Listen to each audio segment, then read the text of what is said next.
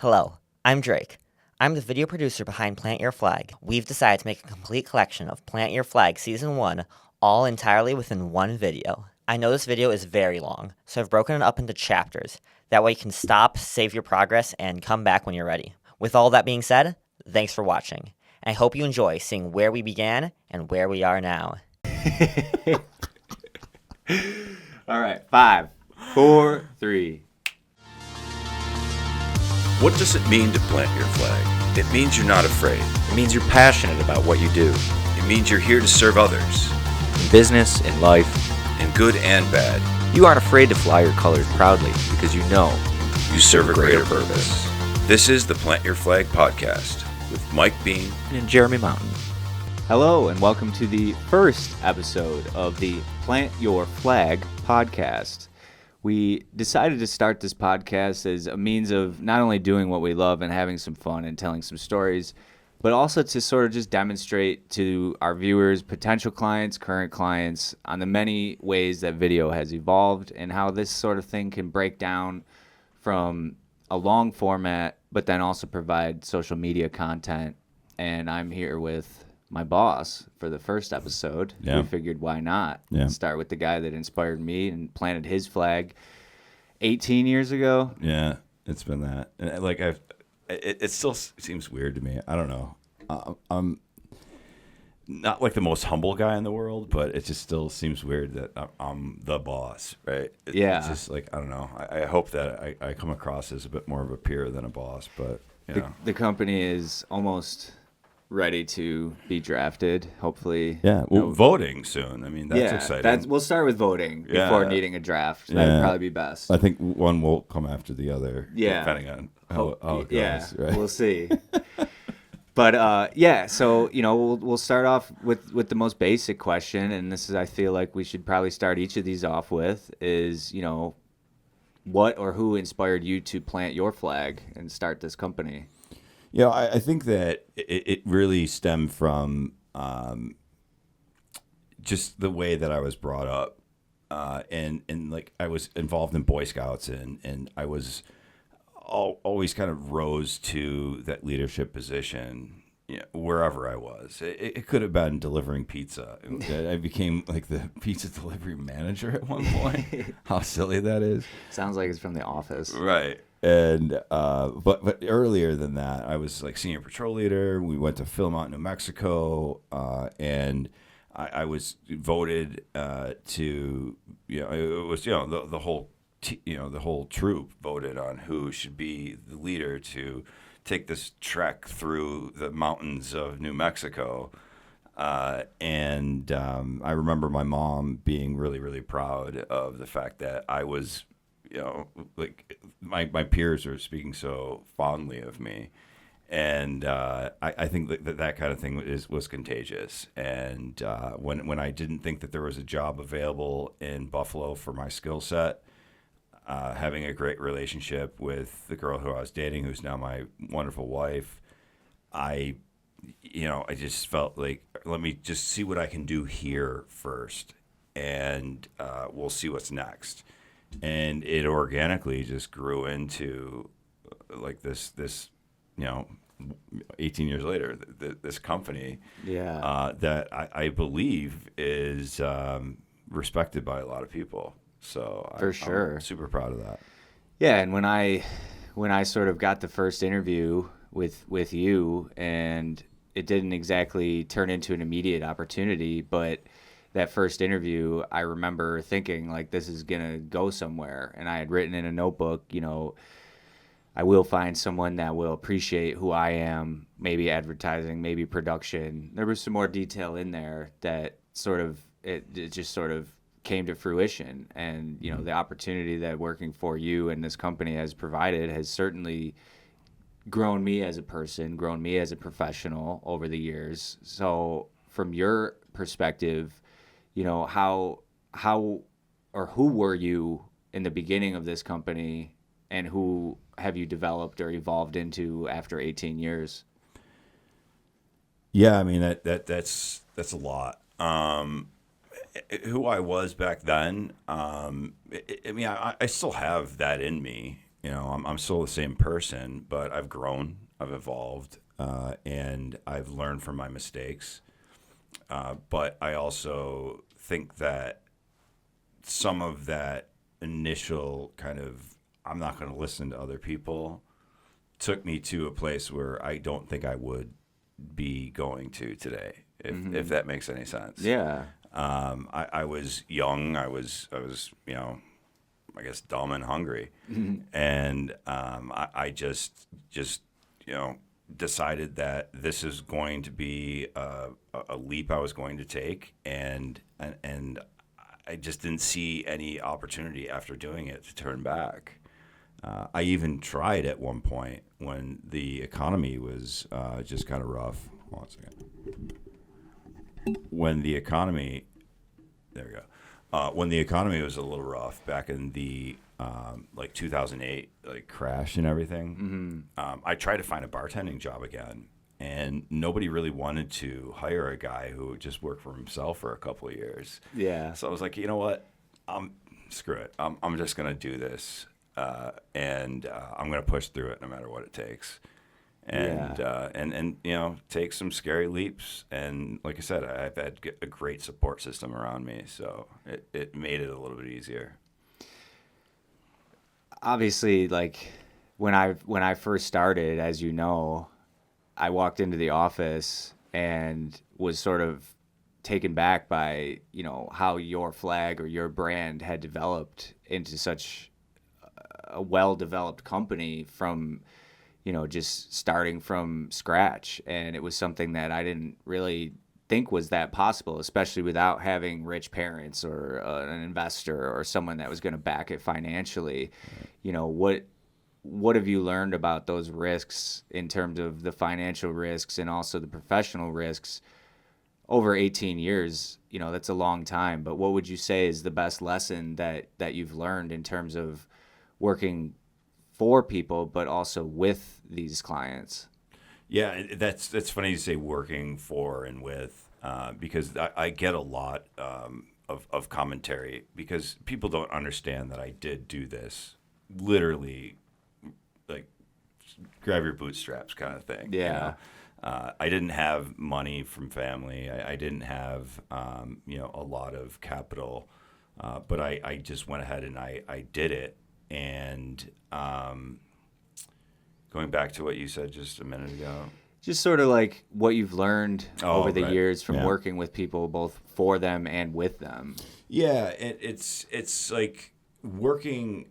People, that's what I was going at, is that there's a lot of people who say, I would love to do what you do. I want to be my own boss.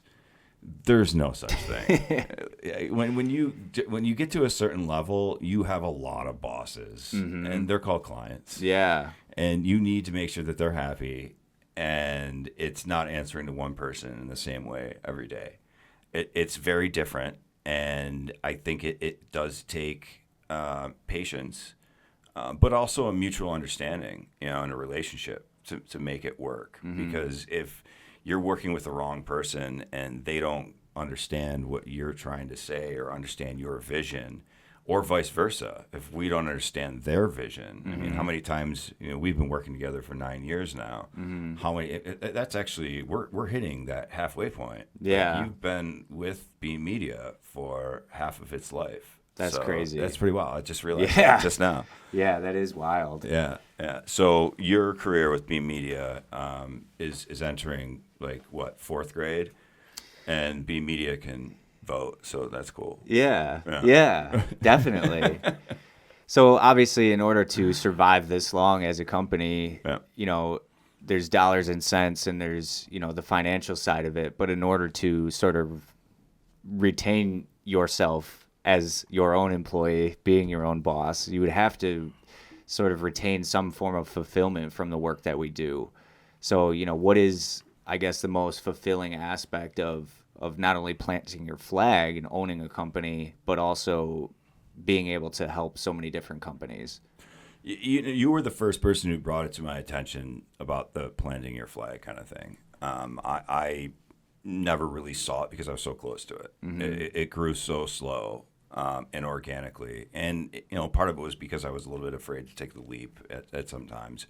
But the area of fulfillment, I think, really comes from just the people we help, right? And the work that we do, it's greater and bigger than us.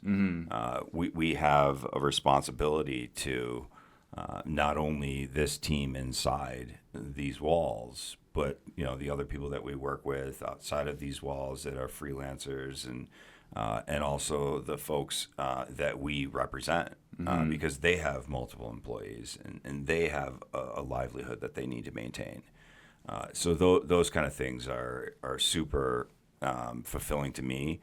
But I think if you overthink it too much, it can be overwhelming. Right. So I think those are the things that at the end of the day, if I really have to break it down and micromanage the thought process of what's important, that stands out more than anything else. Yeah, and I think being able to sort of light that fire or provide that spark for a client, whether they're the business owner or whether they work below the business owner, for me personally, that certainly continues to be fulfilling because, as a former athlete, quarterback more specifically, it was, I needed those other 10 guys on my team to protect me and from getting injured, but also to get across that goal line. And I think that's something that, just me personally, it never gets old, so to speak. Yeah, and it's interesting that you talk about those 10 people in front of you to protect you as a quarterback. I've never really distinguished whether I'm a quarterback, a coach, or a general manager, right? Because I think I wear a few of those hats, but I do need that line, and I do need that support team. And that line might be IAM Insurance, right? You've got his coaster right there. Right. Because, they have our back in that respect. It's obviously the people in the office. It's the people who've put in the work, whether they're here today or they were here for a few years, and found other opportunities, So, a lot of the parting that has happened through the growth of Being Media, I can say that maybe one time it hasn't been amicable. Right. So that also means a lot. And, Yeah. And it's like I said, it's having the ability to have your wife, sneak through because you put it on Do Not Disturb and she's in your favorites. I do think that when I first started, I viewed you more as a quarterback, but then I sort of realized that you were going to need to step into the coaching role and then more specifically set a goal for you to step into the front office, so to speak, in order for the company to grow. And that's what I've always kind of tried to provide is, that structure, that skeleton to grow that pyramid to where, maybe in the beginning it was just you and then one below you and then, a couple layers below that. And obviously the pandemic sort of really shifted things and made us need to sort of evolve on the fly, but I was already confident that we were going to be fine because I had seen how your ability to evolve, step into the lights, not be afraid, that's something that I felt like wasn't going to go away. And I feel like very proud that we've seen other companies in our industry and other industries that have never really made it out of that, and it's something I'm extremely proud of. Yeah, I think one of the things that I do need to give credit to is one of our clients, Scott, over at Neon Entertainment. He did an amazing job of just focusing at the beginning of the pandemic and looking at how he needed to pivot. And I was worried at that time, but when he had that confidence and we had that phone call, I never second guessed our ability to make it through it and just kind of change our approach. And I think it was a healthy thing.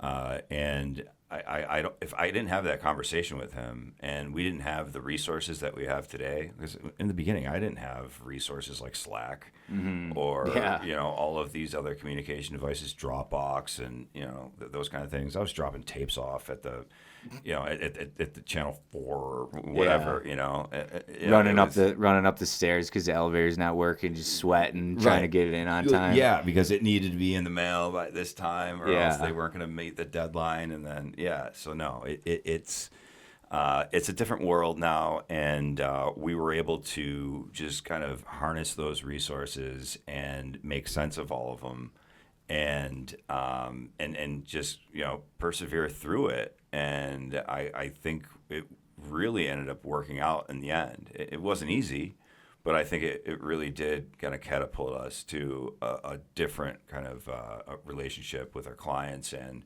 I think also internally. For sure.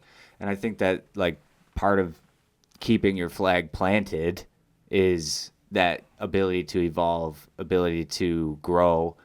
And I feel like, that's a big part of why we wanted to do this podcast, was to demonstrate that video 10 years ago doesn't look the same as today. No. But the ability to sort of chop up long content into shorter content can certainly continue to give that pulse, give that identity, and sort of establish that trust. Mm-hmm. And that ultimately guides more customers, more clients, more relationships for our clients. Yeah.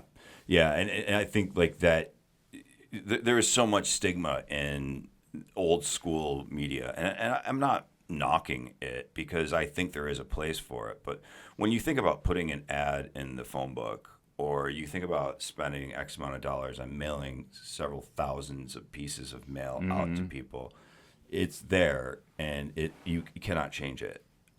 With what we have access to right now, it can be permanent or it can be temporary. It's really all of what you make of it. And we want to put things out there that are permanent, but we also like the ability that we can pivot in a way that kind of fits today's culture. Yeah. And I think that's what makes this so fun. Because you're always on your toes. Right. It's kind of like, what's next? Yeah. And that's why I'm not just still doing television commercials anymore. Right. Right. For sure. Kind of just to get back to the Plant Your Flag, what is, I guess, your favorite part of working with other businesses, or even more specifically, other business owners that may have planted their flag? You know what? It's the ones who planted their flags who did it for a purpose, and they're proud of it, and they have integrity, and they're in it for the long haul. They're not in it for a quick flash in the pan. Those are the people who resonate with me, and I think they resonate with this company. And I've been fortunate enough over the last few years to be able to identify those types of characters and those types of personalities, because they're they stand out, and they're more fulfilling to work with, because they're driven and they look at the long game. Right. It's a marathon. It's not a sprint. The game isn't going to end. No. I mean, not until you want it to. Right. And if you're in it for, like I said, the long haul, and you understand that it just doesn't take 3 months of energy to make you successful or rich or happy or whatever it might be. It's the process. If the process is making you happy, then you're in the right place. Yeah, that's a really good point. Obviously you're in the podcast seat now as a business owner, and you're sort of experiencing it real time, for good and for bad. Right. What do you feel if another business owner was sort of questioning, well, why would I need a podcast? My industry isn't the most educational. Shut your mouth right now. Shut your mouth when you're talking to me. Yeah. What would you say is the benefit of a podcast in 2024 and beyond, even if it's not the most exciting industry? Well, it's the ability to get your stamp out there. Whether the content that you're talking about today is relevant tomorrow is indifferent. It's still in the book. And if it's for whatever reason, I would rather not work with people who step on their foot, and put their foot in their mouth kind of thing, and then we have to retract it down the road. But if that so happens to, then we're not going live. Right. It's on CNN or Fox News. Right. And I think that you can not only just capture an interesting conversation that may not come out in the normal video pattern that we used to use, which was me sitting behind the camera operator. And not that that's not great still, but we have to cut out my questions and then we kind of make it succinct. We can still do that, though, with a fluid, flowing conversation with a couple of people on the microphone. And we can let it stand in its longevity. And we can also chop it down into small bite-sized pieces. So it fits for YouTube, it fits for the website, it fits for social media. I mean, you call YouTube social media too, but whatever. Yeah. You know what I mean? It's so versatile. And the tools that we have today are nothing like the tools that we used to have when I started this company. And I think it sort of provides a different pulse where, you can speak to seasonal things, you can get out in front of things, you can be more strategic. And I think like it does give the clicker or the remote to the viewer in a sense that they can pop in and watch 2 minutes and get what they need to get on their own accord. The user has changed. They're not stupid anymore. They're not going to just fall for the easy tricks that may have worked in digital marketing, 10 years ago. And I think like that trust can be established in 30 seconds and that expertise can be established over time strategically in the form of social media organically to where you're not just slamming an ad in front of someone and expecting them to buy. Right. But I think like, we do have a particular client that we worked with that wasn't the most exciting industry, but we were able to see how it not only demonstrated his expertise, but it also it puts you in the lights. It puts you in front of that red record light, and it sort of does make you need to act on your toes. And in those moments, that's where I think true expertise really rises to the top. Right, yeah, and he became more comfortable as we did more and more of it. And Definitely. then he also started getting feedback from it that he was super proud of. And I think it made him also more confident when he walked into a meeting to know that he had a well-established marketing footprint, digital marketing footprint. Whether it was they saw it before he walked into the meeting or he knew that if they were going to do their due diligence after he left the meeting, that evidence was there and it was present. For sure. And we saw the growth with him. And to go back on just kind of like the temporary and the legacy and all that kind of stuff, I'm excited that we're going to have Jared Weber on this podcast soon from Bradley Tree because he's going to be talking about things that are going to be relevant this spring, but they're also going to be relevant next year and potentially next year. And once they're in the book, it's like he was talking about that in 24. Right. He saw that coming. Right. Because there's conversations that I had with him 2 years ago. We're working with him 12 years now. Yeah. That have come true because he understands that industry. He understands it. And homeowners care about that. And I think that's a reason why people would tune into either a short clip or the long clip. Especially when there's other competitors in the space and everyone has sort of bought into in some way, shape, or form investing into digital marketing, recognizing that their competitors are doing it. And I think that podcasting is certainly a new way of separating yourself and sort of establishing that relationship before the call is made. And I think that it allows that person on the other side to feel like they know them a little bit, and that's why they're all ready to invest their money in a company. It's a great feeling when you get a call and somebody already knows. Like even Jared, like I was just talking about, he had somebody come over to his car and say, I saw your truck pull up for my neighbor, and I looked at the videos of you on your website. You're extremely intelligent in this field, and I need some work done too. Yeah. So it's that kind of stuff that I think really holds, the community's faith today. Yeah, for sure. Yeah. As we're getting to the end here, I got one more question for you, and that is, if there's someone out there, whether they're 19, 29, 39, 49, 59, whether they are coming out of college and have a bright idea, or whether they're someone who is just stuck in life and wants to branch off and do their own thing, what advice do you have for that person out there on planting their own flag? Don't be afraid to fail, because it's going to happen.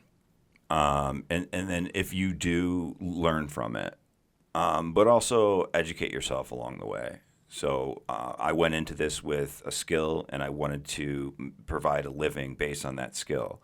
The business stuff I learned along the way. So if I could do anything over again, it would be maybe getting more of the resources that are available that I didn't know were available, from like the Small Business Association and things like that, to not only learn from your mistakes, but also continue that education beyond what you're passionate about. Those fringe things, that stuff that's on the outside, those are the things that I think, passionate people don't pay enough attention to. And Right. I think those passionate people need to focus a little bit more on maybe sometimes the business acumen, because those are usually the people who don't make it, are the ones who are just only laser focused on what they love doing versus the stuff that needs to be done. True. Well, thanks, Mike. Yeah. This has been awesome. Thank I'm really you. looking forward to not only more episodes with you and I, and kind of giving our heartbeat to this company, and just sort of continuing to share what it's like for you to plant your flag, and then me as someone who's been there for half the time now, as we have established. Right. I'm proud to continue to plant this flag myself. So, thank you, and we look forward to also bringing on other guests. Jared next. We'll keep updating our social media to let you know who else we're going to have on in the future. But this has been awesome, and I'm looking forward to the next one. Absolutely. Thanks, Jay. This is awesome. Boom. Thanks, guys. Have a great day. We mentioned this in our last podcast that we're going to have Jared Weber here from Bradley Tree. So thrilled that you're here with us. We've had an amazing relationship over the years, and I can't wait to dig into some of the things not only that people might not know about your industry, but also like the ins and outs of what it's like to be a business owner and plant that flag.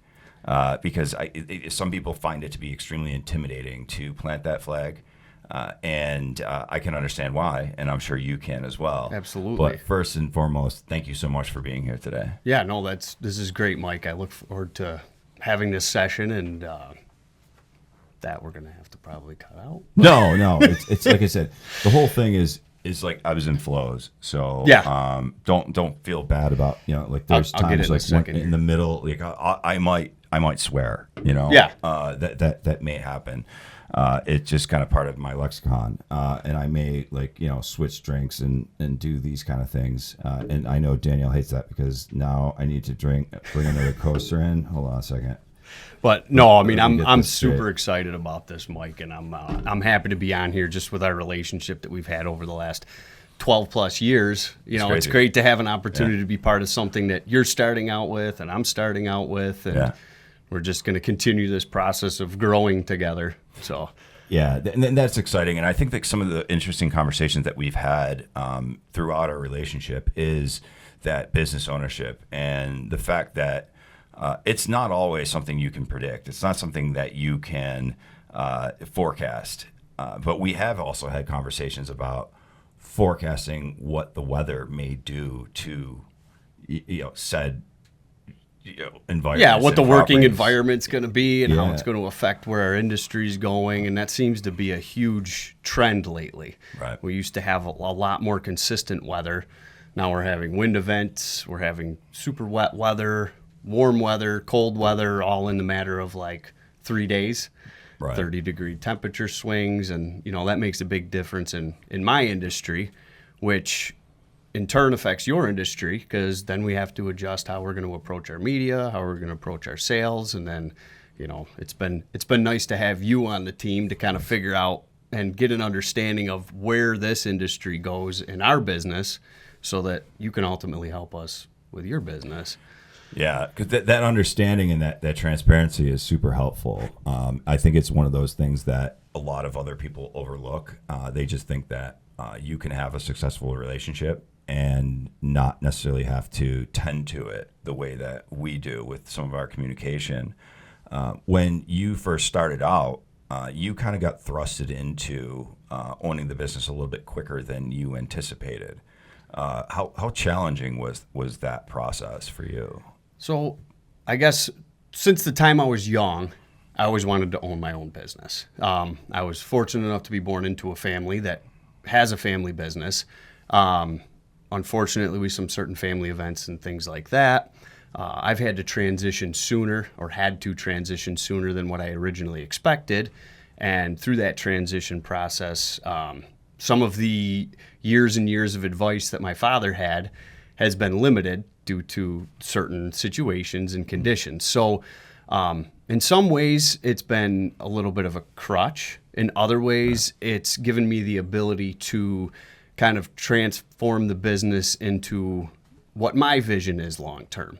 So, in everything that's a blessing, there's always a curse, and every curse there's a blessing. So it's been great. It's given me the opportunity to learn a lot more, learn it quicker out of necessity, and then just continue to apply the base core values that the company was based on, that Bradley Tree was founded on, but also give us the ability to put some new modern swings on things and get some new fresh blood in, and hire some younger guys that are kind of bringing some new excitement to the industry. And it gets you excited because you know that there's that second generation that's coming up, or third or fourth generation that's coming up, that cares about what we do as an industry and cares about the trees and cares about the environment. So through situations and trials, I've always noticed that if you endeavor to persevere, you end up on the winning end of the spectrum. It's good because there was a comedian that I follow who recently had said something about, if you can't look for the positive, or if you can't laugh at certain things that happen to be unfortunate in your life, you're going to end up being miserable. And it seems like you've been able to always find that silver lining, and I think that's one of the reasons why I've gravitated towards working with you and like everybody. You've been around with us a long enough time to see that there's been a couple different employees that have helped you and helped us, and like those kind of things. It's unfortunate to see some employees come and go, but being able to still move forward and have confidence that your vision still makes sense to you, that I think is something that we really have in common. And I want to commend you on that. And I wanted to ask, what are some of the things that you had to do throughout the growth of the company and you taking over the company, that you've kind of said, well, this isn't great right now. The weather isn't great. The situation isn't great for the trees. You've got a ton of passion for plant health care, like all those kind of things. But at the same time, there is a silver lining on the other side. How have you been able to balance that kind of stuff? I mean, I would say just keeping a good attitude and keeping the idea that whether you have employees coming or going, that's a little small part of their life that you're able to influence. And hopefully, if you go into it with the right attitude, the idea is that maybe they won't be with you forever, but maybe something you can teach them, or they can learn, or you can learn from them, is going to help you ultimately long term, and then just improve everybody's life around you. I mean, there's people that come and go, and there's better opportunities that arise for people, or opportunities that might be more geared towards what their skill sets are. And I've noticed that if I've pulled back on being upset and bitter about those people leaving and try to be excited about what their next venture is, it seems to make that turnover process even better. But in turn, taking that attitude on with employees when they're with me, it seems to help to retain those employees, because there's a catchphrase that says people don't leave jobs, they leave people. That's always kind of stuck with me. Right. And I've had a couple, I don't agree with that 100%. I've had a couple employees that I'm still good friends with, I have breakfast with. They had an opportunity to do something that they've dreamed of their whole life that wasn't in the tree industry. Mm-hmm. So, for me to try to limit somebody from reaching what their full potential is, as far as I'm concerned, selfish. So, giving those people the opportunity is great, but I've also noticed that I get out what I put into it. You know, you get out of employees what you put into them, and you might hit a speed bump every once in a while, Sure. but for the most part, it's worked for me. I've got an extremely good crew. I've got people that have been with me a long time. I've got younger guys that haven't been with me as long, but we're all kind of looking out for each other and shooting for the same goal. That same goal seems to be tree preservation. So, Yeah, it's such a cool thing. I was talking just a few days ago with Jeremy about some of the fulfillment that I get out of what we do, and it's because it's kind of serving a bigger purpose than most people realize, I think. And it is employing other people, and it's also thinking about the next tier or 2 or 3. That it's not only just employing certain people within these walls, but it's also reaching other businesses that help them thrive and help them employ other people. And there's a lot of, I think, weight on your shoulders if you overthink that. How do you balance that responsibility? I don't. I'm still working on it. Right. But yeah, it is a responsibility. And I guess, you could look at that caring for employees or being concerned about employees in a negative way, or you could look at it in a positive way. Right. And I guess I've always tried to look at it in a way that, if I'm doing what I'm supposed to be doing and I'm holding up to my end of the bargain, most generally it seems like the employees you have hold up to their end of the bargain. And the relationships that get built out of not just the employees that I have, but the different companies that I work with, like you, for example, and, some of our suppliers and, even some of our customers who have their own businesses. And now we have this back and forth relationship. It helps the whole industry, and it keeps everybody accountable for what they're doing. Yeah, and I think that you have paved a road that not a lot of other companies I don't want to bash anybody else in your industry, but your integrity has always been super impeccable, and it's been impressive to me. And then, as I've also witnessed, like somebody like Merle and your team just climb to, I'm going to just go ahead and say it, climb to great heights with his his accreditations and his education. That kind of stuff must really feel good. And what have you learned from the people who have that kind of drive, to not only just do their job because they're showing up, but also have that passion to take that next step? So, long story short, Merle and I have been working together for about 16 years. Merle and I used to just be Merle, my father, and I. That was the crew, essentially. And then we've grown significantly since then. But that relationship, that camaraderie that Merle and I were able to build from being in the truck every single day and doing dangerous jobs and being in hazardous situations made me realize how important the relationship with employees and with your coworkers is. Because it's very hard to be mad at somebody when you have to work with them all day. Right. And when you share that, when you share the same goals and ideas, that helps a ton. And then I did notice that the more I was trying to control employees and not let them go into avenues where their skill sets lie, and try to place them and make them do something that maybe was out of their realm of the comfort zone. There's nothing wrong with that. Mm-hmm. But Merle was a great tree guy. Merle is an absolute excellent plant healthcare manager. So, what Merle and I realized is his retention for tree names and spray materials and chemical products and diseases and insect was one of his very, very strong points. So we kind of threw his hat in the ring, see where he went, and 10 years later, he has grown the plant healthcare part of Bradley Tree exponentially from where it was. And I think one of the hardest parts as a business owner is to kind of let go of a little bit of that control and give it to somebody else. And then what I've realized is that there's a lot of capable people out there, right, and I'm not the only one that can do something. Right. And if you can give people that ability to be able to help themselves grow and help them grow in any way you can, it's a wonderful scenario. It's a great feeling, and we've talked about this and how it takes like a certain amount of a skill set or a mental position to be okay with that.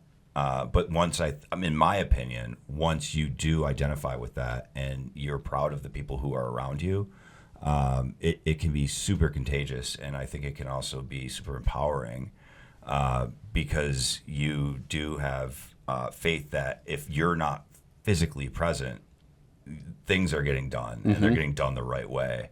And with Merle and all the other people on your staff, they have to have seen some swings in the industry in the last couple of years. We have obviously seen Buffalo not be Buffalo, right? To somebody who I think is about our age, we remember growing up, and I don't want to sound like walking uphill both ways in the snow to school, kind of a old guy, but you have probably seen some pretty big swings with these ups and downs in the winters, and I would imagine that's got to be challenging for not only you but the other people that are around you in your company to be able to not only predict but also to be able to address as responsibly as possible. Well, and it is, because one day, you'll have jobs set up for a week and everybody knows what they're going to be doing. Everybody likes to have a plan. People don't like to wake up in the morning and wonder, what am I doing today? Right. So, that's one of the struggles we have with this constantly changing weather. You might have a job set up to go into a backyard job on a Wednesday, and you get 3 feet of snow on a Tuesday. So you have to be able to shift gears quickly. And I think that's something that I can be very proud of the crew that I have. They have that ability to shift gears. So when we get rain and can't get in on a job, or we get snow and can't get in on a job, they have to have the ability to shift gears, be patient till we get the next plan, the next game plan. And what I've noticed ultimately is by including them in that plan, they always have great ideas. So if I start running out of options or running out of things to do, it's a group effort. So by involving employees in that decision-making process, it ultimately gives me a leg up too, because I'm not just getting my opinion on the situation. I'm getting the approach from the guys that are boots on the ground. I'm getting the approach from the plant healthcare guys. Getting advice from the climbers, the guys that run the chippers. Like, everybody's a very important part of the industry, and I think that gets overlooked sometimes. We have this tier system in our business models, and that compatibility to be able to work. I've learned more from brand new guys sometimes than I have talking to guys that have been in the industry for 40 years, because it's a different approach. It's a different view on the situation that you almost get snowblind when you're in it. So right. Yeah, that's a great analogy. I can gravitate towards that. I get that. So, but as far as, other situations and issues that we have with the weather changing constantly, we have these big giant wind events when we have storms coming in, and it's almost a shame, because you get these, not almost a shame, it is a shame. You get these big old trees that have been standing out in the middle of a field for 70 years, and then you have winds shift and come from a different direction that they're not acclimated to, and you ultimately end up losing that tree, whether it's uprooting or a major crown failure where branches break out. So I've noticed a lot of that in the last, I would say, about 5 to 6 years. And we're losing a lot of very nice trees that we shouldn't be losing. Some of the other stuff that I'm noticing as well is with the plant healthcare part of it, we're not getting a deep freeze in the ground anymore. So all these insects that overwinter in the ground that normally would get killed off or mostly killed off are now thriving. Right. Same thing with some of the different fungal diseases that you get that overwinter in the ground. You drop below a certain temperature and those freeze out. So that's one of the things that we're battling pretty hard against in our plant healthcare industry, is trying to keep up and preserve as many of these trees as possible, whether it's emerald ash borer or apple scab or any of the other diseases that we have and insects that we have going on right now. It's been somewhat of an uphill battle, but it's also been a great opportunity to grow our preservation side of the company, which has been great. Right. And do you think that the emphasis of that aspect of your business has helped you and your team educate, just the group as a whole on how to handle this ever-changing landscape that we're seeing today? Yeah, absolutely. So, I mean, primarily there's the crews that go out and do tree work, and then there's the crews that go out and do plant health care.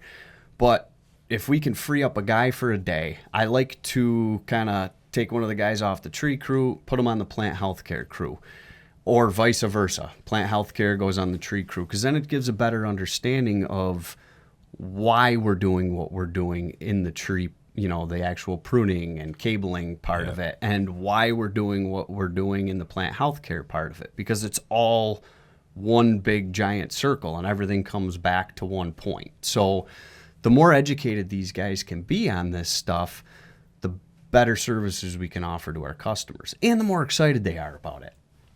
There's nothing better than that. Not instant gratification, but that gratification that you see on somebody's face when you do a good job, and when you have other people in your organization that also appreciate that. I feel like that has got to be rewarding, and also gives you that momentum to wake up the next day and do it again, and you can do it again and do it again. Well, I mean, absolutely. There's so many companies out there that just do removals, and we'll get called into, could be a little old lady who had a tree planted 70 years ago by her husband. Right. And that tree means a lot to her. So she gets somebody in that says, oh, that tree needs to come down. That tree needs to come down. She might get 3 or 4 different opinions on it. And then, we get called in, and we have the ability as arborists to preserve that tree. The look on your face when they've basically been told doom and gloom and that tree has to go, the look on their face when they ultimately realize there is another option, that's wonderful. It's great. And when you complete that job and they see the finished product, the guys that are doing the work get to get that same kind of feeling that I get when you know that you're able to preserve that tree and keep it around for hopefully another 70 plus years. Does it feel like you're sometimes swimming upstream? Absolutely. Yeah. Absolutely. It's just, there's so many different opinions on the industry that it does. It feels like you're swimming upstream every once in a while. But I think that, in my opinion, is one of the most gratifying parts about what we do. Your industry is very different than mine, but it's similar in ways where we are swimming upstream. We always have to be aware of what's next, what's new, what's important towards not only today's success but tomorrow's success. And I think that you have your finger on that pulse, and you listen to the people that work with you and around you. And I like I said, those are some of the things that I personally take out of it that I enjoy. And it seems like the same for you. There again, the negatives can be the positives. Right. So you do have a constantly changing dynamic and atmosphere. But I know that you're very similar to me, and you can't sit still. Right. If you had to do the same mundane thing over and over again, you'd get bored. There's no way to get bored in our industries, because it is constantly changing, and there's always something new. So I guess if I was to look at one of the hard things that are also a great thing about the industry is that it is constantly changing. Right. So it keeps things interesting. Yeah, and I guess with that being said, what are some things, and I'm going to be bold enough to date this. We're sitting here in March, and we're talking about this upcoming 24 season. What are some things that you think people should be aware of and should be on their radar before we wrap this whole thing up? I would be looking for, if this weather continues to be as warm as it is, there's a really good chance we may come into some drought situations this summer. So watering trees would be extremely important. Keeping an eye out for insect and disease problems on your tree, or making yourself aware of what you do have on your property as far as green living things that may need some attention. Because being proactive is always better than being reactive. So if there seems to be a concern, we'd be more than happy to come in and kind of get a handle on that before there's an issue. Most generally with trees, if you start to see an issue, it's something that may have been able to be addressed prior to a visual issue on that tree. Beyond this weather switch, is there anything else that could be a red flag for somebody that owns a property that has, trees, plants, whatever it may be, before it becomes too late? Yeah, I guess make yourself aware of what the structure of your tree is. Do you have something overhanging your house? Does it look like you have a root plate or the roots starting to heave in the ground? And, most importantly, if you do have concerns or think there's a concern, call an arborist, have them come in and kind of do an evaluation, because that's what we do. Right. They have WebMD to try to get you pointed in the right direction online, but ultimately, if you think you have an issue, you're going to go to the doctor. So, right, yeah, and that, I think that's I'm glad that you brought that up. Is the arborist aspect, is that there's a lot of companies out there who will just say, let's cut it down and grind the stump, and we'll take it away, and you'll never have to think about it again.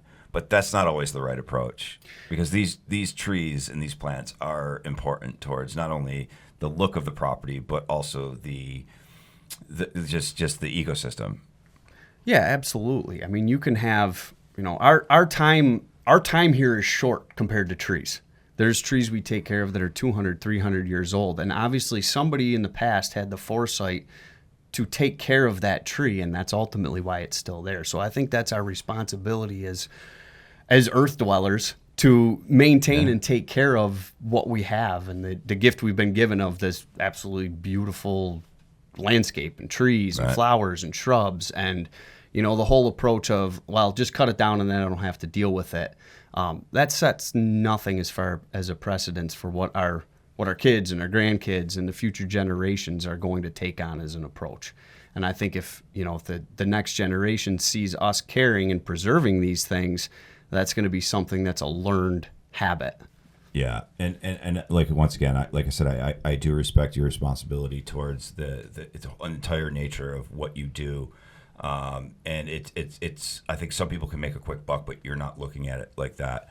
How can somebody get in touch with you and your company if they're interested in just saying, I think I might be a little worried about my property, or I think I might be worried about this tree, or whatever it may be? What's the best way to get in touch with you? I feel like that's almost a question for you, Mike. You're the one that set all that contact info up. So but what I would say is just start searching for tree stuff, and then you're going to find ads that are going to follow you around the internet. But I'm just No, the first one that pops up is always the best one, right? Right. So, yeah. But no. I mean, we've put a lot into our social media presence and our presence online, and it's something that I feel as though, just like you take care of a tree that's growing, you have to take care of your media presence as it's growing, and you have to be able to manage that. And it's not a one and done thing. It has to be something that you put an effort into, and that you have somebody that's good at managing it and good at promoting your business, to be seen and be heard and be able to do what they know how to do, and then that gives me the ability to do what I know how to do. So between our Instagram presence, our Facebook presence, the nice little quick email you can send by accessing our website, and right down to just making a phone call. Yeah, it's just, if there is a question, there shouldn't be a question, probably, right? Correct. Just reach out. If you can't help, you'll be the first to say. But if you can, you'll also be the first one on the job, it seems. Absolutely. Awesome. Jared, this has been a lot of fun. Really appreciate you coming in and taking some time to do this. And we look forward to, more opportunities like this, down the road. This is the third episode of the Plant Your Flag podcast. We are here with Jenn Ickowski of Spark Fitness here in Tonawanda. We're really excited to meet you. We actually just met briefly before, but this is the first time on Plant Your Flag that we're going to be having someone that we don't exactly know. Danielle was kind enough to introduce us, and she's told us about a lot of the tire flipping and things that she's been doing with Spark Fitness, so we're really excited to hear about some of that. But thank you for coming. I hope that you're excited. I am. Yeah, I'm super excited. Thanks for having me. I know that you've been doing a little bit of this, so you should be ready to rock. You had mentioned you were just at a big conference, and you've spent some time on television, so this shouldn't be too difficult for you to sit with us here. But this is the third episode. If you want to go back and check last episode, Mike was with Jared Weber from Bradley Tree. And ultimately, this podcast, if it's your first time listening, we're just trying to raise a little bit more awareness of some of the amazing people around Western New York who decided to plant their flag and own a business and, hear a little bit of the story behind how it started and where it's going. And so I guess we can get right into it here with Jenn from Spark. Spark Fitness is at 790 Yonge Street in Tonawanda. And the first question, who or what inspired you to plant the Spark Fitness flag? So there's a what and a who. Okay. There might be two who's. So the what really came from working a ton of like part-time jobs to a corporate job to basically hating like working for somebody else. Not that I'm not an agreeable person to work with, but it was just more like I felt like I was meant for something more. And that more was not being satisfied by working at a 9-to-5 job. So that I would say that that's the what. The who I would say is my business partner, Brandon. It was kind of his idea to get started. And he kind of reached out to me and we put 2 and 2 together and decided to go in on it together. So that would be the first who. The second who actually came in 2 pivotal moments in my life. The first one when I quit my full-time corporate job at Geico was Lindsey Cruz from 95 Nutrition. So I had kind of had a little rapport with her when she started her first meal prep location in Grand Island, and I would just respond to her Instagram, and she always responded back to me, which I thought was interesting, just because sometimes you think that those people don't have time for the little people. Mm-hmm. So before I quit my job at Geico, I messaged her, and I was like, I don't know what to do. Like, is this going to work out? And she's like, you're not going to starve. You know that, like, you will work to make things work, no matter what that means. So she helped me actually take the first pivotal move to leaving my full-time job. And then fast forward a few years later, she was actually the one that helped us file for our LLC and get started with Spark. So there were like 2 moments that it was just ironic that I reached out to her for both of those. And she was the one that was like, well, you have to like actually take action if you're going to do this. And so I like attribute a lot of those first couple baby steps of 2 really big changes in my life to her. That's amazing. Yeah. So she had planted her flag prior. Yes. And that sort of lifted you up a little bit, mm-hmm. and made it seem a little bit more realistic. I would assume. Yeah. That's amazing. I feel like that's. I don't know, but I feel as though nobody can really do it without that person telling them they can. Exactly. And she was like that person that I kind of saw go from one really small location to super successful. And so, you know, they always say that, like, if you want to be somebody that you're not, you have to talk to people that are kind of already in that space. And so I felt like she was the right person to go to at the time. Definitely. Yeah. That's amazing. Love to hear that stuff. That's inspiring. Now, to back it up a little bit, before you met her, what was it, you know, growing up? Was there any moment that you forecasted this sort of business ownership lifestyle when you were, you know, kind of growing up and even maybe before Geico? I think there were a couple things that I tried. So I tried a couple like different MLM type things, and like I tried like Mary Kay, Beachbody, like a couple of those things, and I got a couple people to sign up, but like it didn't work out. And I was like kind of afraid of the sales piece of things, which is funny because we'll get into that about Spark later. But I was afraid to ask people for anything. Yeah. And so I knew I could do it, but there was like a disconnect. It was either like the how to do it properly that I think really got me hung up. So I usually ended up just kind of like quitting doing those things. And then later on, I actually had worked for another gym that was a similar concept to what Spark is today. And I had actually asked the owner what it would cost to franchise one of their locations. And so when he told me the price, I was like, nope, can't do that. Sorry. Okay. Yeah, nope.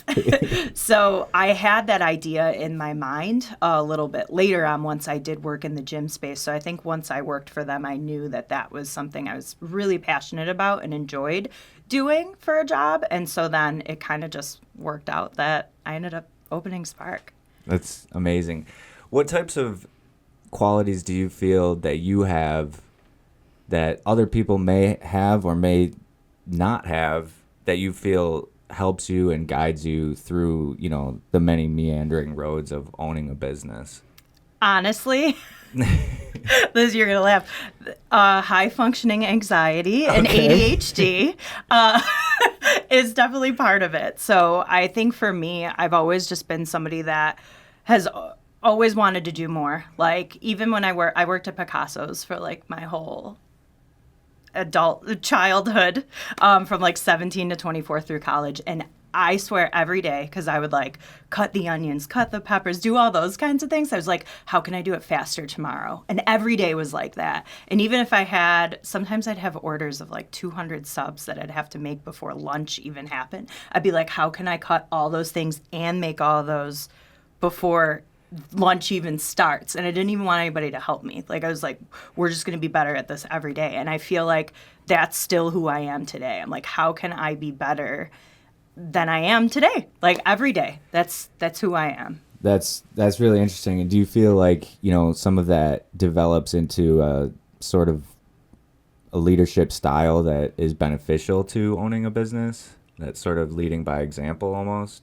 Yeah, I think that like leading your team and showing them like who you need to be and how you need to be is super important. You can't just tell somebody that they have to do something a certain way. You kind of got to show them. Yeah, show don't tell is something that we talk about a lot here, and that's, I feel like people sometimes won't do it by themselves, and until they see someone doing it, that sort of lights that fire and kind of gets into that.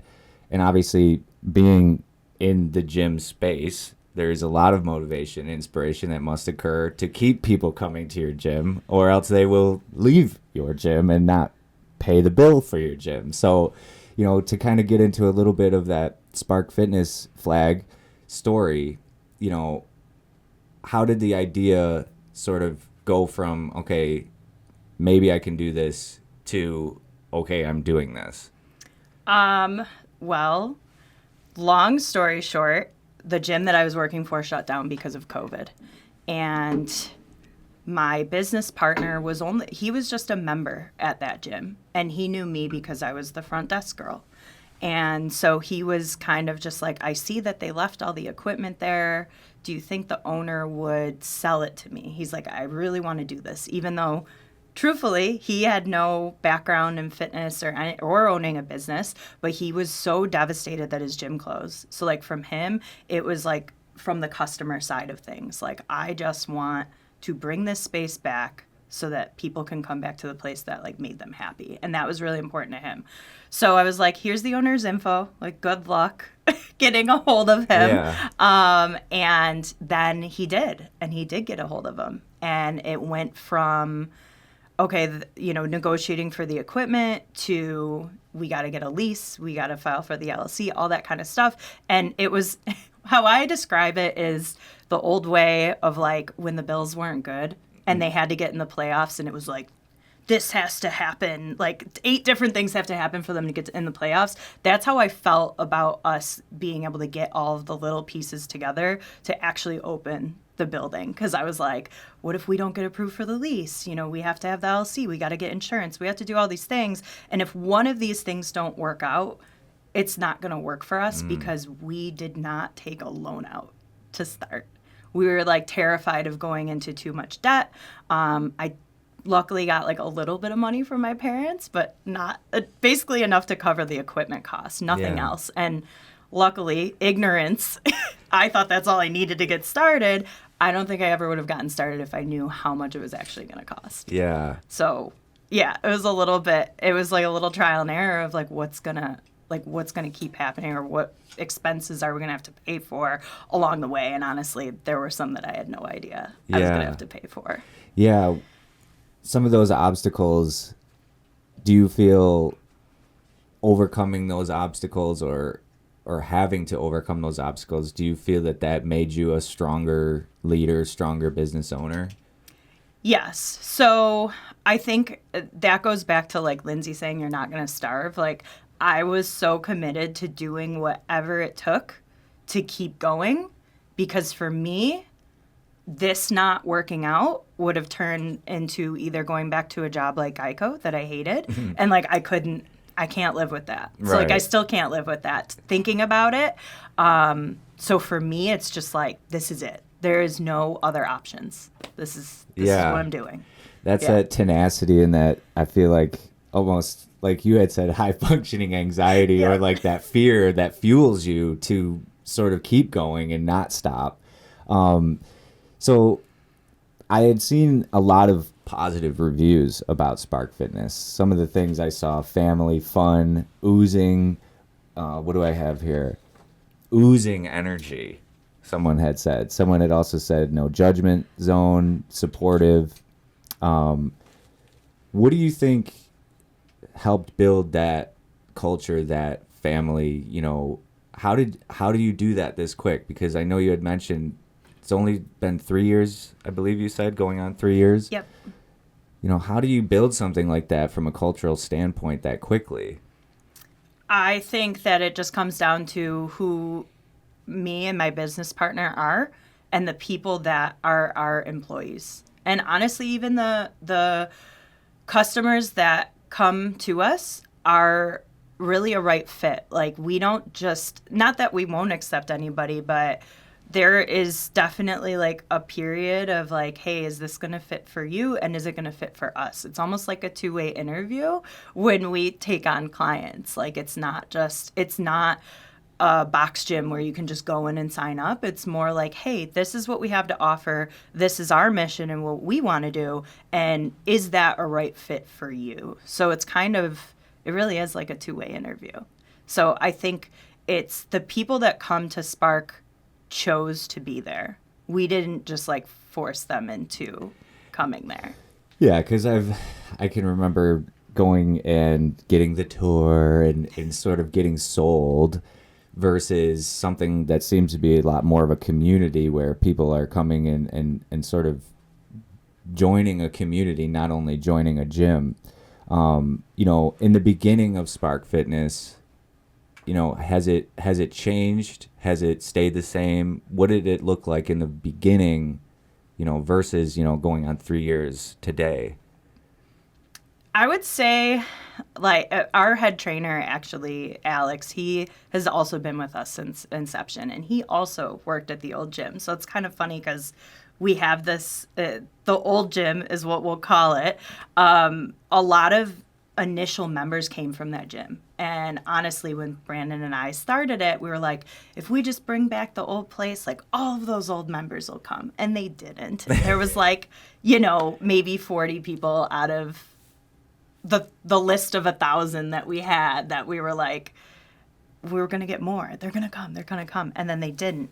But I think just having like those strong values from the start with like me, Alex, and Brandon has been like a big reason like of like who we are today, but even from the beginning. But I also think in the beginning, we were trying so hard not to be that other gym.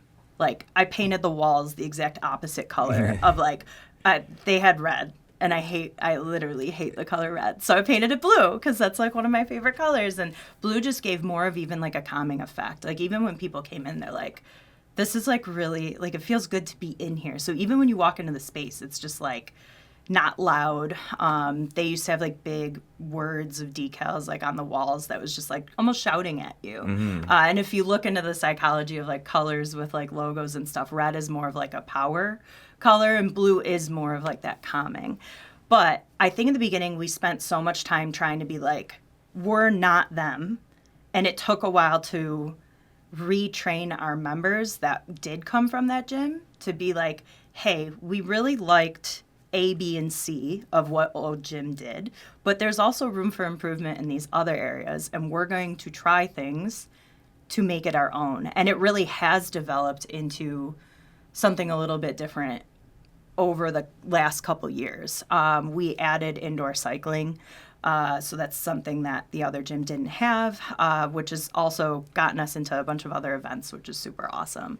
In addition to that, we changed like the layout and the format of our workouts slightly too, and we've done that a few times. So I think it really took us a couple years of trying things out to really figure out like what worked for us and what we wanted and what was different from what they were doing before, and then like what we're doing now. That's amazing. Tell us a little bit about some of you had mentioned that the cycling had gotten you into some other things. Yes. So the cycling, that's a whole nother story, but if you have heard of Byer, they're a cycling studio, and they had a fire back in October of 2021, which was a couple months into us being open. And I basically reached out to the owner and I was like, hey, I know I don't know you. I was like, but we're new and we could use some help, like getting some people in here, kind of getting our name on the map. We'd be happy to let your clients use our space for like credits that they had with you. They had a couple gyms doing that with them. And then I also said, like, you can start teaching here if you want to teach some classes. So she did, and we still have like a good relationship today. She was actually just with us for the Pride Parade over the weekend. So that's one of the events that we got into, was the Pride Parade. It is one of my most like favorite events of the year. Like, we get to be on a float. Even just the time in the parking lot building the float is so much fun, because all of our staff is there, and then any of the other clients that want to walk with us are like coming with us. So that is like one huge event that we do. The other one is called Ice Cycle. I don't know if you've heard of that one, but it's at Riverworks, and it's a fundraiser for cancer research. Oh, that's amazing. I did see some photographs of that, I think. Yep. So this was technically our second year as our own studio doing it, and we raised $60,000 for cancer research in 4 months this year. Wow. So super cool. There's 150 bikes on the ice, and we get to teach like on the stage, and sometimes it's snowing during the session. So that's pretty super awesome. Cool. You don't usually get to bike out in the winter. I did have a professor once who would bike every day to Buff State in the winter, and he'd be late a lot. I think there's probably, like you were at one point, there's someone out there that may not think that it's possible for them to start a business or get into something like this, whether it's a gym or whether it's a different sort of company. What advice would you have for someone out there that may be doubting it? Like, you had mentioned, some of the things in the beginning that sort of made it unrealistic. What would you say to someone out there who may be considering? I would say talk to somebody in that same space that's already doing it, that is successful. Get their take on it, the pluses, the minuses, and be ready to handle everything that's going to come at you. There's going to be so much stuff that comes up that you don't even realize was a part of owning a business, and you just have to be okay with that. And I think you also, if you have a significant other or you have kids, you have to understand that they're probably not going to be the priority. Honestly, that's going to be part of it. There will be some things that you'll have to sort of put on the back burner or things like that, and make some sacrifices, it seems. Absolutely. Yeah. So who is the ideal person to come to Spark Fitness? Who is it sort of designed for? You mentioned a little bit about that sort of, double interview sort of trial when you meet a new potential customer or a new potential family member. Who is it designed for? So this person probably hates working out. We'll start with that. I was one of those people too. In fact, a lot of times I tell my clients, I know what you're going through because I am you. Right. Was you. So they probably don't like working out. They can't do it on their own. They don't know what to do. They're going to be that person that probably walked into like a Crunch or a Planet Fitness, and they go on the treadmill with the intention of maybe someday going over to the weights, but they're never going to go over there. Even though I know what I do, like I'm doing now with working out, I would still never walk into one of those gyms and like work out in the open with people. Right. So they need some guidance. They need somebody to tell them what to do, to motivate them. And they honestly probably need the class times and actually booking a time to come to just hold them accountable to actually showing up. Without any of that, it makes it really, really hard for them. And they probably like the social aspect too. A lot of people that either did sports usually do pretty well. Team mentality. Yeah, the team mentality. Or even if they haven't, they may just be somebody that's like, I have no idea what I'm doing and like I need help. So I would say that that's a big part of it. And then a lot of people avoid working out if they're injured or depends on the injury, but they're afraid because they have some limitations, and we pride ourselves on actually helping people work around those limitations or build up their strengths so that they can, do those moves. A lot of times I get people that come in and they're like, my knees hurt, like I can't squat. And so our trainers are able to actually work with them on that, as opposed to just being like, well, you can't work out because you can't do this Tough it up. thing. Yeah. Yeah. If you can't handle it here, you're going to have to find another gym. Exactly. So as far as like the philosophy or, perspective that you have personally on, if someone out there was trying to make that lifestyle change or get fit or sort of get on the horse or make that change in their life and feel better, because we've seen, like I mentioned in all the reviews, over 100 reviews of people that spoke to this exact, change that they have found within themselves. Oozing energy is the one that I really, really love, as far as after, getting into their new sort of mindset, their new body, their new sort of perspective on life. What is sort of some of your perspective or your philosophy on getting fit? What would you say to someone that hasn't done it yet but is considering that? Well, 90% of my day is thinking of ways to keep people motivated and keep people coming in. So I think one is motivation is just an excuse to tell yourself to stop when you're not motivated. So like when somebody comes to me and they're like, I just have no motivation, then I'm like, okay, I already know the conversation I'm going to have with them in about 5 weeks, because they're not going to be motivated. You are only motivated when you might look in the mirror one day and you're like, oh my God, I hate the way I look. And then you forget about it. And it's too late. Yep. I feel like that's kind of the mindset of like, oh, now I've passed the point of no return sort of thing. Right. And so like getting out of that mindset, it's really a retraining. So I think people need to understand that whatever results they're looking for is going to take a lot longer than they think it is, and usually that's an emotional thought they're having, not a factual thought. So there's a lot to be said about, that obviously the emotional side of like losing weight or getting in shape is there. So you have to address it, but you also kind of have to teach people to understand that like they're really actually not thinking logically, right? Which can be really hard. I would say expect that it's going to take a lot longer than you think it would. And you have to be consistent. Like, even when you don't feel like it, even when you go on vacation, you have to, like, kind of prep yourself to make sure that you're still doing all the things that you promised yourself that you would. And you have to, it's not going to end. Like, you don't. It is never ending. It's never going to end. Yeah.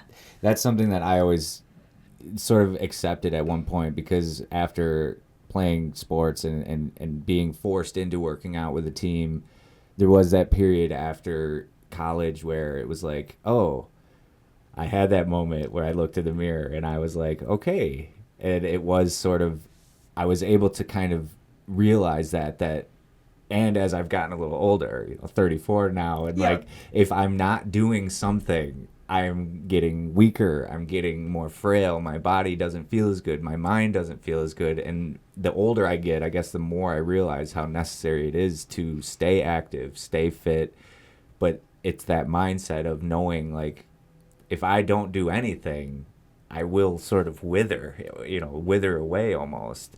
So that's really interesting to hear. And what would you say is the biggest challenge, keeping someone motivated when they don't see the results quick enough, or they don't feel like it's making a difference? Do you feel that happens mentally first before the physical changes occur, or do you feel like that the physical sort of recognition and change that they see then flips it into the mental side? Yeah, like I think the hardest part is that everyone's going to see some immediate results in those first few weeks, like almost no matter what they do, and they'll get on this high of like, oh, I feel so great, and then all of a sudden like something will happen. One thing in their life will throw them off, and so I think it's just important to continue to remind them that like those things are going to happen and no one expects them to be perfect, that they just really, there's going to be some weeks where you do the bare minimum, and then there's going to be other weeks where you overperform, and so like those kind of cancel each other out. I actually have a tracker for our members, and it basically reminds them like, hey, 3 times a week is like kind of like the sweet spot, really. If you do more than that, great, but like I think a lot of times people get emotional about it if they miss like a whole week. But I'm like, hey, why don't you look at your month? Did you still hit your 12 workouts this month? Then you're fine. Like, it's okay. So I think teaching people how to look at like the long term of what they're doing is more important than like the short term that they're thinking about. So continuing to remind them, continuing to post about it, and like I'll do live videos in my members groups. I know some of my girls are like, when I see that you're going, on Instagram stories and there's like a bunch of them, she's like, I'll set my phone up like it's a little podcast, and she's like, I'll listen to your whole thing. So I think it's just making people aware that they're not going to always get results or be in a phase of getting results is important, and just talking about how like you just can't always be performing. You just can't.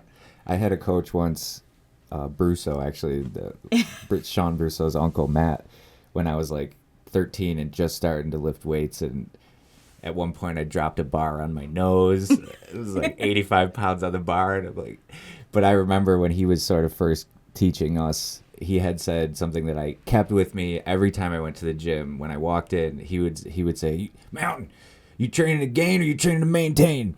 And so that's kind of a little thing in my head if I do go into the gym, which I haven't in too long, but I would think that. Am I trying to gain, or am I just here to maintain and keep that sort of consistency going? Now I need to get back into the gym, but I do ride my bike around the city a lot to try and get some blood flow through my body.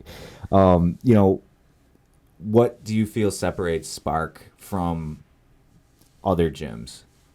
I think like our commitment to always be evolving and getting better and staying engaged with our members. I mean, truly, like 90% of the conversations I have with my partner are about like, okay, how can we get this person back in here? Like, why aren't they showing up? Like, we run reports on frequency. We've been doing giveaways each week for attending 3 times a week. Just more so rewarding the positive behavior, instead of just always trying to be negative and being like, hey, haven't seen you in a while. I did that for a long time. People know me for sending them like the eye emoji, like the side eye emoji, and then being like, hey, where you been? And like sometimes people actually message me and they're like, I haven't been in because of A, B, and C, because they know that like I'm going to reach out. And I think still personally getting that from the owner is a huge deal. And I just don't know how many other gyms out there are really actually doing that. And we work with a coaching business specifically for that reason, so that they can help us keep things fresh and like continue to engage our members and do better and better. And they're always providing more. So I'm like, oh my gosh, they just gave us all this extra stuff to do, and now we have to implement it. But it's so nice to have a gym specific marketing and coaching business that already knows what works, and then all we have to do is implement it. So I think just continuing to always try to get better and not just kind of stay flat and the same. Yeah, that's amazing. If there was one thing that you would want someone listening or watching to remember about Spark Fitness, what would that be, would you say? Oh, that's a tough one. I would just say that, like, come give us a try. Like, we're not going to bite your head off, and we're going to be open and understanding to whatever your situation is. Even if you think you might not belong, like, you'll find a good place there, and you'll probably make some friends when you're in there. Yeah. How can someone sign up, or is there, obviously you guys have a website, social media, I would say if you could let us know, where to find that, and if there's any, ways to sort of just try it out or things like that. Yep. So right now we do a 2-week trial for $49 for unlimited classes. So that's kind of the best way. We'll actually give them a complimentary goal setting and nutrition consultation and an in-body scan with that 2-week trial. So, like, if they are really serious about the results side of things and don't just want a gym that provides workouts, then, like, we're the right place for them. But 2 weeks is more than enough time for them to make a decision. So that is on our website, which is sparkfitnessbuffalo.com. And that's really, like, the best way. They can sign up right on there. We have an app to book the classes as well. So super easy to get started and get going. Amazing. Well, I really appreciate it, Jen. It's been awesome meeting you and hearing about this. I also want to thank Danielle for sort of bringing you in here. And like I said before, she's been talking a lot about her experience. So we have a firsthand testimonial that the place is rocking and rolling. So I wish you the best. Last question, what is the next step, or what does the future look like for Spark? We are actually expanding to the back of our space. So we're going to be offering small group training, which is just like a 4-on-1 atmosphere. So that is a really big step for us to not only add extra space to the lease, but to provide a completely separate experience for those that are looking for a little bit more intimate setting. So that is coming very soon, probably by the end of the summer. Amazing. Well, thank you so much, Jen. Thank you. All right. Thank you as well, anyone out there. And we will look forward to our next episode of the Plant Your Flag podcast. Thank you. Hey, welcome to the 4th episode of the Plant Your Flag podcast here with Cathy. And we're super excited about it. And we want to just, dive into the things that we've been talking about all this time about, what's raising awareness, and what's it like to own a business, and what's it like to start a business, and how many ways that other people have planted their flags. And that's really, we want to just continue to inspire people to do just that. So Cathy, thank you so much for being here. And I just want to just get a little bit of a background on who you are. I mean, we know that you're the president and CEO of the Kenton Chamber of Commerce, but give us a little bit of an intro of what who you are and the role you play. I play many roles. That is one of the benefits, I think, of being a president and CEO. You do everything. Yeah, I know the feeling. But that's exactly. But that is also something that I tell people when they look to join the chamber and I'm speaking with them, and I say, you get me. You right. Get me. I will connect you. I will advocate for you. I will work to help, train your employees.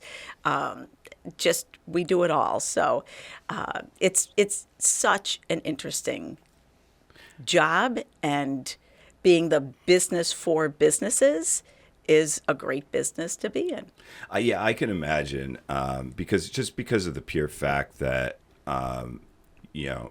you work with so many different businesses, and you have that ability to help people take their business to the next level. There has to be a lot of gratification that comes along with that. There is, because there's definitely a lot of personal, gratification, as you said. But it all starts with trying to help people to understand, first of all, they can do anything that they want to do. I mean, I am such a positive person. If somebody wants to start any kind of a business, I want them to go for it. And there's a number of books I'll even say, read this. But also, in your life, like, don't listen to the most negative person in your life. Just divorce yourself from them, and because people can do anything that they put their minds to. It's fascinating. But they have to have a lot of good positive self-talk, and they can work alone, work in a team, work with partners, etc. But even that, I've got a lot of advice on, that's the whole getting started part. There's a lot of advice. But the real key is to get some good advisors, get a good mentor, utilize our services, the Small Business Development Center, and be smart about starting the business. Get all your legal things in a line.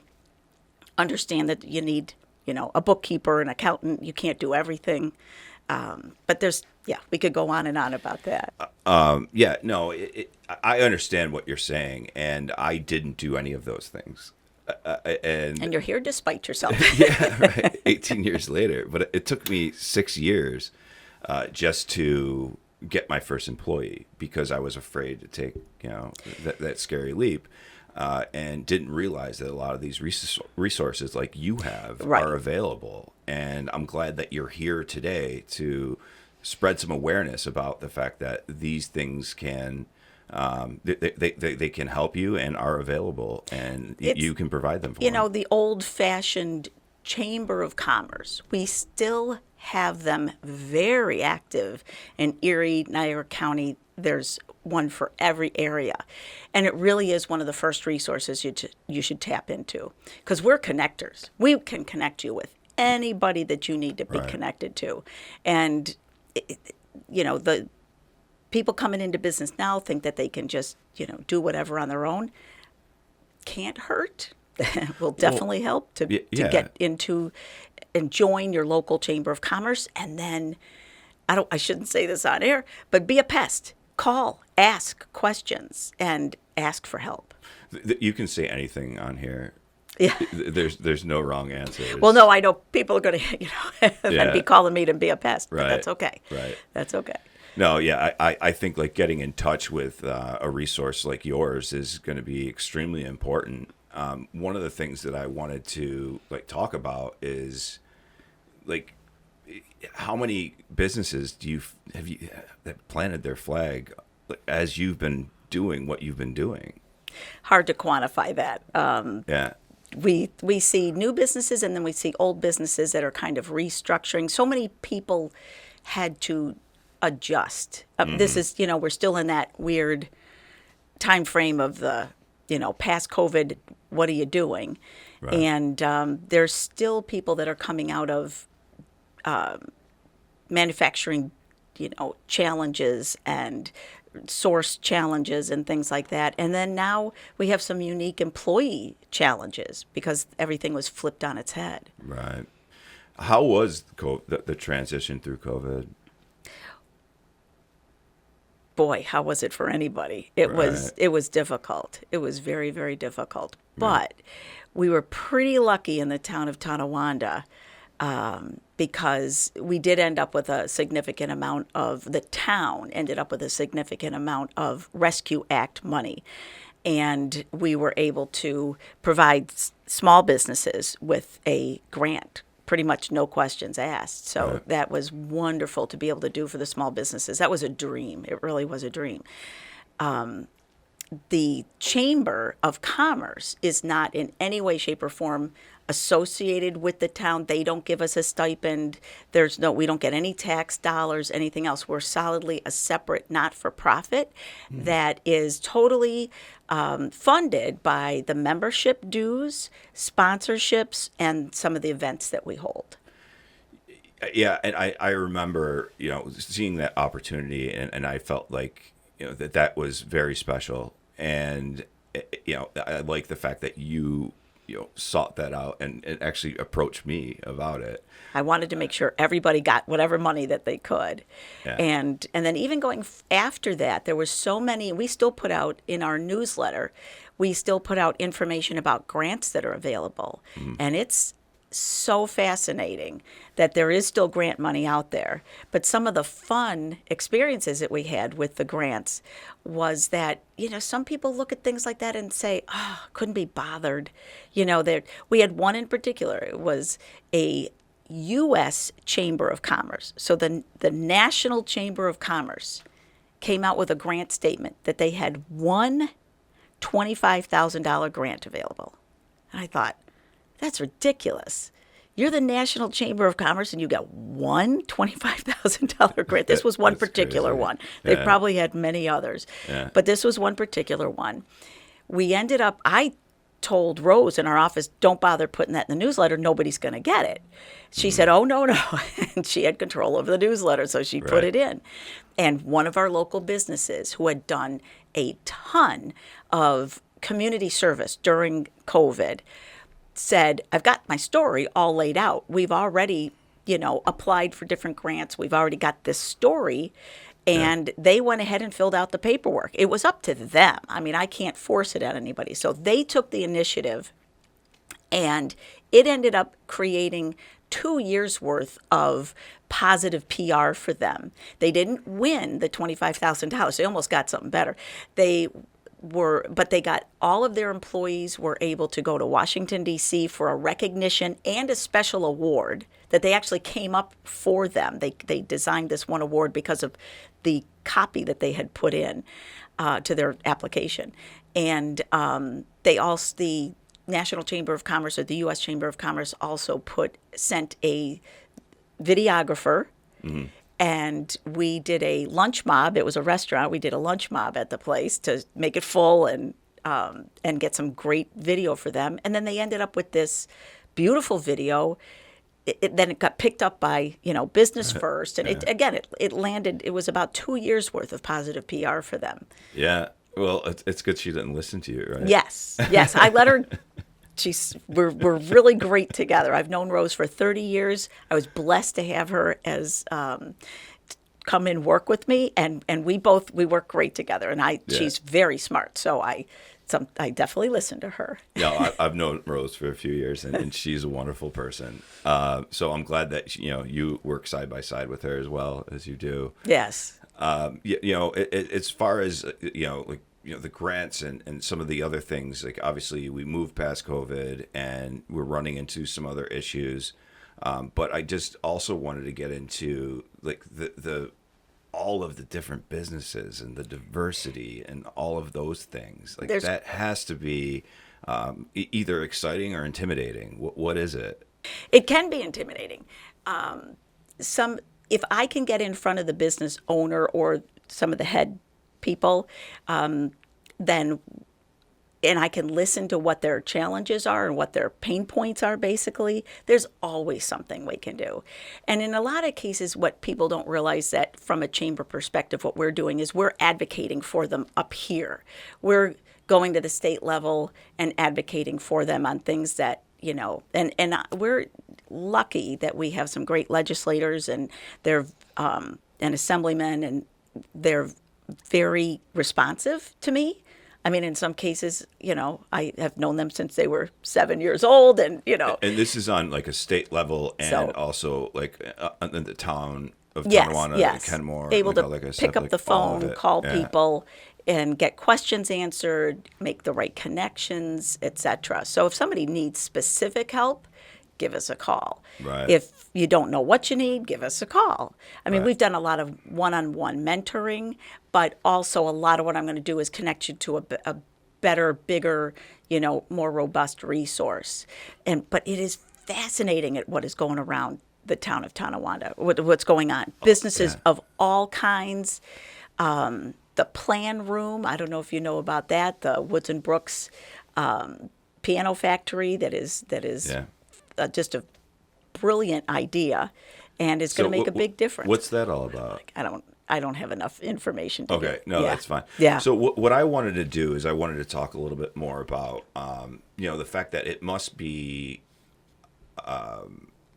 exciting to be involved with the town of Tonawanda, and because the municipality is I think outstanding, and they're doing some amazing things right now with their recreation, with just even their garbage pickup is better than any other place. It is. It really is. It's a perfect size as a chamber of commerce within the town of Tonawanda, servicing the town and the village of Kenmore, and then other people are attracted to our chamber because of who they're marketing to. Right.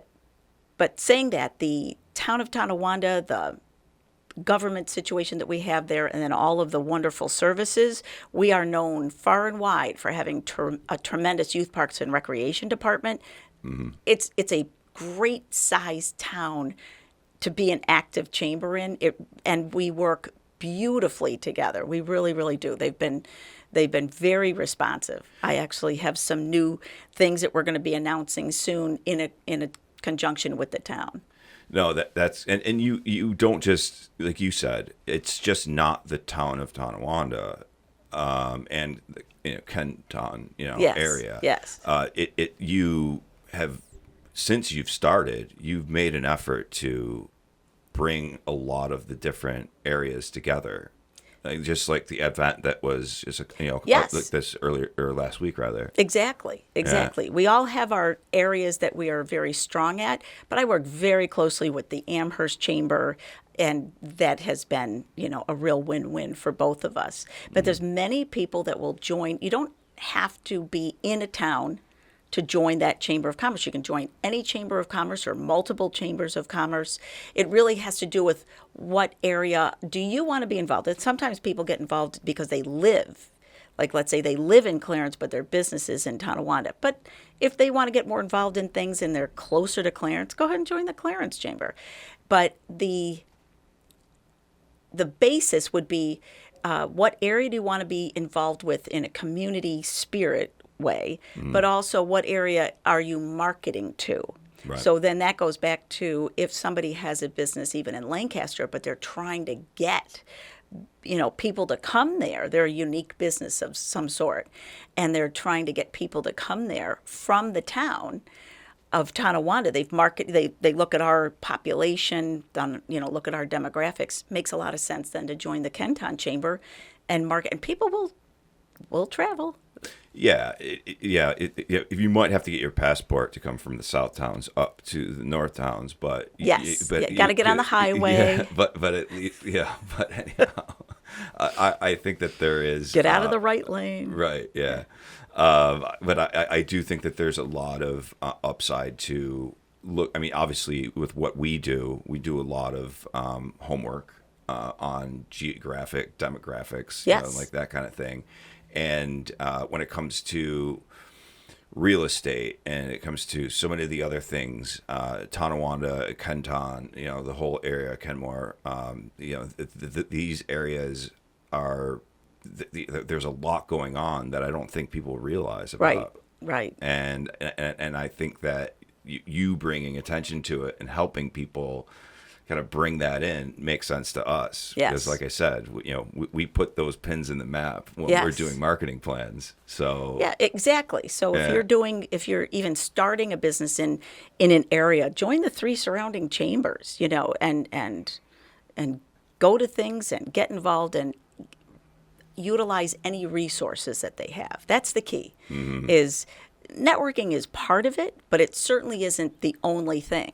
It's because some people aren't looking for that. They're not looking to network, but they are looking for other things that we're able to do. And it could be the training, it could be the advocacy, or it could be just honestly sometimes just giving back to the community. Yeah, and that's a good point as well.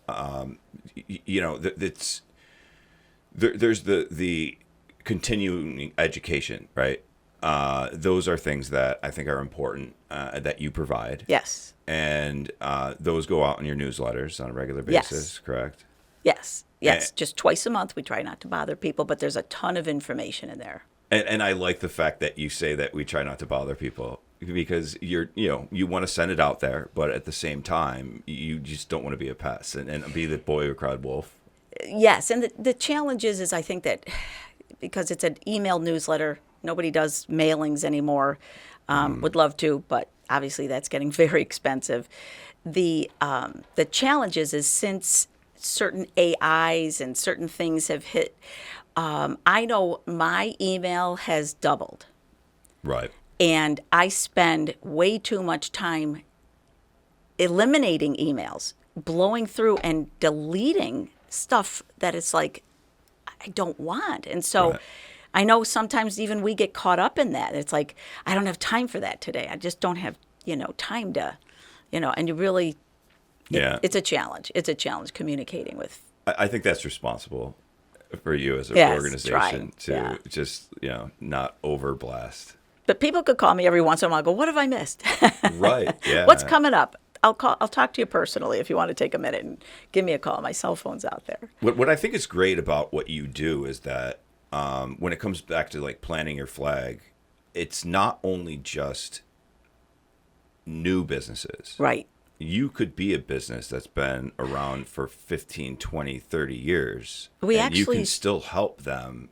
And maybe they never even sought out some of the resources and some of the things that you have Exactly. to offer, right? We actually probably spend most of our time on businesses that are already in existence and are growing, or they're already in business. We would love to hear from the person who has a thought Right. before it goes anywhere, because we can help them from the beginning. And part of the way I help people is through just absolute positive encouragement, because that's who I am. But the other way is just connecting them to the right resources. And then maybe even give them a little bit of my experience, because I've owned businesses, I've been an employee, I've, worked with big, huge companies or with small, but, and I've worked with partners, and I've worked, by myself as just a commission salesperson. So other than and all of those people I can also associate or help with connecting them to funding sources if they need that too. There's a lot. There's a lot. So I don't hear from the businesses that aren't that are just trying to start up as much as I'd like to. But I would actually be referring them out. But that's okay. I hope that this helps, Yeah. bring some of those businesses towards Yeah. the chamber, because I found it to be super beneficial. Yeah. And I wish I would have had, like I said before, some of these resources that now I know are available. So I think that what you're doing is a great service to the community, and small businesses driving. I mean, so much of the revenue, right? It's a huge part of it. It's unbelievable how many businesses that there are in the town that have under 10 employees. Yeah. It's just incredible. It's incredible. So those are the focus, and they are the people that are working so hard too. So you just try to help them by taking something off their plate, because they're like octopuses. They're out there doing everything. Right. But that's the joy of being in business for yourself. Right. It's like you wear a lot of different hats. Yes, you do. Yeah. Yes, you do. And but you can wear some of those hats for them. And they can be stylish. Right. Yeah, there you go. So no, I think that this has been really, really great. And I just like to thank you for being here. And then also just any advice like that you can give anybody, like last minute advice that you give anybody who's either starting or hasn't, joined the chamber, or, it's just out there kind of floundering. That's a loaded question. That's a loaded question. Yeah, That's a tough boy, one. there's so much I could tell them. Yeah, right. So call me. Yeah, right. I mean, I know you Yeah, went through so much of it already, but I just wanted to see if you had any kind of like last minute kind of parting advice. The key really to any business is having a good plan. Yeah, You definitely need a good plan. yeah, And formalized. Listen to your advisors. If you hire an attorney, if you hire an accountant, listen to them.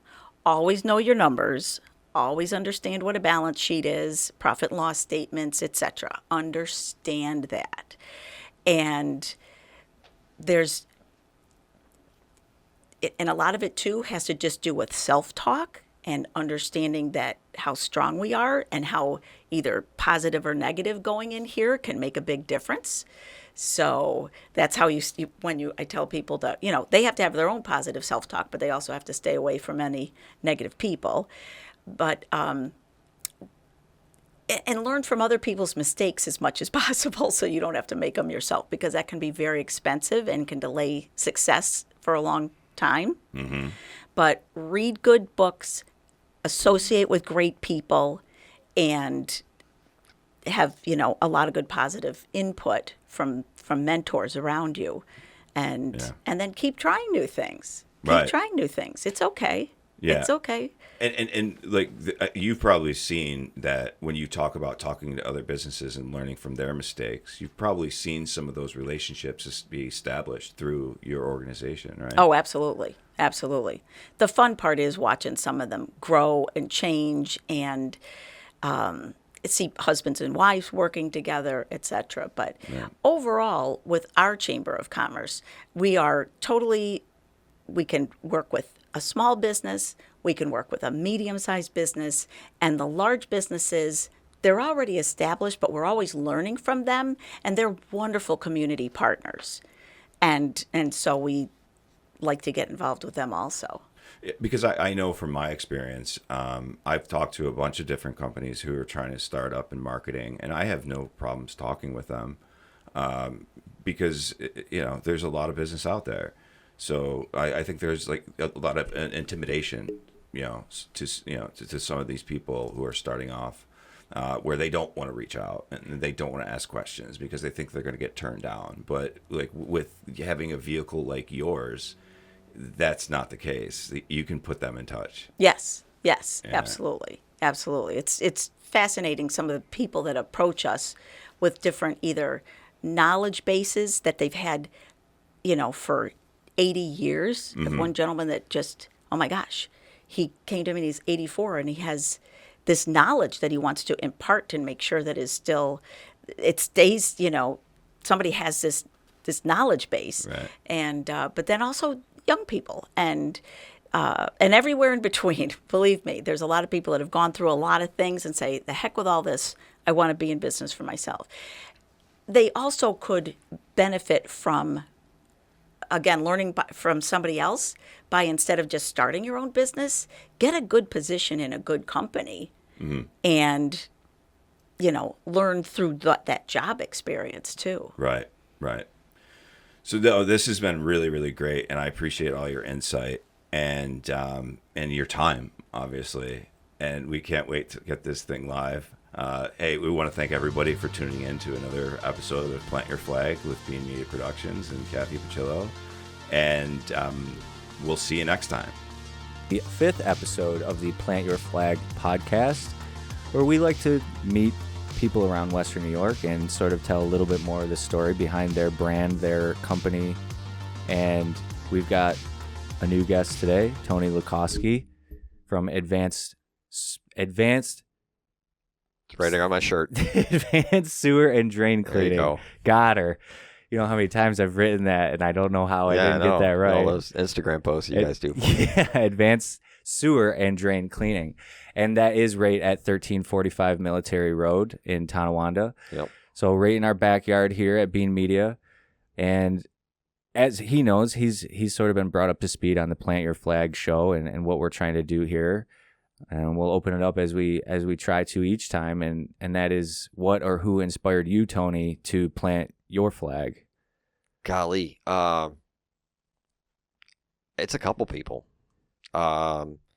My dad was definitely an influence, as being the previous owner of the company. I always came home from school and got to hear about how good and or interesting running a company of your own is, right?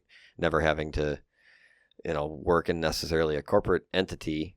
It was kind of an interesting experience growing up in that. But then also my uncle in Xenia, Ohio, was a successful owner of a auto salvage yard, and seeing the fruits that he produced out of that, both family wise and monetarily wise, it was just it was really intriguing to be my own business owner of some sort. It just never had I was so busy running the rest of my life that I never stopped and thought about running my own company. I always had that dream. I just never applied the strategy to start anything, to start developing a business model or a business plan or whatever, and get licensing and copyrights or whatever else you needed to get a business going. Right. Just never. So you sort of got an early backstage pass, essentially. Yeah, that's a good way to put it. When you were growing up, what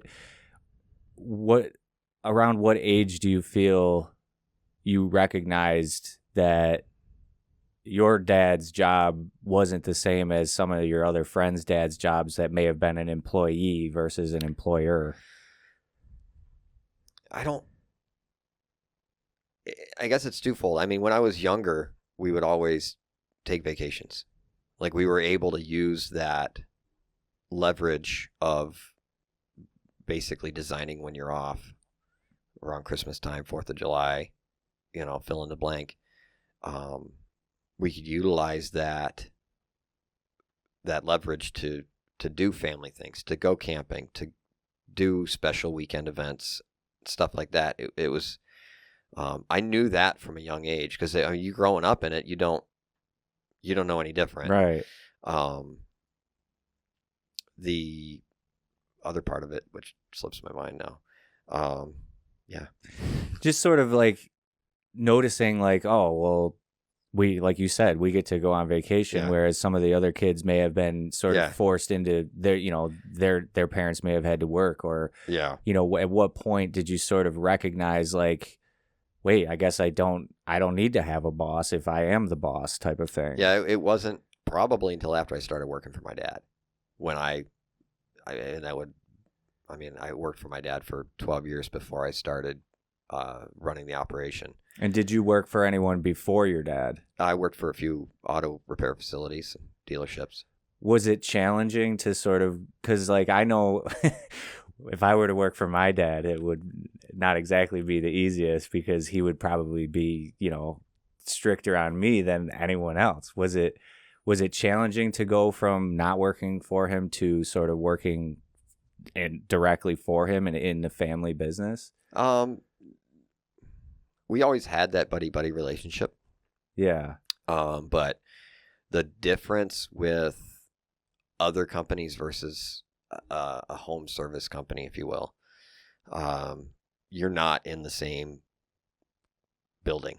Right. Like, you're not stuffed in a cubicle or an office together where, right. My son, the accountant, is my new employee. Yeah. You're not rubbing elbows at the urinal. Yeah, right. Yeah, exactly. That's a funny one. Just brought up a memory of a family trip that I don't know how rated are we here.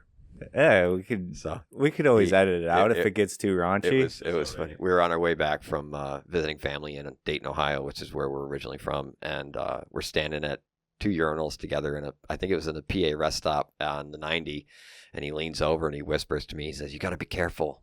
And I'm like, "Why?" I'm like 8, and I'm like, "Why, Dad? Why do I got to be careful in here?" He's like, "You got to be careful. Dick hangs out in here."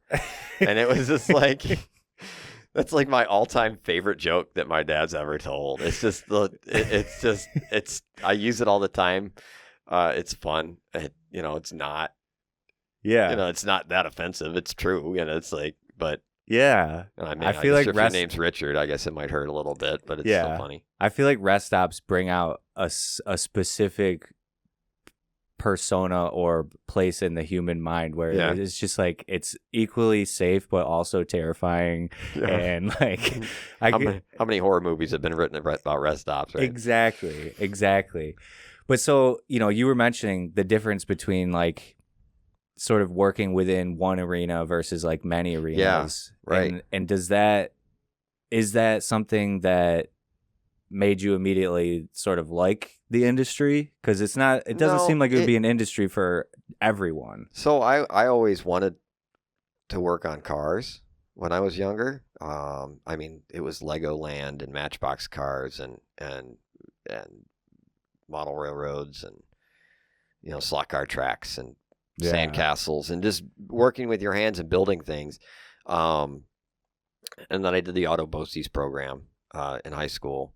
I've heard a lot of good things about that. Dude, I never heard one kid that did that didn't benefit from it. No, I mean it's an invaluable skill. Even if you just walk away with learning how to change your brakes or rotate your tires, it's the amount of savings you can get from just doing some of your simple own stuff on your own car is incredible. But then I went to ECC for their automotive program, and then worked for a local dealership for a while, and that led to another position at a different shop, which I was standing there one day, and my dad called me and he said, "Hey, we need another technician.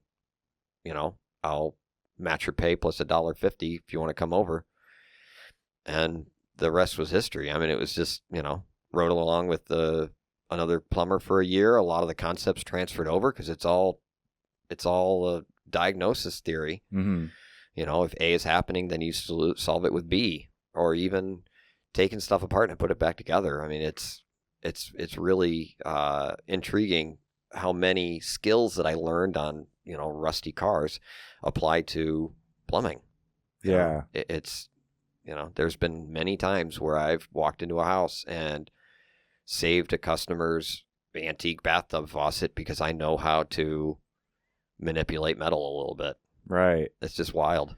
Some of the more like creative side of it that people may not think of when they're just like, I got to call a plumber. I got something that's not working. But like there is a certain like creative element is based on what you're telling me that like there's a creative solution or there's a easy solution. Yeah. And I'm sure like a lot of plumbers may just take the easy and or financially beneficial solution. Well, for an example, they had a customer that had a single handle shower faucet, and some of them are notoriously difficult to get apart.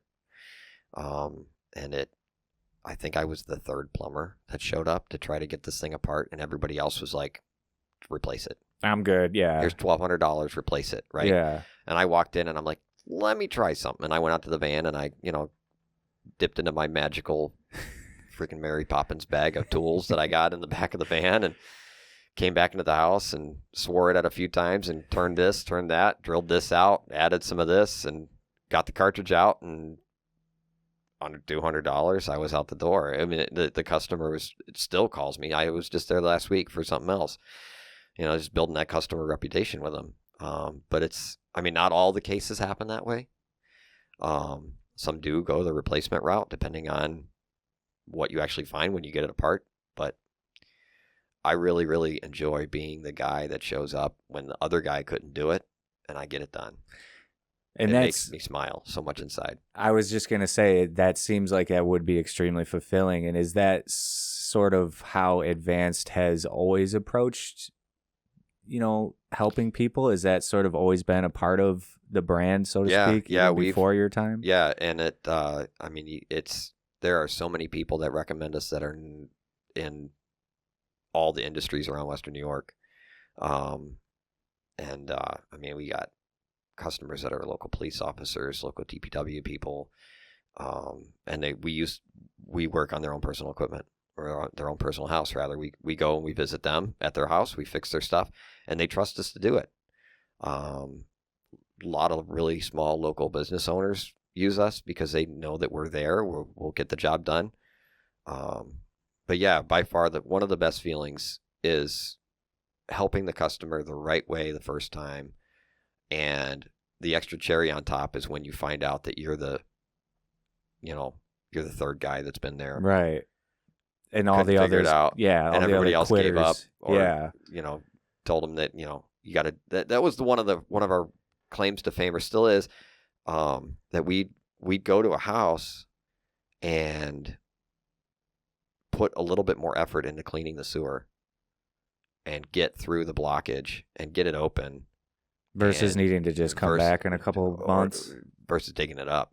Right. For 10 to 15 grand or whatever. Like the yard, basically. Yeah. Oh yeah. Making a giant monster truck course in your yard. I mean, it's like, it's crazy. Or there's been a couple times where other companies have gotten cables stuck in their sewer and they can't get them out. And they immediately go to, we got to dig the sewer. And I'm like, well, let me go give it a shot.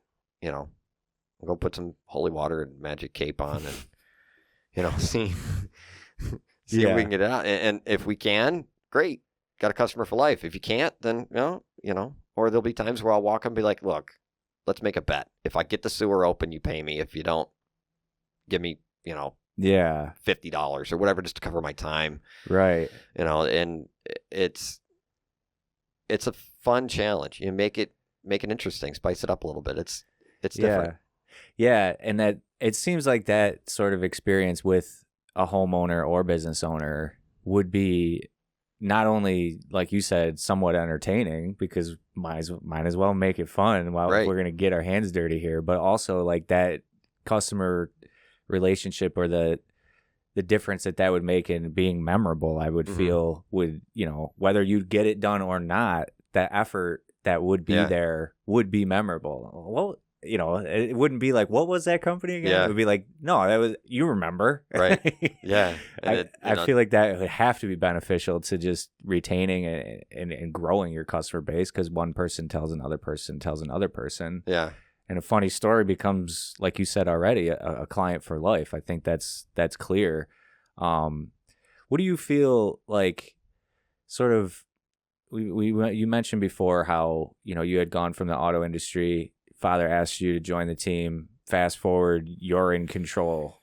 And how do you feel you as an individual and as a leader, who were you when you first started for that first year? And, now that you are sort of the leader of the company running the show, how do you feel you've changed both like internally and or externally? Oh man. Emotionally, emotionally, I'm a completely different person. How so? Well, the whole reason that I am the operator of Advanced Sewer and Drain Cleaning is because we lost my father to COVID. And I'm aware of that, but obviously the viewers are not. Right. And obviously that was very abrupt for a lot of families in Western New York and around the world. But it was really wild. We got a call on a Wednesday. It said Dad was sick. He didn't feel well. And this was April 2020. Yeah, this was, so it was like right real in the early. beginning. Yeah, it was like they shut everything down. We didn't like even know what was going on yet, practically. Yeah. If we ever did. Right. He started feeling sick on Wednesday, and Thursday it got worse. Friday he was good. Saturday morning he was fine. By noon on Saturday he couldn't breathe, and by Saturday afternoon my mom dropped him off at the hospital and watched him walk in, and that was the last time anybody from our family saw him. Because you weren't allowed to go in anywhere. Right. It was quarantine. Put yourself in a bubble. And see you later. And So you had to grow up pretty quick, dude. It was like learning how to swim in a tsunami. It was gross. It was messed up. And it thankfully, my dad had been taking. Well, my parents had gone to on some pretty long trips together. Sabbatical almost. Yeah, month or so. They spent in Florida with my grandmother, and they went to Hawaii for their honeymoon for their wedding anniversary for a month. Nice. And so you had been sort of baptized a little bit to him not being around. I knew enough to be dangerous. Yeah. I knew enough that I knew that these bills got paid this time. And right. These are the contacts for the insurance companies, and these are the contacts for this and that. But you still had the break glass in case of emergency where you could pick up and phone him. Whereas then you don't really be prepared. Where now it's like, talking to an urn is tough. It doesn't work. Right. Believe me, I've tried.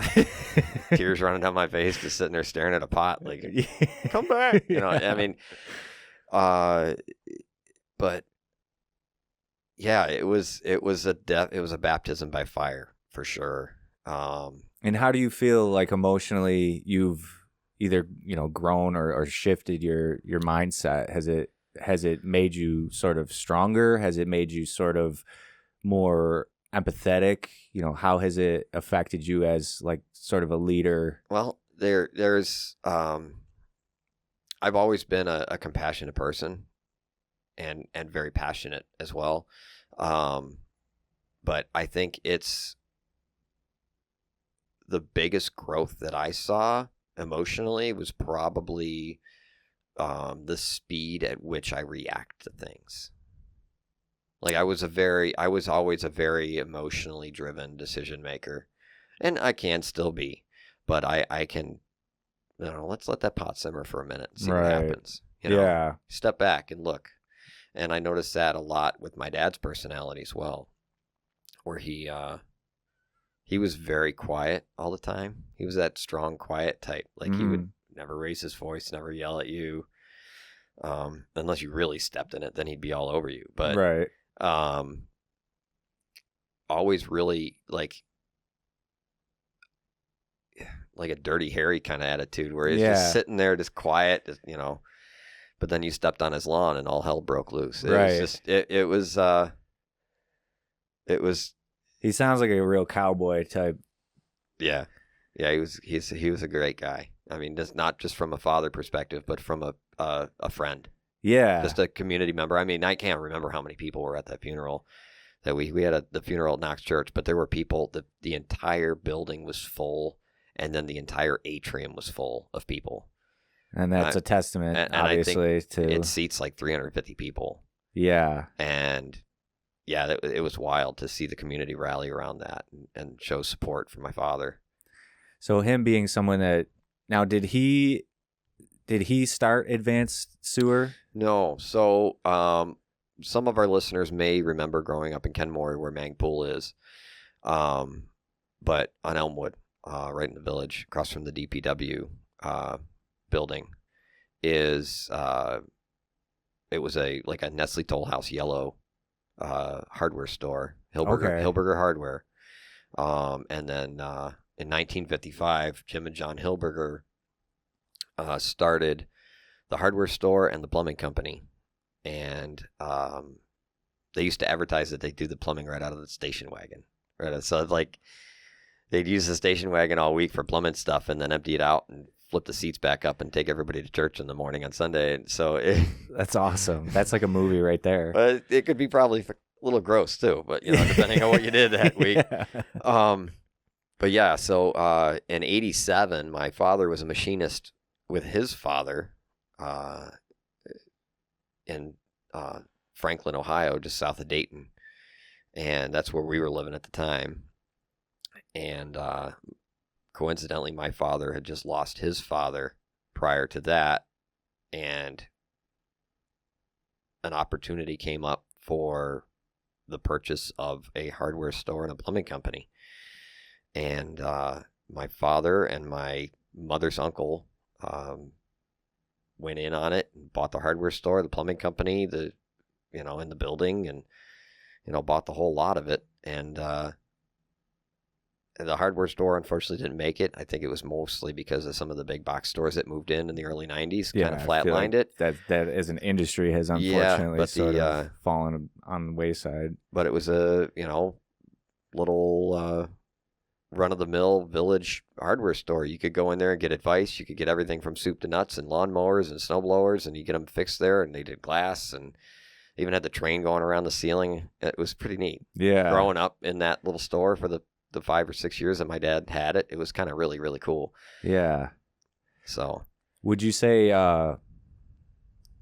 in a perfect world, would you have become a business owner? Did you think that was something that was always sort of in you from seeing it from a young age? Or do you feel like it wasn't necessarily something that you forecasted as you were kind of growing up? Growing up, I never really thought about it.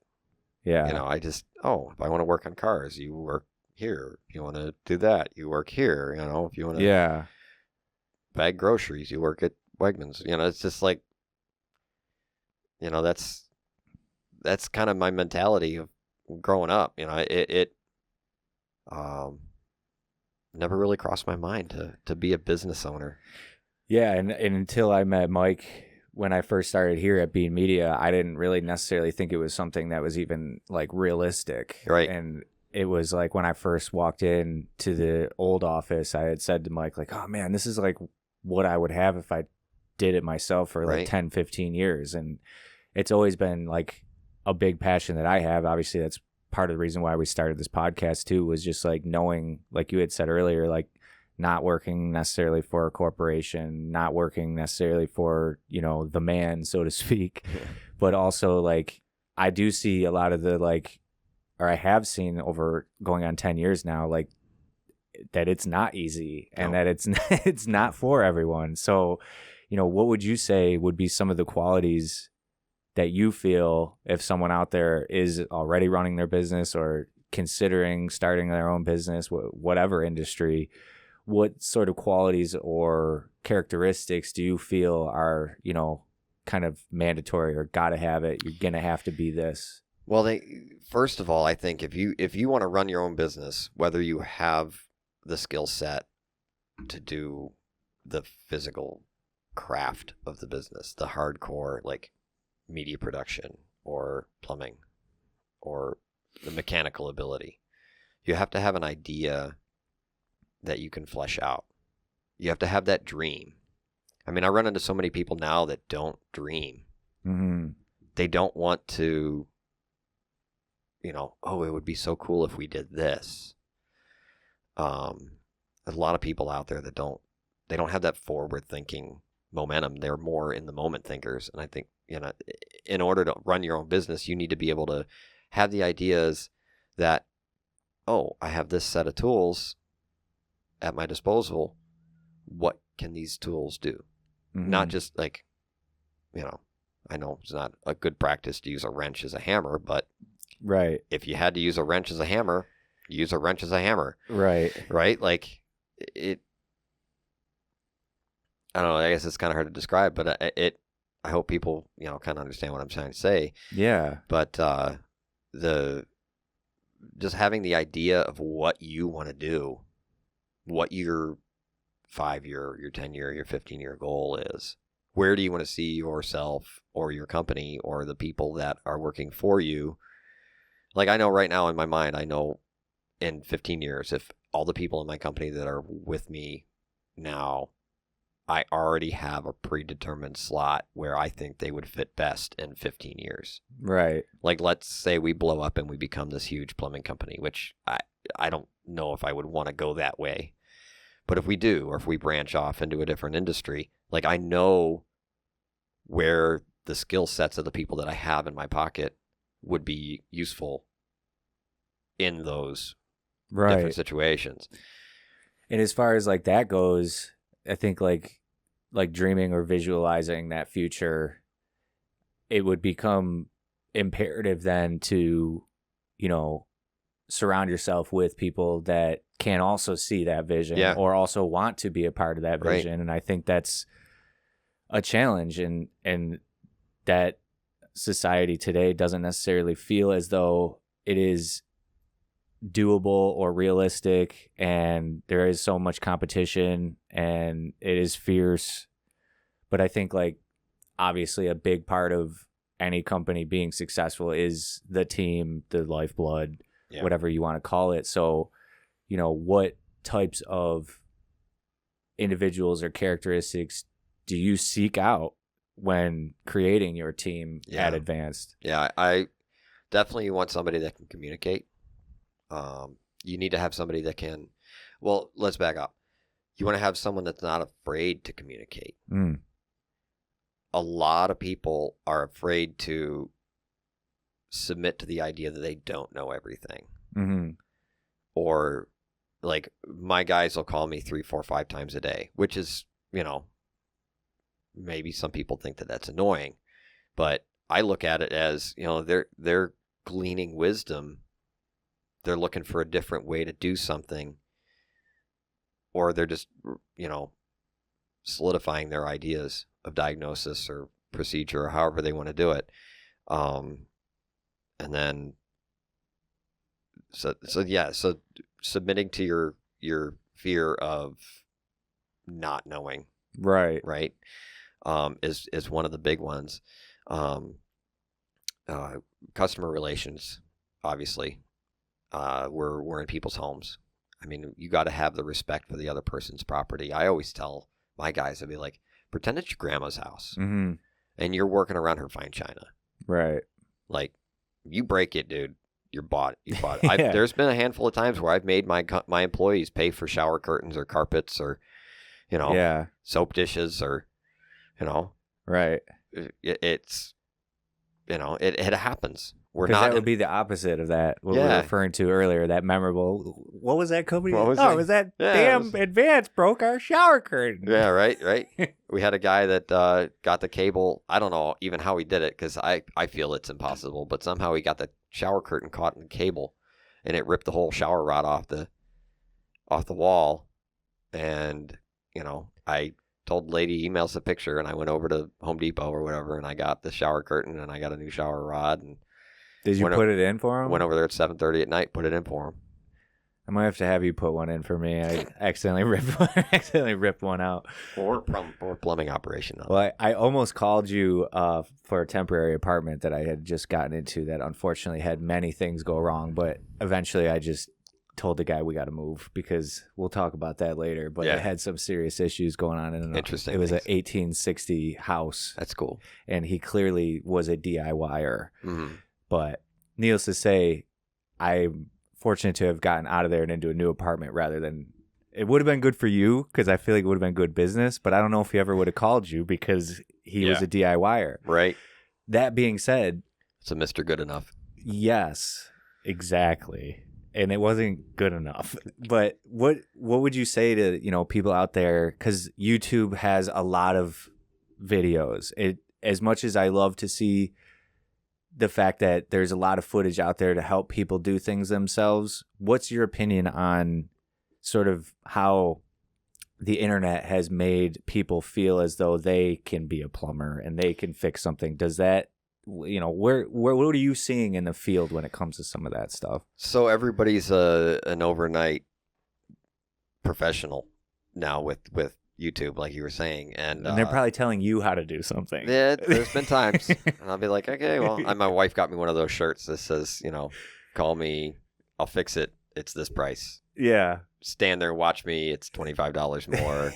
If you tell me how to do my job, it's like 3 times more. It's like, it's a fun shirt. I'll wear it to some places, and people look at it really quizzically, and like, what does that mean? I'm like, well, you tell me how to do my job when I'm telling you. Or when you called me to do it, then just, Yeah, exactly. Back to the topic, though. But, plumbing in general, for me, isn't difficult.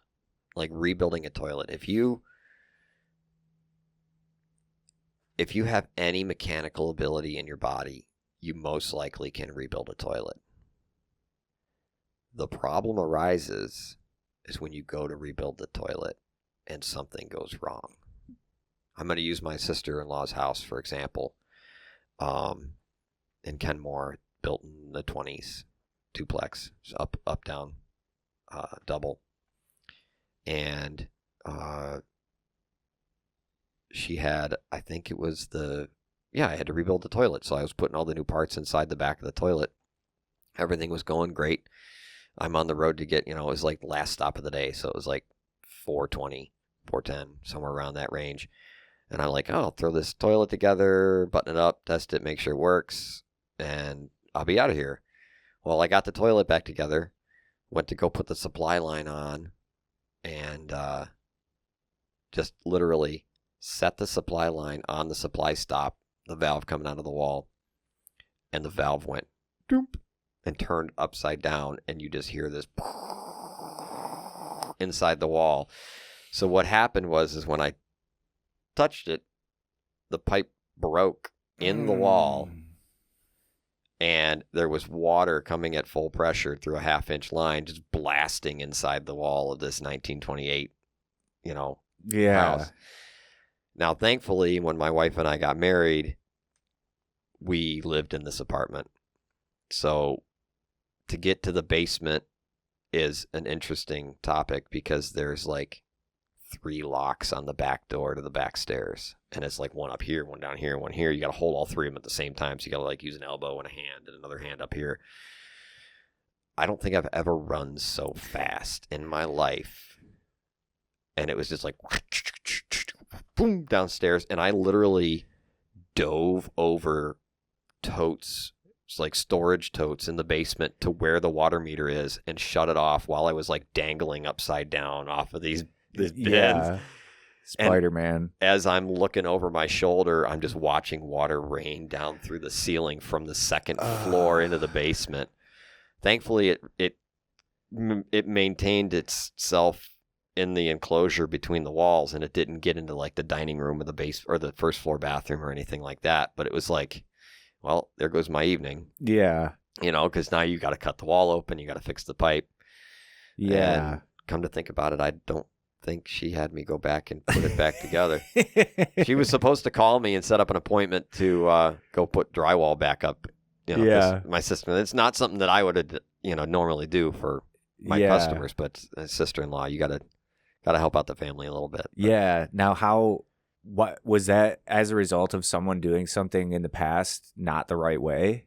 Or was No. it just old? Strictly old pipe. I mean, Yeah. the house was built in 1928. I mean, it's Right. like what, just shy of 100 years old. Right. You know, So that would have probably happened to anyone that went to go Well, do that job. if I was 100 years old, I'd probably leak too. Well, that's scary. I'm gonna have to ask you something about my new apartment when we get off here. But as we get closer to the end here, I want to talk a little bit about Advanced and just what you feel Western New York needs to know about advanced sewer and drain cleaning. You know, how do you separate yourself from some of the other companies? What do you feel makes you the person to call versus some of, the local competitors? Because there's obviously a lot of people someone can call, but why would you say someone should call your company? And we're in the community. We live, work, and play here. I know a lot of the other plumbers do, but we're the company that's gonna stick with you,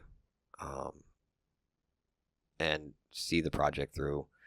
We're not gonna flake out. We're not gonna just sell you a line of whatever because we want to make the money. I mean, that was the one big thing that my father always taught me, and that stuck with me, is it's not always about the money. Sometimes it's about the relationship. I mean, yeah, sure, I could be the plumber that collects cars or, drives a 911 or a McLaren or, fill in the blank. But that's not who I want to be.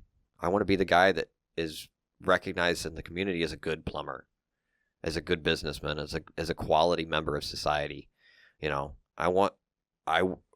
It's weird to me when somebody, like, my wife and I had this running joke where wherever we go on a trip, like we'll be in Florida, we'll be at Disney, right? And one of my customers will come up to me and say, "Hey, you were at my house 3 weeks ago." And it's like, holy cow, Mrs. Jones, how are you? And it's like, and it's hilarious because, I mean, we honeymooned in Greece and we even ran into people there we knew. That's crazy. Just because of the reach into the community that we have. And I feel that that's important to have the trust for that, from that aspect, that you get to,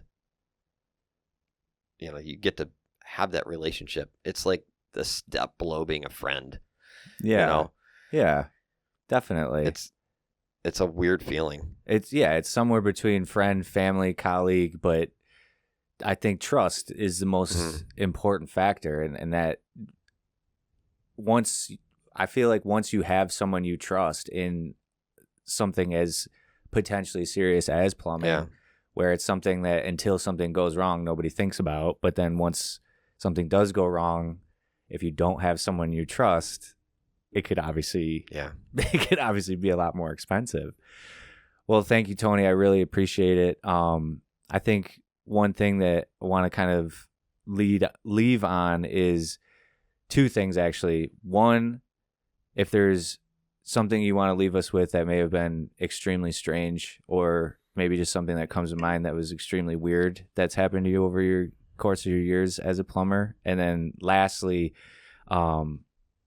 just sort of what's next for Advanced. Those are just two of the last things I wanted to kind of... All right. So I guess we'll go in order. Sure. Golly, the weird one, I must have been 5 years into the gig, and was down in the city in a double, and the toilet was blocked, and there was a young man that was living there that was just kind of hanging out, wanted to help. And I'm all with the kids. I'm all for the kids, rather.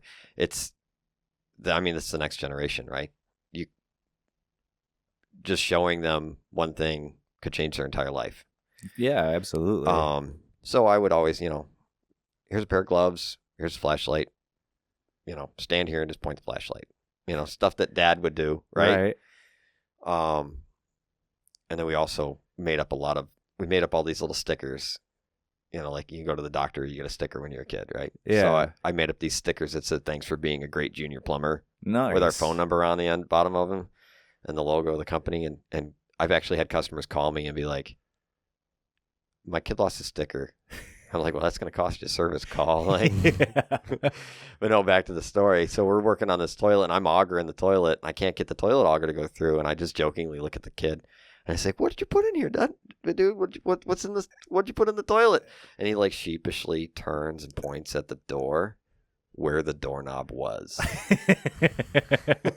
The doorknob was in the toilet. I had to take the toilet off the floor, take it outside to the yard, turn the toilet over, and sure as all hell, turn the toilet over, ka-boonk, and the doorknob fell out of the toilet. It was one of those heavy glass ones too, like from the old houses. Yeah. It was really funny. And he's just like, I'm like, "We'll keep this secret. This is our secret, buddy. We're not going to tell anybody." Yeah. That's amazing. Don't want Mom or Dad to take it out on him. It's fair to say that curious. he probably remembers that story. Yeah, I hope he does. That was a fun one. As far as what's next, golly, man, I'd love to grow. I'd love to see 2 or 3 other trucks on the road with me. Right now we got 4. I'd love to see that next step up into the helping the community portion. I see it. It's a highway that goes both directions. Like, I'm helping the community, but I'm also helping my employees. Like, 'cause I really try to promote a really, really healthy working relationship within the team. We do a big company Christmas party every year, and we'll do little special events and paintball or whatever, and we'll just hang out and do outside of work things, team building, if you want to call it that. Yeah. Just to keep that community going. But yeah, I'd like to see, a total of 6 to 7 trucks on the road. Get those calls rolling in so that we can make that happen. It's neat to think about. All right. So we talked a little bit about what's next, and if you want to just tell us a little bit more about some of the people that work for you and how they have made advanced what it is and what it can be in the future. Yeah, sure. Yeah, I love propping up my guys. That's great. We'll start with the dispatch team, I guess. We have Nate and Kate, and they're great. No, they're wonderful, wonderful team. Nate does 4 days a week. Kate's in there for 2, so that we cover all the Monday through Saturday stuff. But they are amazing on the phones. They can communicate very, very well. Nate was in the field for 2 years before he decided, before the need arose that we needed a dispatcher, and he stepped right in and filled that seat to overwhelming capacity. Kate is that sweet Southern belle that every company needs to have on the end of the phone. She can calm a raging bull and do, a sweet little lamb. She's amazing at that craft. And they totally grasp the dispatching aspect of it, organizing the team and getting them where they need to go. And then our 2 main service guys that we have with us right now is Sean and Brandon. Sean's been with us about 5 years. I've seen him grow so much. He's like right on the verge of being able to get his journeyman's licenses, which is really, really exciting. And then Brandon, we found Brandon through the BOCES program. He did an after school BOCES program in the evenings for plumbing, and during the internship he called us.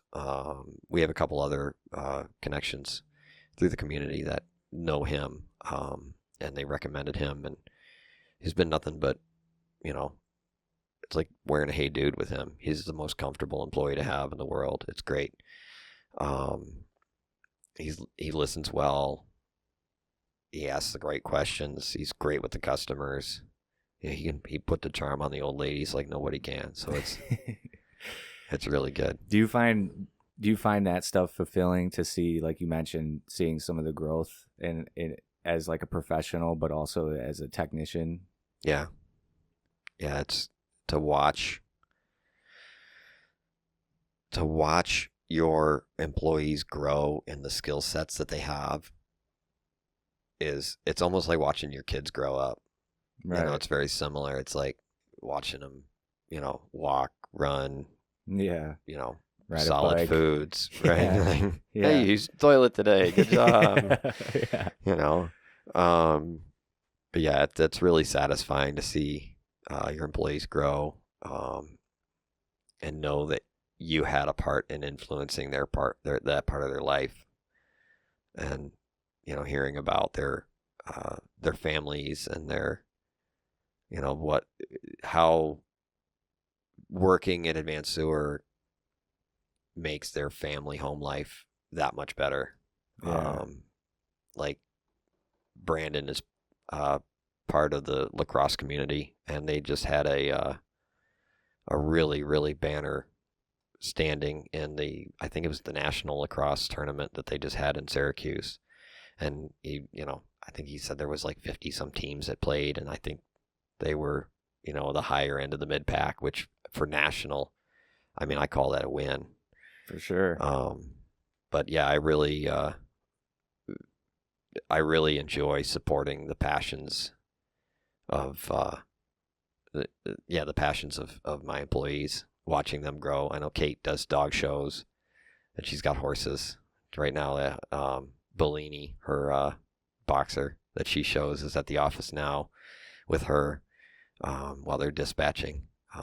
So it's almost like kind of slivering off a little bit of that freedom that we talked about in the beginning, and sort of sharing that as and that's something I've seen is working for a small business is like, yes, there is some of the challenges, but also you can't really put a price on some of those freedoms that you ultimately do deliver to yourself if you do a good job. Yeah, as long as the employee understands that they're an employee and they have a job to do, I'll give them a little rope. Yeah. But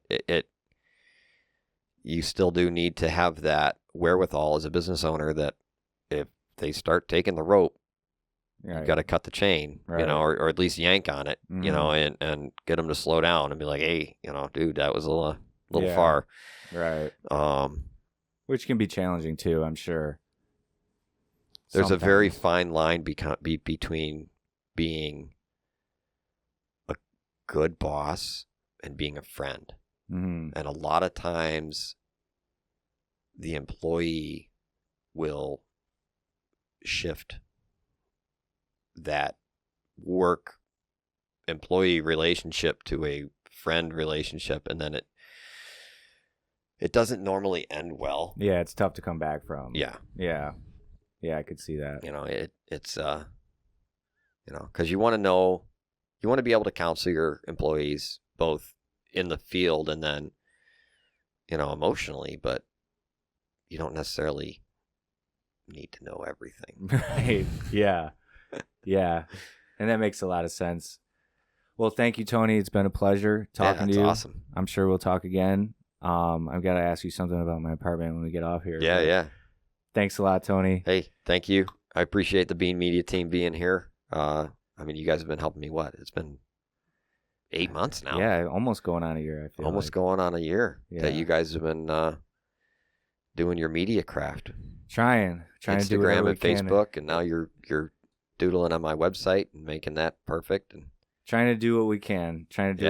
Make you a little more digital and sort of transfer what we're talking about here into a digital format so that people around Western New York can obviously get to know you a little better and find you when they need to, and then also know that you're the one to call when they need you. Right. And then we got some excellent ideas in the tube. We'll see what happens this fall.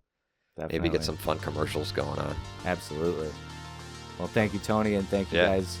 And stay tuned because we'll be planting the flag on the next episode. Hey, welcome back to another episode of Plant Your Flag, the podcast. We started this podcast because we wanted to raise awareness and shed some light on what it's like to be a business owner and show that it can be done. It does take some hard work, but it's certainly possible. And hopefully we can inspire others to plant their flag, whether it's in their community or an online business, whatever it might be. So if you like what you hear today, please subscribe. If you're listening, whatever platform you're listening to, subscribe to that. Or if you're watching, please on YouTube, subscribe, and you won't miss an episode that way. We're super excited about having Eric Conrad here from Drunk Luggers of Buffalo. Likewise, thanks. And he serves all the Western New York area, picking up your junk. So we're going to dive in a little bit deper. But Eric, thanks a ton for joining us and taking some time out of your busy day. For sure, and feel free, all the puns you want. Okay, yeah, we'll get into the junk for sure. Wonderful. Yeah, so when it comes down to it, just like the very beginning part of things, what was it that why did you plant your flag? Sure. So I was a corporate America cut, if you will. So COVID happened. The company I was working for was kind of in the midst of a restructuring. They were purchased by a private equity firm. And generally speaking, when that happens, they come in, they right-size things. They look at salaries on paper, decide who's going to stay on the boat and who's going to be tossed ashore or tossed overboard, if you will. And COVID kind of accelerated that for them, and it was a perfect opportunity for them to kind of right-size things. And I was on the outside looking in and found myself in need of work. We went out looking for jobs at that point in time, and I would come home to my wife and say, interview went all right. I don't know if I'm feeling it, or, they offered me the job, but substantially less than what I was making, and it became clear to me it was going to have a reset one way or another. I was going to work for a new company. I was going to earn a new salary, which wasn't exactly in line with what I'd been accustomed to. And in the back of my head, I had always wanted to open a business, and I looked into franchising. I met an individual that helped me discover a few different concepts, and this one really kind of stuck out to me. It was a great story behind it, and we did our homework on it and just decided, this is the time. If not now, when, right? It was midway through my career, so to speak. I had about 20 years of real work left on the dashboard. And I just couldn't fathom going back to an office and working for somebody else. So it was the time to do it. Oh, very cool. Now, was it something that, in your upbringing, did you have any influences that owned businesses, or did you have any experience? Like, where did you grow up? How did you? So I grew up in Syracuse, just 2 hours east of us. Yeah. Went to Brockport and became a Western New Yorker sort of that way, the outskirts of Western New York. And simply enough, I was a Bills fan and just decided I didn't want to live in Rochester because I had gone to Brockport for a few years and kind of had that been there, done that attitude towards Rochester. My folks had relocated for a job transfer, and a lot of my friends weren't in Syracuse any longer. And so I just chose Buffalo because I like the Bills, and the bars are open till 4. And I'm like, that seems like a natural place for me, right? So I've been here 23 years. My wife's from Lancaster. I met her shortly after moving here. So, it's kind of like God telling me something, stay here, plant your flag in Buffalo, if you will. Awesome. Yeah. But to your question, people in my family that are entrepreneurs, my grandparents owned a carpet cleaning business in the mid 70s. And when I was really young, they had moved down to Lakeland, Florida, which is sort of the middle of the state and kind of maybe a half hour from Tampa. And I remember as a young kid prank calling my grandmother because their home phone was also their business line. Oh, okay. So they would answer it for their carpet cleaning service all the time, and I'd change my voice and try and screwing my grandma and like get halfway through booking a job and then, tell her exactly like, no, it's me. And she's like, you got me again. So I was kind of in the back of my head was neat. Like he had vans that were all lettered and they had all these machines and guys around that would come to the house in the morning and check in. And, he, towards the end of his life, he got a bitchin' Corvette and everything. And I'm like, that's pretty neat, own a business and kind of have that freedom and have all those guys working for you and that kind of thing. So I guess subconsciously that's the first exposure I had to it. Right. And I never really had that thought manifest as an adult. You grew up in the 90s and Bill Clinton's on MTV telling you to go to college and get a real job and, find a white collar career. And, I took that path and I worked in offices and sales and product management and that kind of thing. And, it served me well in the beginning and then it just got dreadfully boring midway through. So that just found its way to the surface really during that whole COVID thing. So right, yeah, you bring up a good point when you talk about you're not getting bored. I can imagine you probably don't get bored. Is that like one of your personalities? Something new every you like to kind of move around. I'm sure you don't see the same situation like twice. No, correct. Yeah, in this current line of work, everything's different, right? We go to name brand department stores yesterday as we were talking before we started recording. Yeah. And there's an opportunity there to, do a pretty high volume job. Or, I just show up to somebody who's got new furniture coming on Friday and today's Wednesday. And they're like, all right, well, what's going to cost to get rid of this? And how quickly can you do it? And those are easy turnkey ones. And then, full estate cleanouts too, right? So like you get the people that are of the baby boomer age and they're looking to downsize and go from a large house to a smaller house. Their kids are grown and have kids of their own and they're looking for the next stage of their life. Right. And so they need assistance in doing that. And our service and our brand kind of lends itself towards, taking care of their possessions. So a lot of similar situations, but every household's different. Every family's different. Right. Every customer's different. But, for the most part, it's the sense of helping somebody that we really like. That's cool. Yeah. I mean, it's you're providing a service that, it's I think probably super refreshing to the people after it's gone and it's out of their way. There's like to speak about like head trash, right? Right. So if you've got like all this clutter around you, it kind of, sticks inside your brain and, it's just always in the back of your mind. Like when can I get rid of this, that, and the other thing? Well, it helps people turn the page too. Yeah. So like when we're through here, I'm going to go up to Grand Island and there's, a pretty large removal job we're doing up there. And I met the daughter, which is the only daughter in the family. And she's like our age. And, she's telling me about her folks and this and that. Now it's just taking a long time for her to turn the page. It's the house that she grew up in.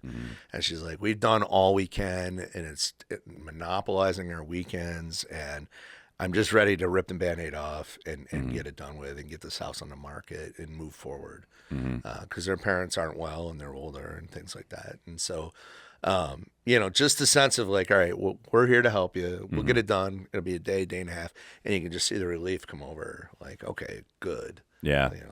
So in a situation like that, what do you do? So there's just like get rid of it all? Or do they stand there and direct and say, you can take this, take this, take this? We have done both ways, really. We have people that like to quarterback or direct it and just say, yeah, this stays, this goes, or no, let me see that. No, I got to hold on to that, or my sister wanted that, or, things like that. But she's kind of, in this particular case, she's gotten to the point where they've taken everything they wanted, they've identified it, and then there's a lot of good furniture that just, isn't making the cut as an heirloom in their family. Right. And so we are one of those brands that works with, we're the only brand locally that works with charities. A lot of our competitors are out there flaunting that they have, eco-friendly principles and they're doing things in accordance with, being good stewards of the environment and so forth. But, we forged some really great partnerships with the two biggest charities here. So a lot of that furniture was going to get picked up from Habitat for Humanity once it makes its way to our warehouse. And then, we coach our team to look at housewares and things that are in the drawers and the tchotchkes and things that are in the basement, Christmas decorations and that kind of thing. Take it to the nearest Goodwill. Yeah. They're going to accept it. They're going to use that inventory for their proceeds. And, the customers love it. They like the fact that, hey, I've been looking at this stuff in the house for years. It was my mother's. I don't really want it, but I'm glad that somebody will get some use of it. So Right. Now, is that something that's always been a piece of your personality and your ethics, or was it something that was instilled to you by the franchise? It was really kind of the franchise. That's their go-to-market. But my personality and my just kind of demeanor is like, I want to help people, right? And I'm not just saying that because I'm here to promote my business or anything, but I like to put people at ease, and that's the first thing, especially when you go on site and you're providing an estimate, and people are always kind of, they get their wall of defense up, like, oh, it's a contractor coming in here. Is this going to be expensive? Are they really going to show up? Are they really going to do the work? Am I going to have to keep after them? Or are they bringing a bunch of slobs in the house? And when you can go and give them a good presentation and reassure them that, you know what, we have some credibility to what we do. You look at our Google reviews, they're strong. My team is outfitted with uniforms. They're courteous. We're insured. My equipment is top notch. It's a real good, reassuring thing. And I think that I can bring the sense of confidence and relief to their situation just by having a smiling, caring demeanor and just keeping it loose and carefree. And, yeah, we can do that. Don't worry about it. I got your back. Everything will work out. And, because most times they're dealing with their parent stuff. Right. So, yeah, no, I can imagine that there's some trepidation going into it. And it seems like you do everything you can to, like you said, just get those walls to come down so they don't have that guard up. Yeah. They got to like you. Right. When you get in there, you got to make them like you first. Right. And it's like, all right, let's just be at ease. It's fine. Tell me what you got going on. Yeah. What are your concerns? Do you have a sibling that's not on board? Like that happens too. Yeah. So you got to find the person to kind of align with. I feel like that's a common theme or thread throughout business as a whole. Somebody once told me that people don't necessarily do business with businesses they like. They do business with people they like. Right. Even when you're talking like business to business transactions, there is a person on the other side. Well, maybe not for too long with AI, but there's somebody on the other side, of that conversation, or whether you meet them or not, making the decision. So it's still always a B2C kind of thing in some fashion. But you also have to carry that, that sentiment through to the people like you mentioned, that you've got employees, your team, your crew. They're dressed with uniforms. They're I would imagine, clean. At least at the beginning of the day, right? Right. Yeah. Because we'll get into some of the crazy stuff that you probably picked up a little bit. But how do you? What's kind of your management style? How do you, kind of treat your employees and retain them and all those kind of things? So my environment, and you guys have been over to my place, and I like everything bright and cheery. And so when I painted the place, I chose two colors. Well, the green is a trademark color, right? And it's similar to what you guys use, which is fun. Yeah. We just fight over, and we fought over a hard hat that one time. That silo thing. You got the green one. I was like, wait, I've had it longer. Right. Yeah. But I paid a handsome fee for that green, so yeah, right. I took it. Yeah. Okay. I'll give you that this time. Yeah. You can have it next time. Okay, sounds fair. Yeah, that's because you're not in the group anymore. But I'll buy you some socks. Are you one of those hipsters that likes the funky socks? Yeah, right? I do. Yeah. Okay. Yeah. All right. So today Christmas I got gray on, but gray. Yeah. Well, you're in the office. Yeah, that's right. So, anyways, the colors, good. Purple, yellow, kind of like the Lakers colors. But when I actually picked out the cards at Home Depot, shout out, it was smiley face yellow and Mardi Gras was the purple. And that's exactly what I want. I want people to smile. Right. I want people to be festive and then enjoy what they do, because some of the work we do is challenging. It takes a lot of physical exertion. Kind of sucks in a lot of ways, right? Like you're in a dusty, dirty environment and attics and basements and things like that. And it's hard work.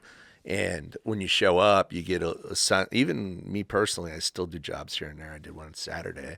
And to ride into the job, I'm like, I don't really want to want to do this. Like, F this. I don't want to do this. Yeah. And then you get there and it's like, all right, now I'm pumped up to do it. Show me what you got going. Then midway through it, you get this sense of like, all right, we're accomplishing something. And then when it's said and done, you're like, it wasn't so bad. Right. So my management style really is just, okay, guys, like, come on in, be cool, be happy, get along with one another, and treat the customer with some respect and smile. Right. And like be happy to be there to help them. Yes, Mrs. Walker. No, Mrs. Walker. Let me help you with that. And it goes a long way, and the whole thing is just like, if you just take care of the customer's happy. The customer's happy. The internet's happy. The internet's happy. The entrepreneur's happy. It all just kind of works. Right. So. Yeah. And how many years has it been now? I've been in business 3 years. We opened our doors in July of 21. So just a few weeks ago, we celebrated our 3rd year. We've tripled our equipment, and I've tripled my head count. I wish the revenue would triple, though. That's a tough one. Yeah, right. But it's climbing steadily. Yeah. For sure. The community's been supportive. We'll do jobs as south as Lakeview and as north as Lewiston. So we get all over Western New York. It's a fun kind of way to make a living for sure. You get a lot of secondhand treasure. You get an opportunity to help people and really support great charities too. So it's neat. That is cool. It's got to feel really good.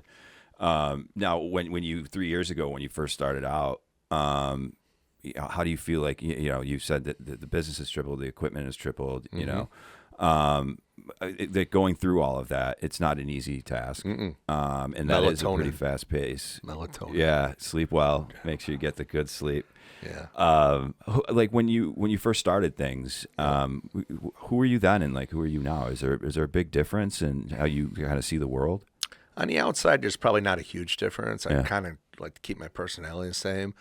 But on the inside, you can't help but grow, right? Going through this, being an entrepreneur, you start to realize the gravity of situations, and there's no safety net anymore. And it's like, all right, this better freaking work, Right. And if it doesn't, I don't want to think about it. So that gives you a lot of push and drive and energy, and you're always finding your angle, which is new, right? Like I used to. Like kind of decompress going home at 5 o'clock when I left the office, like when I worked for somebody else, and I was glad to be home, and I'd get into, projects around the house and, start thinking about my free time and like, what ball game do I want to go to? What concert's coming through? I don't do that as much anymore. Now I'm thinking like, all right, like who's working out? Who's not working out? Should I pay this individual a little bit more? Have they earned it? What are we doing that we can tighten down on? What can we get better at? And it's that constant wheel of thought, and I carry my business cards everywhere. Yeah. I don't always dress like a dork with green and junk shirts and things like that, but I plenty of times dress like a dork and act like a dork. But it's more or less like, all right, there's always an opportunity to really kind of listen through like, all right, like this could be a potential customer, Right. a good situation, or I could learn something from this individual, which is the cool part. I Right. think even more than making money and your own decisions Right. is learning from others. Like you and I are in some networking groups together, and the guys and gals that are in those groups, like you're learning a ton from them. Right. And you're meeting other people and you're understanding about other people's businesses, which has been really exhilarating and a good sense of, inspiration. Right. And it really helps you kind of socially kind of grow your network of people, which I didn't really think of consciously when I got into doing this. Right. It's just more or less like you have to network, you got to get your name out there. And like I probably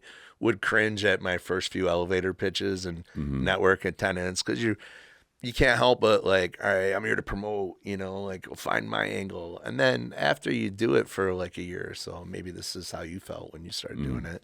That kind of subsides, and you're like, all right, you're comfortable in your own skin. This is what we do. You sort of have all the answers on a tertiary when people ask you about your business. So Right. you're not scrambling. And you're more there to, just get to know people. Right. And as you know people and people like you and trust you and vice versa, Right. then all of a sudden, organically, things start happening for you. And that's been the cool part. Is this something that you gradually picked up on?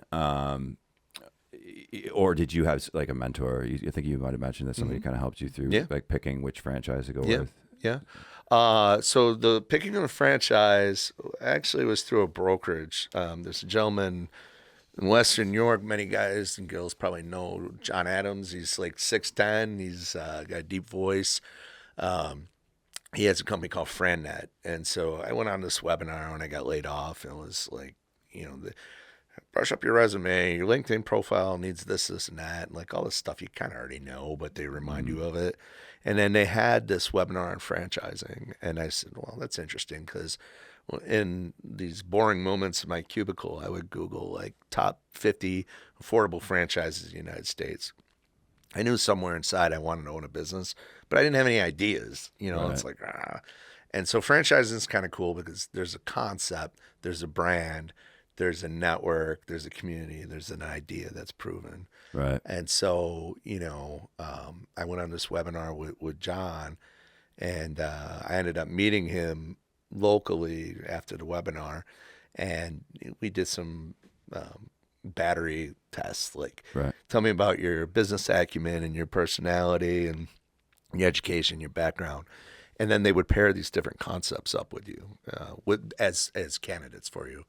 And so, there were maybe 4 or 5 that were finalists, but this one had a great story, and I won't get real deep into it, but it was started by a college kid, and it had been nearly 20 years in existence, and it was a big tri-state area brand. So think of, he was actually, it's still located in Connecticut and headquartered in Connecticut, but they had gotten into New York City in the 5 boroughs, and Long Island, Philadelphia, Northern Jersey. So that whole area had really made a name for itself. And then they went on this recruiting spree nationally, and I got caught up in that first wave, and I bought the Buffalo franchise. And they had, they sold from Seattle to San Diego and across Texas and the Midwest and Florida and up and down the coast. And so I think we got over 82 franchises at this point, and we're all kind of in that same stage. But in terms of influence and getting to your point about planting your flag, I've had a friend locally that ice cream has been his family business for a long time. And so I got to meet John, and he was giving me these franchise concepts. And, I think over a beer after softball one night, I was like, yeah, I'm looking into this. You'll never believe it. It's junk removal. And it's like, what, are you kidding me? So, instantly you start thinking like Sanford and Son, and like, like you're going to pile a bunch of crap in the back of a pickup truck or buy trailers. And I'm like, nah, it's a little more professional than that. I kind of looked into it. Let me show you this YouTube video. And he's just like, yeah, man, you should do it. Yeah. And I'm like, really? He's like, yeah. He's like, you'll love being your own boss, And I'm like, huh, okay, all right. So it was like kind of, that set the ball in motion for me. Right. We didn't dwell on it a whole lot that night, but I started thinking a lot more and more about it seriously. Yeah. And then when it came time to sign your name on the dotted line and cut a fat check, it got really real. Yeah, I can imagine. Yeah. So. Yeah. No, and then just kind of keeping that steam rolling, that's important. Do you have anybody who you kind of speak with on a regular basis?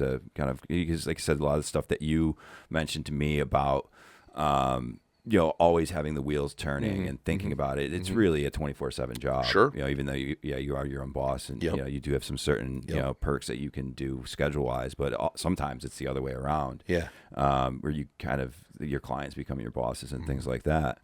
Do you have a sounding board or anybody who you bounce things off of? Several, really. So in-house, I have a great key employee, and he's babysitting, if you will, while I'm here doing this, or I'm out doing estimates or networking or going to sales seminars or something like that. So I kind of handle the growth from the sales and marketing standpoint, and he handles the blocking and tackling. This truck's going in this direction. This truck's going in another direction. This crew's going to look like this. This crew's going to look like that. This is a sequence of where we're going to do things. And he thinks differently than I do. And we support one another from, I guess, a style standpoint. Yeah. So that's great to have that in-house. Sounding boards, mentors. So Paul, our friend Paul Chisholm, Right. has been really helpful. I ran into some challenges where I was a little concerned about money, right? And he's got a background in finance and things like that. So some coffee and some lunch together, and he gave me some different strategies and ideas. He's, a big brother, being kind, right? So I get that. Yeah. He's a great guy. We're using his coasters. I mean, well, he sold it to his son, but right. But yeah, no, that's a good way of putting it. Yeah. He's a great friend. Yeah. Great person to know. Yep. Very well respected. And he gives you a sense of relief and confidence when you talk to somebody that's been through it. Yeah. So he's one that comes to mind. There's others in networking that I've done that have kind of, have helped you through various situations. And there's others that are vendors that I've hired that have helped us specifically through very, direct challenges. So I use Anthony Milani, if you've heard of Tony at all locally. He's got a company called Apex Leader Growth. Okay. I've heard the name, but I couldn't place it. So he's got a really cool approach to leadership. He did this program at Buff State centered around creativity and art. So he's kind of entrenched with the art community a lot. And I went to one of his seminars at it was a gallery on the UB South Campus, I believe. And this is like February or March or something. And they had all these, there's a famous graffiti artist, and I can't remember what his name is, but he had a whole exhibit of his art. And you would go from station to station and look at a painting and look at a sculpture or whatever, and kind of jot down things, like randomly brainstorm ideas that come to your head. And it's like, I would look at the art and notice similarities. Like, okay, this is kind of his style. And it's circles and it's arrows. And I'm like, well, what does that mean? Like, totally an abstract concept. But just jot it down on paper and then look back at the business problem that you wrote on paper before he toured you through the art. And it's like, okay, well, now what does that art tell you relative to that business problem? Wow. And it was fascinating because I'm not really an art guy. Right. I'm like, I dig it, but I don't spend any free time going to art galleries. It's just not my bag. Right. But I mean, I'll be damned if it didn't open my eyes to something. And so we brought him in. I mentioned this key employee I have is my operations manager. And we brought him in and hired him for a 6-week session, and we got some really good tangible results, and we're very process driven as a result of that. So he's been helpful. So there's two guys I wouldn't call out locally that are good friends at this point, and have really helped me grow the business from the inside. It's great to have that support system. What would you say it would be like one of the most important things, whether it be advice or just, whether it be choosing franchise versus, what qualities, what personalities, what advice kind of do you find that is important that you can kind of share for somebody who might be thinking about starting their business or maybe retooling their business and going in a different direction? Right. The hardest part is arriving at the decision and the fortitude and the cojones to say, yeah, I'm going to do it. Yeah. That's where all the anguish is. And then once you make the decision, it's, nope, that's what I'm doing now. And you feel this, just sense of, okay, the relief of the decision is over. You've analyzed it 6 ways to Sunday. You decided you're going to do it. You put your name on paper. You took out a loan. You arranged everything a certain way. You're prepared to live on nothing for a little while. Yeah. That's where you got to do all your homework, dot your I's, cross your T's. But once you do that, you just got to, it's like pinball, right? Like you pull the spring back and then that effing ball just takes off. Yeah. And you got to stick with it. And you can get batted from side to side, and it's going to hurt, and you're going to get bruised, and shit's going to happen, and, you know, things are going to break, and people aren't going to work out, and you just got to keep hitting the flippers or keep walking and going forward and just keep that ball from coming down the center. Yeah. That's the whole thing. Yeah. And you just, it's a wild ride for sure. Yeah. And, you know, we're 3 years into it. So, we're still very much on the climb. And, you know, I keep thinking like, all right, what are the next 3 years going to be? Right. I got to jot that down on paper so nothing comes at me that I'm not prepared for. Right. Yeah, no, I love that analogy about the pinball aspect, and I think that I've never heard that before. I think that's brilliant. Have you taken any pinballs out of homes? No, you know, honestly, I don't think we have, but we've taken arcade games for sure. We've done. You remember the Magic Touch? It was on any bar in town, and you would pump quarters, and it was trivia game. Okay, yeah, You know what I mean? Yeah, Right. We had a couple of those, which were kind of fun Yeah. until we ran out of quarters, and we didn't have the key to like retrieve them. No, So I mean, I think you probably could have gotten a locksmith cheaper than the quarters you probably pumped into it. I assure you, it was properly recycled. Okay, in your basement. No, That's where you make the real money. Let's come on. Let's call it what it is. Right. You've got those lined up at your place. Yeah, like I got something. I usually have like the trench coat with all the costume jewelry, you know, stuff that you put on your wrist. Yeah, right. Yeah. I mean, I got something for you actually. I got a whole kit. All right, cool. But I'll go over there, hook me up. Get me some socks. Man, I got all the stuffers for you this holiday season. I like it. I'll keep you in mind. You're on my list. All right.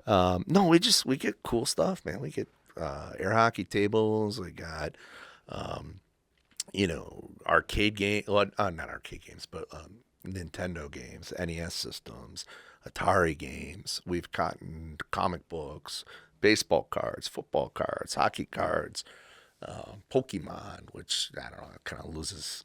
It's lost on me. I'm too old for that. Yeah, me too. I don't get it. But my employees all geek out about it. It's like, oh, what's a Pikachu? What's up? I'm like, yeah, it's a blob. Yeah, it right? is. Yeah, totally. Yeah, I was thinking the same thing. It's anime. Like, yeah, cool. Like, put it over there. Rock out with that. Yeah, but no, it's cool. We get some neat stuff, and that's kind of part of the fun, really. Yeah. You know, what's the wildest thing that you've seen?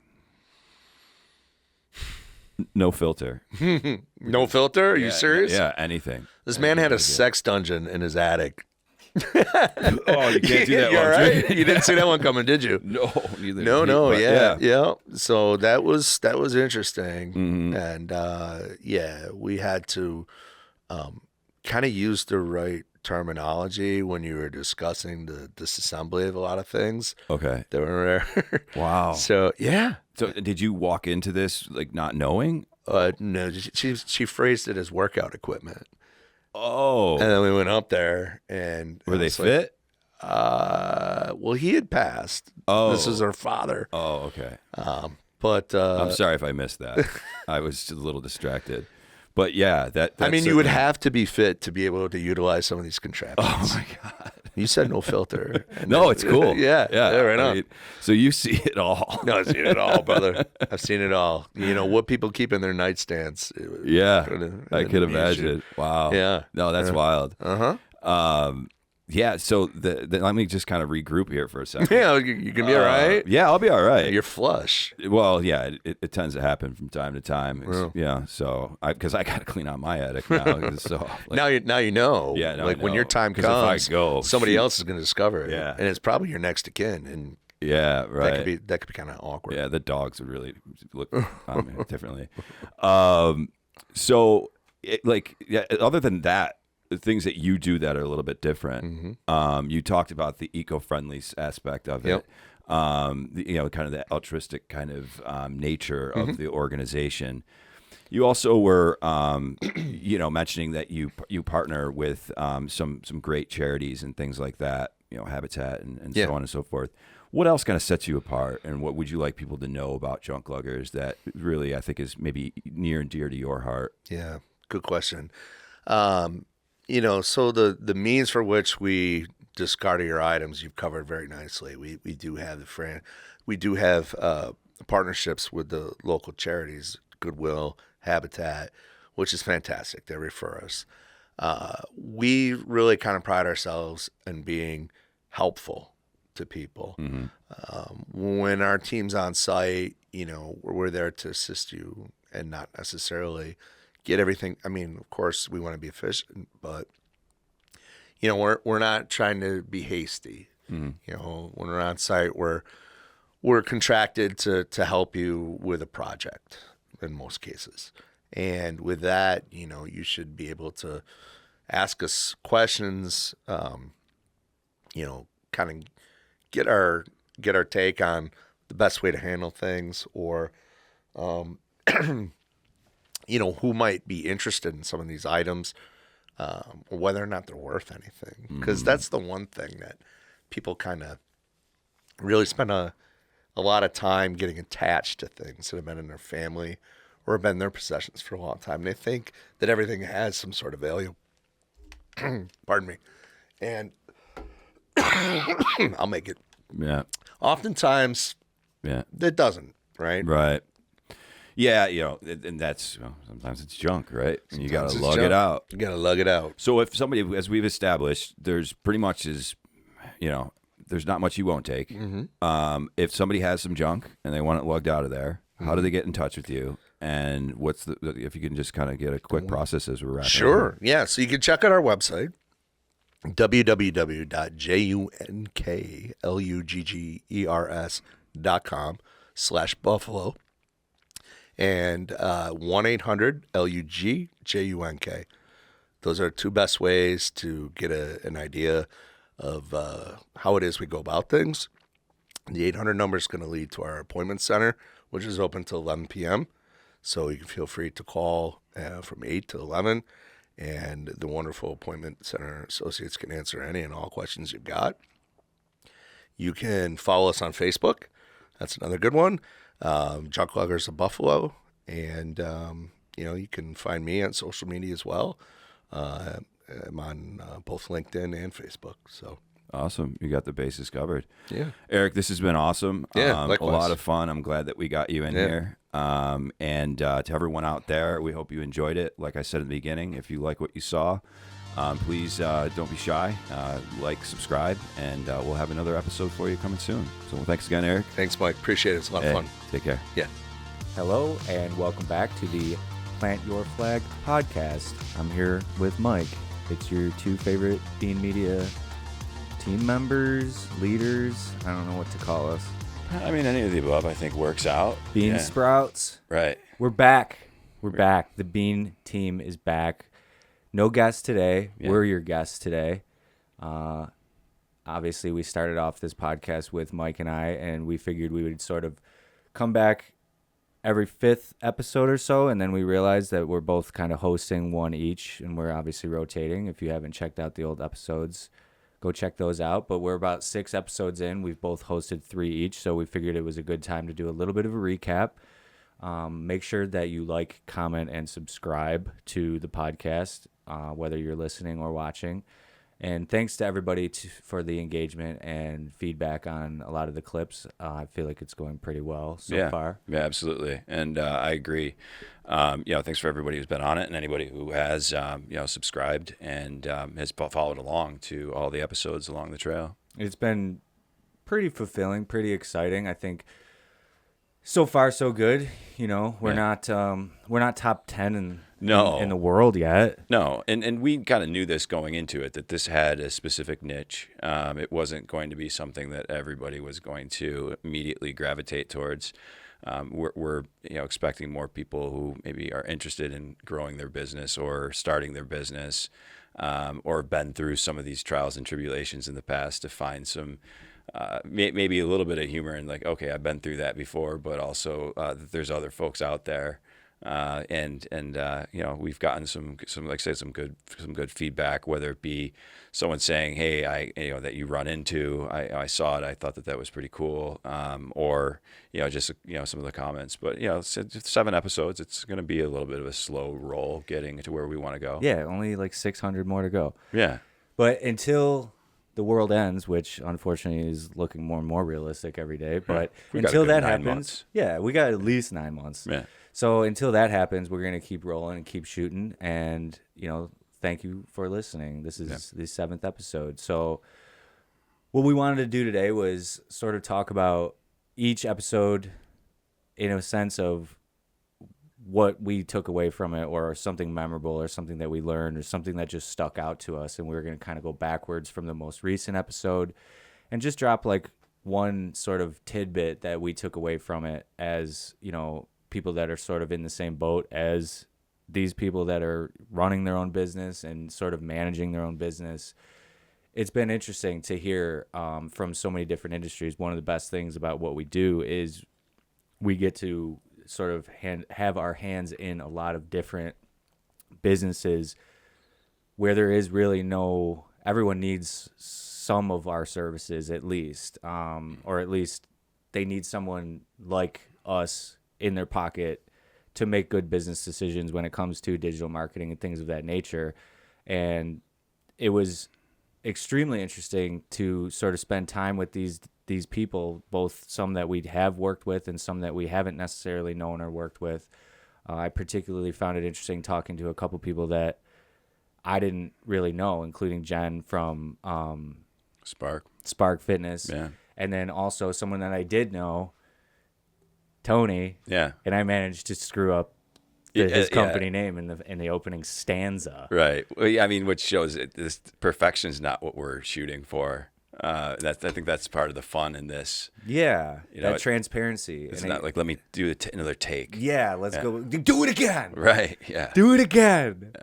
So if we just kind of go back from the most recent, you spent time with Eric Conrad from Junk Luggers, and I know that you had something specific that you really enjoyed, something that he had to say. Yeah, absolutely. Eric was great, first off. Everybody was great and a lot of fun. Whether I was hosting, you were hosting, whatever it might be. I also think that that's kind of the interesting, different part about this. Not everybody approaches it that way. Maybe we'll find out there's a reason. Yeah. But no, I really did enjoy my conversation with Eric. And one of the things that really stuck with me, beyond him talking about the craziest thing he ever saw, which was that caught me off guard, and it was fun to watch go that check back. that out. Yeah, so the craziest thing you ever saw. Yeah, check that out on episode 6. No spoiler alert. No. You got to watch the episode. Right. Yeah. You'll be in for a treat. Yeah, for sure. So yeah, he told me about that. I went home, I checked my attic, and made sure I had a plan in place for if something happens to me, and Junk Luggers needs to come in and clean that out. Yeah, just in a nutshell, when you die. Yeah. Whatever you got, people are going to find. Right. Yeah. It's like skeletons in your closet or whatever it might be. So you think you've got it bad on social media, but but he had brought up a really good analogy, metaphor, however you want to phrase it, in talking about starting a business. He franchised, and so he kind of went about it a very different way than I did.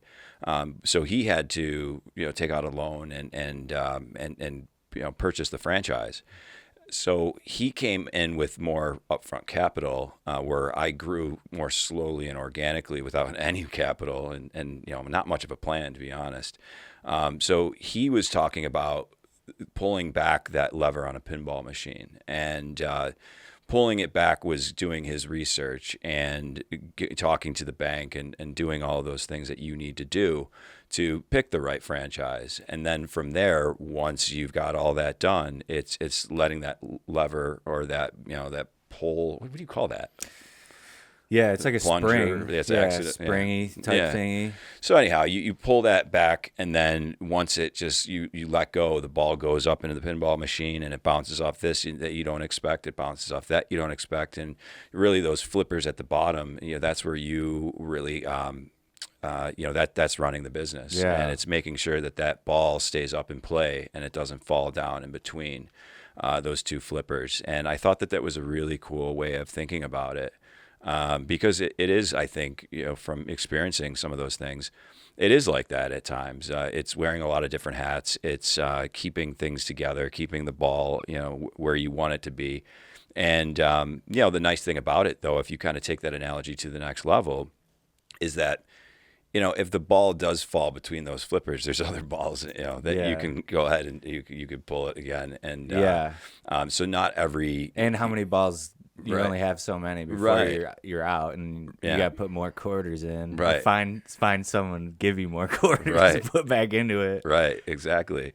And yeah, you might need to borrow those from a friend or go to the change machine. Maybe the change machine is, like ZipRecruiter or something. And we're going to charge for that, ZipRecruiter. Yeah, thanks to our sponsor, ZipRecruiter. Right. And so I think that's a really, really cool way of thinking of it. And I don't know if he came up with that by himself, or if it was something that somebody had taught him. Yeah, or if then did it just come up organically? Yeah.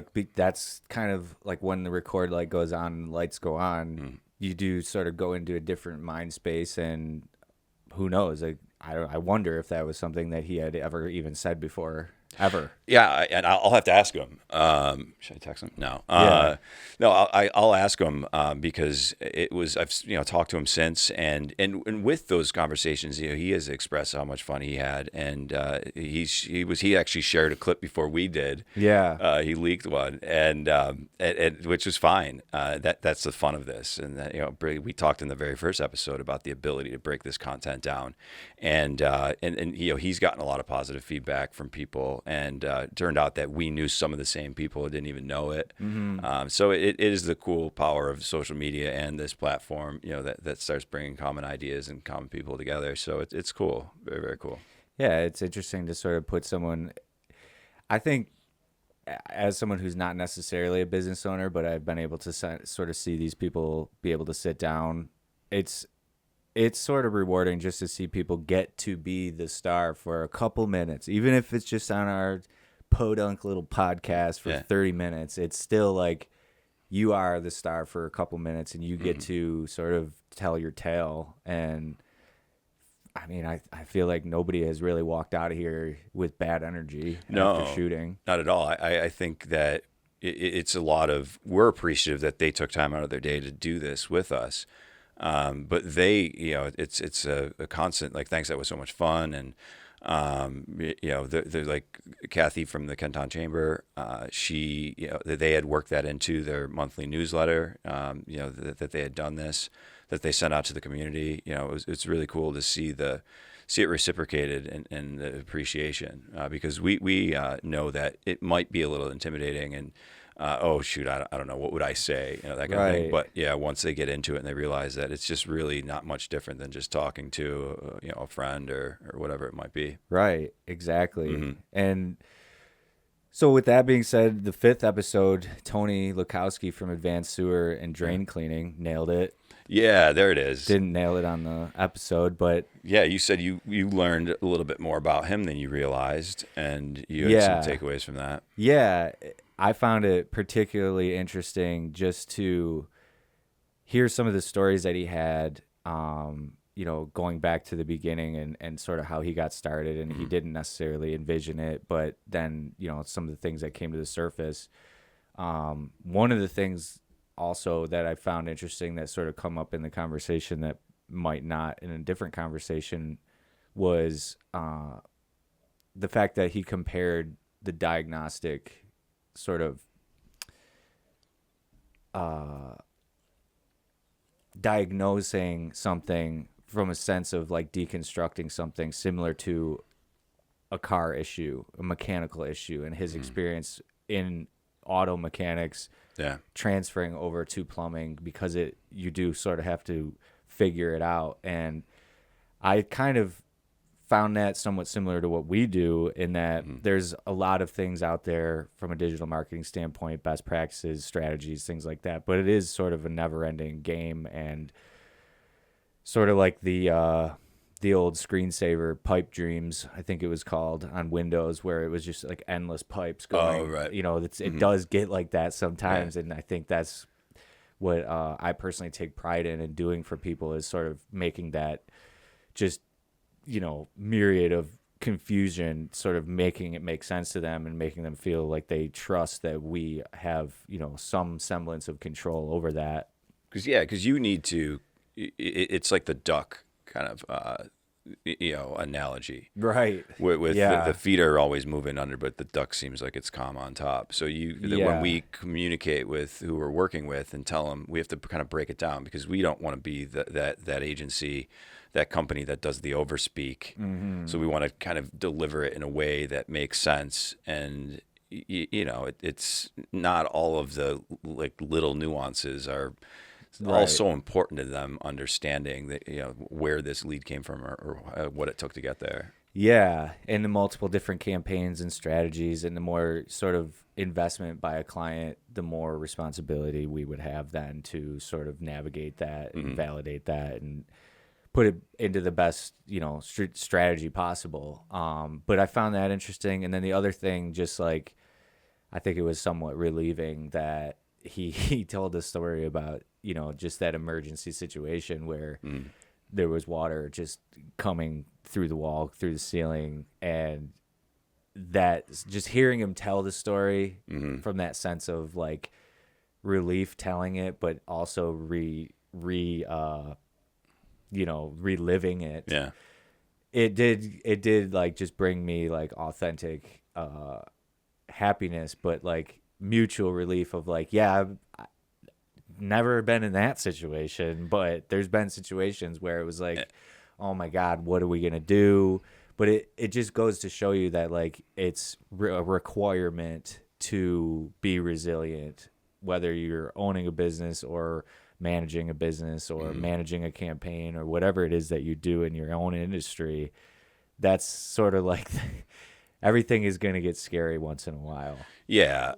And I think, I certainly know what you're talking about. And I think with what he was talking about, just seeing the way that he explained it, it was, he just clicked into gear and he took care of it. And in the moment, he wasn't thinking about anything other than a solution. And Foxhole. Even though if we were presented with something like that, we would be freaking out. But he was just like, this is why I do what I do, because I have to. And I put a comment, I think, on one of his posts that was exocartonic. I think I got that from Dennis Miller, like outside of the box, exocartonic thinking. And where I think you can find some solace in and some comfort in knowing that your industry can be hectic and crazy at times, but we know how to champion it. And he, had a similar story, but it's completely different. Yes. And so I think some inside the emotions are probably very similar. Yes. The sweat. But even though the application is so different, there's that time that I like, thankfully you caught it 5 minutes later that I put an extra 0 in the one column for, an ad. Yes. And right away caught it. I was trying to reduce the budget and you. Heart stops for a couple seconds. Yeah. Flush face, peaked. Right. Yeah. But that stuff happens, and it seems to happen across a lot of different industries. Speaking of a lot of different industries, Cathy was someone that you hosted with from the Kenton Chamber, and I know that you had some key takeaways from that conversation. Yeah, Cathy was great to talk to, and it was a little different with her because she had shared some previous experiences outside of the Chamber of Commerce, but truth to be told, we had somebody else lined up, and the day before I had reached. I guess that's another example of how great it's been for people just to step up and be comfortable doing this with us, because we had someone cancel on us last minute. And I called her, and it was the next day, and I asked if she would be interested, and she said absolutely, I'd love that. So it was really, really great to have her in here, and I'm glad it worked out that way, because even though in the seat that she's in today, it's not technically a business owner who planted their flag, but she's so heavily involved with so many different businesses and helping them plant their flag. And she had mentioned about how much gratification she gets out of that role. And when people come up to her and talk about starting a business, she's saying, "Go for it. Just give it a shot." And she's very, very positive. And she had mentioned that. And she also talked about the importance of being positive and the advice that she gives people who are looking to start a business and plant their flag. And she said that you want to surround yourself with positive people and divorce yourself from the negative people, and don't listen to, like, it's not to mean that divorce, you have to remove that person from your life, but maybe remove that person from making a decision whether or not you're going to take that leap into planting your flag, or maybe not include that person in the conversations that are important about things that you know they're going to just, well, I'm going to say it, shit on. Yeah. And I think that was really cool that we have somebody right here in our backyard who's advocating for these things day in and day out, and guiding people into areas that they may not know about when it comes to like grant opportunities, Right. and other things like connecting people to people. Yeah. Hey, I could use a bookkeeper, or I could use X, Y, or Z. And because of her position, she's got so many strong relationships that if she recommends someone to me, I'm going to take it seriously, because I have a lot of respect for her and the people she knows and what she does. So I think it was a great fit, even though at first it didn't, maybe make sense to somebody who wouldn't look at it through those lenses. Like, well, she doesn't own a business. She doesn't own the Kenton Chamber. Yeah. She has her hands in so many different businesses and positively affects so many that it makes perfect sense to me. Yeah, and I think it falls in line with, like, we always say, create, don't negate, Yeah. and something that we sort of both internally communicating with each other, and then also even with our clients, we always try to sort of say, you want to create that next idea, not negate that previous idea. And I think, like, it goes to show you, like, how many businesses wouldn't have started if not for people like Cathy, and for people that sort of cheerlead, but also be positive, be realistic. And I think that was actually something that Jenn from Spark Fitness spoke about. Was she said, if you want to do it, find someone that has done it, and sort of connect yourself and surround yourself with those types of people. And that was somewhat eye-opening that, she had come from, like, somewhat of a corporate background and didn't really have, a father or a mother or an uncle that was a business owner. And that was sort of eye-opening to see that she sought out that sort of mentor to help her better understand her vision for starting her business. And I thought that was pretty interesting. But then also personally, the thing that stuck out to me is, like, I'm having a kid in November, and when she said, she got sort of very serious when she was like, we had a very fun, jovial conversation, but she got pretty real when she stated, like, there's going to be sacrifices that are needed to be made. And that raw realness of the way she said it, it stuck with me, because it was like, well, that was the truth. And that's what we're looking for on these podcast episodes and talking to these people, is we're trying to sort of get the real raw truth. And that was real. It was raw. And then personally, it was like eye-opening to see, like, now that I haven't even necessarily had a kid yet, but just the amount of, like, headspace that has started to occur in my brain, it's like, there wouldn't be room for both, really. Yeah, because she had said, right, specifically, your kids are going to take a back seat, and like, family and things kids, like that. family, just sort of like, you may not be able to make everything and go to everything. And I think that's become more clear. And myself 5 to 10 years ago, that wouldn't have resonated with me. It wouldn't have been something that I would have understood, really. But it kind of makes a lot more sense now that's getting a lot more real in my own my own neck of the woods here. Yeah. But so, like, she specifically sought out someone who had done their own thing. I believe it was like a meal prep business, and they had grown organically here in Buffalo. And I actually was over there around the corner. I think it was Core Life that she mentioned. Could be wrong, but I walked into one of those, and I was like, interesting. This was someone's idea. This came from the mind of someone. And I think that's what's really interesting about, once again, what we do, but why we're doing this podcast, is these people are starting, not always starting an idea from being the first idea ever, but if it is something that's been done before, it's something that's done in their own way, in their own style, with their own voice, with their own brand. And that's what we get to do for people, is take that. How do we communicate that to potential customers and deviate from another company? So whether it's never been done before, it's totally unique, or if it's something that's been done like plumbing or taking junk out of a house. But how does this company, why is a customer going to pay this company versus another company? Yeah. And I think that's where the business to business, people buying from people, truly comes in.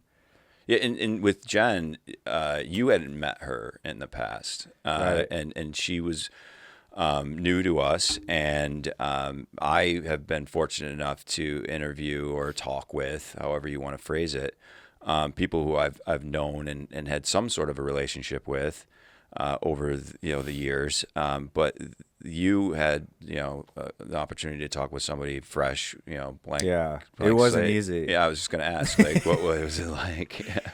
Well, I found it like, once again, she made it easy. That's cool. Like once we were on, she was like lights out, like impressive. She was clearly someone who's like not afraid, just not afraid of the lights, so to speak.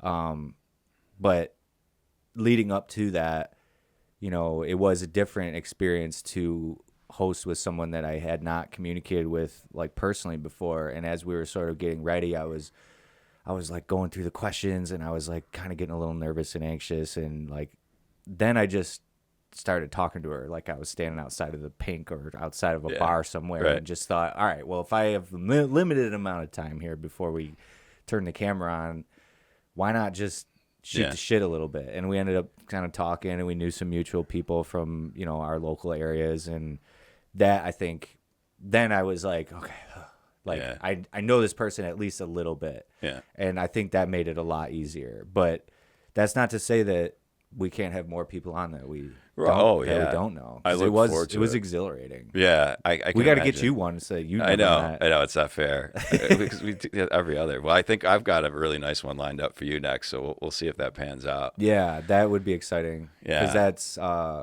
there's a lot of people that. Yeah, I've heard a lot of good stories. About that so we'll keep that under wraps until it happens. But we've got some pretty cool upcoming guests, which I'm excited about.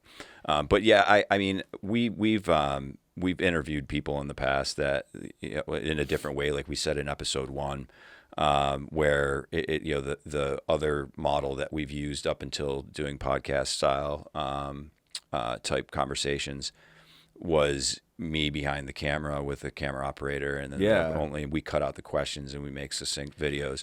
And in that setting, I've done quite a few of them, and some of them have gone really, really well, and some of them I wish would have gone a little bit differently. But you learn from it. And we were talking prior to this, that there was one guy who we worked with way back. It was like probably almost 11 years ago. And he was a very high executive, high up. He wasn't high, like he wasn't smoking He was weed. very high. Yeah, he was a super high executive. And so he comes after he puts the Visine in, and we sit down. And his blunt roller took away his little tray. Right. Oh, that was something I experienced too. I actually had that was a different high executive. Like a potential client, and he had a whole pile of weed sitting out on the counter. And he was waiting on his blunt roller. We did not do business with him. But anyhow, now it's legal. But this guy was, I was nervous to begin with, and clearly so was my camera operator, because he forgot to hit record, and it was so embarrassing. But we made it around. We ended up figuring it out, and it was, like I said, the nerves weren't, that wasn't enough. That we needed that extra layer. To be. But that second one went a lot smoother than the first one. I will say that. Yeah. And those are the lessons you learn the hard way, but you never make that mistake again. Right. Yeah. And I think that's also something that you and Jared from Bradley Tree. We've been working with them for a while, and you had sort of done that interview style with him before. Yeah. versus this style. What did you sort of find different from the two, now having like been on two different sort of wavelengths like that? Yeah, that's good. That's a good question because we did several shoots with him, and he goes back to that same era that I was talking about. I think we started working together in like 2013 on different projects, and the relationship has grown over the years. And so the very first time I worked with him, I remember him being pretty nervous, but then I also identified that he was surrounded by a lot of his employees. So I think, when we did the next one, we did it in a studio setting, and then he was either a little bit more used to it or he wasn't worried about the guys on the crew busting his chops. Yeah. So once we, so we did that, and then, so things were moving and flowing. So we had, like I said, better and better every time, but it was still very different to be able to just kind of, because when we would break from those video shoots, we would stand outside of the studio and we would end up talking for 20 minutes. And it's not like all the good stuff was in that conversation. There was still great stuff that was recorded, but there was so many things that came out that were just little subtext kind of stuff like we're doing right now. And that didn't come out into those videos that showed his personality. Mm-hmm. And I think that's the main difference that I experienced between somebody who I'd worked with behind the camera and then somebody I'd worked with around this table.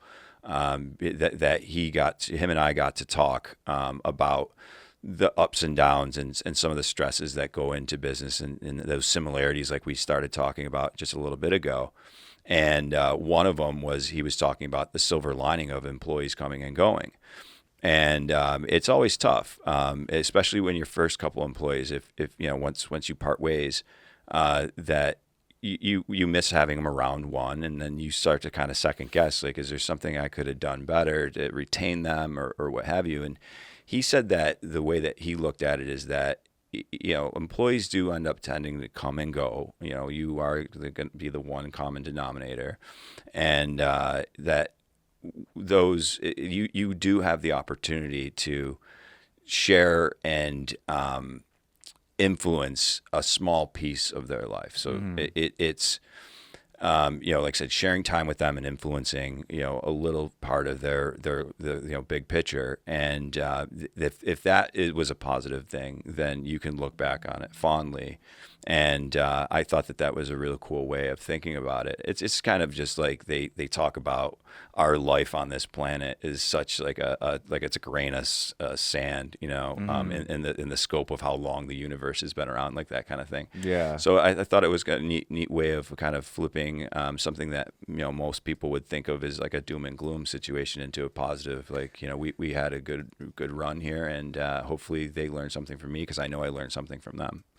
Definitely. And I feel like I've been able to experience that firsthand, having been here like almost 10 years now. And I have seen sort of different eras and different, almost like lineups sort of in sports. There's different combinations of different skill sets that we've had over the years while trying to maintain the original kind of culture that you sort of started the company as. And it was not easy for me to accept, early on, a couple times where, someone would get another opportunity and sort of almost like get called up and sort of get given an opportunity that they necessarily couldn't refuse, where you're like, we had such a good thing going here. You're part of this organic growth. And then, they get an opportunity. And it was hard for me to accept, and learn that. But over the years, I think I personally have been able to feel that similar feeling that Jared was saying, where it's like, well, the bottom line is I helped teach them something. Yeah. I can honestly say that there's something that they all would say they learned from me personally working alongside of them. And that makes me feel like fulfilled.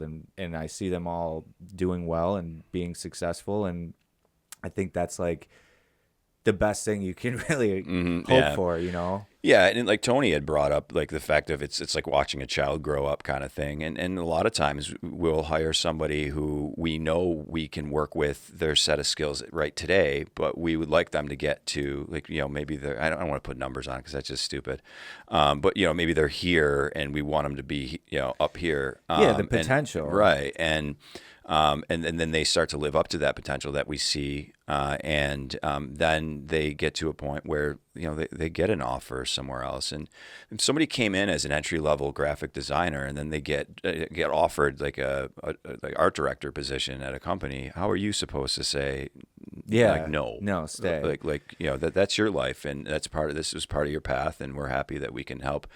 You feel confident about taking that position. Definitely. And I feel like going back to our first episode, I did have a moment where we sort of got off script a little bit. You ended up flipping it and asking me a question, and I'd have to go back. But I ended up sort of going into a tangent where I found myself super proud and getting that emotional, I call it wet throat, but you're sort of getting that frog in your throat. Not like you're going to just break down and cry, but right. that just where it hits you and you realize that you're feeling something. Yeah. And they're called emotions. Yeah.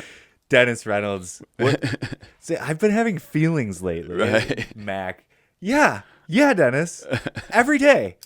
But I ended up having some of those emotions and feeling very proud of just what we've been able to accomplish over, a span of years and all those sort of nooks and crannies and relationships. And I think that's ultimately what the point of all this is finding purpose in the freedom that is business ownership. You either go work for somebody that is sort of that corporate machine that you are a piece of, that if you died tomorrow, they'll find another place for you. Mm-hmm. Or you try to do something on your own or work for someone that did try to start up on their own. And I think that's what ultimately, we've been able to see all these different types of stories be told. And it's been really cool. Yeah. But truth be told, the emotional segment that I'm referring to, I'm curious, was not in the first episode because we unfortunately did not hit record on the audio for our first inaugural episode. So another lesson learned. Yeah. But I think it goes to show you not being afraid to try something new like this podcast. But then also, once again, we could have just flipped the table and been like, fuck it, we'll do it tomorrow. Yeah. But we had to just sort of put our heads down and be like, we'll do it again. Right. That's fine. We'll do it again. And we did do it again. And no one would have ever known had we not said anything. No, because I remember after that, you had mentioned that you were worried that I was going to get pissed off. Yeah. Because I know we were going back and forth. Because I know that's one thing. Yeah. Just trauma. Yeah. Just I didn't want you to have PTSD. Well, we were using a new device. Yeah. Because we were going back and forth on how we're going to capture the audio and that kind of stuff. Yes. So we used a different device, and I didn't. It didn't bother me all that much because it was us, and that was why we did the first episode, which is the two of us. Is that we were still kind of feeling out the waters. We had a different set, so I think this set's cooler. Yeah, it's evolved. Yeah, so it'd be a lot cooler if you did. But is there anything else that you wanted to touch on? No, I really don't. I don't think so. I guess the only question I'd have for you is that you have had a podcast for a while, and you typically do it during the bill seasons. And you had also made an analogy before, about the different eras and things like that. Where and I can look back on different eras of Bean Media, but you've been here for almost 10 years now, and I'm not going to ask you to pick a favorite.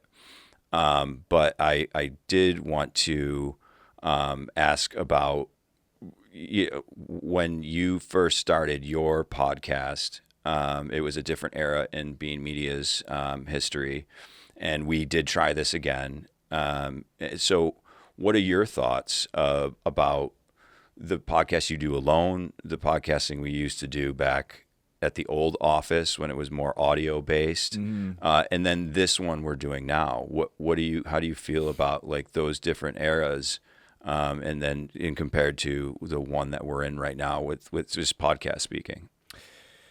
Yeah, and I think I would even throw in some that we've done with clients too. I think like there's definitely a different approach that you have to take somewhat from like the radio angle, right? Like dead air type thing. Like I think whereas it may be easier to know that there's someone to sort of pick you up or switch gears with, or, you know, play off of, or whether you're hosting or sort of answering the question, there is, you know, a little bit more room for the back and forth ping pong kind of action. Whereas when you are alone, it's a little bit more challenging, a little bit more regimented.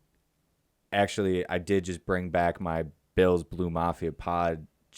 I've been sort of taking a hiatus because, you know, the baby thing happening pretty soon. But I did just hop on last week for the first time because I was sort of like, it clicked where I was like, audio I could do because the video aspect takes a little bit longer. Right. But then the audio side of it, I was like, I could just do the audio pretty quickly. Well, A, wasn't as quick as I initially thought. B, I was rusty as bleep. C, I found myself, I had gotten so much into a practice where I would have the camera on that the camera does give you a sense of audience, even if you're not live on, you know, wherever. You're still speaking to that camera where the camera is your audience, and you have the ability to sort of speak to someone through the lens. Whereas I found myself a little rusty, but also after I got going, I found it a little bit more challenging because I wasn't speaking to the camera, and it was just kind of speaking to the ether. You don't know where to look, and and you don't know who you're really talking to. Whereas like the camera's on, you know, someone's going to be listening through that little piece of glass. But so I just did actually the second one last night, and I went into it with that mindset of like, all right, well, they're not doing the camera thing, but got to remember as if the camera was there and sort of treat it that way. So that's kind of like, I think some of the differences is like audio versus audio and video, because I think the video does bring out a different fear, but with that fear comes like, who are you when the lights go on type of thing. Yeah. And then I think sort of the duality of being able to work back and forth is a little bit easier than sort of doing it on your own.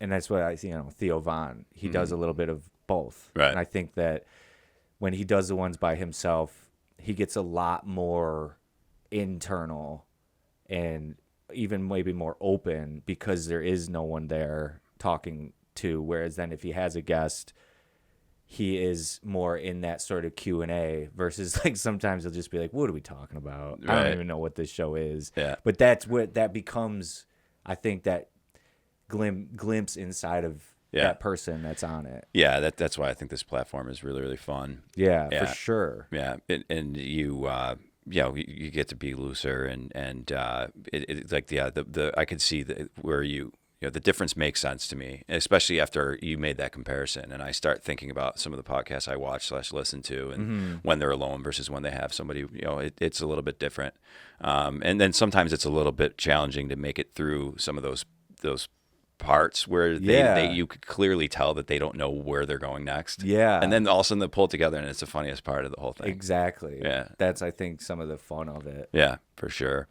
So I don't know. I mean, I guess this is time, right? We kind of touched on everything. Definitely. Yeah. So Armando, how are we doing in time?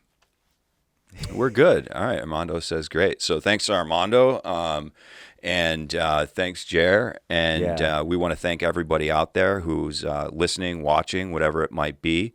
And we want to give just one more reminder that if you are listening or watching to this, to please subscribe, like, follow, all of those things. Just because if you do enjoy it, we'd hate for you to miss this next great guest that we're teasing right now, or go back and visit the other stuff. It's a lot of fun.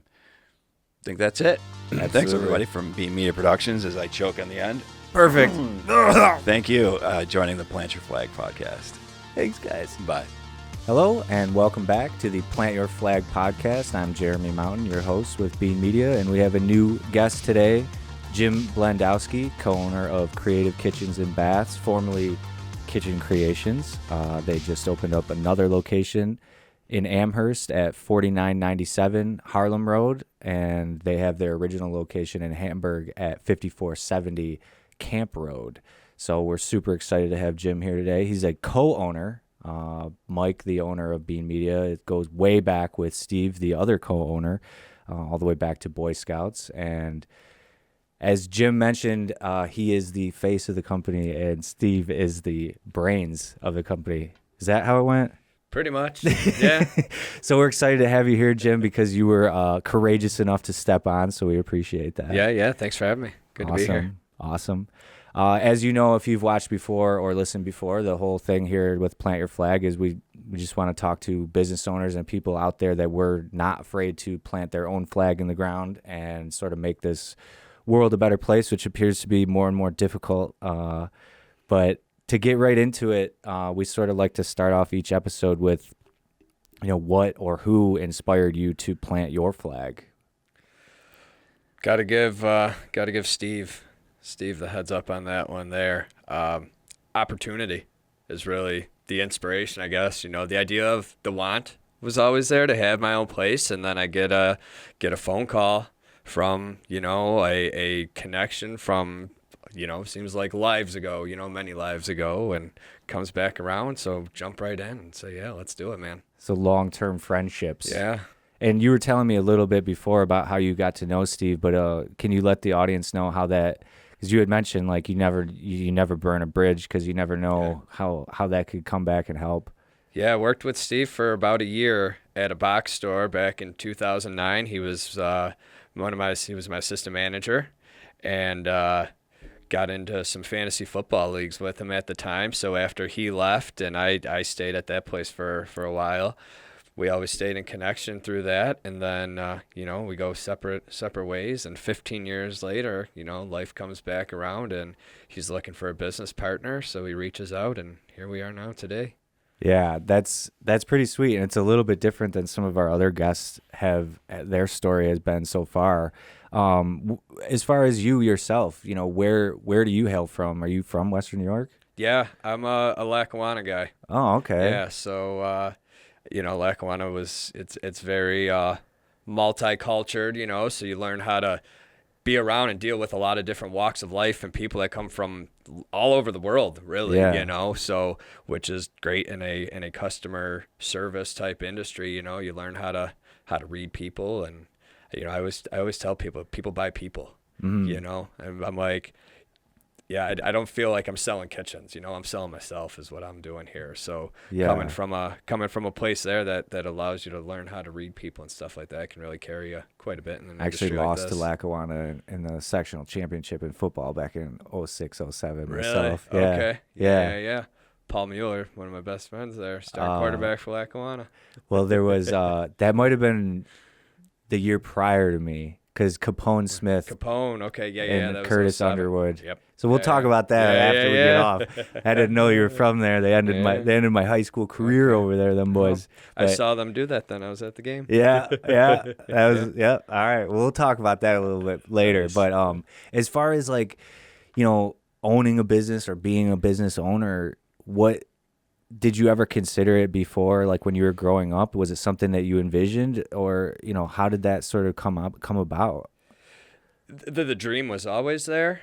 The reality of it was I always knew I was going to need a partner, somebody strong to kind of help get me to that point. And lucky enough for it to honestly feels like it just kind of fell out of the sky with Steve calling me up, and boom, there it was. But the idea was something I always wanted to do, just because you always want to, the ability to do things your way, into, especially like in the customer service industry, being able to service the people the way you feel is the best way, not have to go off of, somebody else's protocols of how you handle stuff. So just being able to do it your way without having to answer to somebody was a big driver for me there. That's honestly I'm not necessarily an owner here at Bean Media, but I've always sort of approached it trying to learn as much as I can to help Mike, be a better owner, be a better business. And when I first walked into our old office, I had said to Mike, like, this is like if I spent 15 years trying to build something,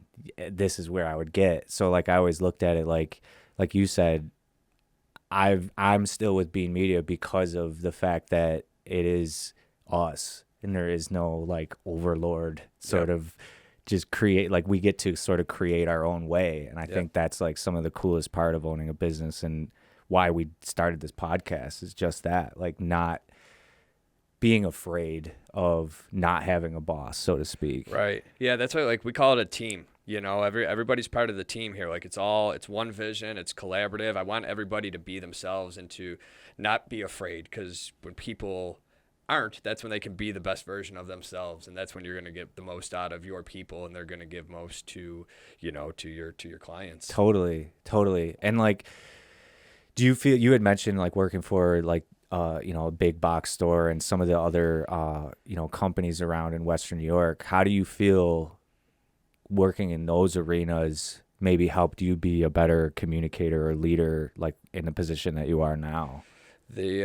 So the box store is, you know, there's corporate above, so everything is, you know, you're in a box and you have to stick to that. I think that's kind of where I first got the idea of like, you know, I want to do it my way kind of thing. What would it be like to not have to do it this way? Right, exactly. And then so then when I leave there and then I go to another small business, you know, to a showroom design place, that like there you get the freedom to kind of, it's almost like you're your own little business under a bigger umbrella, you know, because they give you so much freedom to do that and to really embrace that. And, you know, but there's still ways that they're going to have their quirks and ways of how they do it as we do, you know, creative kitchens and baths.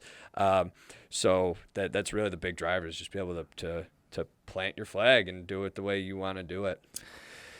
Do you find, like, what sort of challenges on the opposite end of that, knowing that ultimately that is the goal? I've obviously experienced, you know, being close to it here, like some of the dark side or like challenges that come with not having that corporate structure to sort of fall back on, even though it can be somewhat of a pain in the ass. You know, what have you learned, you know, over the couple of years sort of being in more of a control seat? You know, what sort of things have you taken away where that is like absent, you know, that structure, that corporate kind of overlord, as I call it sometimes? Yeah. Just embracing people to be themselves. Again, it gives them the best version of themselves. And I feel like I came from places where it was like, here's how we do it. You're going to do it my way. And it's like they take your personality almost kind of gets taken away from that a little bit. And especially design and everything like that, there's a lot of personality that goes into it. You know, everybody's going to, I always give an example of when somebody walks into my showroom, depending on whether they get me or Steve or another designer on my team, you're going to get, it's a guarantee, you're going to get a different kitchen layout, you know, from each one. And the beauty of it to me is every one of them can be correct. You know, it's not a right and wrong thing. So to put people into a box, it's almost like it's too rigid for me. You know, I like open and expressiveness and creativity. And I would think that would create a better solution ultimately for a client and a customer. Well, as far as like you personally, what types of qualities do you think that you have that sort of help you get from point A to point B in terms of an employee to now a leader and or co-owner?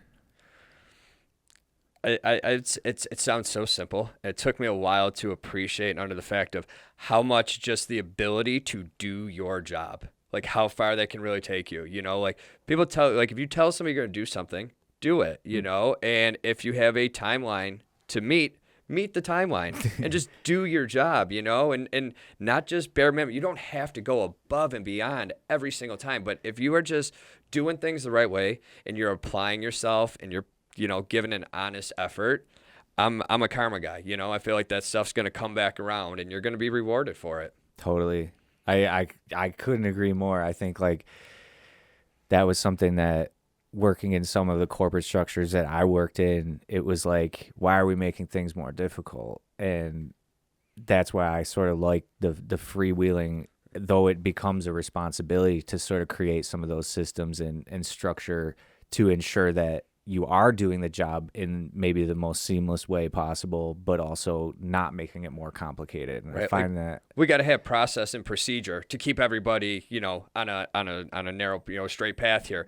But common sense has to apply at times too, where like, yes, this is our procedure, but there's always exceptions to every rule. So recognizing when you gotta, kind of go a little off the beaten path there to get to where you got to get to, be it to solve a problem or to get to the right kitchen design. Like, just figure it out and just be open-ended always. Just always be open-minded. Yeah, I think that's a great sort of, like you said, it really is that simple sometimes. And I find that there's a lot of communication that occurs that it seems like the older I get, there seems like there's a lot of communication that occurs just as for the sake of there being communication instead of the communication being for a purpose to get something across the goal line, so to speak. When we started, it was just Steve and I. And our first hire was Cindy, who's my project coordinator. Before we brought on another designer or anything like that, it was like, I need somebody to coordinate everything for communication, to make sure everything's going how it needs to go. And that communication just cannot be understated. Yeah, especially I'm sure with people making such a big commitment, not only like in choosing who's going to design that kitchen or bath of theirs, but who they're going to take that chunk of change and hand out to. It's not exactly like just a pair of sneakers or something. Absolutely. It's people are spending tens of thousands of dollars, and be it a kitchen, a car, a house, whatever it is you're buying in life, you're spending, money like that. There's stresses that come along with spending money like that, regardless of what it is you're buying. So that's what I always tell people. I'm like, people buy people. I truly believe, I'm like, I don't sell kitchens. I don't sell baths. I sell myself. Yeah. You walk into my showroom, you already want a kitchen. It's not my job to convince you to buy a kitchen. I'm not. That's why they came in. I'm not cold calling you to say, hey, here's some insurance policy you never heard of and why you need it in your life. The idea of the kitchen's already there. I'm selling myself, so you're getting it from me instead of the next person. Yeah, and I would assume that trust that seems to be a theme, like regardless of industry. Something that I've recognized from working in marketing for a lot of different companies, and then also on this podcast, just sort of asking people about, successfully closing or, getting the business that keeps the business afloat. What do you feel about, how do you help someone trust you with such a big commitment? Listen to them, like they're telling you what they want. And just, you're going to give them your professional opinion, when you need to. But for the most part, if you listen to your people, it kind of goes back when I first said, like, reading people and just like the ability to like identify their wants and their needs. And if you can check those boxes, as many, it's about checking more boxes than the next person. Mm-hmm. And if you do that and you're attentive and you make it about them, the kitchen and the cabinetry and the countertops and everything else that's going to go into it, that's going to come along the way. But let's make this about you, and then we'll figure out your kitchen. But we're going to figure out the person first. And if you make it about them, then they're going to be more apt to trust you. Yeah, because there's genuine. There's a genuine want to help this person achieve the goals. There's something a lot, like they call it a dream kitchen. Like, it sounds a little like cheeky at times, but like I take it like serious. It's like I'm making those dreams a reality for people. Like, that's a big like responsibility to me. I take that serious. Yeah, it's kind of like almost like Inception. Like they walk in with a vision, and you take that vision and execute it. So as far as like that design process, I wanted to get into a little bit about the company and just sort of its origins. But while we're on it, in that customer relationship, because obviously we do some of your marketing for you, so this is going to be helpful information as I seek to find people to come in to meet with you. During that design process, how often do you have to sort of, like, are there levels to that dream that you have to sort of create for them when it comes to budget? Do they, when they walk in and they have an idea, how how important is budget? Because I know I've spoken a little bit with Steve, and there's levels to some of the products and things like that he had mentioned. Like, we can give you that kitchen, it just may be a little bit different, than they first walked in. Yeah.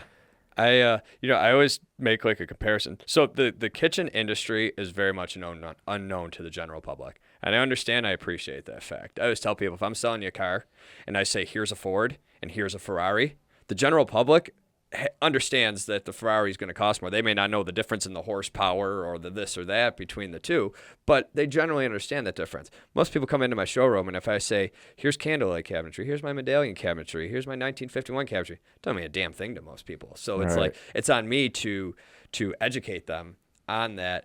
And, it's a lot of, it's identifying. I tell people price knowledge and product knowledge are very, because people come in and they're like, what's a kitchen cost? Yeah. 20,000, Well, 40,000, 60,000. I always tell them yes.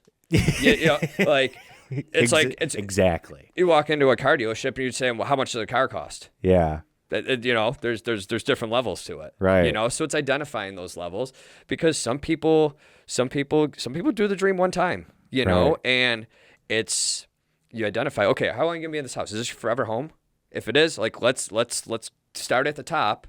And then if we have to peel back from there, we can. But like, let's do it once, right? I saw the other showroom that I worked at in the past. Like, my first day I walked in, they had a sign on one of their displays that said, "When you buy quality, you only cry once," and that like always stuck with me. So it's like, if you're gonna do your forever kitchen, like, get the really good stuff, go for it. And if it's maybe if it's a starter home, younger couple, they're doing everything just to get the down payment on that house, and then they'll down the road, we'll get around to doing cabinets or something. Then they get to that point, and it's like, they're trying to make it work with what they got. So you identify that budget, and then you show them, here's what we can do for that budget. Yeah. Yeah, that's really interesting. Do you find that people are often surprised by what you can do with a budget? Are they sort of like, I'm sure for some individuals, budget is not an issue. But for people that obviously times economy-wise is sort of tight the last couple of years, do you find that people often overestimate what their budget needed to be? I don't think people know what their budget needs to be a lot of times. And then it's a matter of whether they're sticker shocked or not, or like they have some rough idea of what they're generally thinking. Because somebody they know has done something similar. Yeah. It's tough to get, like, it could be a tough conversation sometimes. Like, I always struggle, like, when do you have the budget conversation with people? Part of me wants to do it right off the bat because it's good data for me. I could say, if you got a budget of 20,000 versus 50,000, well, I know we're not even going to go look at these cabinets, we're going to stay over here because that's going to be most effective. But a lot of people will either, one, be like, okay, you're leading with money, it's all about the money. So like, I don't want to ever like give that impression of people. And then I think you get people too that sometimes they're like, well, if you give them a budget, that I'm going to max out their budget, or, and it's like, it's just good information gathering, to have that budget, because it's a more effective process, because we're all so busy. We're all going a million miles in places every day. Right. So I don't want to take your time. Yeah. I mean, it's a process, when people come in, I'm going out to your house and I'm doing a measure, and then coming back, and then you're going to come back into the showroom, and we're going to review, however many design layout options we might come up with. And then I'll make any changes. Then I'm going to show you the different cabinet lines and door styles and all this stuff. And then you're going to leave, and then I'm going to work on the quoting, and then I'm going to have you come back in, and then we're going to review pricing. So we're already a few hours in on this, and so we all got a lot to do. So the last thing I want to do is go through that entire process just for me to show you a price and be like, yeah, that's 20 grand more than I got to spend. Exactly. So you want to be efficient for them too, respecting their time and lifestyles and everything else that's going on too. Yeah. Yeah, that makes a lot of sense. Sort of switching gears a little bit from like some of the customer facing stuff and going a little bit into like the origin of, the flag being planted for creative kitchens and baths. If you could shed a little light for myself and the audience, I know a little bit more than they do, obviously, about how the company started, but how did this particular company start? I got 3 dates. So the most direct one is late 2020. I get a phone call from Steve, who was working at then Kitchen Creations. That actually, so to start that, Steve takes this job first time in the industry and calls me up and asked me if I was still doing cabinet design. So we did a lunch just so he could kind of pick my brain, give him some contact info, different things like that. And then probably about 8 months later or so, I get a phone call from him, and he told me that unfortunately it was a husband and wife, Madeline and Mel Brown, that had owned Kitchen Creations, and Mel had passed away late in 2020, and Madeline was in her mid-70s, I think, at that point, so she had like 1 foot towards retirement as it was. So she asked Steve if he was interested in purchasing. So he called me up and asked me if I wanted to partner up. So here we are, as far as that goes. So that's 21. And that was the Hamburg location. Yep, and that's Hamburg. So Madeline and Mel opened that up in 2007. Okay. So they were there for 13 years before we bought them, and then 2 years into Kitchen Creations, we had got wind of Creative Kitchens and Baths, then owner Bill Strong looking to, he wanted to retire. So Steve and I had always had an idea of multiple locations, especially in this industry. Like no other places around here really are multiple locations. So that was always like a niche that we kind of identified that thought would kind of help us, stand out and be different than the competition. So, so 2 years in, we get this idea, we get wind of this. So we're like, let's go through the process. Did not have any expectations really of it going. We figured 5-10 year plan. Like 2 years, it was a little soon, we thought, but we're like, let's go through the process so we know what we need to know. You know, so when the opportunity really does come around, like we got an idea of what we're looking at. And we just kept going and going and going. And at one point we looked at each other, we're like, I guess this is happening. So that's awesome. So here we are. So Creative Kitchens was founded in 1985 by Bill Strong. So and that one's in Amherst. That's the Amherst location. On Harlem. Yeah. So now we're Creative Kitchens and Bath, established 1985. That's awesome. And how how did that process go? Like, not to go too far down the rabbit hole, but when did you guys have a relationship with that guy before? No, it was. So was he sort of like taking like suitors and he did, like, I guess you would almost have to win him over to be the one to take it over. So it was a mutual vendor that we had got wind that he was interested in, and it was funny. So my rep, I'm in the back of the showroom with my rep, and at the same time, unknowingly, Steve is on the phone with the owner of the same place, and I come walking out and I go, I just got an interesting phone call. He goes, me too. So by now we're having the same conversation. So it was pretty wild there. So that's how we'd first got wind of it, and that was a whirlwind process of going through it, and it kind of came and went once or twice on us, and deal fell through, and it came back on us, and I was like, okay, man, it's meant to be. And the first time it kind of fell apart, our target date was going to be December of that year to kind of have everything. So we do the Hamburg, the home show at the Hamburg Fairgrounds, and that's the third week of February, and that's like a big takeoff for us. That's a really heavy selling season for the industry. So we're like running around like crazy from that point.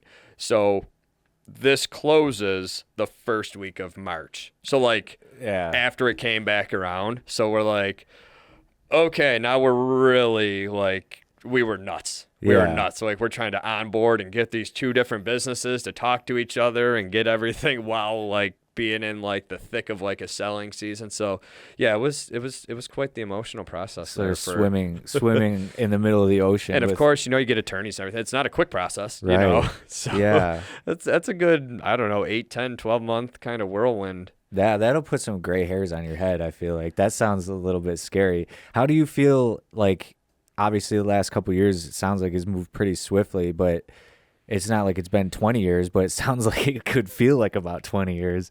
How do you feel you've like evolved or changed from, you know, like we said before, an employee to now someone who owns a 2-location business in Western New York and is growing, you know, pretty swiftly? Yeah, you go from wearing one hat to many hats. You know, when I was at the other showroom, it's just like sell, sell, sell. You know, that's the only thing I'm worried about. But now I'm, you know, still selling.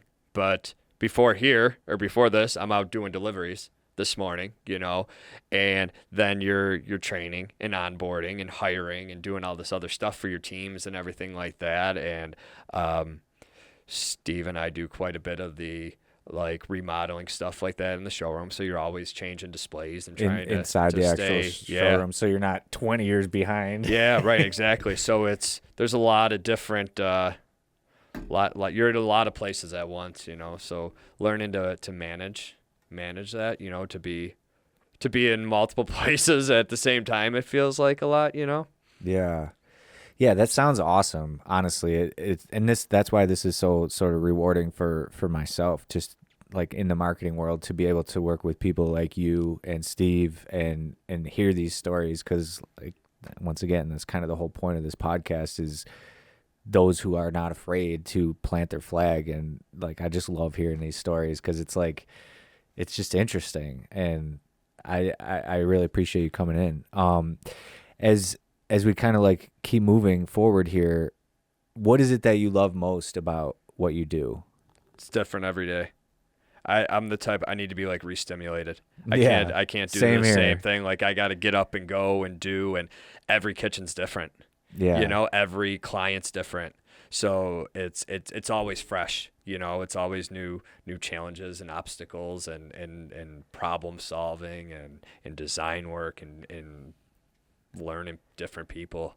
So I said, I need to be re-stimulated. I can't, you know, Steve and him and I say it all the time. We're like opposite strengths. Like he could sit down at his desk and, you know, he'll just go and go and go, and he can go for 12 hours straight. And me, after an hour, I'm like, okay, I'm looking around, like, okay, what can I do to distract myself, because I can't just sit here and go and do, you know? So, Yeah. so that stimulation is good for me.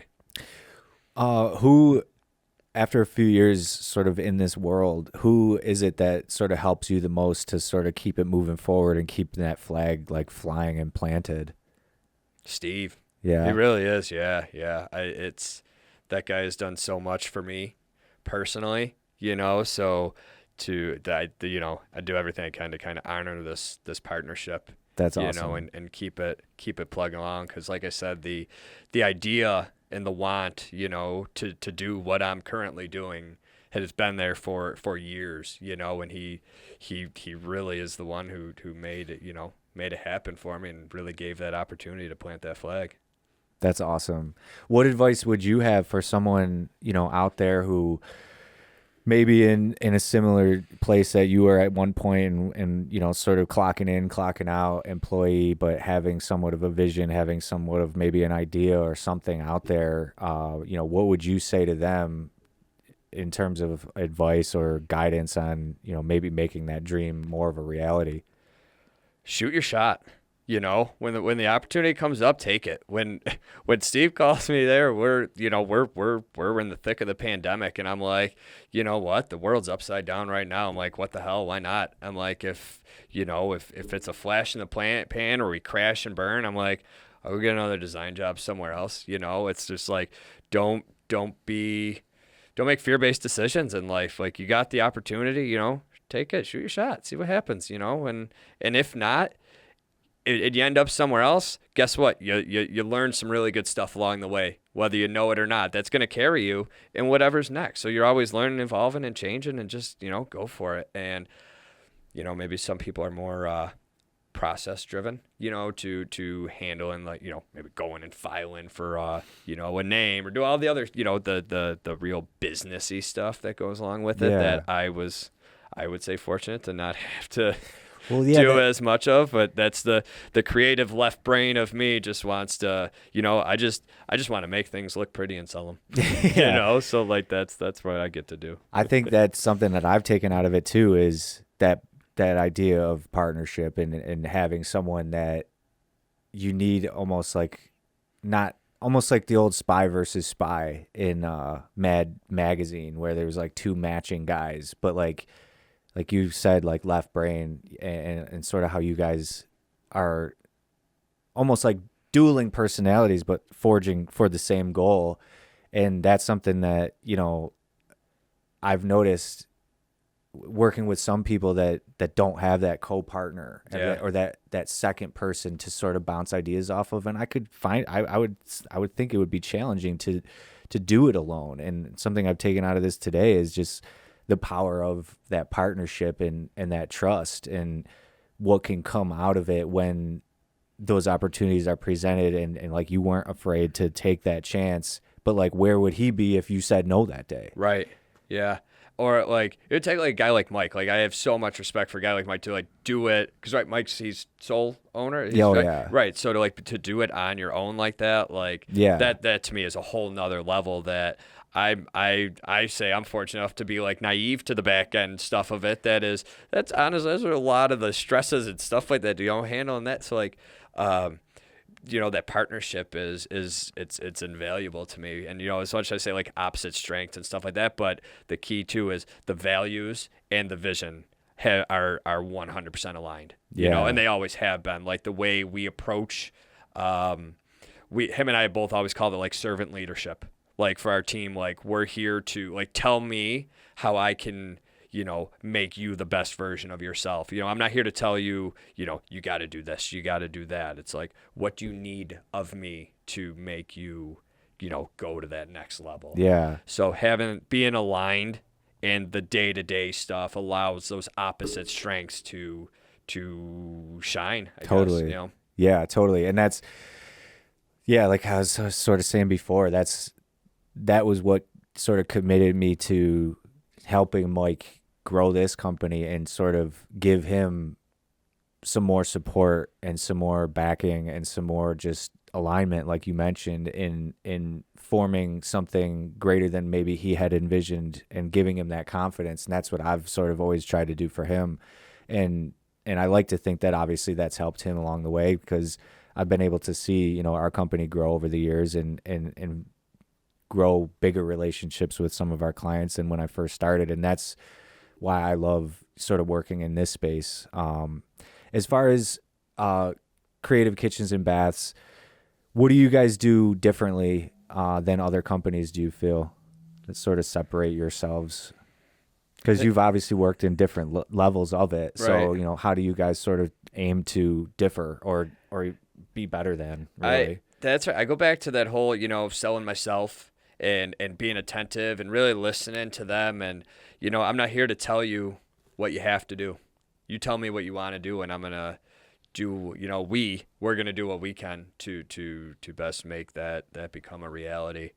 I think it's, personality types and different things like that of like, I like to have an eclectic team of different people, because, certain people get along better with other people in the world, and so when you can, when you can have a team that everybody embraces that, I think that can be something that I think the team effort that's probably where I would really land on this is doing it as a team.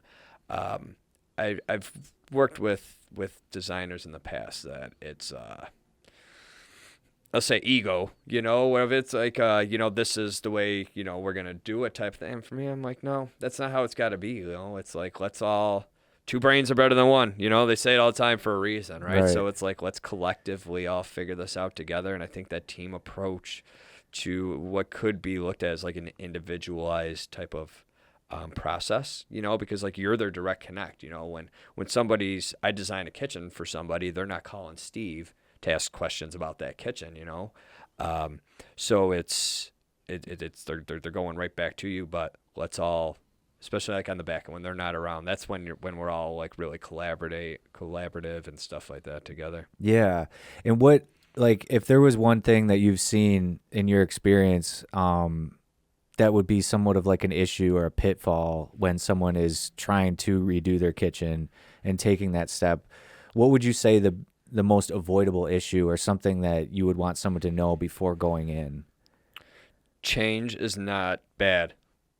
A lot of people will like, well, this is the way it is now. I'm like, but we're redoing it. Doesn't have to be that way. Sometimes people can limit themselves because, right, we're creatures of habit. We don't like change. Yeah, you go to that fridge, it's here. You go to Yeah. this over here. This is where I got my Cheez-Its, and this is Right? where I It's get my muscle memory, Yeah. and it's like, oh, damn, I got to go to the left instead of the right now to get that box of Cheez-Its. Yeah. It freaks people out. I could see like some of the jobs I've seen you guys do is truly incredible, where it's like it's almost like a different room. It's not Yeah. only like different cabinets, or it's like a completely different universe. Yeah, you have your I always call it like there's the pull and replace jobs where it's like the layout stays the same and it's just like, you're changing it from like a oak cabinet to like a painted white cabinet or something like that. But like the muscle memory and all that still all stays the same, It's just a different look. But when people start taking down walls and you're retransforming, the whole space there, like Inception, dude. It's Yeah, like Inception. Those are the fun ones because that's like when you get the real transformation of space and like they walk in, you see it at the end. It's like, this is the same room. Yeah, Yeah. yeah, that's awesome. And the island thing seems to be like, I feel like a lot of these kitchens, like everyone wants an island. Is that kind of like everybody? I love them. Yeah, I love them. It's the gathering place. Like, everybody hears that line and it's like, it's because it's true. yeah, It's true, man. Like where you get these kitchens sometimes, like if the room's like a little bit narrower and like you can't fit the island in there, or at least not the way they want it, that's like the biggest one where people like feel like crushed. Like, Yeah. oh, there's different ways you can get creative, when you can on different stuff. But if that lack of island and if it's like a want, that one's tough for people. yeah. I've seen like in some of the jobs you guys done, there's like so many different types of them. I saw one that had a little kid's high chair pulled right up to it, and I never had one. We had just regular old kitchen table growing up, but like, and then the dining room. But like, I could see my parents like knocking this one wall down and putting an island there because it just sort of opens up the room, but you still can convene there and have breakfast or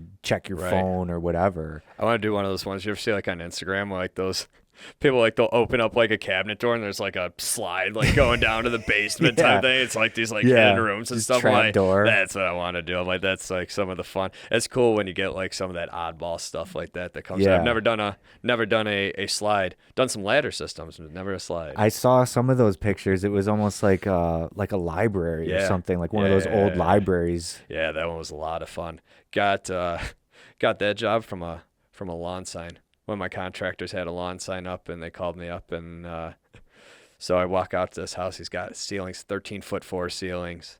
And I'm like, all right, what are we doing here? The woman was she like a couple of years out of high school. She was she was engineering for a little bit. So she comes in. She basically had most of that design done.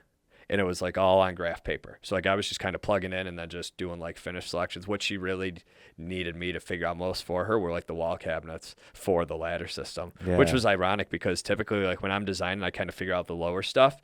And then a lot of times the walls just kind of like fill in. It's like you fill in the blank type of stuff, Right. So to spend a whole day just designing wall cabinets was like something like I had never done before. And it's like they bring you this ladder system that was at it was at like certain height levels and stuff like that you had to like the runner board and stuff like that to get it to. So you had to work around that. And so we did that one, and that's the showcase job of my career. Yeah. To date for sure. That one was a lot of fun. Clients were great to work with. So we were doing that, and actually while that job was being installed, I get another client who's doing like a butler pantry, like on the back of their main pantry. They got 9-foot ceilings, and the wife was like, we take the cabinets all the way up to the ceiling. The wife like makes a joke about, oh, I'm going to need a ladder for that one. So I throw out like this like little like cheeky line about, oh, let's put a ladder system in there. And they like give me this like weird look. So it's like, let me show you this job. I pull up like the pictures of it like while it's being constructed. And the guy looks at me, he goes, hell yeah. I'm like, really? He goes, yeah, that's fun. He's like, let's do it. I'm like, hell yeah. See, so that's awesome. So we did that. And then I was like, well, I got just a contractor for you. So I send my contractor. I call him. I go, dude, we're doing another ladder system. So we do that, and then that same contractor, Troy Fallon, WNY Remodeling, he's doing a new build right now, his own new build, and he's got like 12-foot ceilings. So he was like, I'm doing the ladder system of mine. So I'm up to my third one now. That's pretty sick. Yeah, That's sort of like pretty you're wild, creating huh? your own trend almost. Yeah, here in yeah. this That's I'm like, region. when I want to do like a little mini like vignette in one of my showrooms at some point. And I'm like, I got this like figured out now. I'm like, let's roll with it. I'm like, because that's another thing too. Like somebody walks into the showroom and they see that and it's like, whoa, this ladder system. Like even if like their house can't do it or they have no plans of doing it, they're going to remember me because you're not walking into another showroom and seeing a ladder system. Like, It's not one that I know of. Right. You know, but so it's like having like those differences that can set you apart. Yeah. Yeah. That's really cool. And that's they're great really resume cool. writers. You know, that's like one of my, that's the front picture on my business card. Yeah. Right now is that one. So That's a good idea. Like, yeah, you want something like this. I think that's a great place to sort of, transition to if there's one thing that you could hope that, our viewers sort of take away from this conversation with you regarding creative kitchens and baths, what would that one thing you'd want someone to remember? give us a shot. And I guess like what I mean by that is like the showroom setting can be intimidating, I think, to a lot of people, or they don't even want to like walk into the showroom because they assume, we're going to be, X amount of dollars more than a box store or something like that. And I'm like, that's not necessarily the case, it's it really comes down to the individualized service of where you get the difference, but as far as like product goes, like I'm right there price point competitive with I got entry, mid, high end cabinetry, and we're right in line with all the box store stuff, but you're gonna get one-on-one attention. You're gonna get someone with a soul. Yeah, right. Don't think that we're gonna be 2 or 3 times more, because it's not the case. And Is it a common misconception with showrooms? Yeah, I've always, for years, even before creative, I was always trying to think of ways to how do you pull some of that box store clientele that I was told by one of my bosses years and years and years ago that not everybody's a fit for everybody, and that was a really kind of not gratifying. I don't know, maybe not. I don't know the word I'm looking for, but like relieving. Yes, relieving to hear that, because like you didn't feel pressure to. Here's this person that comes in and now I got to make this work, for that sale. There's people who are going to come into a showroom that probably should be at a box store, and you're going to get box store people that probably should be at a showroom. Yeah. But it's about not trying to put, the square in the peg. I think, like you mentioned, having different types of designers too. Like you mentioned, like you guys all aren't the same fit exact a personality, right? It's like you go into a barber shop. Everybody, each barber, they're all going to give you, you want to fade, but you get faded out differently from different barbers, and maybe they both give you a good cut, but guess what? Maybe you like, maybe the small talk is better with the other one, so you're going to be more prone to that one. You guys just experience this together. So it's like I've said before, like one of the things on our website a long time ago that I put on there was like, we're an agency, and like a lot of companies, like it's almost like you're going to need an agency at some point. So it's going to come down to results and relationship. Is it working? And do you enjoy the process of getting it to work with that agency or that partner? Because it's a difficult task, and people often don't give it the patience or time or I guess feedback that it needs to make it work. Because regardless if you're working with us or if you're working with another company, you need to give them time and patience. But ultimately, if you're not enjoying it, just go find somebody else. Right, exactly. And that patience and the time thing, I tell people that too, like, we are patient. Patience is a good thing in this industry. I get people who will call and they'll be like, probably not doing anything till next year. Would it be okay? Can we start the process now? Is it true? I'm like, no. I'm like, thank you. Like, this is good. It's the people that come in and are like they need their kitchen yesterday. That's where I'm like, there's a lot of decision making that goes in here. So to like rush through it, that's where you probably run into issues more so than taking your time and let it just organically happen, Yeah. So then you're not getting all stressed out and everything like that, be it whether it's price point. Remember, like I was saying earlier, people get stressed out about spending money. People get stressed out about having to make decisions. Yeah. And people get stressed out when they can't see the vision. Right. So like I tell people all the time, I'm like, I feel like I'm part designer, I'm part teacher, and I'm part therapist. Right. Designer obviously speaks for itself, but the teacher part, that's where I was talking about like the product and price knowledge of like getting people like so they know that they're making an informed decision. Yeah.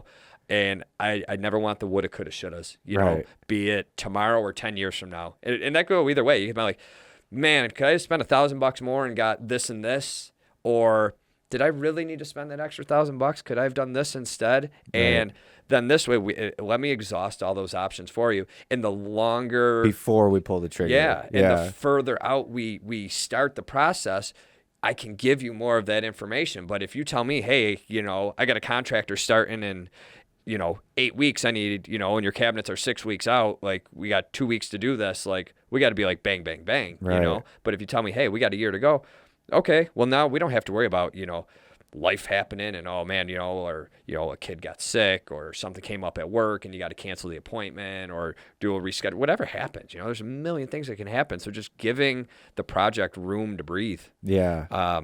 So yeah, don't be afraid to come into the showrooms, you know, and come in early. Yeah. That's what I was going to ask, was how can people reach you guys, or what's the best way to sort of set up an appointment? So you can call us at either showroom, and we like to start our process by coming out on site to you know, to get some room measurements and stuff like that, and then they have them come in, and then we do the design process, and then have you come back in, figure out whether you want to come into Hamburg or Amherst. So you can always call us at the showroom to do that. You can go direct online on our website, and our online scheduler is set right on there. You can pick the designer that you want to work with right on the website, and then you click on our face, and then our schedule will come up, and then you can find a time that's convenient for you. We got and then Facebook, you know, Facebook's another big one, which you guys have been great helping us out with the Facebook stuff there, and the traffic, and that's really been driving up. So kudos to you guys for that stuff. That's been a huge help for us. Well, So I always like to say, like you said, karma earlier, we sort of positioned ourselves a couple years ago with what we like to call karma clients. And we sort of aim to work with people that we know are not going to make our jobs easy, but there's obviously probably other designers in the area that wouldn't make our job as easy as it is with the work that you guys do and how you appreciate it. So I appreciate you guys, you know, being as passionate and caring for the customers, because I think that stuff carries a lot of weight in what we do. We sort of do our best to get a client in front of the right audience, whether that be in search or whether that be in social media or on YouTube or wherever. That's our goal. But ultimately, we can do that a million times. But if the people on the other side aren't willing to approach that lead or that potential customer with the attention and passion for what you do, it doesn't matter what we do. yeah. So, you know, it goes both ways. I'd say walk in too. Obviously, you can always walk into either showroom at any time. We operate, you know, appointment, you know, based. We try to as best we can, you know, as far as, you know, follow-ups and stuff like that. But the door's always open to walk in and at least, you know, say hi and walk around, get, you know, some ideas on what you want to do. So yeah, walk in, call, website, Facebook are all great avenues for that. Awesome. Well, thank you, Jim. I appreciate it. Last question here. What's next for you and for the team? What would it look like in the next year, 2, 3, 4 years? Let's get a third location, huh? All right. Love it. Right. We'll see where that goes. But yeah, man, let's dream big and keep it rolling. Awesome. So, but yeah, I guess that's the big thing. The other big thing that's always coming up for us, that's not too far away, is that Hamburg Home Show. Come see us at the fairgrounds. Good call. We got front billing there. Basically, we got when you walk into the front doors, we're grandfathered. We're the very first front corner aisle, so Nice. you can't miss 'em. miss us. So Be sure to come check them out. You know, you heard them. It's easy to reach them. Stop in the showroom, introduce yourself, and give them a shot. Like you said. that's it. Thank you for listening. Appreciate it. Make sure to like, comment, subscribe, tell a friend about our show here. And if you or someone you know has a business and you want to stop in and tell your tale, we'd love to hear it. So thanks again, Jim. Jeremy, thank you. This was great. Awesome. Appreciate it. Hey, everybody. Welcome back to another episode of the Plant Your Flag podcast. This is our episode number 9, and we're joined by Jared Byer from Made to Move Fitness. Just wanted to remind everybody to subscribe to whatever platform you're listening or watching on.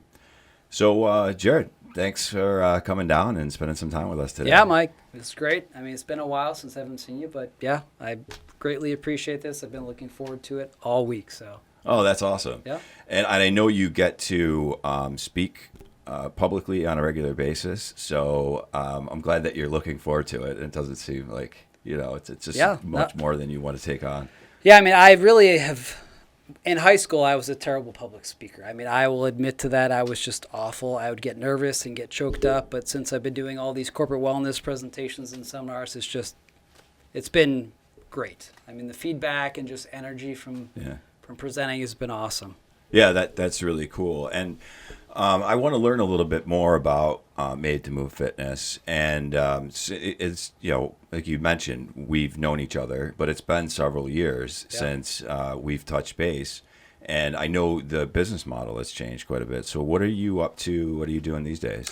Well, when you used to come to my studio and your wife, it was more of a group training studio, more fitness-based. So it was appointments and group training. And in about September of 2019, not knowing the pandemic was coming, I was like, I want to kind of change the business model. I had been doing corporate wellness for like the big insurance companies, more like lunch and learn. So I'd go in and do these talks, and they usually had the talks where they would have like the PowerPoint presentation. I would just come in and present.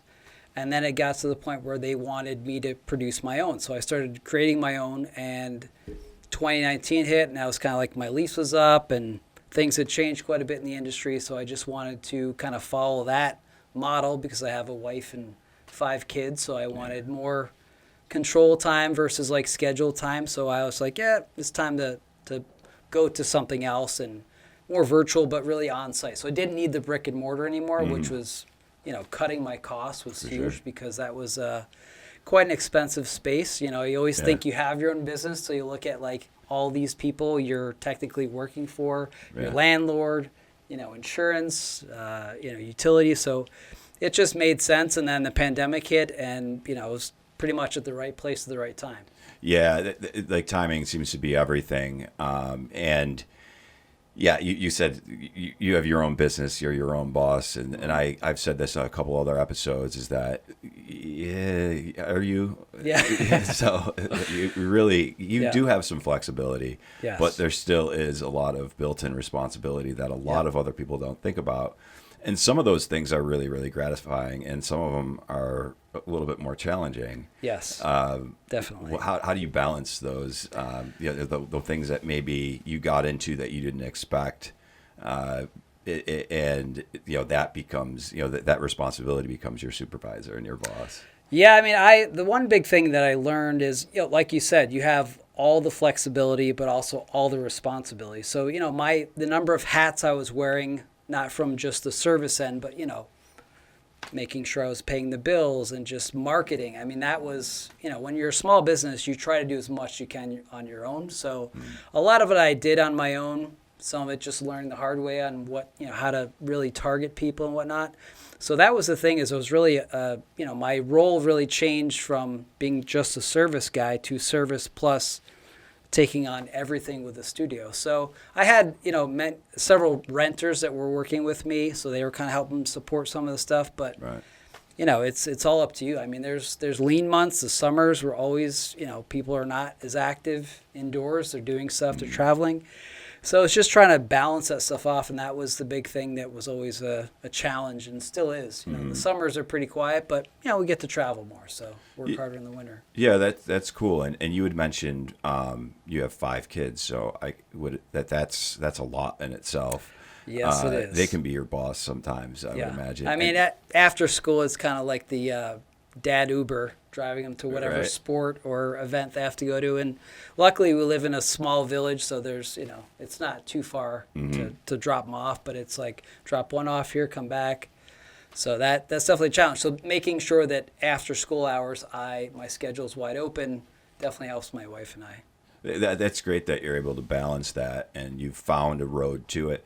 Now, I think the last time I saw you, I think you might have recently had twins. Is that right? Yeah, so right around that time where I opened the studio, my wife and I had boy-girl twins. They're 13 now, going to be 14 in January. So yeah, it really flew by. I mean, it's amazing. Everyone, all these parents tell you, this time is just best time of your life is going to fly by. It's drudgery, just your schedule, but you'll miss it. And that's, kind of where I'm at now. So really, best time in my life right now. So that's awesome. Yeah, and congratulations. Thank you. Now the COVID era, it seems like what's again I mentioned before, timing seems to be so important in life. What does go well, what doesn't go well. It seems like your timing lined up fairly well with you making that business transition. How, looking back on it, how happy are you, or did you wish maybe you would have transitioned a little sooner, or was it just the perfect storm?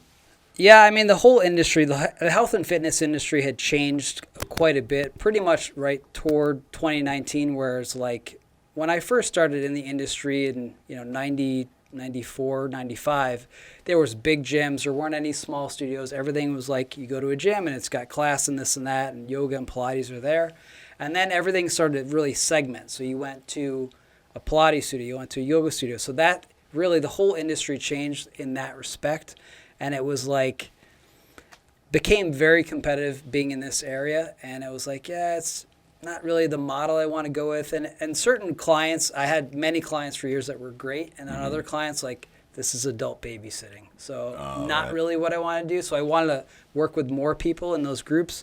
So it was kind of just a stroke of luck that I was like, yeah, it's time to move on from this. And again, because of the competition, all my expenses were increasing. And I want to spend more time with the kids as they're growing up. So that kind of, that transition just worked. And again, no one had any idea the pandemic was coming. But as I mentioned to you before, that basically in the beginning of the corporate wellness stuff, during the pandemic, everything switched to virtual. Like everything. I mean, trainers are doing virtual lessons and classes and sessions. And I had several colleagues that had studios, and they were not allowed to be open. So, like, I couldn't imagine having all that overhead and limited ability to basically pay your bill. So I was really happy that I had made that choice, but felt really bad for other people that didn't. I mean, there's several trainers from my studio opened their own about that time, and it's very tough doing business in that environment. But the virtual thing, that happened quick. So everyone transitioned very quickly. And with the family aspect, how was it running those virtuals? I guess seminar is not the right word, right? What would you call them? Yeah, they're virtual seminars, wellness seminars, corporate wellness. I would say the interesting thing was I did actually have COVID twice. And the first time I got it, I had 103 fever, and I had a seminar the next day with like 100 people virtually. Wow. So luckily I wasn't in person. But the thing is, you have to obviously make sure the dog is quiet, and the kid's like, this time, Daddy is busy. You can't come in the room. And there would be times where it'd be like, go. So, it was an interesting transition, being that the kids were home and trying to do that. So, it worked, but it was definitely challenging. But again, like we had mentioned, that a virtual seminar and trying to, present is, you just don't get the energy. It's talking to a screen. You don't get as many questions. So you don't know how you're doing. You don't know if it's really going well, or if people are just like, cameras off and they're not even at their screen. So hopefully it worked. Yeah, because some people have to be there, because it's a requirement. So, but we were talking prior to the cameras rolling, and we were saying there's that energy that you feel in the room when you're doing an in-person presentation, and it's tough to recapture that through the virtual. I mean, you're able to still get that information out, which I think is great. And I've always thought, when we were going through all that I think companies and people who are going to thrive after the dust settles are the ones who take some of the pieces that were positive from the pandemic and continue to utilize them, but also separate themselves from the things that they had to use. And I think that, the folks that were still relying on virtual services and thinking that was going to be the end all be all for, here and forever. I think either they probably didn't last all that long, or they had to change their mind partway through. Yeah, I mean, the big thing with a lot of those seminars, when things started to come back to in person, like, I actually would tell groups, like, I am just so happy to be here in front of people again. Like, this is just gives me, hope and energy that this is really the right platform. But actually, some companies in the insurance industry went to basically, instead of like having in-person things and things, I'd be like, oh, we have health coaches you can talk to online, or we have these pre-recorded things, and people really don't like them because you can't ask questions. It's not personable. It's like watching a commercial or video. So, the industry has changed quite a bit in that they're trying to cut costs and do pre-recorded evergreen type things. And some of that stuff is good, but the whole like health industry, everyone's got their own video course, and it's like, yeah, but people want to really engage with you and talk with you instead of just this canned, here's what you do. Right.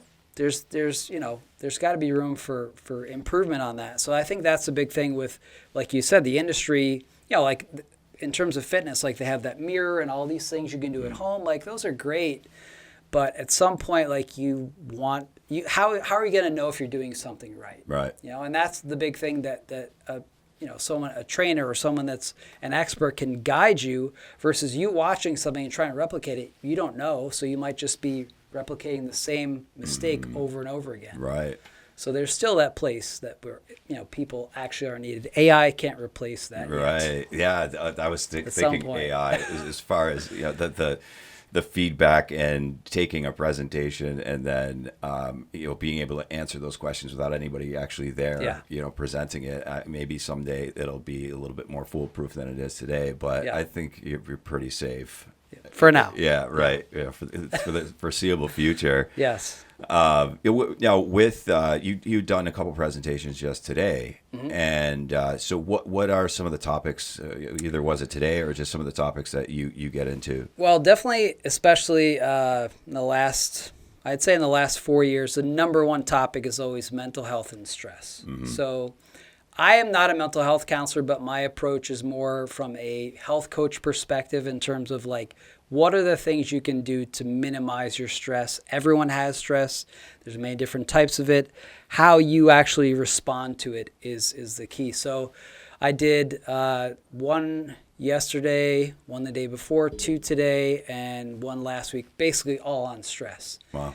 And, these are, groups that I'm working with that are under a lot of stress, that have, police, fire, social services people that, they need the support themselves. So that's what I'm there to provide. And the first group this morning was just amazing. Like the question answer was phenomenal. Yeah. It was like, let's ask about this and that. And it was just so free form. And that's what I really enjoy. It was Niagara Falls, so I drove 45 minutes this morning to do it. But that's the kind of energy that I get back from people is they're taking notes, they're engaged, and you don't get that in a virtual talk or seminar. Right. Yeah, absolutely. And I stress is certainly something that is being talked about more. Do you think, based on your experience, because how long have you been in the fitness industry? About 32 years in the fitness industry and about 10 or 11 doing corporate wellness. So out of those 3 decades, do you feel that there is more stress in people's lives, or do you think it's being spoken about more, or maybe a little bit of both? I think it's being spoken about, but there definitely is more stress, and I really think it's just the tech overload. I mean, we are, bombarded by things that are happening that we can't unsee or unhear. And, we were talking about this, that I just really needed to take a tech break or media fast in the last week or so. I'm turning 50 in a week and a half. And I'm like, I just need to unload. I mean, I've heard studies saying that, the amount of information we're getting in a day is the amount that we would average a year, like a decade ago. So like, it's just, and it's nonsense. It's stuff that doesn't, our brain, the problem is, when we get ready to go to sleep, our brain is trying to say, okay, what's important, what's not. So when you have this huge pile of information and you're trying to get to sleep, I mean, people, like, I do a lot of talks on sleep, and it's like, well, how do I shut my mind off? Like, well, you have to stop feeding it. Like, your brain is going to absorb this stuff like a sponge, and then you're going to create this situation where your brain has to determine, is this important, is this not? And unfortunately, things that are very emotional, especially mental health wise, your brain thinks that is crucial information you need to retain. So, these funny videos and, that kind of stuff, that doesn't really stay in your brain. But the emotional stuff is, with wars and what's going on with, political things, that sticks with you and can really have a negative impact on your mental health for sure. Right. Yeah. And now there's probably some tie-ins with activity and helping with sleeping and helping with your stress. So that seems like it would make a ton of sense. Do you ever have anyone kind of second guess, because you mentioned the mental health aspect of it with your background being more in fitness? Do you ever run into those issues where they think like, well, wait a second, we want a psychologist to be doing this or what have you? I mean, I have several colleagues that are mental health counselors and things. And again, that, they're into, therapy. So it's like, very private. They're not doing typically group type things. And a lot of it is like self-help or self-help type approach. And I have a colleague, and she does this awesome thing. It's she calls it net walking, and it's basically she's a mental health counselor, but she does it during a walk. So you're not sitting in an office; you're actually outside, getting fresh air and sun, and just the impact of combining activity and therapy is huge. So that's it's just fantastic. Yeah, so she does a great thing. I actually personally myself started probably the last 2 months doing my own walk and talk with myself. Early in the morning, I get up. Before my kids get up for school, I usually do my exercise and whatnot in the morning. Some of it's kind of manifesting and kind of directional type stuff, but I'll get up in the morning and, it'll be dark out. I'll put a headlamp on just to kind of light my way and just talk to myself. And that's something I think we really need to just get away from tech. There's a lot of great things we can do with tech, but there's a lot of things that are overwhelming our brains and bodies. So it's been therapeutic in many ways, and I think we need that personal time, but we also need this social wellness. We need to be around people that, support us. And I think that especially post-pandemic, people are still coming out of that, and mental health has been the biggest thing. So anything you can do for yourself. But in terms of fitness and exercise component, I am not like pushing people to go to a gym. I promote what really movement does for your body. So Made to Move Fitness is all about movement. It's not about weightlifting and whatnot. I mean, I've trained pro athletes, Olympic athletes, soccer. I've done everything, seniors. And, pretty much everyone's bodies work the same way. They're different levels, obviously, and age things. But the main thing is that you want to do something that's going to improve your health, not just like how much you can lift. And the gym industry really has changed drastically since I first got into it.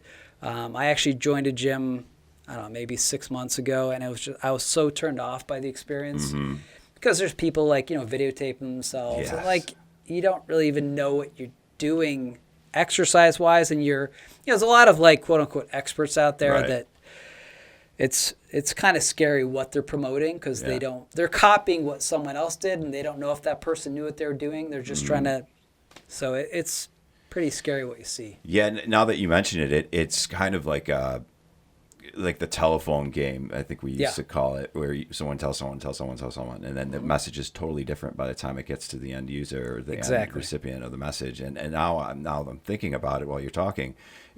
With these videos and with social media, it's really that telephone game on steroids. And by the time you get to the other end, that exercise, that movement, is probably completely manipulated. Yeah. And it gets more like, so it must be better. Right. Yeah, I mean, when you look back at like obviously the old like health and fitness magazines, like how many times can you write a bicep workout or an ab routine? Like that horse has been beaten and buried for years. Yeah. But, it sold magazines. I mean, then they switched to like, oh, here's like a 5-page thing in the middle of it, which you think is like a research article, but really it's just something that a supplement company put together. So, that's really changed a lot. Sports nutrition is just crazy huge now. But yeah, it's like this has been done so many times, but really trying to carve out a special, like a target market is really, I think, the right way to do things. And this just general stuff. Yeah. Most fitness is just bodybuilding, which is really not for health. It actually can create more problems than it solves. So being almost 50, my big thing is like, I want to be mobile. Right. Mobility is huge. Like, I want to be able to hike and do stuff with my kids, and they keep me young. I mean, they play sports, so I do things with them. So that's, as we age, there's different things that happen decade by decade in terms of exercise. But the main thing that I really promote with exercise is the movement medicine. That's a big term you see nowadays. And, your doctor tell you, exercise and eat better, but they don't really they won't give you a plan or tell you what to do. So it's like you need someone that knows what to do versus saying, okay, let's go to the gym and do this. And there's just too much of that out there. So that's something I've been trying to speak out against, because like what you see as mainstream is not really health. Right. There's a lot of these influencers, fitness influencers, are just promoting products or promoting services. They're doing things that are sometimes dangerous. Right. And like you had mentioned, magazine articles and things like that. And as we both date ourselves here, we're within the same age range, about 5 years apart. But you, I imagine, saw things that you didn't align with. Is that what helped you plant your flag? Because you were seeing things in the industry that you felt you could do better? Yeah, most definitely. Again, I had worked in gyms, several gyms over the years, big gyms, small gyms, studios, and it was like, again, a lot of it was influenced by muscle and fitness magazines, health and fitness magazines, and that's bodybuilding. I mean, Arnold did so much for that industry, and he's still an icon for that. But he's aging, and he's had heart surgery and things like that. But that's not really what health is about. That's more for aesthetics. So in your teens and 20s, you want to be this peacock to attract mates. Right. A lot of my clients are in their 40s and 50s. Like, I did that, but that's not me anymore. Like, I just want to get out of bed and not be sore. I want to not sit at work all day and barely be able to move. I want to have energy to do things and travel, and that's a big thing. I mean, I love travel, and I think that's what, as we age, we want to be able to experience other places and just get away from that. That's just things that I really enjoy myself. Right. What else went into why you decided to plant your flag? Was it upbringing? Was it just like we mentioned, like I mentioned, the idea that there's a different way to do things than the way that you were seeing or the people you were working for? What kind of went into that? Well, I worked for some companies that were not necessarily on the up and up. Had some business partners that were not the most honest people. Right. And I had, definitely a sense of making sure I'm doing things the right way. And they weren't. So breaking off and starting my own LLC was really just my way of like, I've learned all these things in the industry, and now I want to do things my way. So I want to be the one that's not going to be, pushing heavyweight and focusing on, mirror muscles. This is like things that you should do, because I originally had gone to school for physical therapy. I came to Buffalo in '92 for that. And I really wanted to, model what I was doing to really help people move better. And that's where the whole made to move fitness thing came in. And actually came to me in a dream. I was trying to think of what is, this is important. I have to come up with a DBA name, and it just came to me. And then when I ended up filing LLC, same thing. I'm like trying to think about it. I go to bed and popped in my head in the middle of the night. And that's Strive to Thrive Health. So they both have the number 2 in them, but it came to be. And Strive to Thrive Health is my LLC. And then I have other specialty programs underneath that. That's where that kind of came from. Yeah, nice. Yeah, I 2006, I think we both filed those DBAs. Yeah. What month was it? I don't recall, but it was kind of a weird thing where I had to go downtown. They had like these ancient books look like they're from like Harry Potter. Like, you got to go look through there and make sure it's not in there. I'm like, there's no easier way. Like, isn't it unbelievable? Yeah, it was really a weird experience. So again, I just needed that so I could get a checking account and do everything for my business that way. But yeah, it was interesting. Yeah, I first went and I went online and I found this service that I thought was going to do it for me. And essentially it just it cost me $35. And I was like, okay, well, that's normal because that's what Erie County charges. Yeah. But it was $35 for them to fill the paperwork out, to send it to me, so then I can go and take it downtown and do it myself. Oh, gee. So I started off on a great foot. But yeah, I do remember the date. It was the 29th of June, 2006. Wow. So I'm kind of strange with dates like that. Yeah, I'm not good with dates. I remember the year, but that's about it. That's obviously not of utmost importance in my brain. Sure. So No, dates right. and numbers are not my big thing. Weird things with clients, like, oh, you had this injury. How's that? I have this weird thing that my wife's like, that's just a weird, you remember things that are, your importance level on certain things is just different than other people. I saw something in a movie where it was Ryan Phillippe. He had mentioned saying that his mind is the endless capacity for useless information. I probably have that similar mind. Yeah. Useless at certain things. Right. Well, but you never know when it's going to pop up. Yeah. And I would imagine with all the different people you meet and the people you talk to, sometimes that stuff becomes relevant. Yeah, definitely. For sure. Now, crazy story. What is the craziest thing that you've seen in business so far? Well, the craziest one that I still think about is I actually got this letter from federal prison. Okay. And it was like, handwritten. And I opened it up, and it's like this letter, handwritten letter. I think it was like 2 pages long. It had a photograph in it.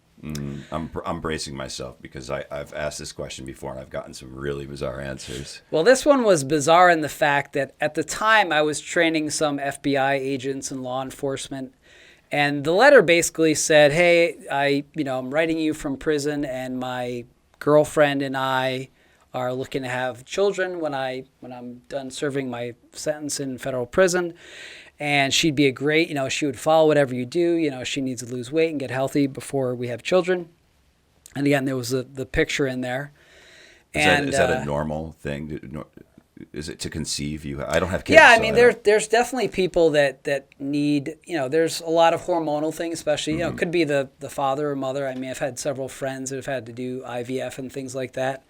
But yeah, so he was like, she wants to get healthy and in order to have kids. So I was like, and he's like, she would do this, and she'd be your model client. You could use her for marketing and show all this progress. So I was like, okay, that's a little strange.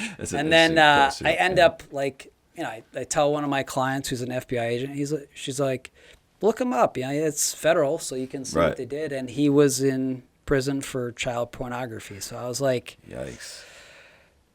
Yeah, I mean, I don't know what it's called, but there's a thing where women, I don't know if they get engaged or attracted to people that are incarcerated, even if they're not like working there or guards or something. So I'm assuming that's what this was. And I'm just like, I am not doing anything with this, but it's pretty sad that a woman would think like, hey, this would be a good father. Be a good father. And like right out of the gate, No. he's saying, you've got to drop some LBs and you're going to be on a commercial for Made to Move Fitness. So that was probably the strangest. Yeah. I've had I had one client, all she wanted to do was train her abs. Like she was pretty fit, but the entire session was just abs. So I'm like, not what I would recommend, but all right. And she was, really enjoyed it. And I'm just like, here's what you can do. This is not really. I picture that big on movies and things. The Step Brothers with Adam Scott, where he they clearly cut to like a model. And he's like in the treehouse, that scene, and he pulls up his shirt. He's like, I haven't had a carb since, whatever day. And that's kind of what I'm envisioning with this. But I would imagine it's like is there ever a point where you have to step in and say, I understand this is what you want to do, but for me to do what's right, I can't just focus on this one body part day in and day out. I mean, that one wasn't as extreme. We did have the one gym I worked at, there was a girl that would come in and she would weigh herself before she started exercising. She'd exercise a ton, and she was just losing weight. I mean, she had bulimia or anorexia, and we just basically had to not stop her membership, but get her help. Yeah. And that was definitely a serious situation because it was like in plain sight.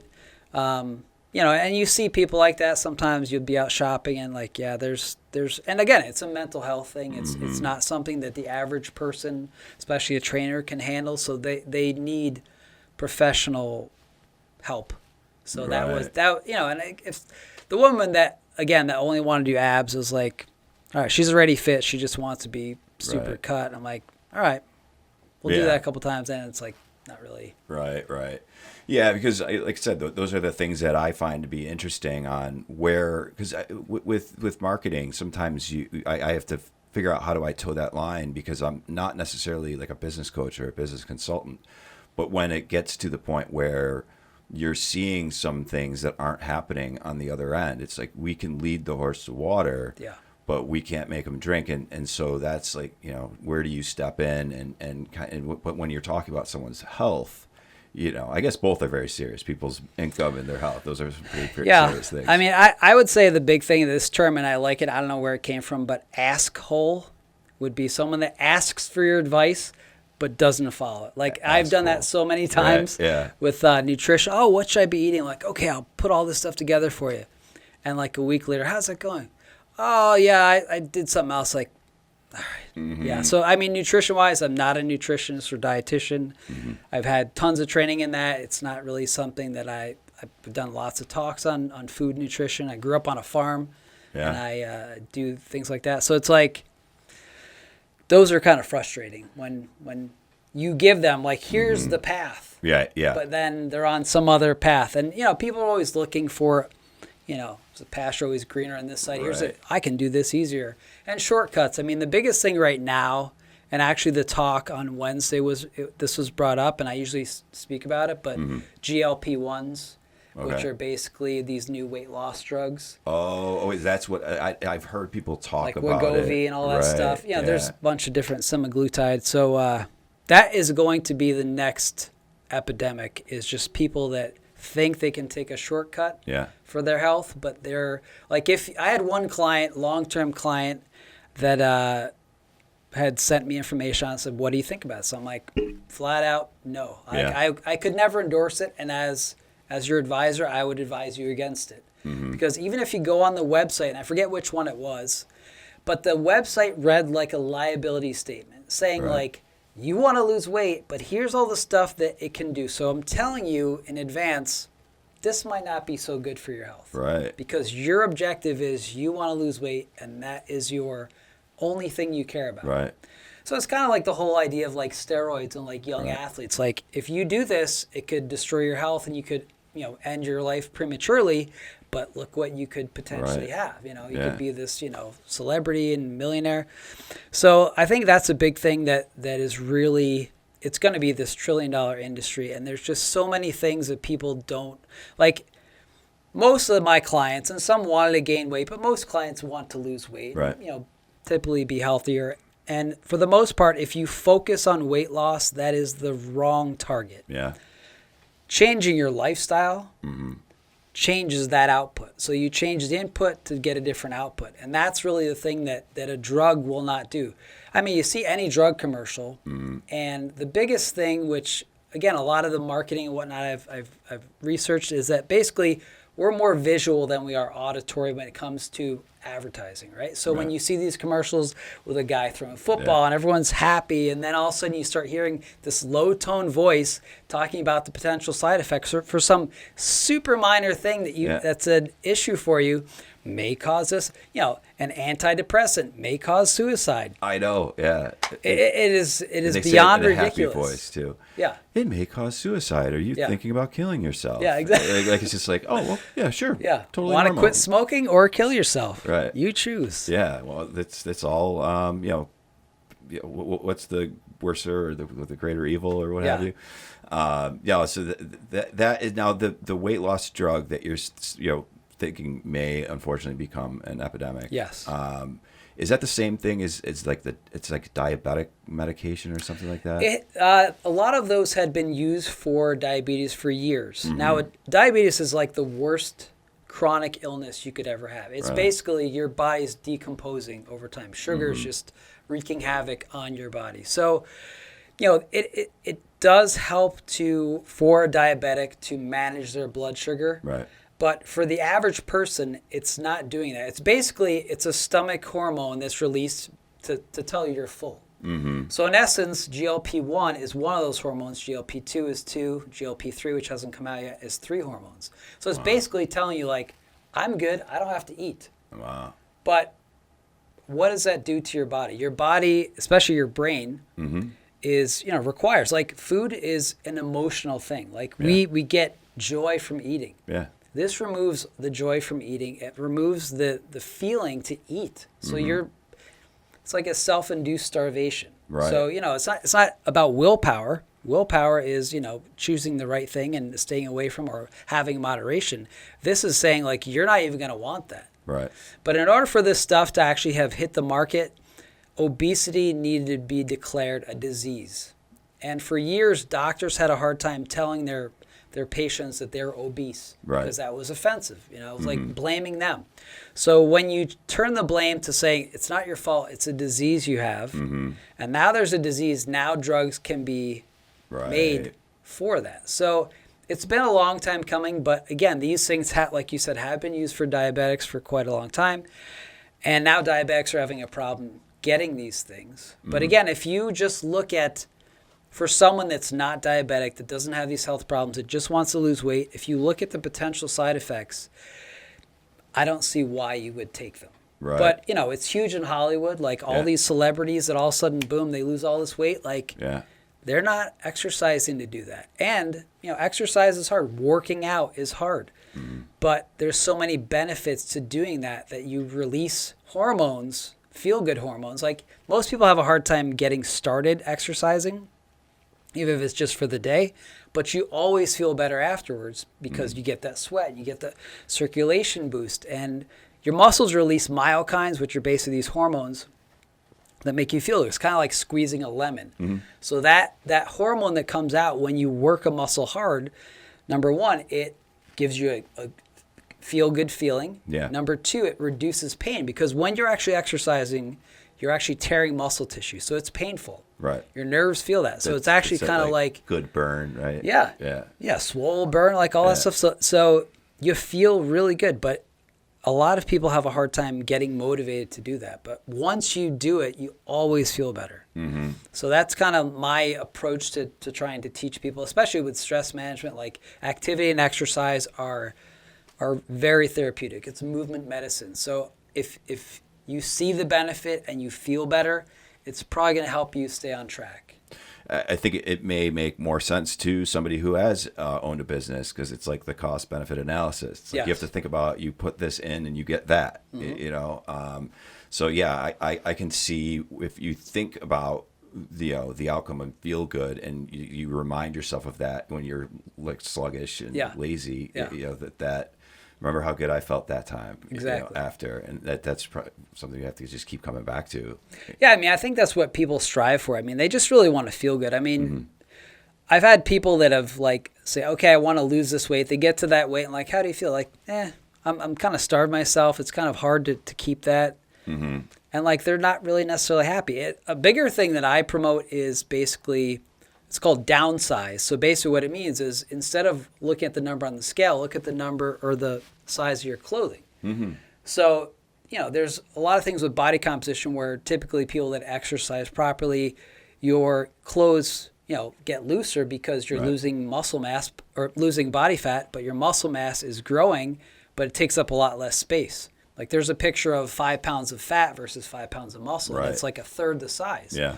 So the scale really lies. I mean, there's a lot of negativity around the scale, and I understand it because it doesn't show composition. Your weight is actually the sum of 6 parts. It's not one number, and those are broken down based on your composition. So a lot of it's just like teaching people about basic, anatomy and physiology, and trying not to make it complicated, but that's what people really strive for. They want to feel good, and looking good does make you feel good, but just getting to a certain number never really works. And I would imagine that adds to the stress as well, because you're constantly checking back in on that, and it's kind of anti-productive, totally. Counterproductive, I guess is the word. Yes. Yeah, I mean, again, that number on the scale is, it can fluctuate. I mean, how much hydration, how much you ate. If you had a big meal, that's still passing through your body. It doesn't mean you gained 5 pounds, but, a heavy meal sitting in your stomach, or several meals for the day, you step on the scale and, well, how did I gain all this weight? Right. Next day, you're changed. So really, your weight will fluctuate by, 5 to 7 pounds per day, and also different scales are different. I mean, I've done that many times where like the scale is way off, and body fat scales are a big thing, and a lot of people have them in their homes, and they are just a shot in the dark. I was just going to say, and not a consistent shot in the dark. It's not like, hey, we're always 2% off, it's like based on your hydration, it can be a total number. If you're Right. dehydrated, it can be a different number. So there's a lot of, health and wellness products out there that mean well, but actually can create more stress than they can relieve. Right. Yeah. That no, that lines up, and it probably doesn't make your job easier. How are we doing on time, Armando? We're about 40. Okay.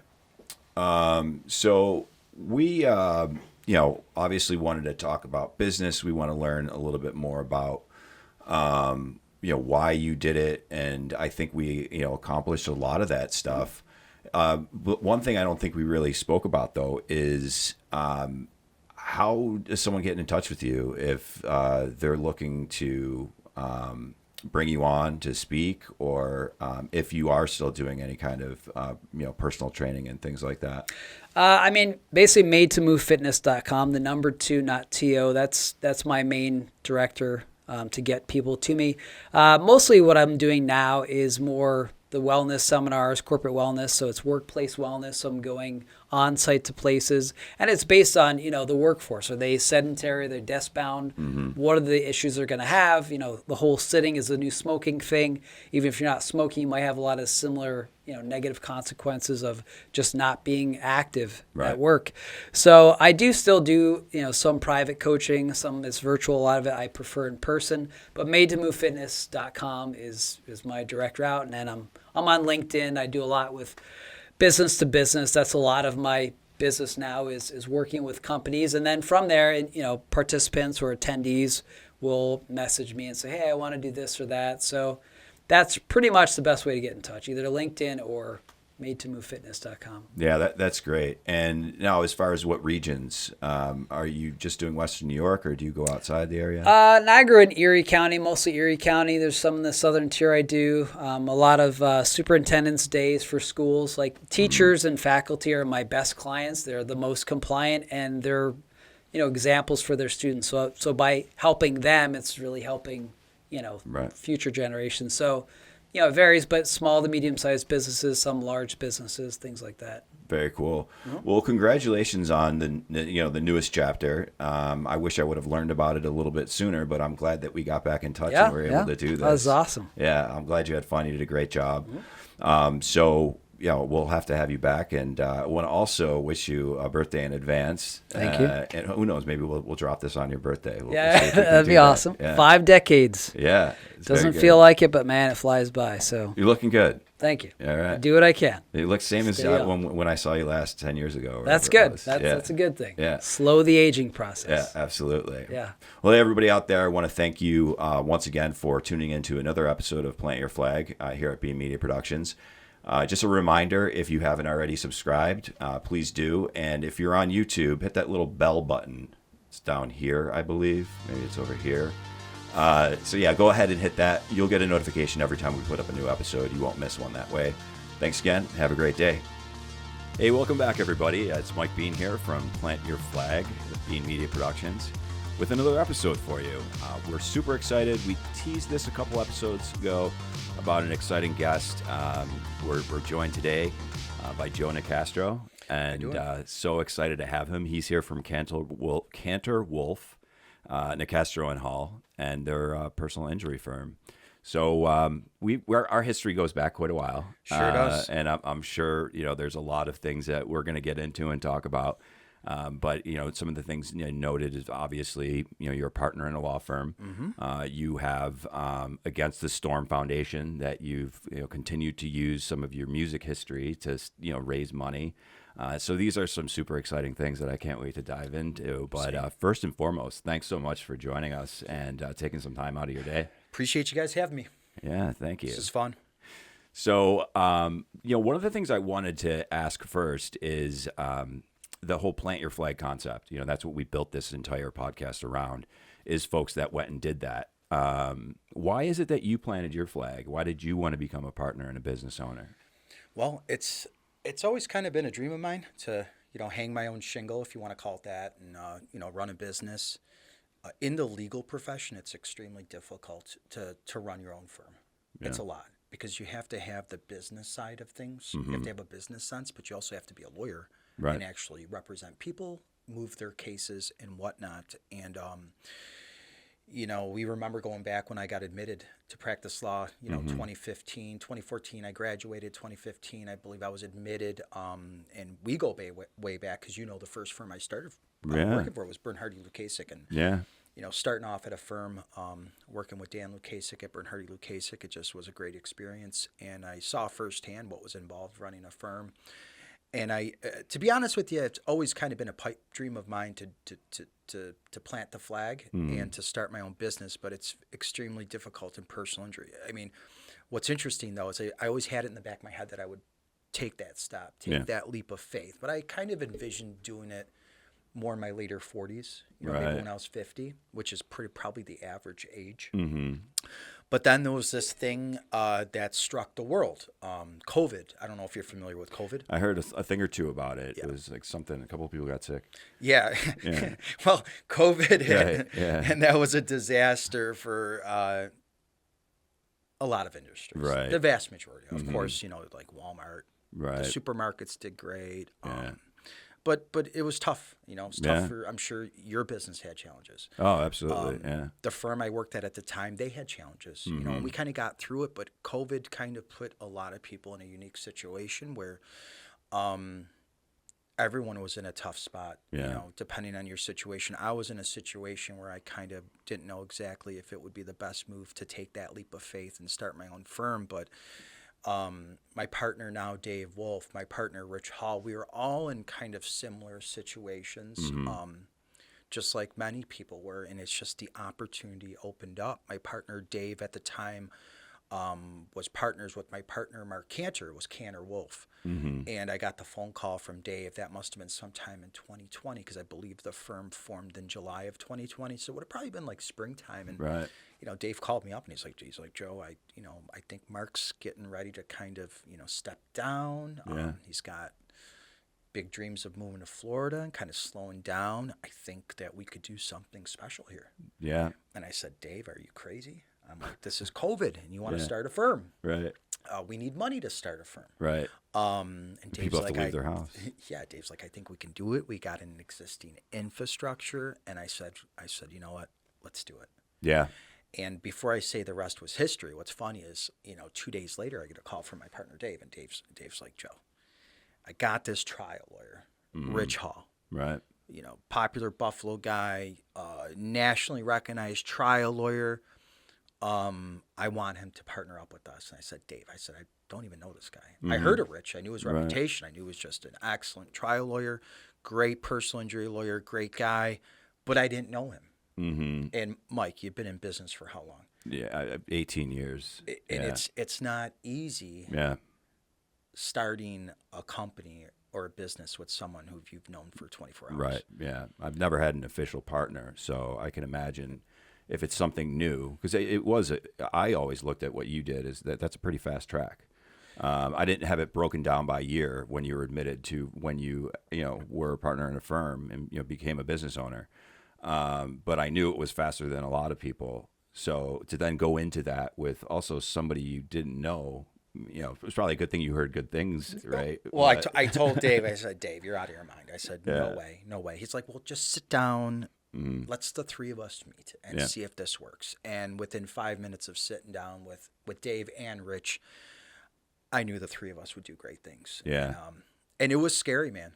Starting a business during COVID, I mean, we got some of those business loans that people were getting. Right. We paid back those loans, but, I'm not going to lie. I mean, we had to work really hard. Yeah. And that's another thing we were talking a little bit before about, like Outtakes, right?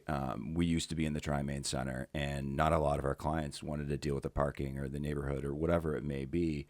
Same kind of thing in your industry. There's certain optics that your clients are looking for.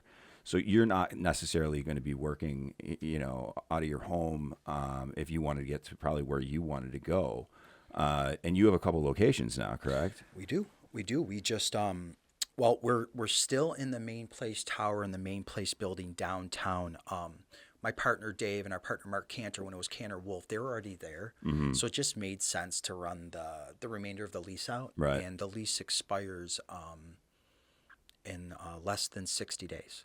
Oh, wow. And we have no idea where we're going to go. Just kidding. We bought a new building. We actually bought a great building next to Sinatra's restaurant. Oh, okay. Yeah. 959 Kenmore Avenue. It's a beautiful building. It was a dental office. It's almost 9,000 square feet. That's nice. And I am happy to officially report that everyone in our 2 downtown offices will be under one roof at our new location at 959 Kenmore Avenue. So finally, the entire team will be under one roof, and we're doing some really beautiful things to the building and the neighborhood. The structure when we bought it was a disaster. Yeah. We've put a ton of money into it. It's looking beautiful. The outside's painted. We've got the new letters up. We'll have about probably 30 offices by the springtime in that existing structure, and it's just going to be a tremendous opportunity not only for us to continue to grow, but to really serve our clients, because it's just such a convenient location. It's easy to park. We're going to have adequate handicap spots, and you just walk right into the building. There'll be a beautiful waiting room area, and then you'll get to meet with your attorney, and the rest will be history. Yeah, that's exciting, and congratulations, and I look forward to seeing the space. It's like location, right? 100%. It's easy to get to, and you mentioned a iconic restaurant. That's the Buffalo Way. Where is that? I don't know what the crossroads are, but it's by this restaurant, this bar. Yeah. And you know what's interesting about Kenmore Avenue too? It's like I feel like that street just has so much potential. Oh yeah. But what I'm finding based on my research and talking to local business leaders on the Kenmore Avenue Strip is it's kind of a weird area, because where we are is Tonawanda. But if you walk across the street, that's North Buffalo. If you walk 20 feet to the right, if you exit the front door and you walk 20 feet to the right, that's the village of Kenmore. Right. So I think it's the type of issue where it's like, well, who's going to cover the streets? Who's going to cover the walkways? Where's the money going to get invested? Because there's like essentially 3 different municipal entities involved, Yeah. So what we want to do is we want to get really involved in the community in that area, and really continue to be big supporters of Buffalo and the Tonawanda and the Kenmore areas, and just do what we can to just make that neighborhood, to help that neighborhood. Yeah. Keep it looking good and invest. That's a great idea and a great play, because it feels good. I moved I used to be kind of a chamber member whore, so to speak. I belonged to a bunch of them, and I was spreading myself too thin. And I really ended up gravitating towards the Kenton Chamber. And actually, Cathy Piculo, who's the president of the Kenton Chamber, she was on this podcast. Awesome. And she's great. They're doing great things. I know they have the Kenmore Business Association and things like that. So, yeah, I would love to put you in contact with people if you aren't already talking with them, because I think awesome. that's a great move. Is this actually Tonawanda where we're sitting right now? Yeah. So, I mean, it's the same kind of thing. This is Tonawanda. You throw the snowball. Today, it's the first time we got snow up here in Tonawanda. Yeah. You throw a snowball across the street, it's Amherst. So it's one of those things. And we're maybe 5 minutes from Buffalo. We're kind of in a similar place. So we always have to kind of explain where in Tonawanda, because a lot of people, their mind will wander to North Tonawanda or this or that. So yeah, you guys got a great location right off the thruway. Yeah, now that once again that was really attractive to people. Things like so much has changed in my business since we met. We met back when I was just starting out. It was me and some people I went to college with, filling in as freelancers, and we were doing television commercials. One of the cool things we got to do, and we still will do them, just the opportunities because we're more into marketing. They don't present themselves as often, is a music video for this band named More Than Me. Yeah. We were really proud of it. I hope you guys were as well. And I think, it's not like we saw each other every week, every day, every month even, but we kept in touch over the years. That had to have been 2007 maybe. It was probably 05, 06. Yeah. I think when you did a video for our band More Than Me, I want to say it was definitely for You Make Me. I remember cutting it. I remember the parking lots we went to cut it. Mighty, Wegmans. Yeah. It was fun. I remember that. I'm pretty confident we released that record in 06. You Make Me was our single. We did the video. and the rest was history. It Yeah. turned out great. Man, to hear that your fans, sing along to that song. When we recorded some live footage and things like that. We went with you to the Knitting Factory in New York. Yes. And shot some footage of that as well. So it was a lot of fun. I can imagine that's such a transition. People are like, wait, he did what to where? Now he's an attorney. Do you find people from that life that find it kind of shocking that all along while you were in that band you were studying to be an attorney? Well, that was kind of a tricky situation because I remember before our band toured heavy, I was at the University of Buffalo studying political science during the day, being a rock star at night, and that I think I graduated UB in I want to say 2004. I think I graduated UB 2004. I should know this. And I do. Yeah, it would have been 2004ish. And One Not to Hide, One Not to Hide. That record came out approximately 2 years later. So, from 2004 to 2010, I wasn't really doing any studying. I was just focusing on the real elementary work, rock and roll. And I'm sure you've got some crazy stories from on the road. I don't have any stories. I was always the good one. I just sat and just slept in the van and I just read books. Yeah, I believe it.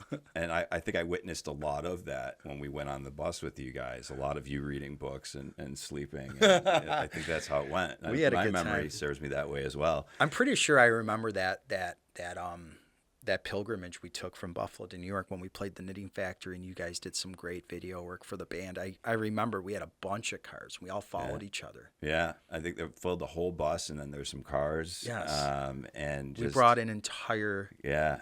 Yeah, and that's how you did it back in the day. It was really funny. You're trying to get noticed by a label and you got these sharks that are flying out from major labels to see your band. And we were from Buffalo and we were playing the Knitting Factory in New York. And even though we had fans in the city, we wanted to make sure that venue was packed. And it was. Thanks again for being a part of that because I forgot about that. I forgot about the Knitting Factory. Yeah, no, it was. That's certainly, really cool.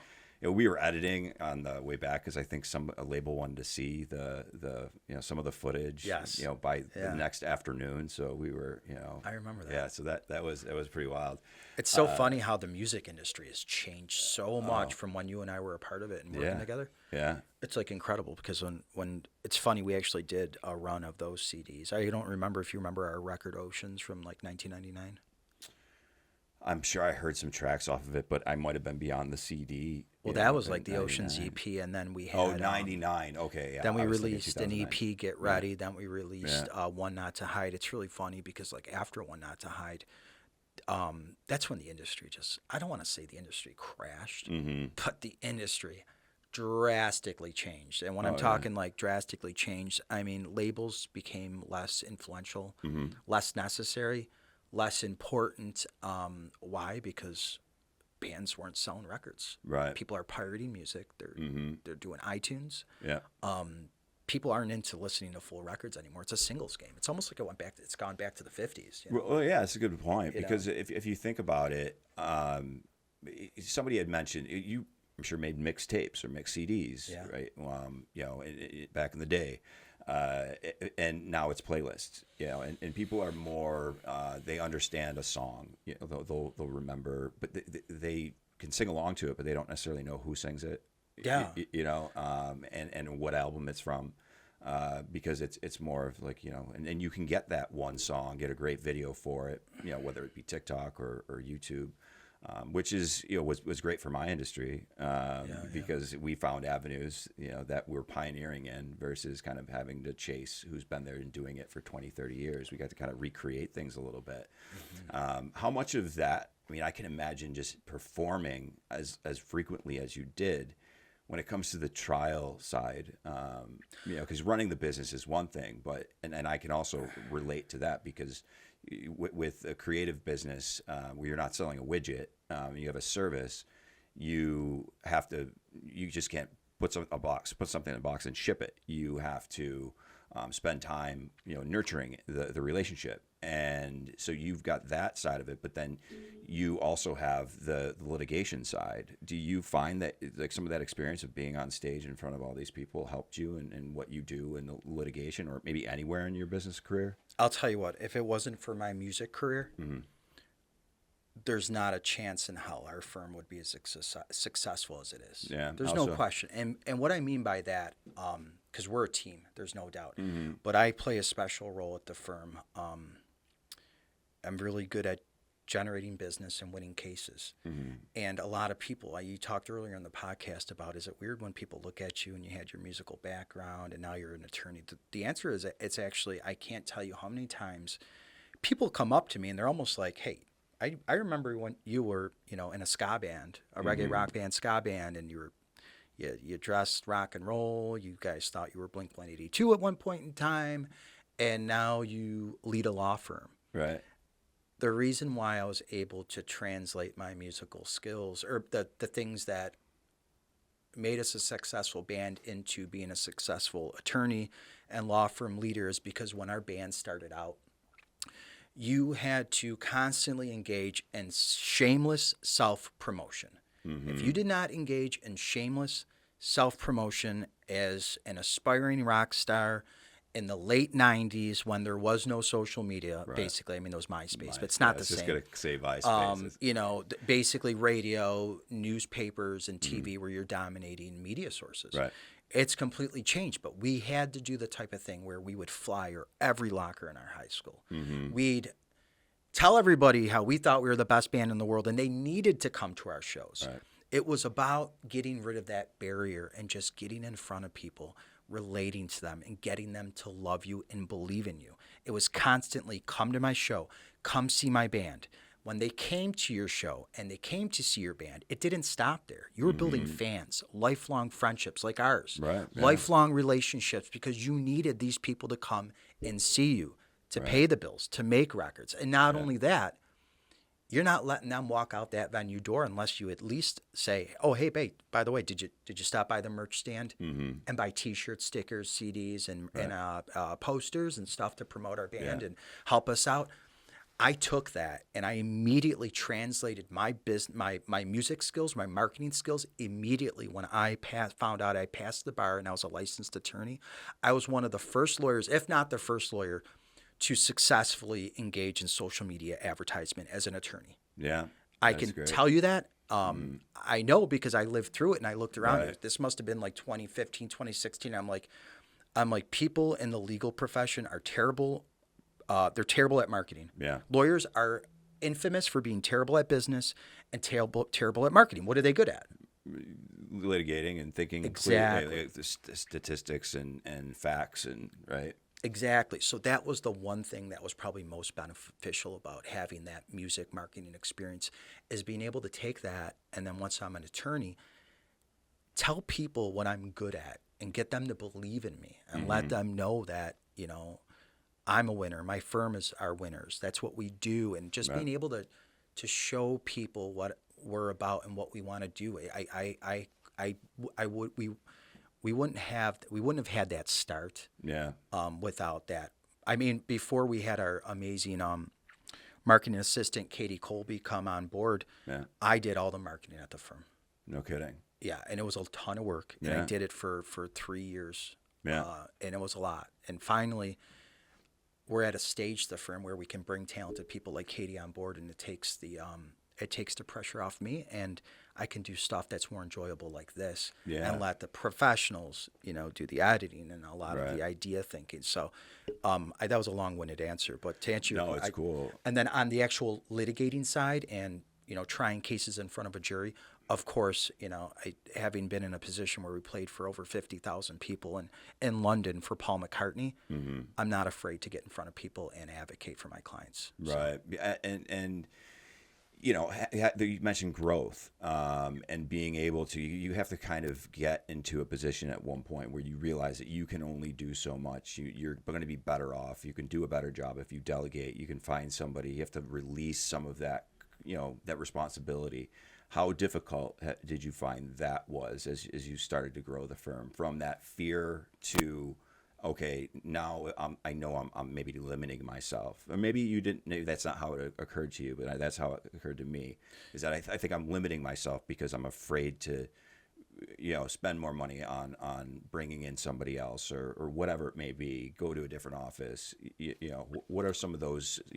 How'd you handle some of those trepidations? Well, what's interesting about the firm is when we first started off, I mean, it was just myself, my partner Dave, partner Rich, Mark, but the three main partners, Rich, Dave, and myself. Mark is more on like the retirement track. We had no idea how fast we would grow, and we grew fast. And the problem with growing that fast was keeping up with the infrastructure, making sure you had the talent on board to handle the cases and handle clients' needs. And that was probably the biggest surprise and challenge to us, because we're like, how did this work so fast? I mean, it was probably a struggle for a year just to get the business on its feet. And then by year 2, I'm pretty confident we broke a lot of business expectations. I mean, the sky was the limit. We just took off. And in terms of certain responsibilities, one of the biggest challenges is one thing business owners have to understand is when you see talent, you have to nurture it and you got to elevate.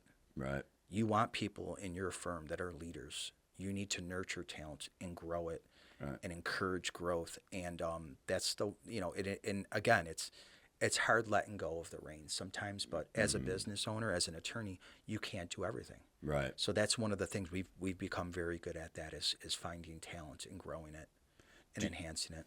Do you have, whether it's internal or external, a go-to person, a sounding board, whether it's a family member, maybe it's one of your partners, a friend, that helps you through any of those things? How have you been able to manage some of those decisions? So basically, we have like a leadership team at the firm. Yeah. And, we meet once a month. I think it's important for every business owner to have a leadership team. And we meet once a month, and we address any issues and concerns in people, and we just delegate and elevate. Yeah.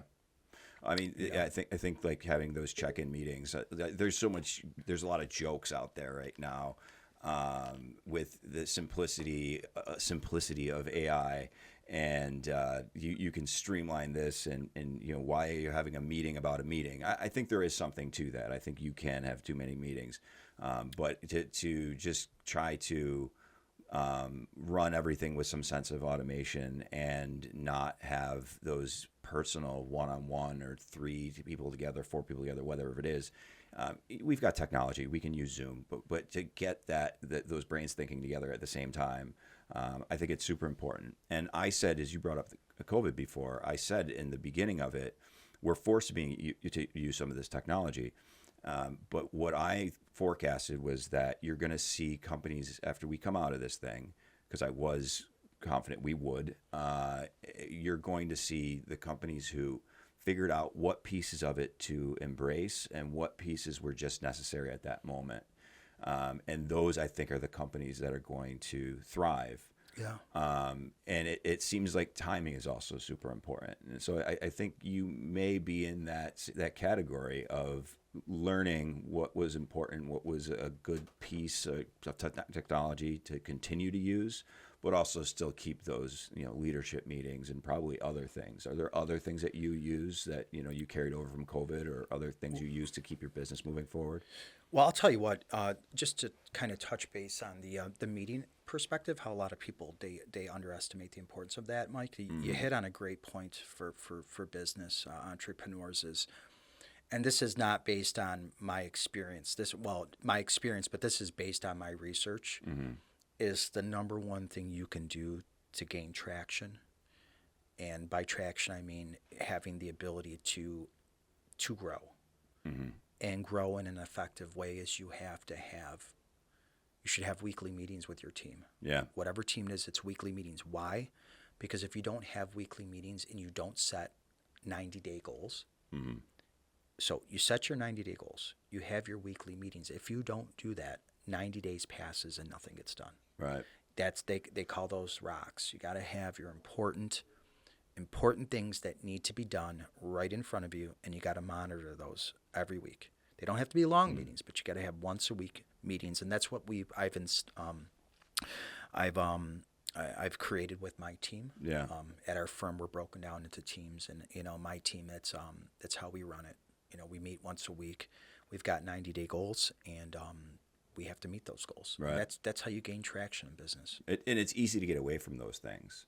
It's easy to say, we've got to get stuff done. We don't have time for that meeting, but they are so important. Yeah. And I can tell when we do skip one, things aren't as organized. Things tend to be a little bit more frazzled. So just being diligent about keeping those. And you have to. This is a must for businesses, especially law firms. It doesn't matter what business it is, but you need goals.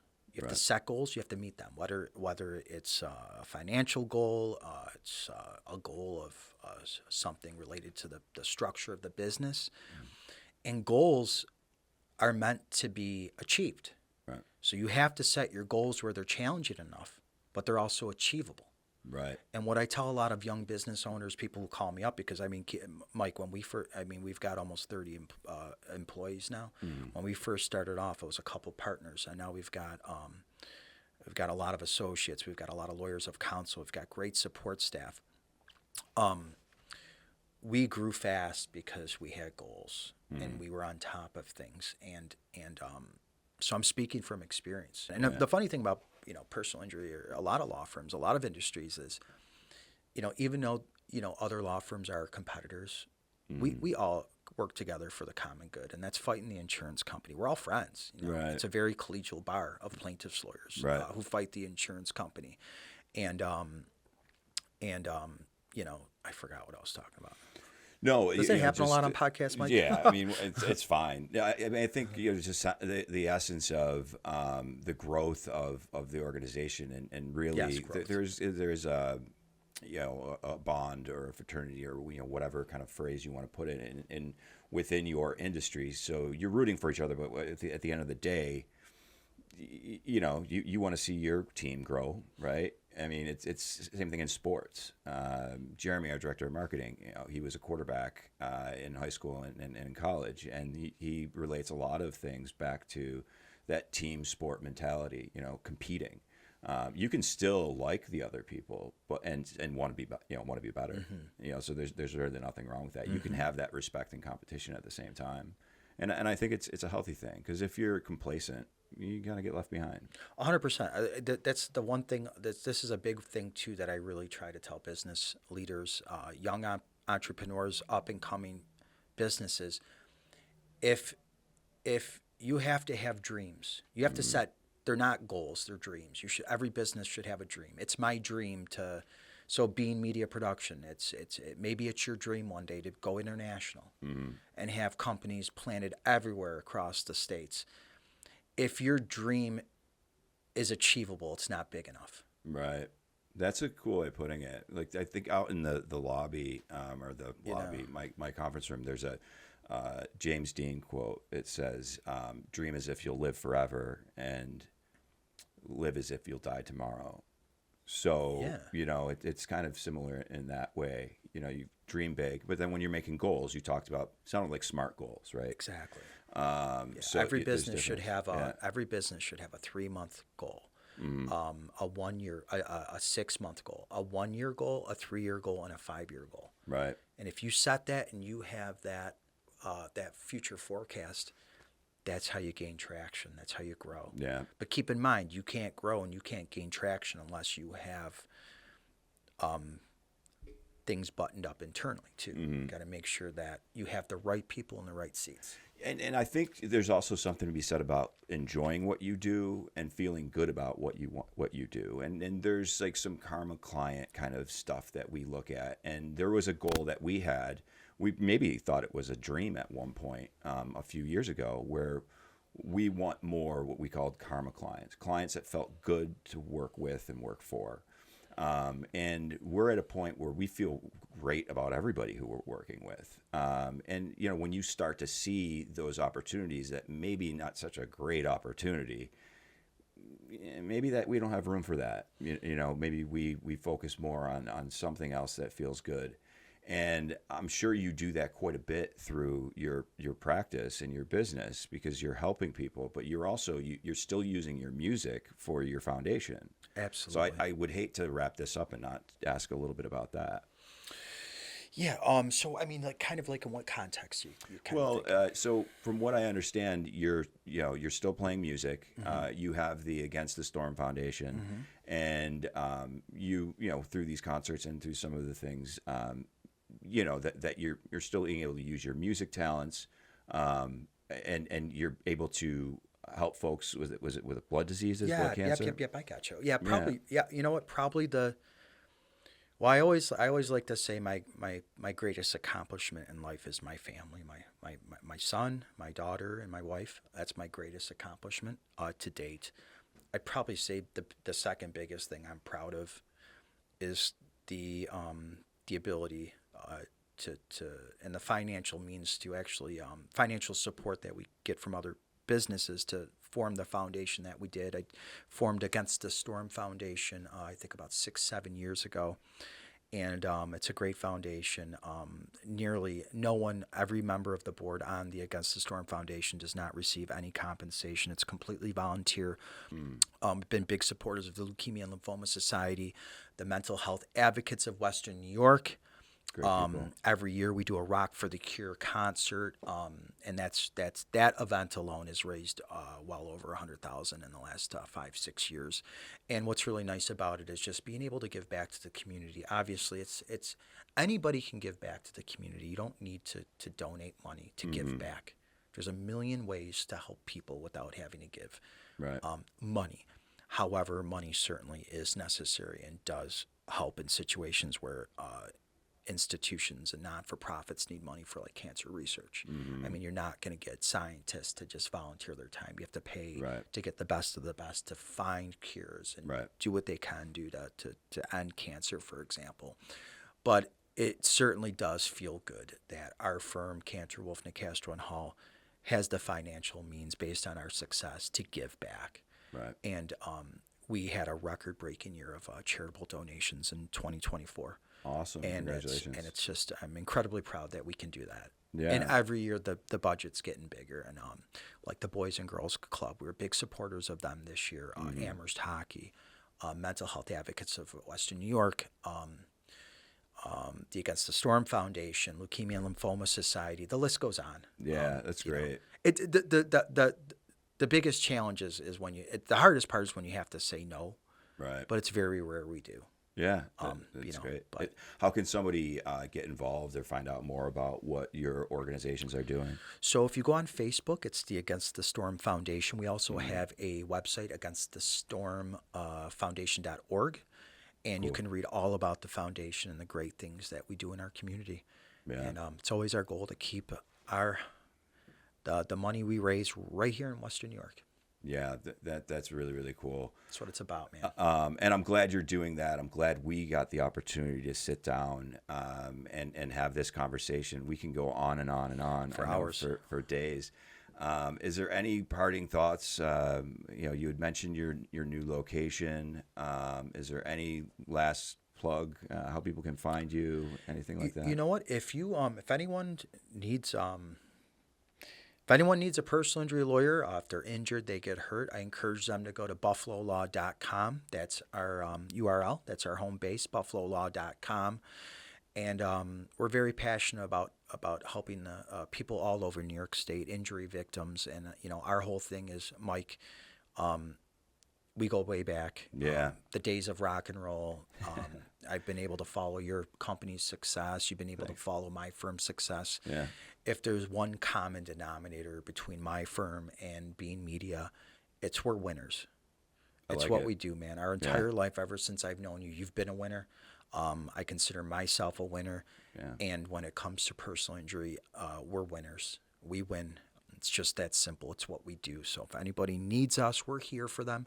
Go to buffalolaw.com or pick up the phone and call 716-848-8000. I mean, when it comes to car crashes, slip and falls, we do a lot of sex abuse cases, which are very sad, injuries by animals, construction accidents, nursing home neglect.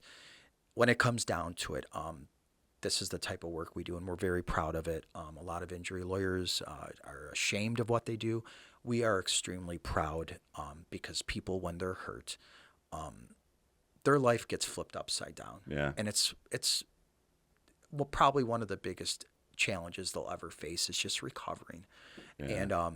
And we like to help them and get them the compensation and justice. And above all, we do a lot of cases where there's just things that hurt kids. There's products, and there's a lot of cases where we have clients that get hurt on the job, and the second we become involved, these dangerous conditions, they get fixed. Yeah. So people forget about that Right. aspect of Yeah. personal injury, and I feel like it's a very important thing that personal injury lawyers do. And if personal injury lawyers were not on this planet to fight the insurance company, then Right away. Yeah. the insurance company would rule the world. Right. Yeah. I'm glad for what you're doing, and I certainly respect it. And thank you for the kind words about what we've done. And it really does boil down to you're out there to help people, and there's no crime in making a living while you're doing it. So I'm glad to see that you're still enjoying music. You're enjoying helping people. I'm glad we got a chance to do this. It's amazing, man. And, I can't thank you guys enough. Yeah, maybe we'll do part 2 someday. I'd love that. Yeah, very cool. Thanks Awesome, a lot, man. Joe. Thanks, Mike. Love you, brother. Yeah, you too. And everybody out there, thanks so much for tuning in. If you haven't already, please subscribe on YouTube or whatever platform you might be listening to us on. So here I am, Mike Bean, Joe Nicastro. Plant Your Flag. See you next time. Hey everybody, welcome back to another episode of Plant Your Flag with Bean Media Productions. I'm Mike Bean, excited to be joined today by Paul Chisholm from Plan Administrators. So Paul, thanks for taking some time and coming down to our studio and engaging us in this this podcast. Palatial studio. Yeah, right. I know we're like I said, we're thrilled. We obviously want to talk about plan administrators, but the thing that we usually like to try to kick things off with is, because this is all about why people started their business, why they planted their flag. Okay. Tell us a little bit about why you planted your flag. Like I said, Plan Administrators is going to be the focus, but you've owned other businesses. So what encouraged you to plant your flag? What made you think about being a business owner? What took you there? Well, I worked when I came out of college. I went to work for a Fortune 500 company, and I was in the sales. And as I was moving up the ranks, I always thought I was a little smarter than my boss. That'll happen. So, and it was okay because he probably had a lot of experience, but I was coming out of college. I had new ideas.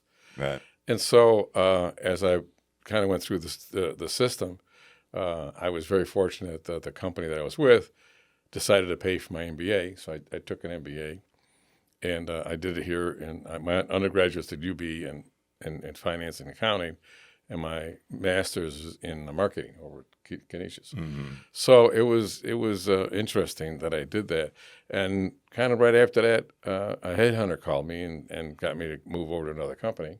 Mm-hmm. And I did that. And it was still kind of like strange, because as you go through the whole progression and you figure out that maybe you know a little bit more, you're maybe a little more ambitious. I took more risks than what my boss wanted to take. I think what I found out was the culture in corporate America was very conservative. It was more along the lines of, don't make any mistakes and you'll be promoted. And that wasn't me. Not that I want to make mistakes, but I wanted to push the envelope to get things going. So I left my last company, which is another Fortune 500 company. It was the third one I was with, and I came back to Buffalo and I started my own business. I think I know more than they did. Yeah. So I did, and we just started a company that was helping other companies sell on marketing, which is what my background was. And then one of the companies asked me to invest in it. Mm-hmm. That's what I did. We built the brand. I bought out that partner, and I started traveling, and I really want to travel anymore. So I sold that company, and I went into the insurance and investment business, because I knew how big, if we can no matter how big I make that market, it's still all going to be here in Western New York. I don't have to travel. And I had 2 kids, and I wanted to stay home and be with them. So that's what I ended up doing. And then right after that, I was very heavy. I built an insurance agency, and I did investments. And my son came in to work for me, and he was obviously told me he wanted to take over, so I said okay. And then at the end of that period, when I moved the company over to him, I really didn't have any plans on what I was going to do. Mm. And so one of my clients came to me and said, "Hey, you seem to do a good job of exiting out of your business and giving it to your son. I want to do the same thing. Can you help me?" Right. And that's what started it. And I did the plan administrators because I believe you plan what you're going to do and then you execute. Right. And so that's how the word plan administrators come in. So I help clients actually exit out of their business. Yeah, and I think that's awesome because it's I think one of those things that nobody really thinks about when they jump into a business, unless maybe they've owned one before and had to exit that business. And there's so many layers to what you've done, and I think I want to start to kind of peel back some of those layers, but the marketing aspect and thinking that you know better. That resonates with me. I got my start in a similar fashion where I was doing television advertising, and I had to follow these guidelines that didn't make any sense. And I'm like, why are we restraining ourselves to old technology when this new technology is here? And I just broke out of the mold and said, let's just do something different. And it was scary.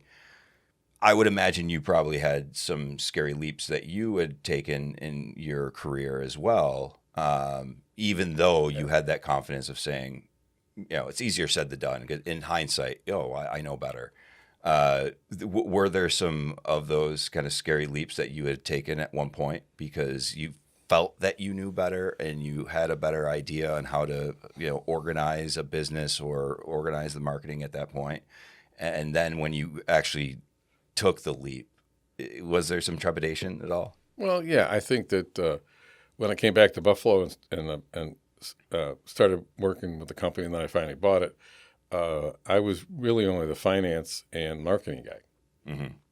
When I bought the company, I had to learn how to manufacture stuff. How do you handle inventories? How do you get a production line in sync so there's no kinks in it? How do you, at the end of it, what do you do with your product, the inventory and the product? Mm-hmm. I learned that inventory is just a cost factor. It's not revenue. Mm-hmm. It doesn't create anything, but it doesn't work as my father taught me. He says, until it goes through the cash register, it's a cost.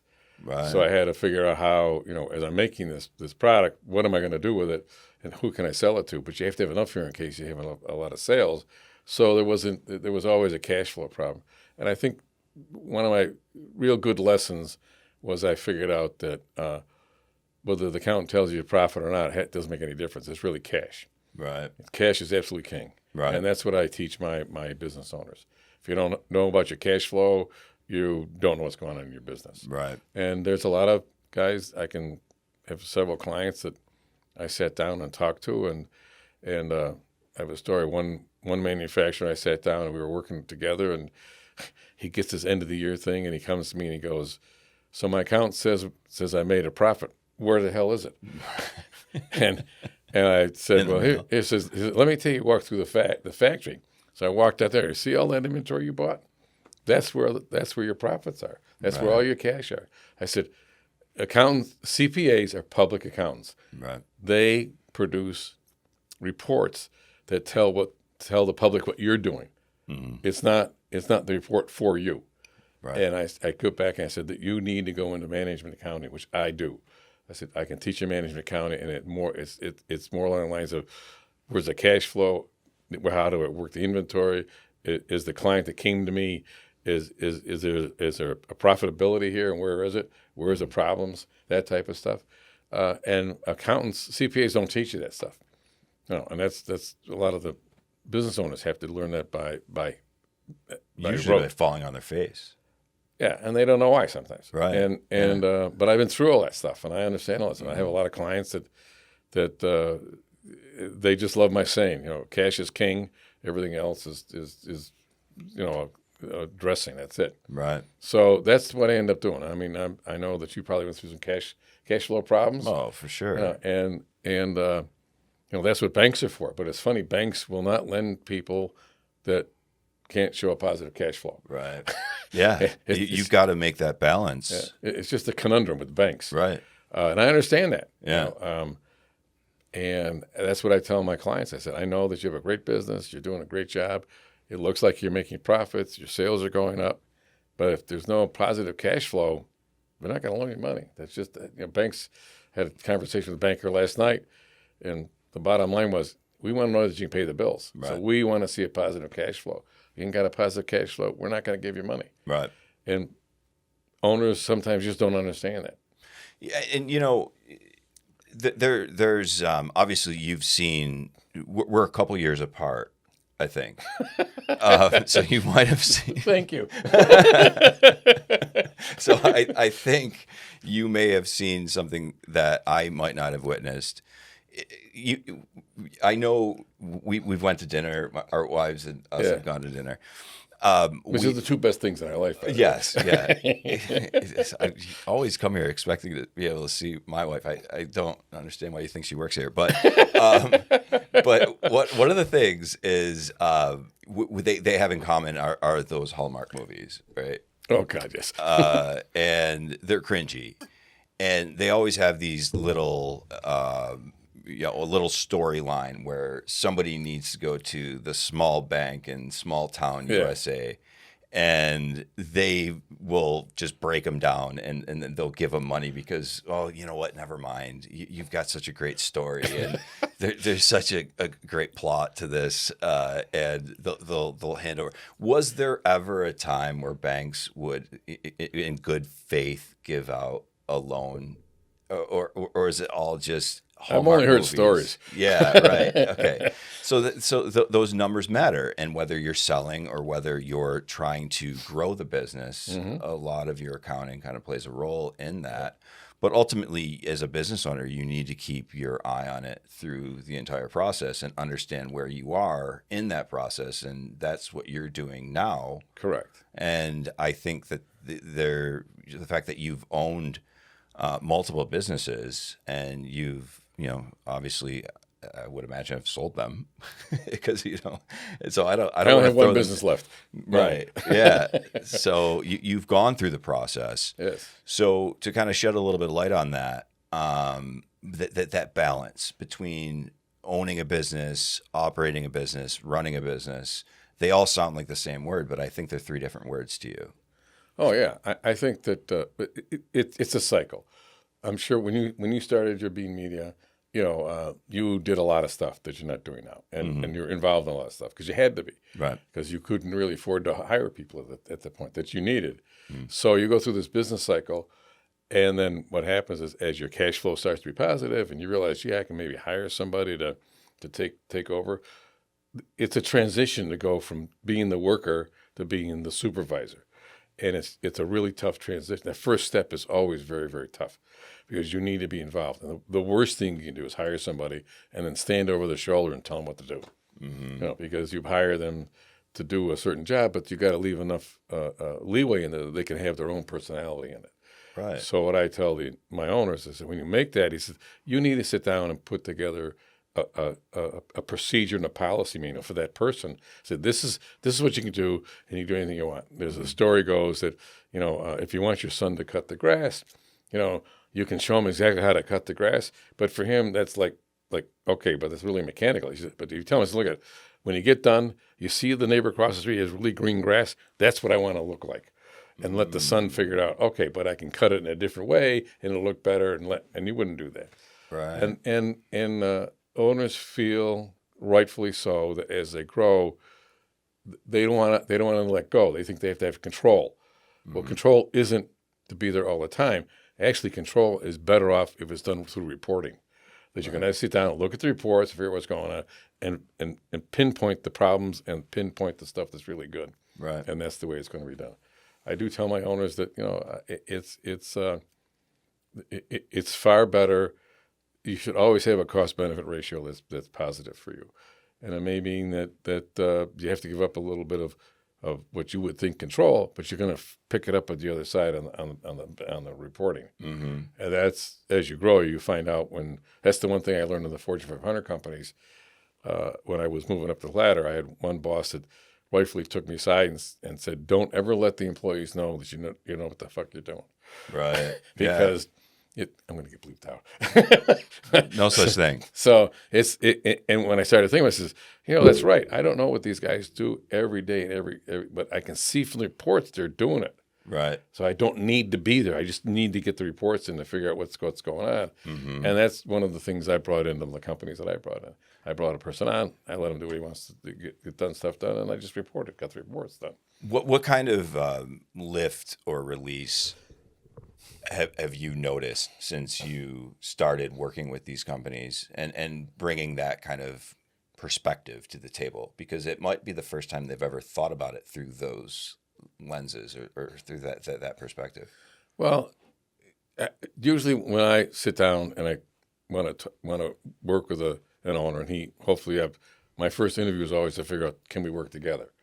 Can you sit down and say, kind of give me a chance and try to do the things I'm telling you to do, and then if it doesn't work, come back and we'll do it a different way. There's hundreds of different ways to get stuff done. Mm-hmm. I said, I promise, I know what you should be doing, but it may not fit your personality. It may not fit what your outlook is. So I have to adjust that stuff as I go. And that's part of that's probably the hardest thing that I do is try to adjust it.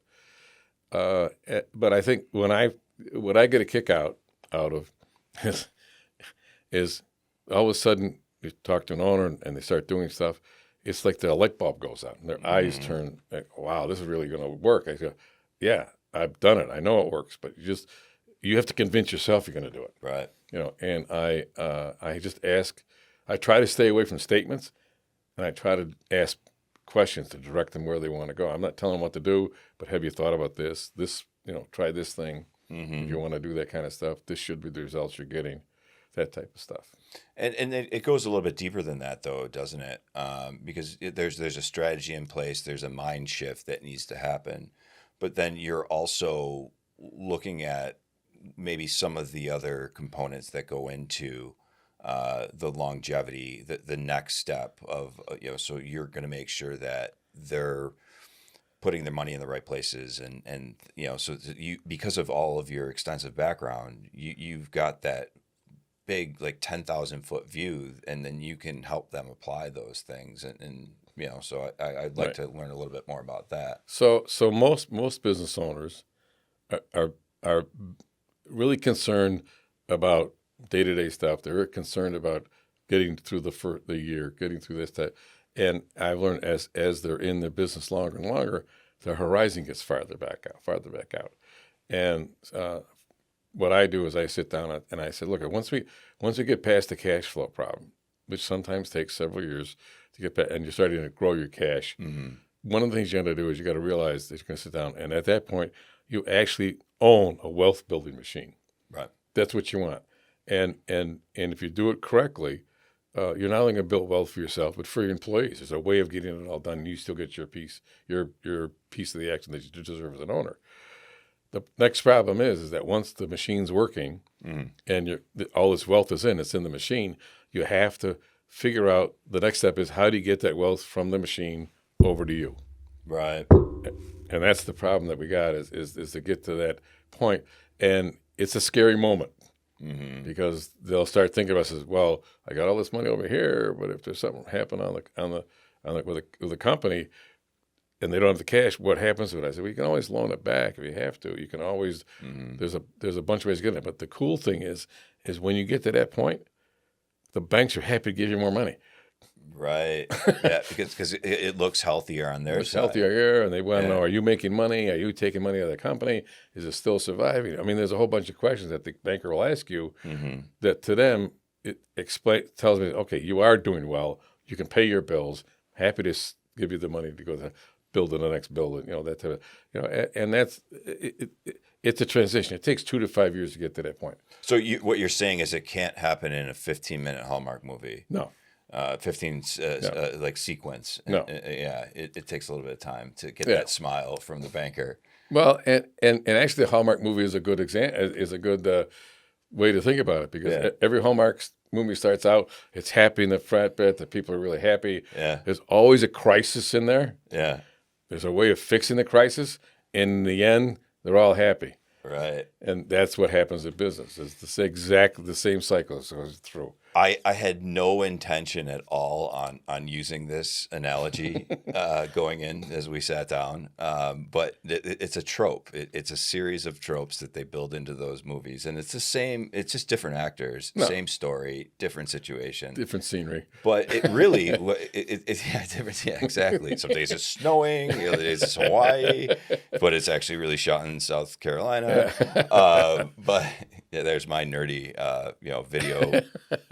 Background and movie background, but but it really does kind of boil down to it's an equation, and and yes, there's moving parts and personalities matter, and you got here for a reason, but if you boil it down to that equation, you can still help people do it their way, but there needs to be a system under the whole thing. Oh yeah. Yeah. And the system and the what you call system actually evolves as the company evolves, because there's at different stages you need to do something different. That if you do it too early, it's not going to work. Right. But if you go past it, if you did it and you're supposed to do it and go past it, it won't work anyways. Things work at a certain stage as you go, and that's what I end up doing. I've done it often enough that I said, I know what stage you're in. Here's what works in that stage. Well, I want to do this way. No, you're not to that stage yet. You got to get over here and get to this point. And I explained why you got to do that. It's because there's other things that's set up in the company that's got to get done. Right. I don't know how many companies I've gone to that they have no procedures. They just know how to do it. I taught this guy. I said, but you taught this guy what you want to do. May not fit this guy. But more importantly, is now you're telling me you're going to train the next guy. So by the time you get down to the third or fourth generation, I said, instead of building a pizza, you're out there making a cake. Right. Because unless you haven't written procedures and you approve the procedures, you end up doing this kind of stuff, and that it's your personality that's in the procedure.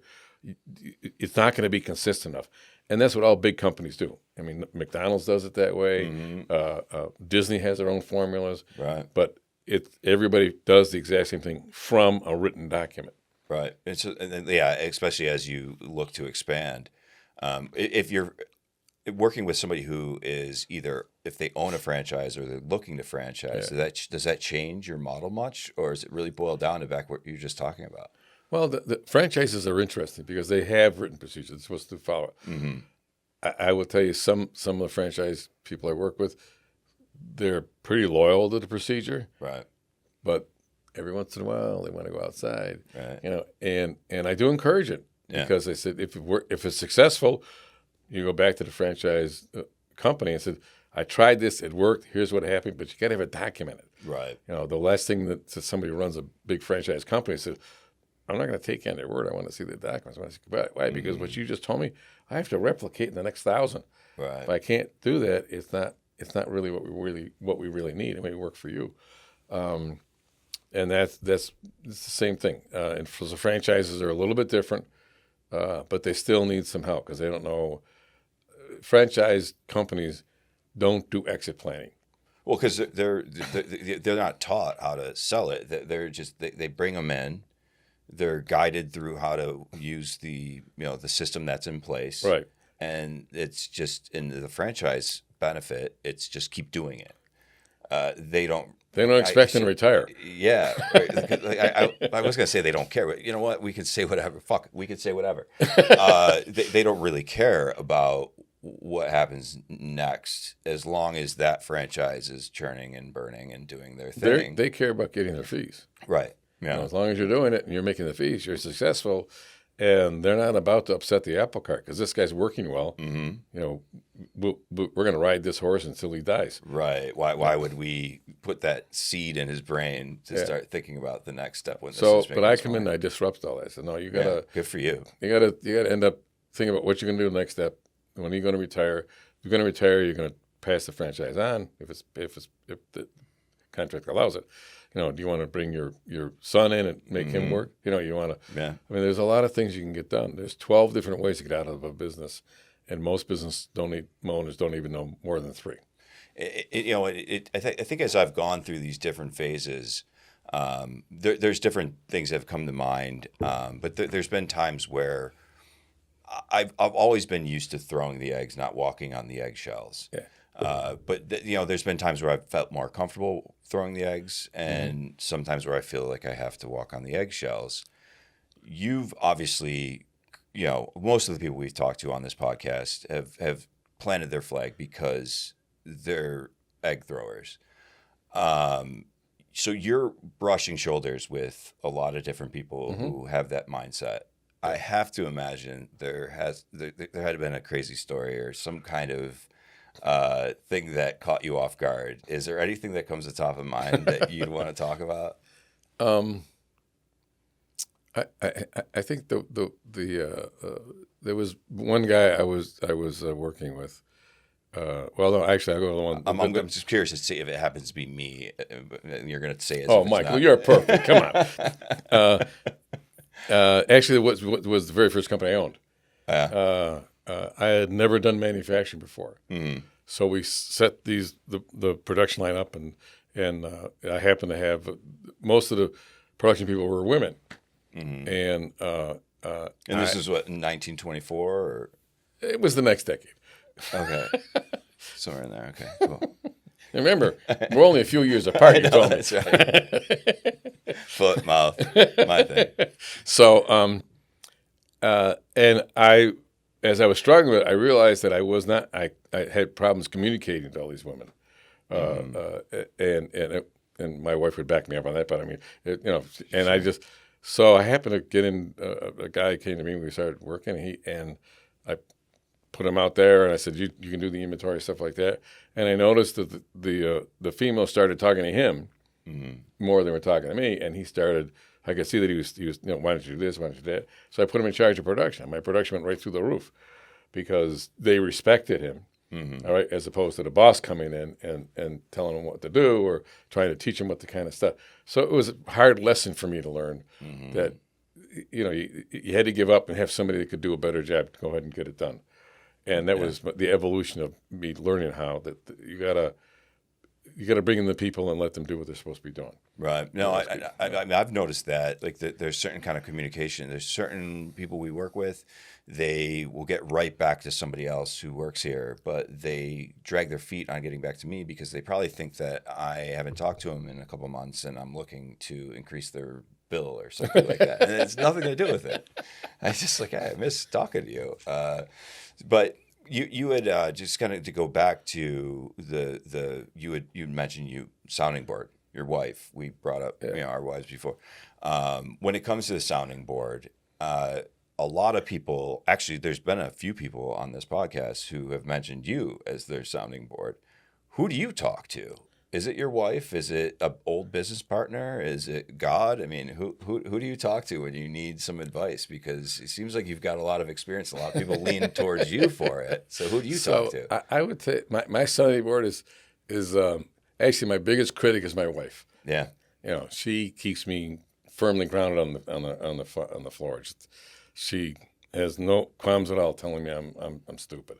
Or something, right. And I appreciate that. Sure. But there are other guys that I've learned through my life that I belong to a country club and I sit down and talk to them at the bar and stuff like that, and they'll give me advice and stuff like that. People I respect. A lot of those people at the bar they're on the bar.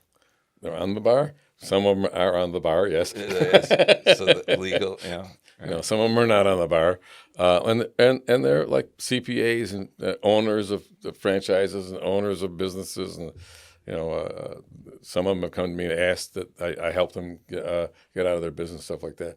But I treat everybody as really as a sounding board. I've even talked to you about it.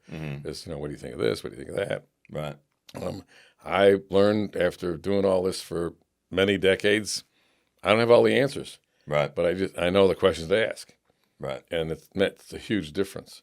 And I would tell you my sounding board probably is my friends. Yeah. Sit down and talk to them. As you know, I'm a big golfer. Yeah. And I think that's a great way to get out there. It's relaxing. I talk to the guys in the foursome. I'm doing this and that, and have you tried this way or something like that. Right.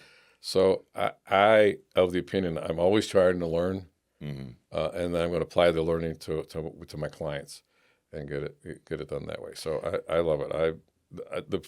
The biggest kick I get out of is sit down and learn all about a new business and say, okay, tell me how it runs, what's going on, this type of stuff. And the time that you or somebody are talking to me, it's like I'm saying, okay, so if we do this and that, it'll make it a little bit better. Maybe it won't be, that type of stuff. So I just have a very active mind. Yeah, and I think that's a great way of looking at it, because you can get a different answer from a bunch of different people. Oh, yeah. But if you are able to kind of funnel that and then kind of sort it out to maybe use it as sifting, right? Sift out the good answers. And then you said, you would go back to your wife or maybe somebody else who's better fit for that specific, discussion. But I really do think that through all the people I've talked to on this podcast, there's got to be somebody, because you can't do it alone, and as a community. And I would also imagine that you, because you've dealt with different businesses, own different businesses, you probably look at other people's businesses with maybe a little bit of a cleaner outlook, because people get too close to their own stay out business. of the weeds. Yeah. And I what, think, golfing or business? Both. Okay. Yeah, that's right. I played with you before. You're down the middle. Yeah. Getting into the weeds is not good for anything like that. Yeah, right. But it's easy to get in the weeds when you're too close to it, and that outside perspective that you're able to provide. Most owners, even you, when you see a problem, you want to fix it personally. Yeah. And it's like, no, Jared should be doing this, or this guy should be doing this. Because you got to stop.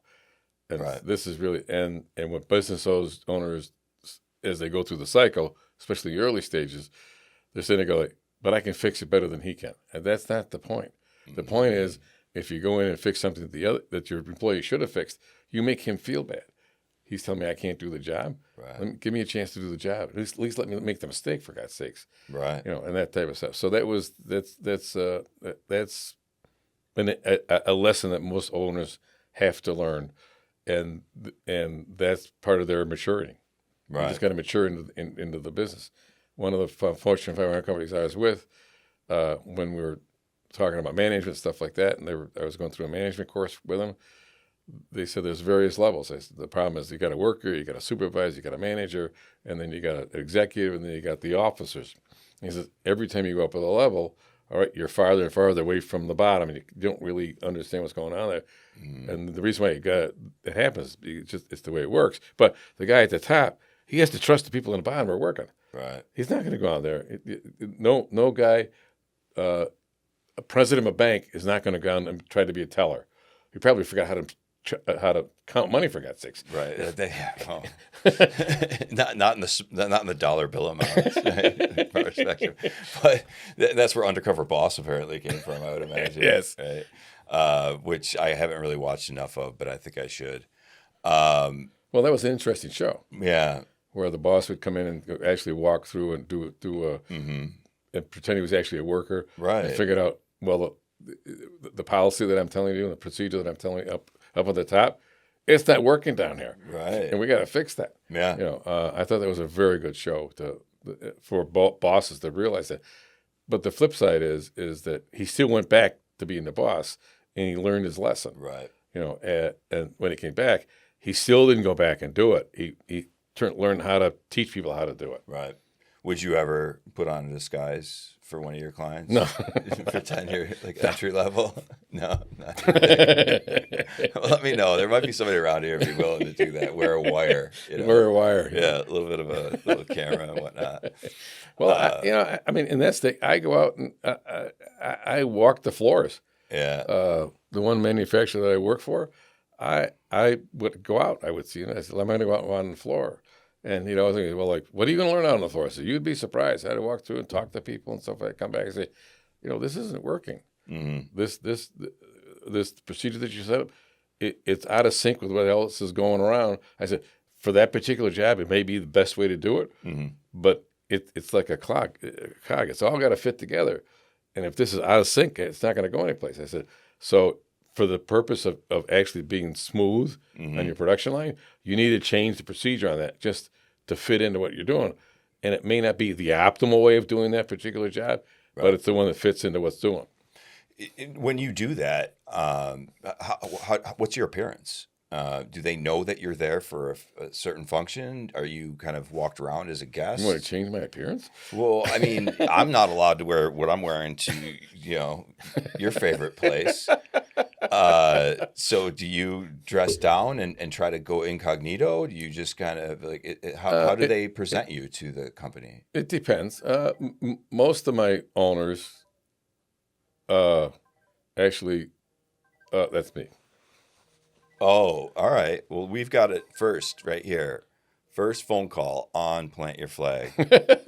Paul Chisholm. Thank you very much, everybody.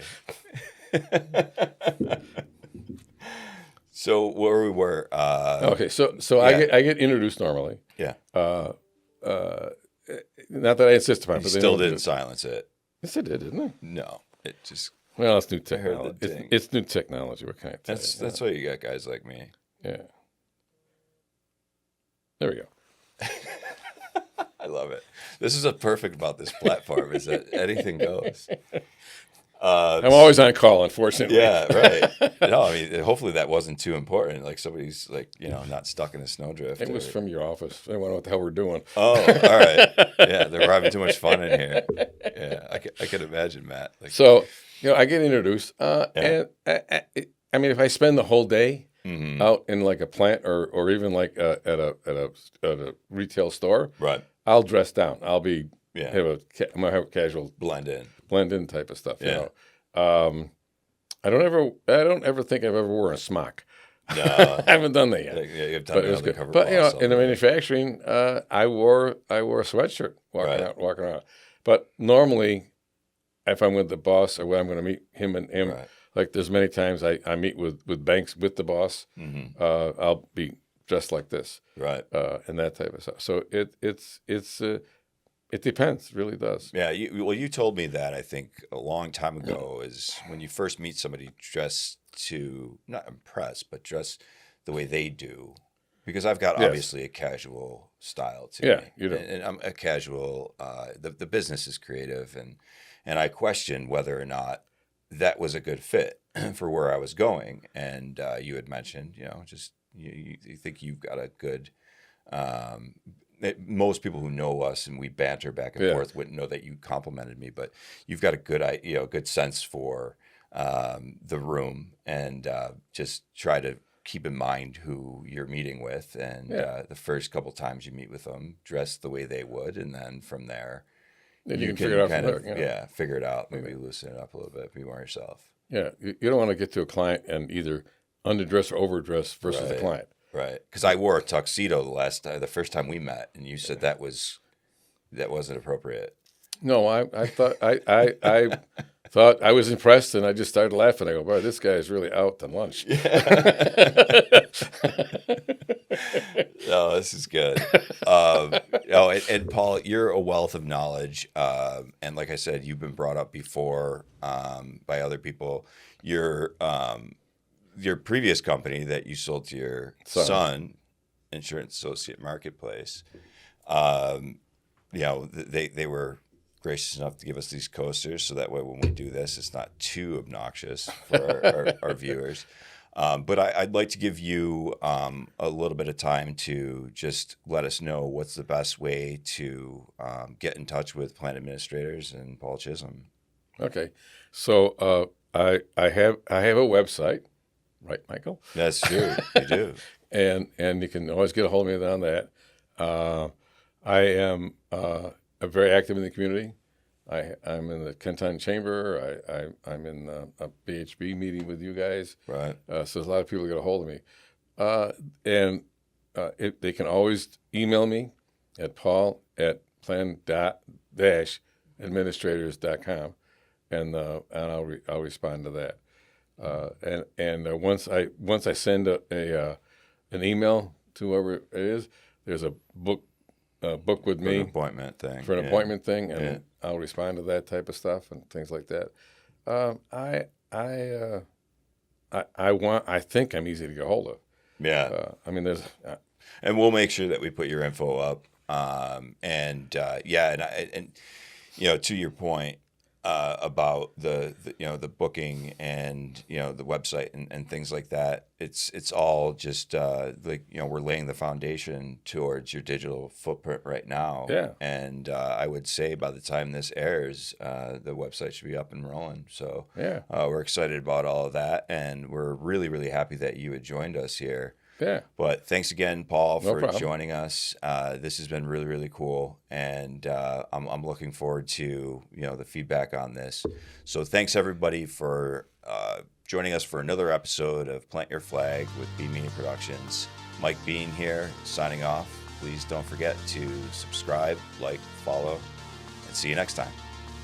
Hey everybody, thank you again for checking in on another episode of Plant Your Flag, the podcast. And we're joined by Lindsey Zajac, the CEO and owner of Ascendant, previously known as Career Partners International.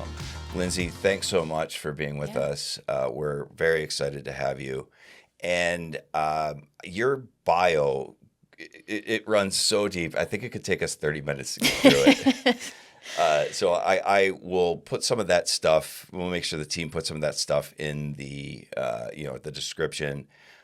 But what would you like to kind of kick off as far as, like, you know, introducing yourself? Yeah. Well, first of all, really happy and excited to be here. Appreciate you having me on. Really, in a nutshell, my background started out right out of college in recruiting. Really enjoyed that. Got into HR type roles and continued to work up in that HR space. My most probably rewarding HR position was with PepsiCo. So I was a senior HR manager there, and that's what brought me to Buffalo back in 2013.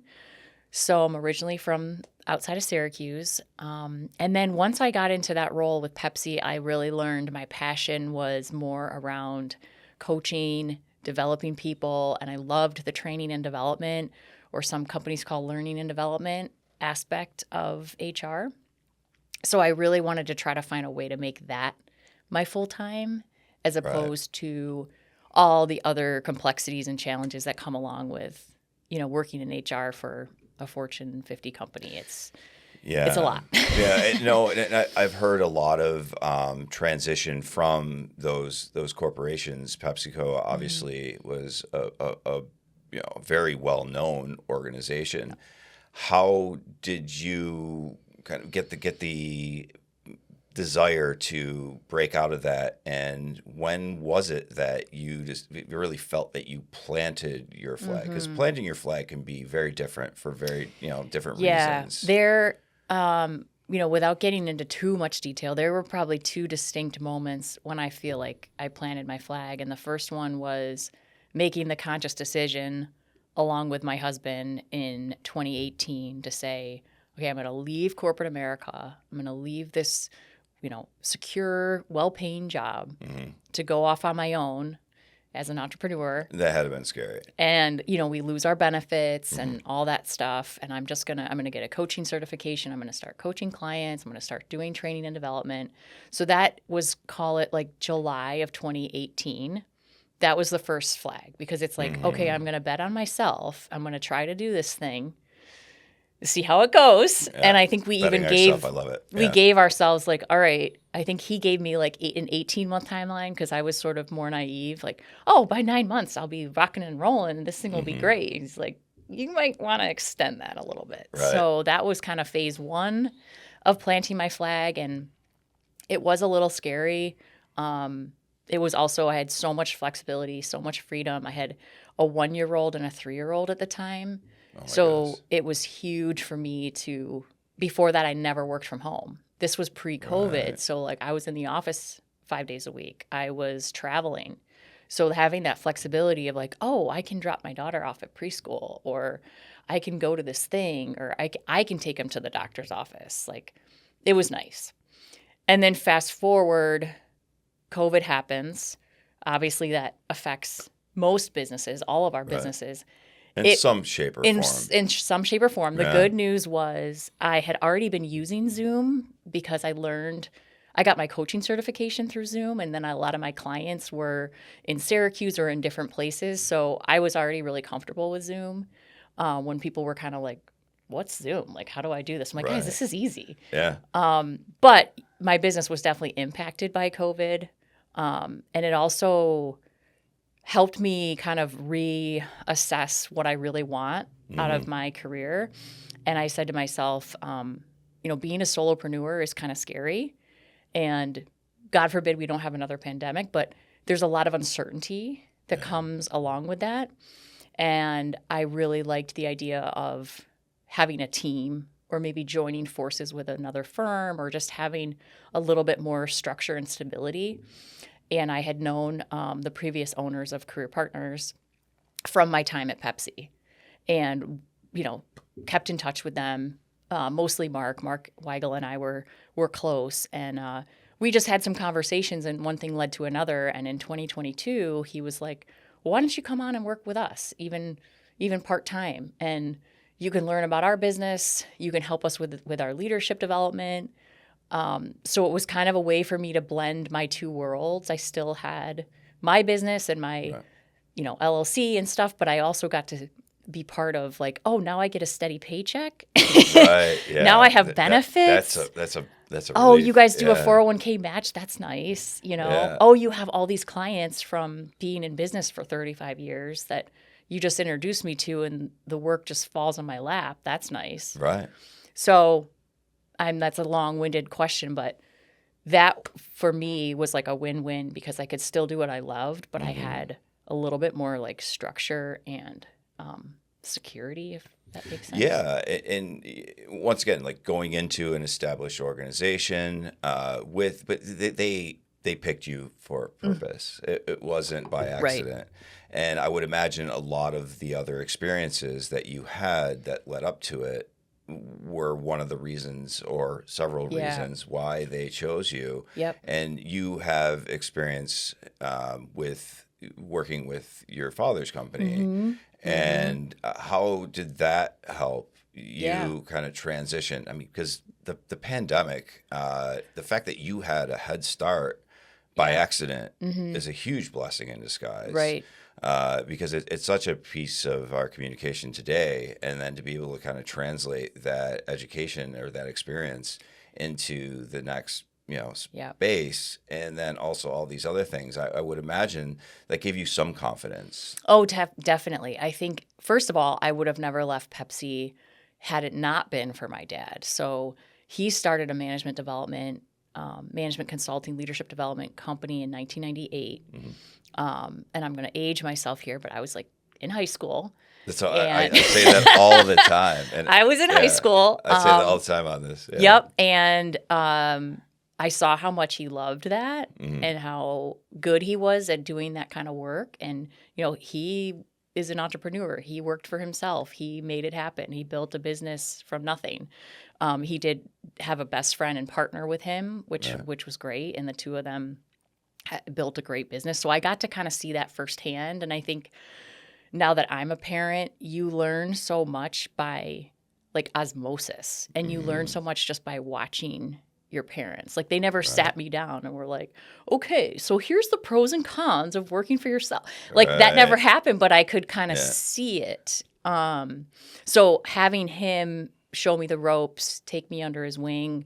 I did a lot of travel to Syracuse. I think in 2019, I did like 54 trips to Syracuse. I mean, it was crazy, but I got to learn the business. I got to see him in action. I got to really understand what it's like to work for yourself. I mean, the best way to describe it to somebody, at least for me, was you eat what you kill. Right. I mean, that's the best way to, it's like, there is no steady paycheck. It's like, oh, I hope I land this client or I hope I get this gig because I'd like to get paid this month.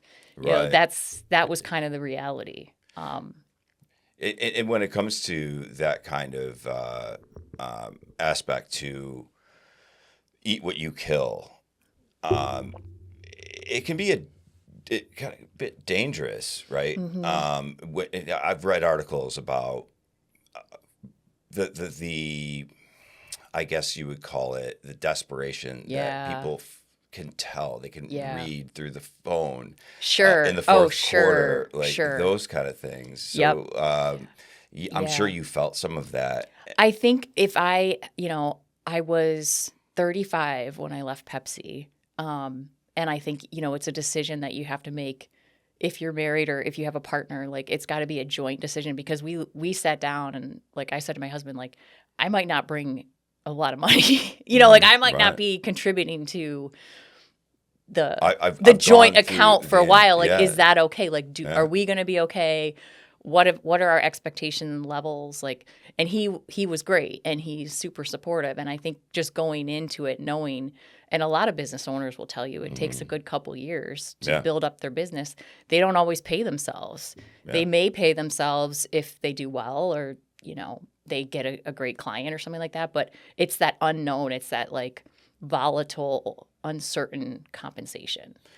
Yeah, and I think that you were able to use that kind of experience to take yourself to the next position. Yeah. I'd love to learn more about what you're doing today with your new company. Yeah. So I officially took over Career Partners International, Buffalo, Niagara, in January of 2024. Mark and Dottie retired that previous December. And those are pretty big shoes to fill. Very big shoes to fill. Yeah. They took over the business in 2007 from Robert Caldwell. Mm-hmm. So they had a long successful stretch of 2007 to 2024, grew the business, very prominent in Western New York. Most people they've touched most people in some way, shape, or form, or worked with a client or a company here. Great reputation. And, they earned it. They deserve to retire and sell their business and live out their best years. So I took over last January. It's been a full year. It's been very fast. That first year I thought would be more of a transitional year. And, we've got some new team members. I'm new at this whole business ownership thing. I didn't set super high expectations for how we were going to do. Mm-hmm. I was hoping we'd be okay. Right. But I wasn't like, we're going to lap 2023 and we're going to make, this much in revenue or top line sales. I didn't Just really kinda go wanted there. to I'm like, let's just make sure we can, like, make payroll, pay our bills, and have a little bit of cushion. Yeah. But we had a very successful year.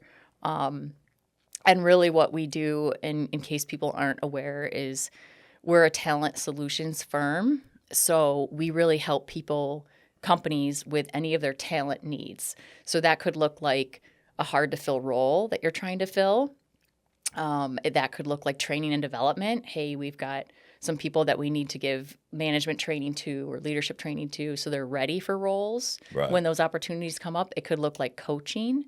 Most of the coaching we do is on things like emotional intelligence.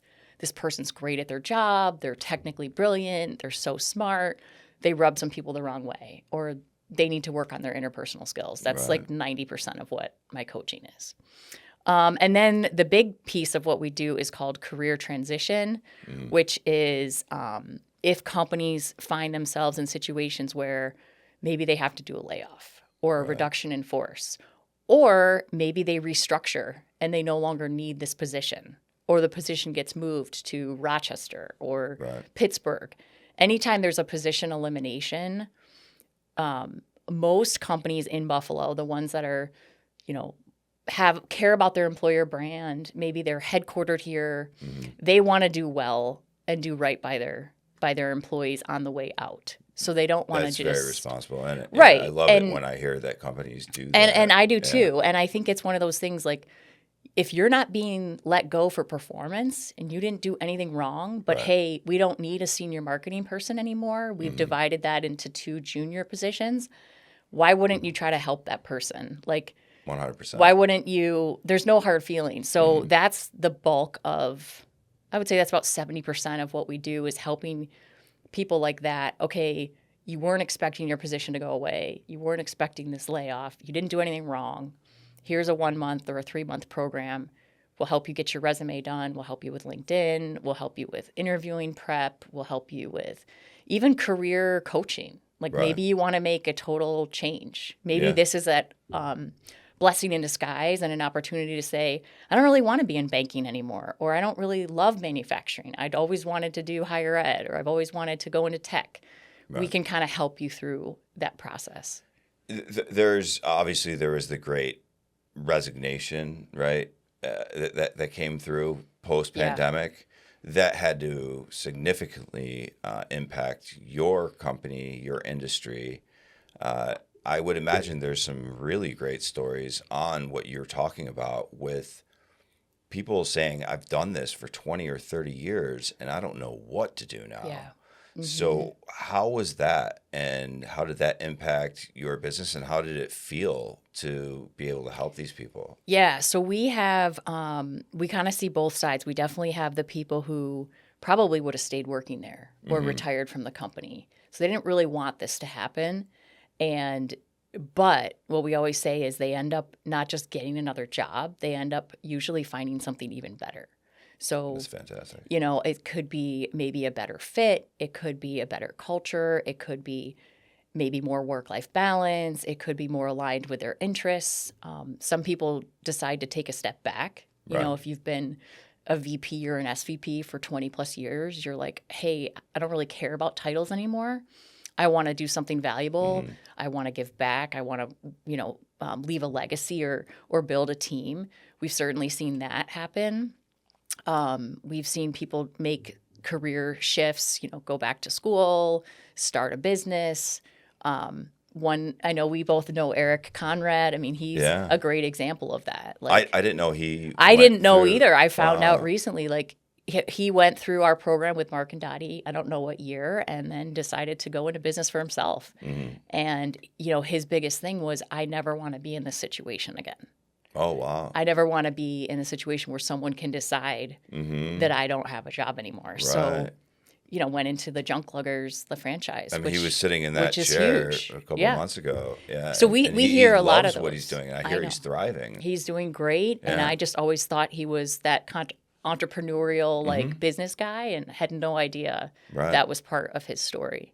Yeah. I mean, we knew that there was some some fallout with a larger company, and that's what he had told us. And I know him on a personal level to a certain extent. Yep. But not to that degree. And I'm glad to hear that, because he was talking about this advice, this guidance he got towards the franchise opportunities and all that. And he was very methodical about how he weighed his options. And to know that it came through your organization that's even I mean, I can't take any credit for it because it was pre me or pre my time, but I love hearing those stories because you think about, okay, this is someone that was maybe at a low point or was feeling down and maybe like, what do I do next? Like lost. Right. And by us in some way, shape, or form, kind of helping him figure that out, he's thriving and he's landed in a better situation for him, which is really our goal. We've seen people relocate. They're going to move down south. We've seen people start their own companies. We've seen some people that maybe haven't been let go, but they want their resume updated and they end up getting a better job. Right. Yeah, and I think a lot of, at least maybe, my perception, and I think a lot of people's perception with a company that was branded as Career Partners International Western New York, that you might be restricted to just finding another position or another opportunity in the Western New York region.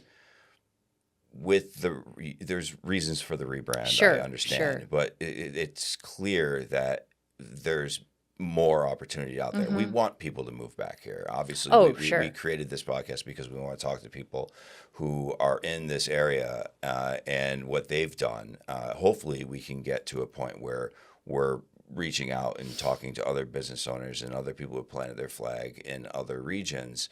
But it's very cool to hear that you have rebranded, and I'm sure there was a reason, like I said. Yeah. And was that something to do with the rebrand? Yes, that was a lot of it. So the biggest thing was, when people heard we did a little bit of some surveying. We kind of test the market. And when people heard Career Partners International, they remembered Mark and Dottie. That's who they kind of thought of. And they really just thought of us as that career transition, that outplacement. A lot of people didn't realize we did search. We were not on the map for leadership development. So by rebranding, by becoming Ascendant, we're still all of those things that we've been for 40 years. But hopefully when people hear the name, they don't just think of outplacement. Right. And because we were Career Partners International Buffalo Niagara, I thought it kind of limited us, where my goal really is to expand into like Rochester and Syracuse. I'm from Syracuse. I have a lot of clients there. My dad has a lot of clients there.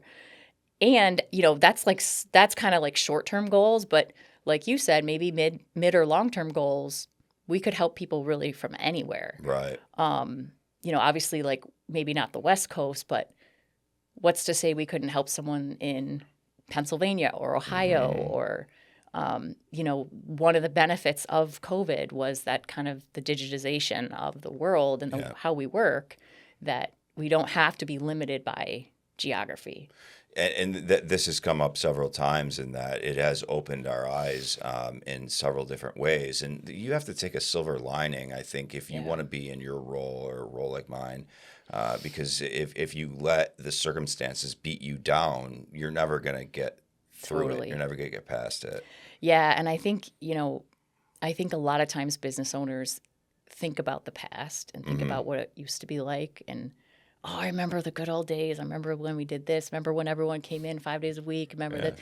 And there is some nostalgia to that, I'm sure. But there's also a lot of positives about like how we work now and the flexibility. I mean, being able to take your laptop and kind of work from anywhere, or if there's a snowstorm. Right. If there's a snowstorm, or, hey, you want to go down to Florida for a week, but you still have a couple important, meetings that you got to pop on. Like that flexibility is just huge. And I think we forget that even, in 2018, 2017, that wasn't really a thing.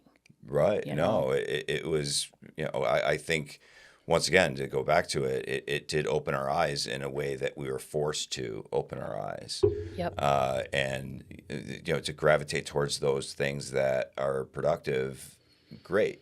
Have you seen any downside other than the fact that a lot of people got laid off? You mean with COVID? Yeah, like just post, because I mean, everybody, I know we're X amount of years past it, and to bring it up almost seems faux pas. But in your industry, when you're talking about people's livelihood, their staffing, their, you're helping people better their careers. You're also helping people who may have been, displaced or what have you. Any other notes on that side of it? It's interesting because in the past, we used to be able to our business was cyclical. Like if the economy's not doing well, you're probably going to see more layoffs, or you're probably going to see less hiring and things like that. So you could kind of predict maybe outplacement would go up, but like search would go down. And when you say search, that's people searching for people saying, "Hey, I have this hard to fill CFO job," or "I have this hard to fill." So those are the employers who are the employers that need us to help them fill jobs. So usually there's an inverse relationship. Usually, the economy's not doing well. People stop paying for leadership development and coaching. They stop posting as many jobs, and if they are posting jobs, they're not going to pay a recruiter to help them fill it. Right. So usually when outplacement is up, those other two service lines are down. That all went through the roof during COVID. Right. It was one of those, like, what do they call it? Like a VUCA environment, like volatile, uncertain, I don't know, chaotic, ambiguous, or whatever. Right. So there's a number of different things. You really, we can't really like read the tea leaves as well as we used to, because we saw like, sure, COVID, there were a lot of layoffs initially, but then it was almost like, oh, we cut too deep. Now we need to hire all these people. We can't find people. So we had really hot job markets in 21 and 22, like really hot, where the war on talent and people are, they're saying, I want a sign-on bonus. I want all these things. Like it was just crazy. And then it's just been every year, I think since 2020 has been kind of like, what's going to happen this year? Like, it's a very unknown environment. Roll the dice kind of thing. Or we would see, hey, leadership is up right now, and so is search, and so is outplay. Like, how does that make sense? You know, like, it just, the trends kind of went through the roof. And then obviously in election years, like last year was tough for a lot of our partner firms around the country, because a lot of them do primarily staffing, and they might help with career transition. But that was a tough year for staffing agencies, because the uncertainty of the election, a lot of companies were like, let's just hedge. Let's just hold.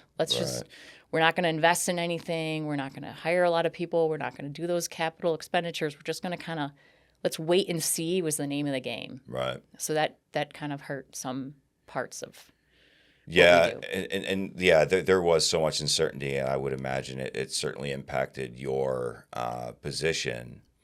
But to give some guidance for those folks who are out there, maybe still floundering, not knowing what to do next. Maybe they have a position right now, but they've got a great idea.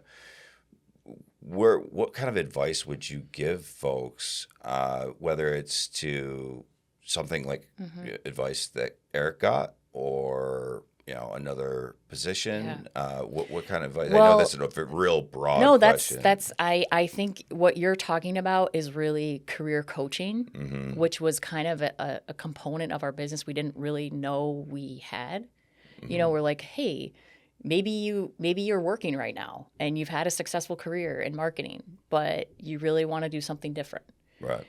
We can still help people like that. So we kind of call them retail, because they kind of come in off the streets and want to use our services, but we have a lot more programs now in place to help those one-offs.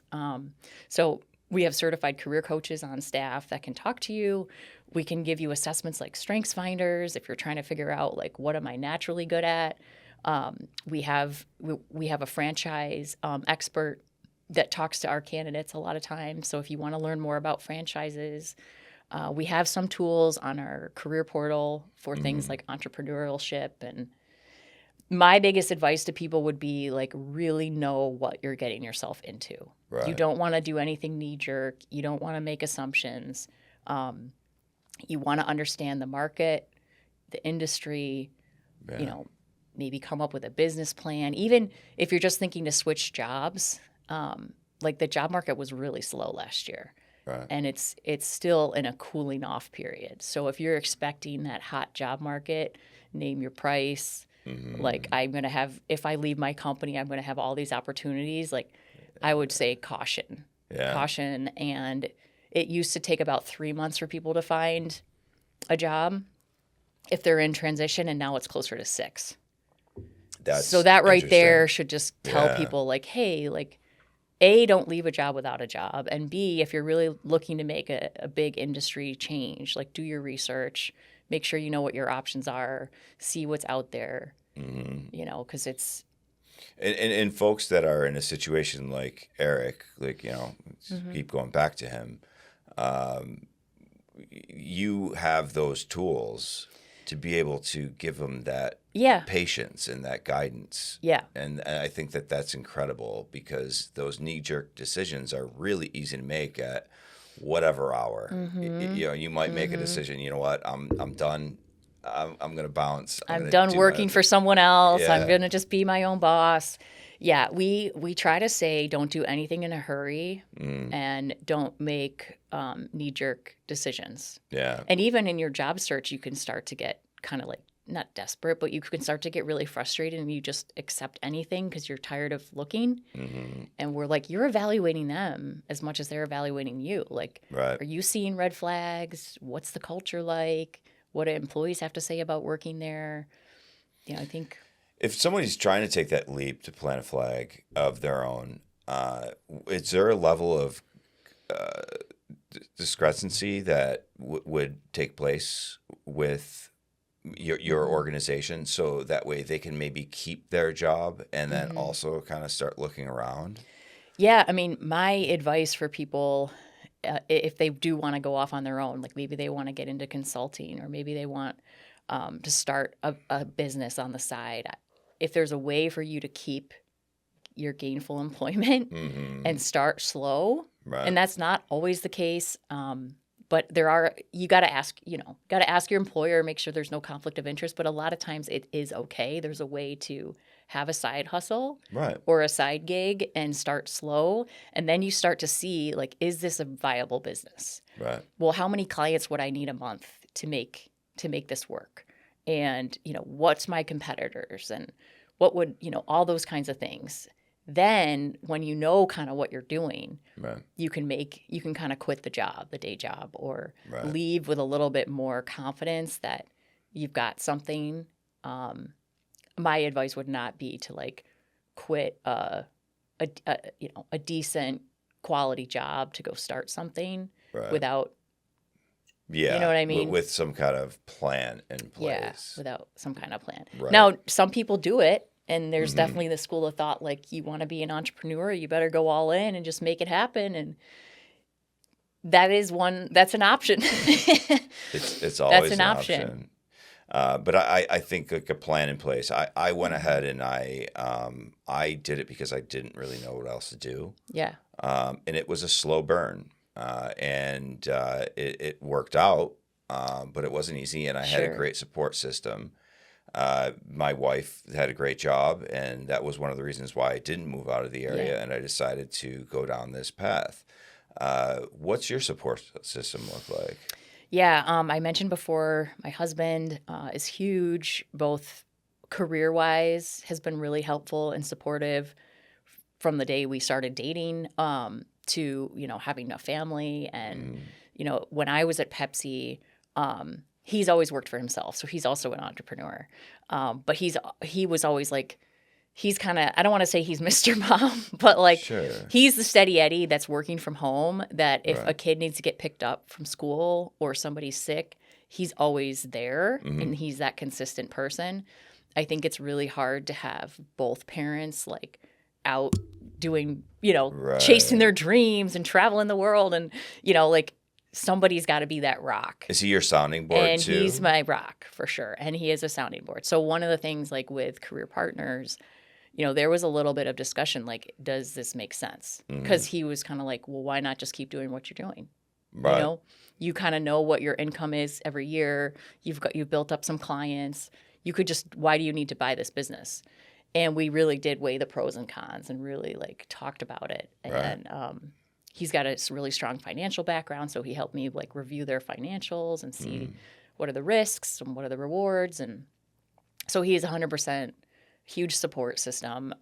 My parents are as well. My dad having started his own business. My mom actually started her. She's a travel agent, and she started working for herself when we were in college.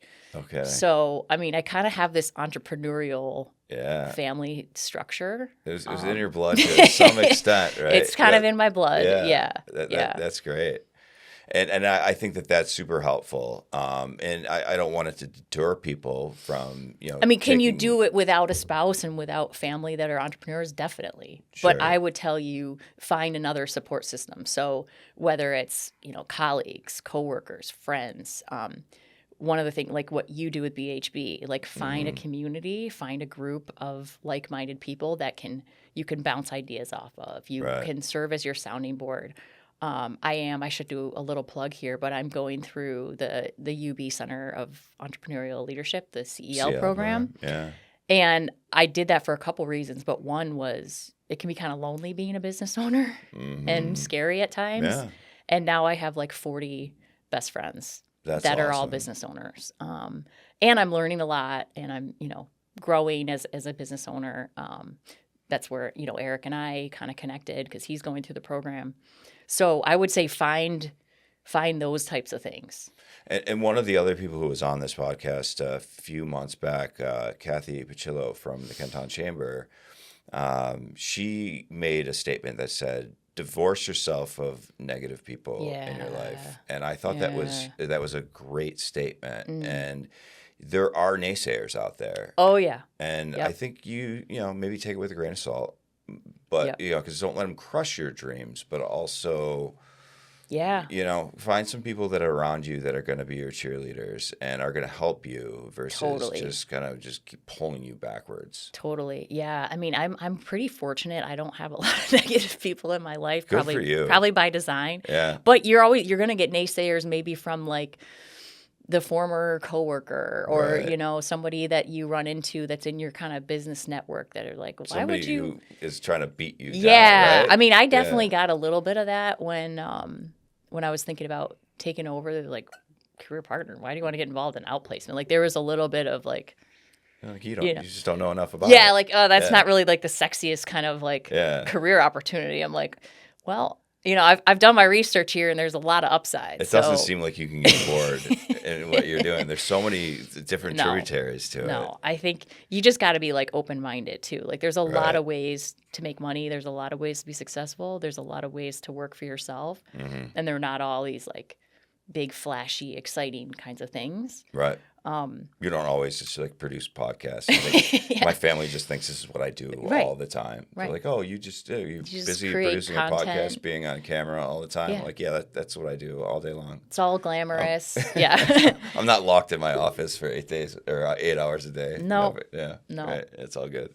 Yeah. But no, there's no complaints about it. But yeah, I think if you get some kind of fulfillment out of it, I really think that's what resonates. And I think that's where it's at. And if you can get to a place where whatever you're doing, it doesn't need to be important to the person next to you. It needs to be important to you. Oh, totally. Totally. And I think you're going to get that throughout your career. You know, if you're making a change, you're going to get sometimes people just, they mean well, but they're trying to protect you. Right. And, you know, some of the biggest rewards come from taking those risks. I mean, I'm not doing the safe and easy routine at all. And my life would probably be a lot easier if I did other things. How good does it feel, though, when the people who told you couldn't do it, and now you're doing it? Oh, yeah. Oh, yeah. I know. I have talked about this before in different circles, but, like, I remember somebody early on in my career that was like,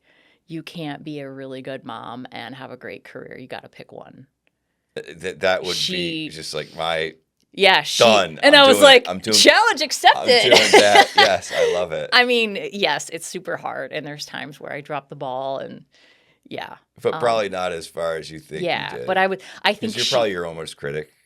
Maybe. I mean, the mom guilt is very real. Yeah. But no, I think what she was somebody that grew up in a time where you really couldn't do both well. So she was trying to give me advice from her perspective. Right. Not knowing that, like, hey, I have a really hands-on husband. And, like, I have a support system. And I found a great, you know, nanny. And, like, all these other things. There's ways to make it work, you know? Yeah. So. No, yeah. And no, I think that is super... it's just a great way to look at it and look outside that box. Yeah. Exocartonic is a word that I throw around a lot that I got from Dennis Miller. Nice. And if you can think about it your way and not just absorb everybody else. And I think if I was like younger or maybe more impressionable or had less confidence, I probably would have listened to what she said and been like, yeah, you're right. You know, I should probably quit my job when I want to have kids, or I should probably go work part-time somewhere. And there's nothing wrong with those things, but that wasn't what I wanted for myself. Yeah. And like, and who says you can't have it all? Right. I think you've done it. I mean, you can. It comes with sacrifices, you know, and it comes with like probably more stressful days. But you don't have to pick. Right. You don't have to pick. It's not an either or. It's a both and. And what does that look like for you? Right. You know. I think that was very well put, and I think that work-life balance is important, and also having that support system is important. I think one of the other things that's very important is learning how we can get in touch with you and your organization. Yeah. So if anybody here is listening, they can easily, if they need your help, or have any questions, they can get in touch with you. So what's the best way to get in touch with you? Well, our new rebranded website Which looks great, by the way. Thank you. Yeah. It's up and running. It's ascendantnow.com.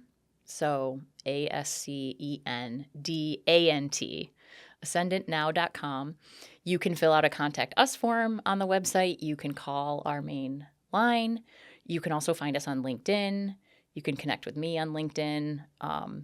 We're B2B, so we do spend a lot of time kind of on LinkedIn more so than other platforms. Yeah. But I've got a great team, and there's plenty of people that can talk to you. I mean, even if you just want a consult, a phone call, find out more about how we help, we're happy to do that. This is awesome. I think your insight was very unique from some of the other people that we've spoken with.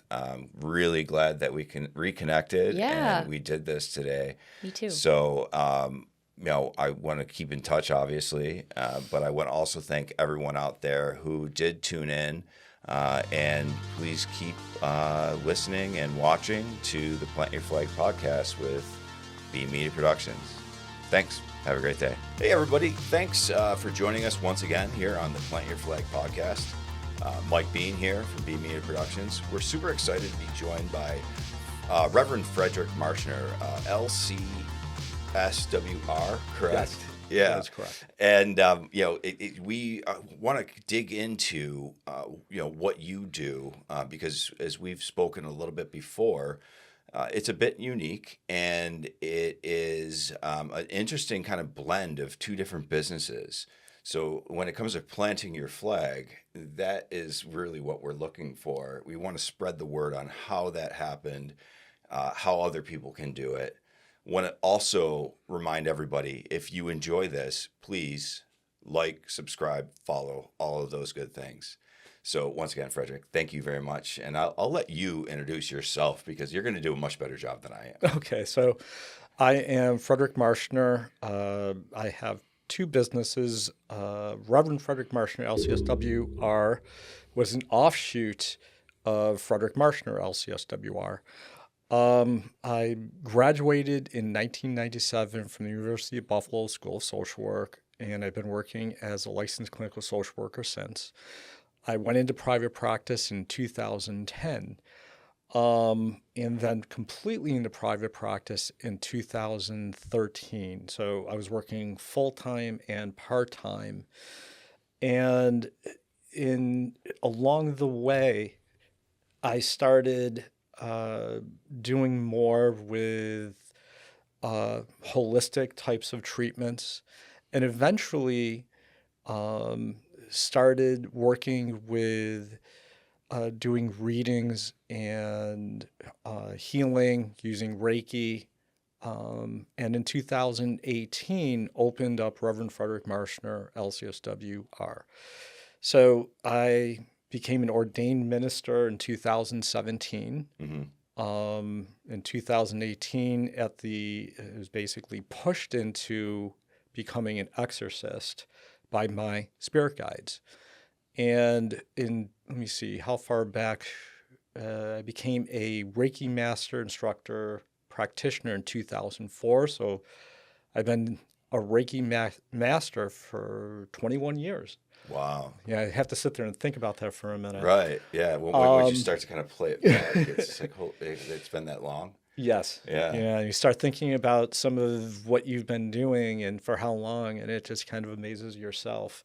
So in terms of doing exorcism, I've been doing those for 7 years now. Mm-hmm. And I have a collection of haunted objects that I've picked up along the way, objects that were causing people problems that they ended up giving to me. I'm able to manage them so they don't cause anybody problems, including me.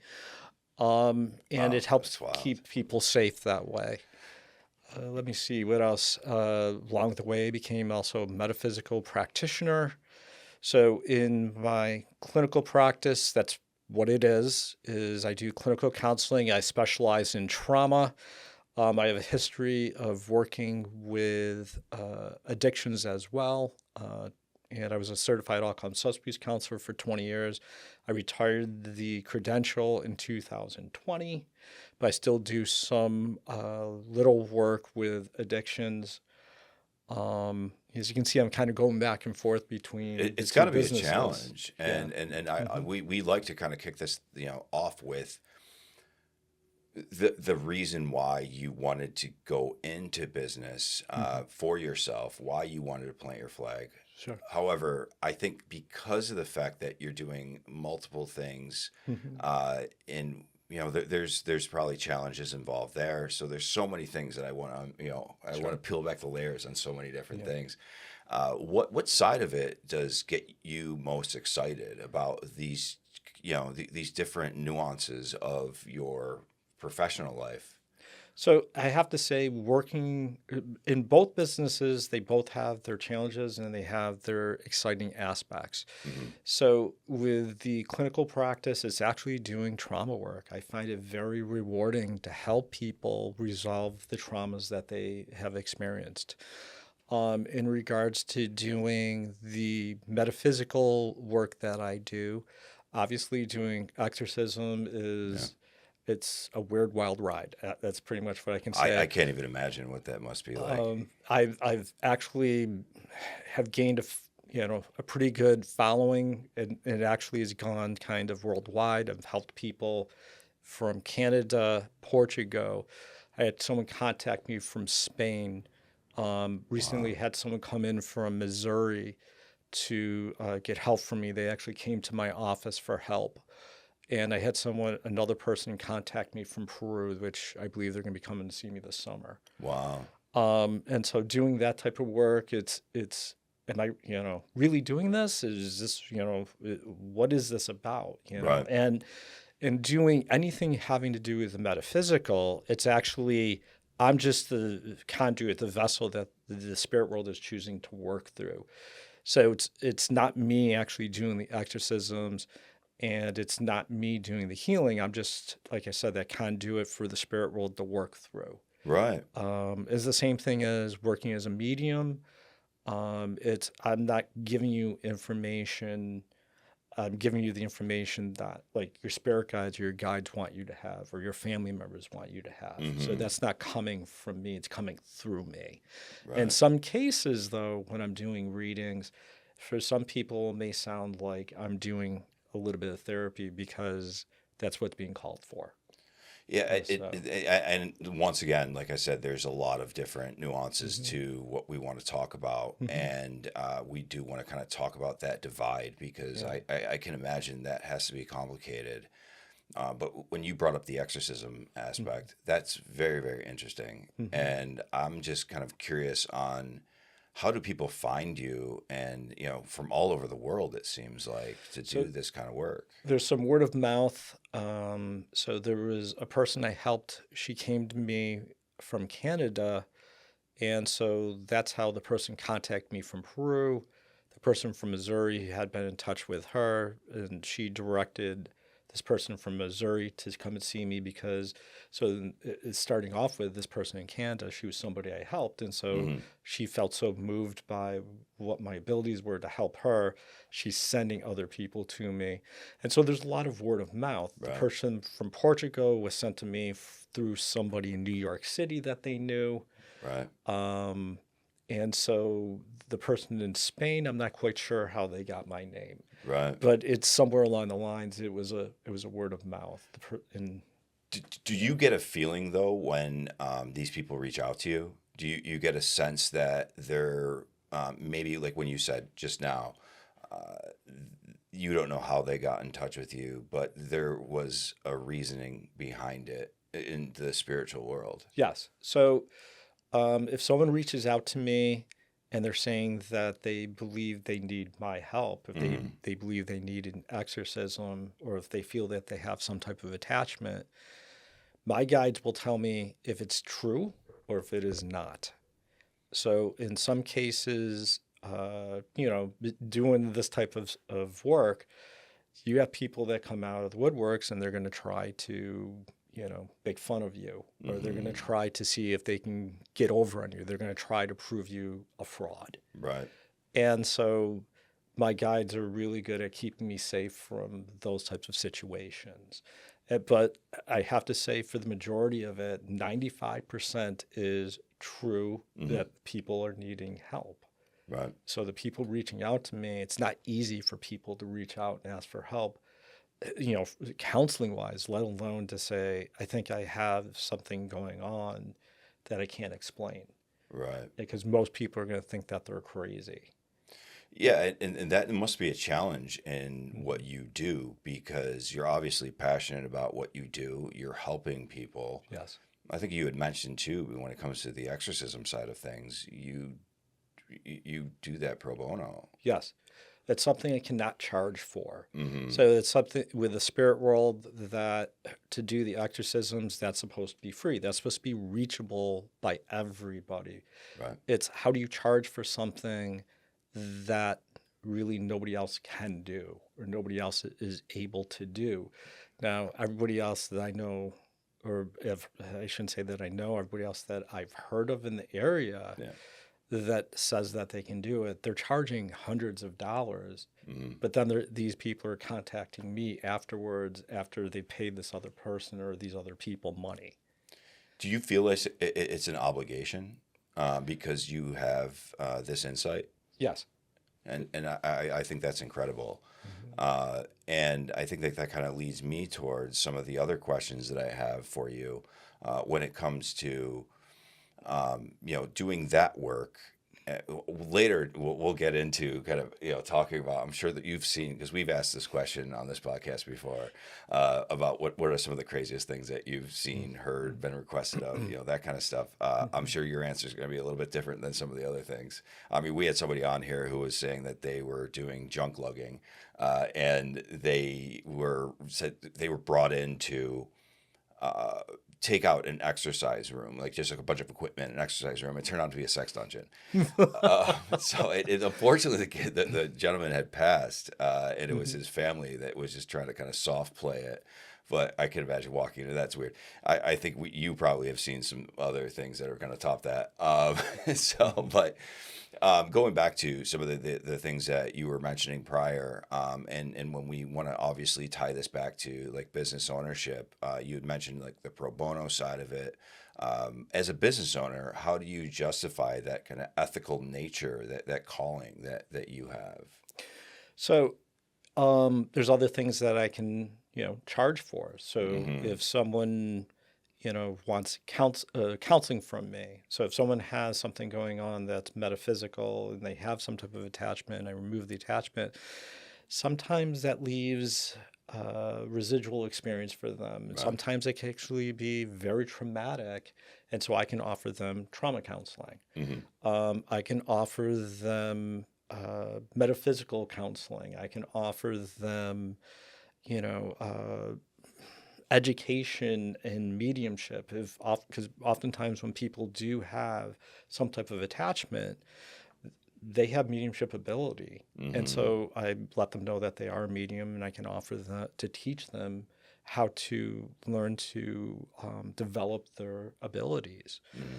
I can teach them how to, if they have empathic ability, being an empath is, somebody is able to feel not only emotionally, but physically what other people are feeling. I can teach them how to lower the empathic ability so that to make it more manageable for themselves.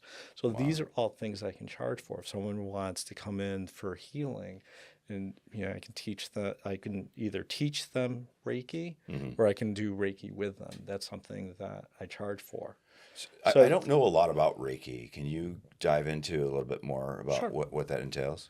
So Reiki is a type of hands-on healing. And Reiki is actually two words, Rei being universal and Ki is like Chi energy. So we put the two together, it's universal life force energy. And so it is it was discovered or rediscovered in Japan in the early 1920s by Mikao Usi. The reason I said rediscovered is because they believe that initially it was something that was done thousands of years ago in India. Right. And so he was on this 21-day pilgrimage, and he, at the end of the pilgrimage, he had Reiki. And it was given to him. And then it found its way west. And so Reiki works on 4 levels. It works on the physical, emotional, psychological, and spiritual levels. And it's said to work at the molecular level. So it can help people in all different ways. It's not uncommon for people to, if they have like emotional things going on, to have like an emotional breakthrough while receiving Reiki. Right. I've helped people that have had chronic pain, and at the end of a Reiki session, the pain is either greatly diminished or it could be possibly even gone. No kidding. And I've had a couple situations where I've helped people with arthritis, and the arthritis basically, they went to another provider, and the provider was shocked to find that their bones were regenerating. Wow. In 2 other cases, I helped people with cancer, and the cancer disappeared. No kidding. So obviously, once again, that's not me doing it. It's the spirit world working through me to help whoever is coming to me. That humble nature is so refreshing. The way that you present it. You present it in a way that I'm just doing what's kind of asked of me in these situations. But also it must be a little bit deflating because we did, kind of just brush upon the fact that not all of this stuff is widely accepted, whether it be in this country or other countries, whatever it might be. Yeah. So, how is that? How do you manage, the fact that you're very humble, you're asked to be doing these kind of things. Some of them are free. And then at the same time, some people are probably calling bullshit. Well, you know what? People are going to believe what they want to believe. And there's nothing I'm going to do that's going to change their belief if they think that I'm bullshit. They think I'm bullshit. And that's their belief. I'm not going to be bothered with trying to change their belief. Now, that being said, I do ghost hunting on top of, like helping people. This keeps getting better. Yeah. Okay. And so it's kind of like a hobby. Yeah. And so I'll take people ghost hunting to some of the local places I know to be absolutely haunted. And I've had people walk in doubting and walk out believers. No kidding. Yes. And that has to feel good. Yes. And, when beyond that, though, is, like I said, it's I have confidence in me. I know where how powerful the spirit world is. And at some point, something may happen to change those doubters' mind. Right. And it's interesting the way that you present it that way, because you're not here to necessarily prove it to the world. No. You're, like I said, very humble about it. And I think that there's a lot of class to that. And then there's the other side of your business. And we didn't even get to why you felt that. Maybe it's because of some of the things that you've been able to do and some of the things you've experienced in your life, which kind of made you plant your flag. But is it because of the fact that you just kind of saw a bigger picture, maybe? And I don't know if it's a right fit for me to work for maybe some of the other places you've worked in the past? Well, so that's a part of it. So around 2004, 2005, was when I started actually believing that I could do mediumship. I had 2 friends that were mediums that both said to me, you can do this. Now, I'd always believed in mediumship. I just never thought it was me. And so then they both started teaching me. And so then it became, well, I don't think I can do this, to, wow, I can do this? Right. To then, wow, I can do this. Yeah. And how long of a process is that? So it's a lifelong process. So I'm still kind of in that process of learning, and to me, that's a part of life, is we're constantly supposed to be learning. And that's the meaning of life, is we're here to learn. So I mentioned in 2010, starting my own business, and I was working for agencies, and I'm not going to say which ones. Sure. And I can respect that. with New York State and all the rules and regulations that New York State puts on the different agencies and the policies, and that all of them have to follow, and the agencies themselves having their own policies, it became increasingly difficult to do the work that I want to do, to do the quality of work that I want to do and still meet all of those requirements. And so when someone goes into private practice, yes, we still have to follow New York State laws. Right. Yes, we still have to follow a code of ethics. Yes, we still have to follow insurance standards. We have to follow standards for licensure. But the policy, but it's a lot easier. It's a lot less stringent than working for an agency.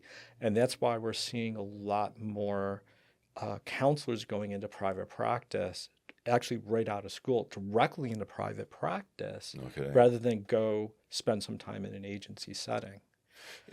And, you know, with some of the other things that you've discovered throughout your life, I would imagine that had also maybe been a challenge from working with inside of those kind of boundaries, those guidelines. Yes. So so here's an interesting story. I had someone contact me. They were looking for counseling. And at least that's what they were telling me. And so I sent off paperwork through an email along with some instructions, to be ready for the first session. And so I send paperwork ahead of sessions so that people can get the paperwork done rather than have to sit in my waiting room and do it. And so she showed up with the paperwork and, came into my office. I reviewed the paperwork. And one of the first things I do is, even after reviewing paperwork, I ask people, what's happening right now that you're looking for help? And she wanted a reading.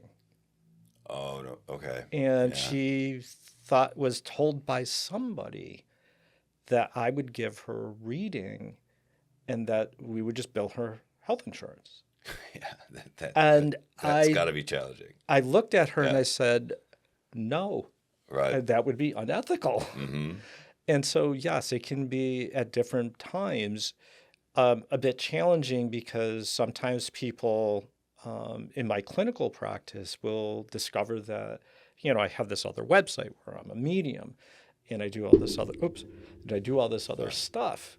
And so they'll come in, they'll start hinting around, to like mediumship and their own psychic ability. And I just sit there and I'll listen and I'll say, hey, how are you doing with that coping strategy I gave you last week? So I just try to do my best to get them back on track, because it would be unethical for me to do a metaphysical counseling session and bill insurance, or to do Reiki and bill someone's health insurance. Those things are not covered by health insurance. Right. Or to do a reading for somebody and, basically bill their health insurance. Right. Completely unethical for me to do any of those types of things. And so where you do come in, though, with the idea of like, psychic ability. Everybody has psychic ability.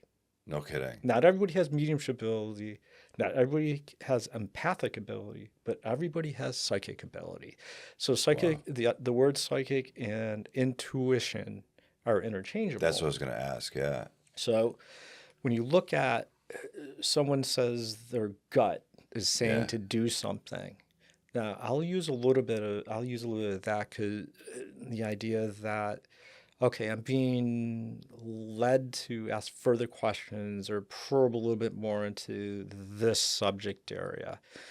And it's all about, what is it going to be best to help the client in my clinical practice. Then it's about providing, cognitive behavioral therapy or aspects of DBT. I do a lot of, like I said, trauma work. So I use EMDR therapy. I help people build coping strategies, progressive counting. There's a cognitive processing therapy. That's another type of trauma therapy. Brief solution focus. So I use all of this clinical knowledge that I have to help them in my clinical practice. You're right. And so, but it, some days can be a little bit more challenging than others. Because you probably have to hold some things back. Yes. And so even when I'm doing metaphysical work or I am doing readings, I'm not sharing necessarily everything that I'm being told, because it could be harmful. Right. And so I have to pick and choose what to share with who. So I might do an exorcism with somebody, but not tell them that they have this like evil or demonic attachment. I may just say, oh, there was just this bad spirit that was attached to you. That's not every case. Right. In some cases, but in those cases, it's what is going to do, is if I tell this person, give this person this information, are they going to be harmed by it? And so I'm trying not to harm anybody.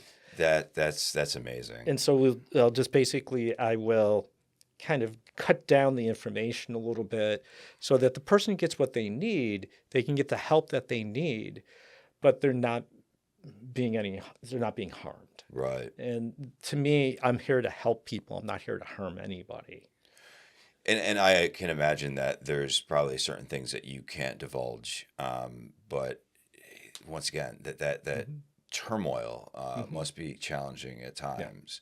And I don't want you to call out any specific instance, but is there ever a time where you really feel that you need to say something because of something potentially might be going wrong down the road?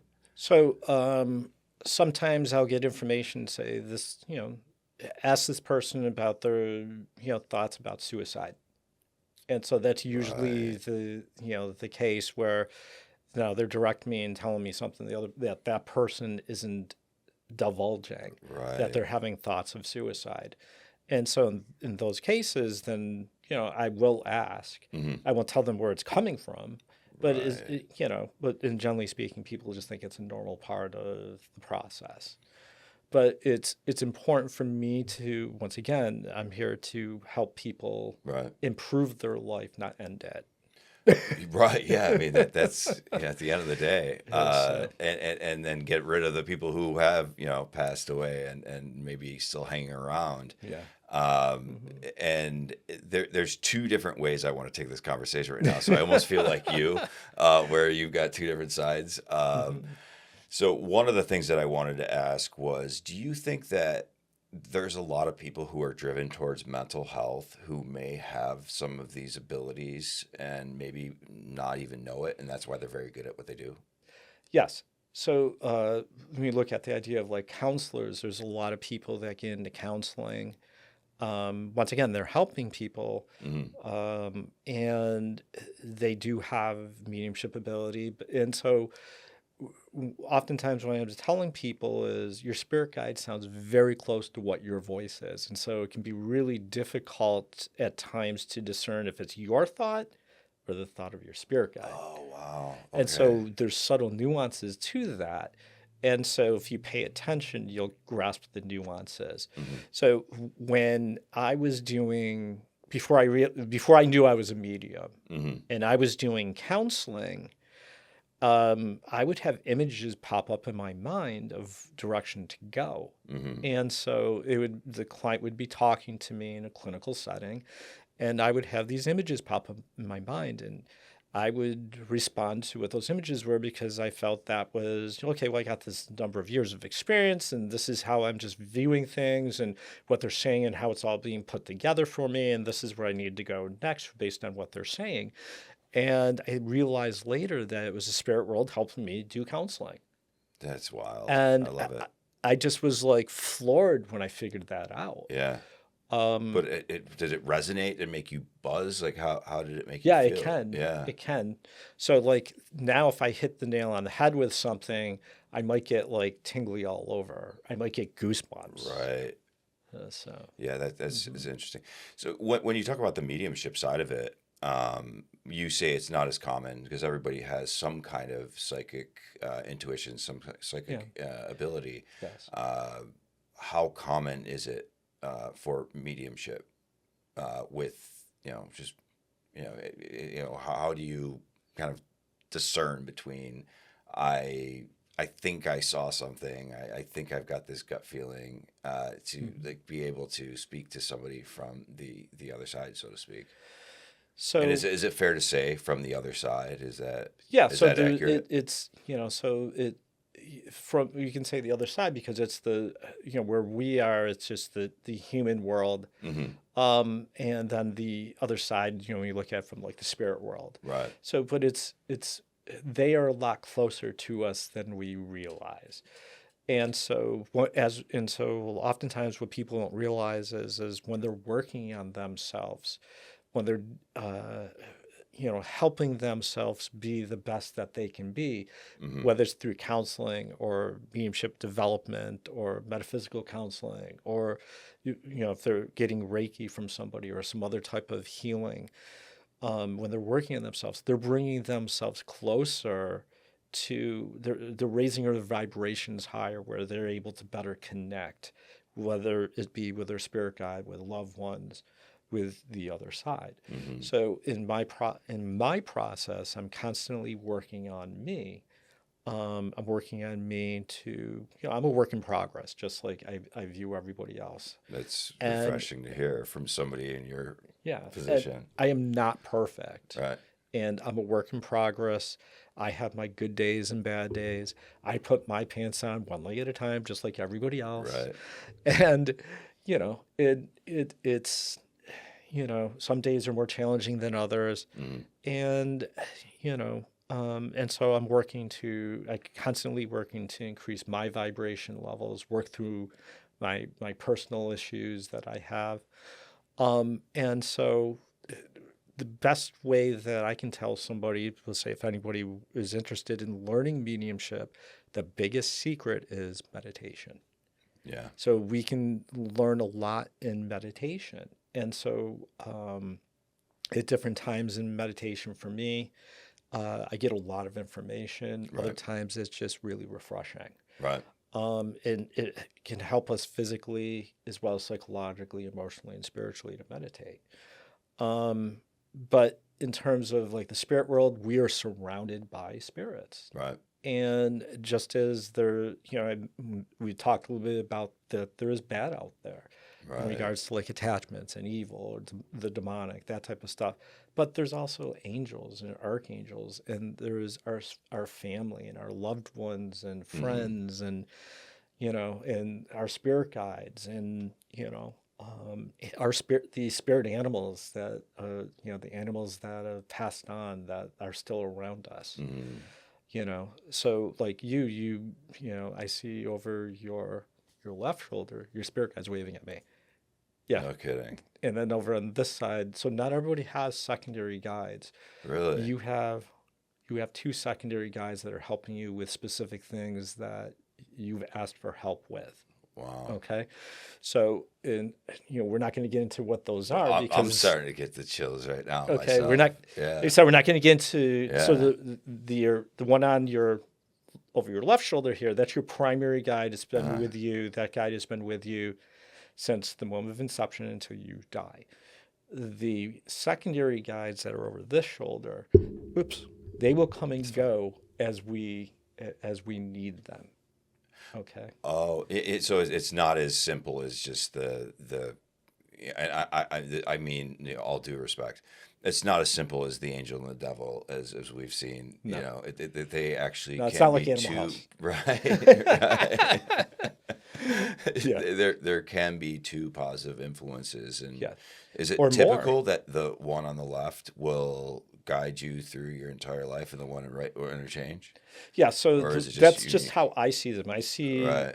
That's basically, so what we do is when we're learning to be a medium, we have it kind of set up in a certain way so that it makes it quicker for us to read. So by seeing your spirit guide, your primary guide over here on the left, then I know that to look to your right to see if there's any secondary guides there. Do they have any information that they want to share with you? Right. That type of thing. And then beyond that is each of us have what I call a chorus of spirits that are around us. So there is, we have what's called soul groups. Each of us is from a soul group, or sometimes they're called spirit families. And we have members of our spirit family around us. And so spirit family could be people that are in your biological family. Right. They could be people that were friends. They in this lifetime. Right. They could be people that were, I'm going to say it, enemies. Oh, no kidding. Okay, that they were here to pose a problem for you. Wow. Okay. They could be spirits that you've never met in this lifetime. It's just basically No they're in your kidding. spirit family, but they're providing you support from the other side. Spirits also could be, so members of our spirit groups could also be animals. And so there's animals. The fact that I was going to ask you that next means I think you know what you're talking about. Because I was going to ask, it's like they talk about the Rainbow Bridge, like that kind of stuff. So those pet, lovers, and that they miss them dearly. They can stick around and help you out. Yeah. So I have with me 4 dogs and 2 cats. This is you. This is me. This is what you recognize. And they're with me all the time. Wow. And so one was a dog that I had in this lifetime. The other was a cat that I had in this lifetime. Second dog was a friend of mine's dog, which was mine in a previous lifetime. She was just in my spirit family. And then the other 2 dogs and cat were from previous lives. No kidding. So you do believe in reincarnation? Oh, absolutely. Yeah. Yeah. Can you tap into that at all? Like, can you kind of somewhat. Kind of figure out who you were specifically? Yeah, so it's interesting because I've figured out some of my lifetimes, but I haven't spent a lot of time doing that. If someone asks me, if someone's in a reading and they're asking me about past lives, and I'm able to give them a little bit of information about some of their experiences as well. So, like, in terms of me, so each of us has actually 10 lives. And which we can maybe get a sponsor for the 10 Lives Club, the cat group. But so like cats have 9 lives. Because there's a 10 Lives Club. They try to adopt out. Okay. So it's 9 lives, and then 10 lives is their organization. Nice. But no, sorry to cut you off. It just kind of struck me as 10 lives. Maybe there's something more to it that they knew than than I read on the paper. When we worked with them a little while ago. Okay. So, but anyhow, please continue. I'm sorry to interrupt. No, that's okay. So we each have 10 lives, and once again, the meaning of life is to learn, and so we get 10 lives to learn as much as we can, and those 10 lives can be spread out over hundreds of thousands of years. Okay. That's incredible. And involve other planets. Wow. And, so like I've been told that my most recent life was during World War II. I was an Italian soldier who died during the war. And so you go back further than that. I was a Knights Hospitaller during the Crusades. Okay. You know what I mean? That type of thing. And so sometimes what happens for people is, different things, different events that happen to them during their lifetime can surface in this lifetime in regards to, we'll say, like anxieties. They can surface in regards to depression. So I had someone come in, and she was telling me about being shown something from her spirit guide, and it was related to how she died in past life. And it's something that it's not something that everybody gets information on. Right.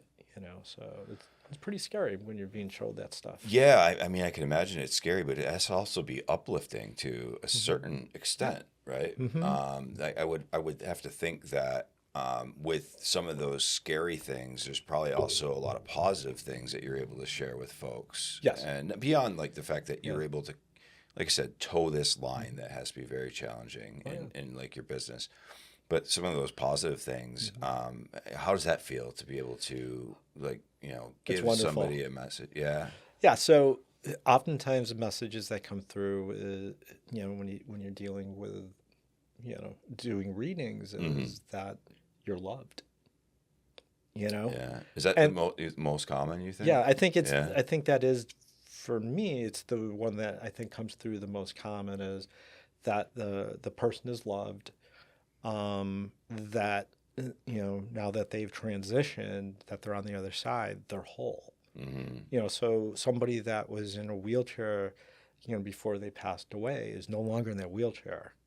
You know, so now they're standing, they're, you know, they're smiling, they're happy, they're content, they're at peace. And so it's a wonderful thing to be able to give people that information. I did a psychic party a couple weekends ago, and I was happy, actually pretty ecstatic, when a couple people walked into the room, and I was like, you get all your stuff is together. You're in good shape, you know? And, you know, they were like, well, tell me about that. Right. You know? And so it's refreshing to be able to tell people that they're on the right path with their life. Right. You know, because sometimes it's people need that type of reassurance that they're doing the right things. Yeah. And, you know, and then so some other cases it's, I'm telling people, I'm revealing stuff to people that nobody knows except for them. Yeah, and you just did that, and I'm doing my best to keep it together. Yeah, that's challenging. This is the first time on this podcast that something like that has happened. So I don't know if you intentionally were looking to go down that road or not, but No. yeah, it kind of gave me like a sense of somebody's who's on my shoulder. So thank you. Yeah, you do. You if you want a little bit more information, you know, Al is with you. No kidding. Coco. Okay. Interesting. And two grandmothers. There's give me a name of Henrietta as being one of them. And so yeah, I don't recall Henrietta, but then again, as you were talking about, there was different kind of, but the wheelchair thing kind of struck me. But anyhow, I'll pull it together because I'm a professional. It's okay. You know, you're entitled to have feelings too. Right. Yeah. So. No, this is incredible stuff. I can imagine that there's some wilder things than what just happened just now. And we want to make sure that we kind of squeeze that in, because if we went through this episode, we didn't ask you what was your, like one of the things that really struck you as like a crazy story in business. You know, I'd probably get shellacked by the editors. So. Okay. So I mentioned exorcism a few different times. Yeah. That's probably like the craziest stuff that I think anybody could possibly be doing. And it's like, you know, going with that and you know, going to people's homes and, you know, and some of those experiences and going into people's homes and a lot of times their homes are not in the best shape. And in some cases they're close to where they probably should be demolished because they're in that bad of a shape. And the people are in that bad of a shape too. And so I've gone to different situations where if I didn't go, they would, there's a couple different situations where I was being told the person would be dead within a week. And so, and beyond that is I've gone into local hospitals here a few different times to help people. Really? Yeah, one person, I was being told that the entity that had hold of her was going to kill her as it looked for somebody else to possess. And in the other, and so that was just basically, they had broken her back. Actually, she had, the surgical steel rods in her back, and they broke the rods. What? And I had... was this like spontaneous, or it was like a fall, or? She was sleeping. According to what she told me, she was sleeping, and then she couldn't move. No kidding. Okay. And so I was talking to a surgeon one time. He was a back specialist. And what he said to me was, it takes a lot of strength to break those rods and a lot of like tension moving back and forth with the rod like this. So she slept through it, which is probably to her benefit. But, and then I actually went into a locked unit here in Western New York and Right. help somebody. And, you know, there could be always tenuous of When you doing say something locked like unit. that. I mean, psychiatric Okay, unit. yeah, that's right. And I'm not going to say which hospital. Oh yeah, no. But you're it's a professional. You know, I went into a locked unit to help somebody, and it's always tenuous because it's like, yeah, I'm not walking in announcing that I'm an exorcist. You know, I don't want to get locked up myself. Sure. You know, so that's because there is still some of that. Yeah, there's a lot of that. Yeah. And so, but I went in as an ordained minister. Okay. My ordination got me through the door, and I was able to sit and talk. Is that where the reverend side of it is? That kind of by design? Yes. Okay. Yeah, so with being an ordained minister, you know, it took a year and got my ordination. And it wasn't like I went and, you know, got it from back of a comic book or a box of Cracker Jacks. I actually did work to get my ordination. Sure.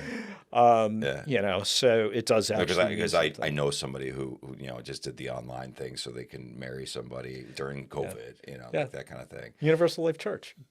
Sure, I don't, you know, but no, not that I'm knocking them. Right. Okay, yeah, because they do serve a purpose. Like Seinfeld, not there's anything wrong with that. Yeah, but I think it's, you know, that's a part of what gives me what I need to do in order to, like I said, to do the exorcisms, to manage the haunted objects, to, you know, to help people in the way that I help them. Yeah. So. But yeah, I mean that's where we started everything off with was you know, just that calling. I think it's exceptional what you're doing, and I think the way that you have talked about balancing both, it makes a ton of sense to me now that we've kind of talked through all of it. When we talk about calling, you know, try not to like just go too thick on a pun here, but how can someone get in touch with you about either side of your business? Okay. So my clinical practice is BuffaloNYCounseling.com, and my spiritual metaphysical practice is leadingtowellness.com. And any advice to somebody who might be interested about both? Because you had already talked about a little bit of like the insurance side and like that kind of stuff. Yeah. So I do work with people in both, and so it's a basic understanding that when I see somebody in the clinical practice, that's what I'm seeing them for, and if they're coming to me for the metaphysical, that's what I'm doing with them at that time. Yeah. Yes. And so I do my very best to keep those things separate. Yeah, and like I said, I give you a lot of credit for what you're doing, and I wish we could keep doing this for another hour because this is so interesting, and I love all of it. I love what you brought to the physical table, and what you're bringing, you know, to the world. So, Frederick, thank you so much for joining us. This has been a true pleasure. And for everyone else out there, please get in touch with Frederick if you have any other questions. You know how to reach us. Once again, like, follow, subscribe, and we look forward to seeing you next time on Plant Your Flag, presented to you by B Media Productions. Take care, everybody. Have a great day. Hey, everybody. Welcome back to Plant Your Flag podcast. I'm Mike Bean from B Media Productions. We're joined today by Ania Duchon. Yes. And you have such an extensive resume. You are the definition of entrepreneur. Thank you. Krashiki Bakery, Stolat Bar, Simply Pierogi. Go ahead. How is it said correctly?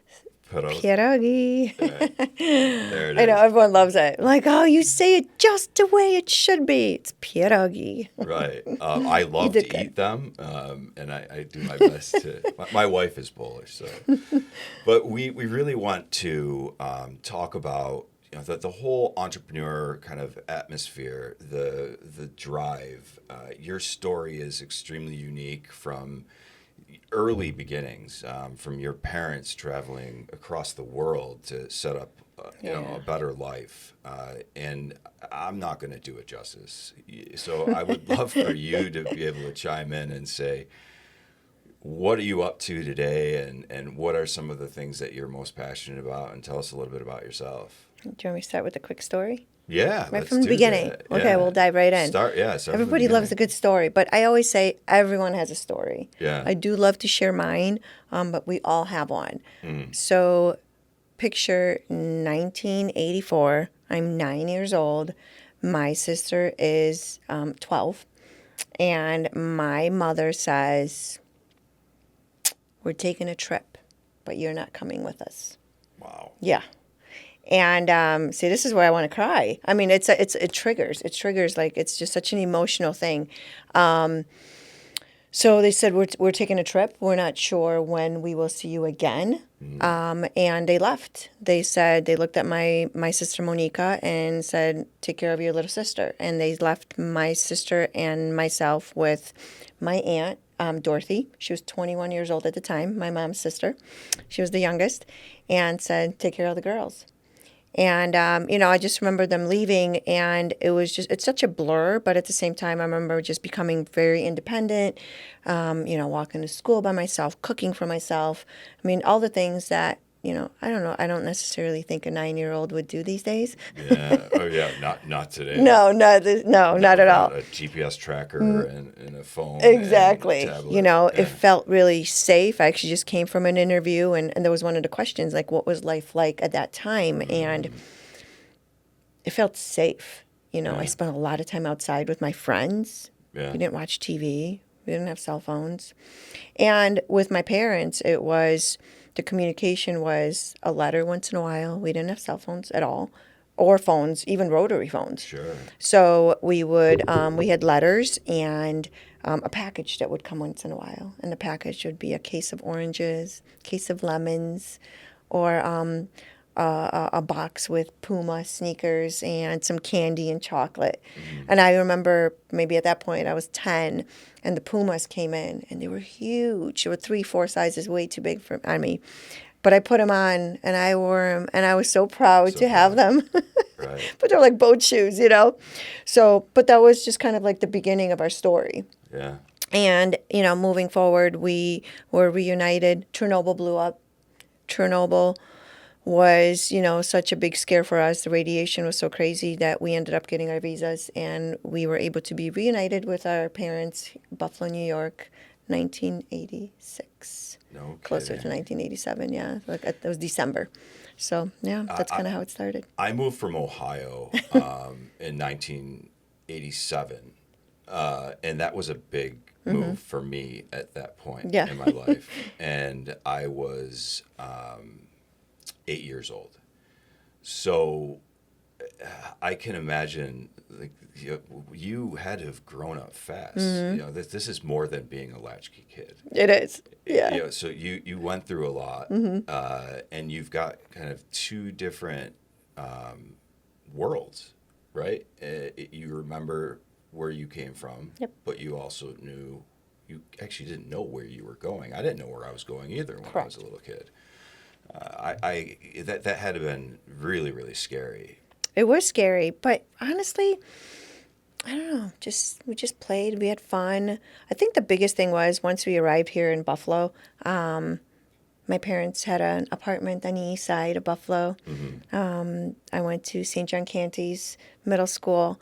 I just remember I didn't speak a word of English, and I felt like the ugly duckling, the one that didn't have anything, one, again, that didn't speak a word of English, and it was just kind of ugly. That's how I felt. I was kind of ugly. Because your own perception is reality. And, that pilgrimage, that's, like I said, a very scary kind of thing to think about. I didn't even think about the language barrier. So that is also probably how the whole Broadway market came with the East Side. That's how that came to be. And that's really where everything started. Did you start working there at a very young age? I did. So when my parents moved here right away, there was no freebies, right? I mean, they were fortunate enough to be sponsored by, Catholic charities, and met a lot of great people in the Buffalo area. My mother worked for Buffalo China. My dad worked for Buff General. And then, of course, any additional jobs they could get. And that additional job was making pastries for a amazing woman that became my mother's best friend, Elizabeth Kruszczyki's, making them in their apartment. And Kruszczyki is the name of our business, but it's a sour cream fried dough twisted with a little bit of powdered sugar. It's quickly fried. So that's something that they made at home as an additional hustle, right? Because they just wanted to provide for the families in Poland and for us coming over. They had a side gig before a side gig. Exactly. Yeah. So in the little bakery that Elizabeth had was at the Broadway Market. So that's just kind of how the story starts. Then Elizabeth decides to, I mean, this is like just months, right? Everything happened so fast. Elizabeth decides that she's moving to Chicago and trusted my parents with a handshake and said, I'm selling you the business. I know one day you'll pay me back. And that's how the bakery started. It was a little kiosk at the Broadway Market, Ian Bakery at the time. And then my parents, said, okay, we got this. And, being teachers back in the day and decided to be bakers. And it's such a well-known name, I believe, around Buffalo, especially the Polish community. But it extends beyond that. Yeah. And I would almost say it's fair to say that because Buffalo is a very segmented community. Yes. I would have to say it helped kind of, do you feel that at all? That it just kind of helped blur some lines? Absolutely. Yeah. Absolutely. I will say with the name, though, I mean, Kruszczyki Bakery, it's so it's hard. It's easy to pronounce now. I feel like people really just like, oh, it's Kruszczyki's. We're going to Kruszczyki's. But I remember when my dad decided we will name it Kruszczyki Bakery. I was in high school, and I looked at him and I said, no, don't do that. No one will ever be able to spell it, pronounce it, none of that. And he's like, that's the point. And it's true, Right. It's stuck. Yeah, I guess so. It's stuck. I mean, it's been around since 1987. Yeah, I moved here. I know, right? So it's pretty neat how like some of that timing kind of works out. You've taken on some things that I would imagine were responsibilities throughout your childhood. How much did that play a role in you deciding that you wanted to become an entrepreneur? You wanted to plant your flag. Was it the only way you really understood the world? Yeah, that's all I knew. That was it. It's kind of survival mode and survival mode in some sense. But it was just we worked. I mean, if I showed you pictures when I arrived here, and it was December of 1986. We were in this apartment on the east side, Coon Street, and so many people still know that street, that street where the homes were. We were making Kruszczykis in our apartment, and that picture of us, my sister and I, just sitting there, and it's just boxes, flat boxes and boxes of Kruszczyki. So there was like, welcome to America. It's not that easy. Let's get to work. So, I started working from a very young age. And then when we moved to Cheektowaga, when my parents bought a house, I was in high school. And I always tell the story because I was a freshman and a sophomore and then a junior. And I was mortified of what I had to do every day. And that was come home and make pastries, make our Kruszczyki or our punchki, which is our Polish donut, in our basement. So it was the first thing I did. We came home and I would go down in that basement and we would make pastries. That's so different than what I think children today experience. Yeah. In my childhood, which wasn't too far off from yours, but in the timeline. But I was going home. I was watching my brother, and I was doing, things later, playing soccer, like that kind of stuff. There really wasn't an option for you. So did it make you feel like kind of an outcast at that point? It did. I mean, I remember sitting in class, and I always smelled like something, like a fried donut. And there would be times that I'll never forget, someone. A good and a bad thing. I mean, self-conscious about exactly. it. Someone would say, wow, it smells like donuts in here. It'd be like first class. It smells like donuts in here. And I was like mortified. And I never wanted to admit it. And I would say, oh, someone must have went to Dunkin' Donuts this morning. Right. You know? And of course, you know, with times I got more and more confident, but that's just how I learned, you know, to work really hard and just to give it your all. And it wasn't easy, and I really wasn't proud of it then, you know, even though my friends were like, my God, speak Polish, tell me something. I was like, no, you know, I wanted to fit in. That's just, everybody wants to fit in to some extent. Yeah. I guess unless you grew up in the 90s and then everybody didn't want to fit in. Right. That was cooler, right? Yeah. But you know, with that whole, you know, you seem like you've certainly made up for that. You're very well known. You've got a couple different businesses. I think just this week alone, I've heard about 3 different people who have met a business connection at your restaurant. Oh, really? I Stella. love that. Yeah. I love it. So do you think that there was some of the background that kind of brought you into, because if I say social butterfly and it's an insult, I apologize. That's okay. But I don't look at you as the type of person who is reserved. You're in the community. You're doing a lot beyond your businesses. So do you think that maybe some of your upbringing has kind of trajected you to more of that outgoing personality that I know that I'm sitting here talking to? I think so. But believe it, I'm outgoing, but I'm not as outgoing as you think. Yeah. You know, sometimes I have to really push myself. But I also love to be with good people, and I'm a sponge. So, and I like to learn from others. And I really do like to be involved, you know. And I think I just, like I said, like you said, I did want to, you know, I grew up feeling like the ugly duckling to just finding over the years the confidence in what I brought to the table. And it wasn't just to, oh, here's Ania, you know, let's just show up and be the face of the bakery. I wanted to be more than that. And I think that's why I am where I am today, you know, I'm just always putting something on my plate. It's driving you, because you were just talking about, you just spoke earlier today. At the Rotary Club. At the Rotary Club, right? You know, how, like, as far as, like, you know, once again, there's so many questions I want to ask about advice that you might give and some stories that you have to tell. But when it comes to getting out there in the community, being a person that you just mentioned is, you know, maybe it's not exactly what you want to do. Somebody who might be starting out right now, who has that kind of shy mentality, how do you maybe advise someone to break out of it and be able to accomplish as many things as you have?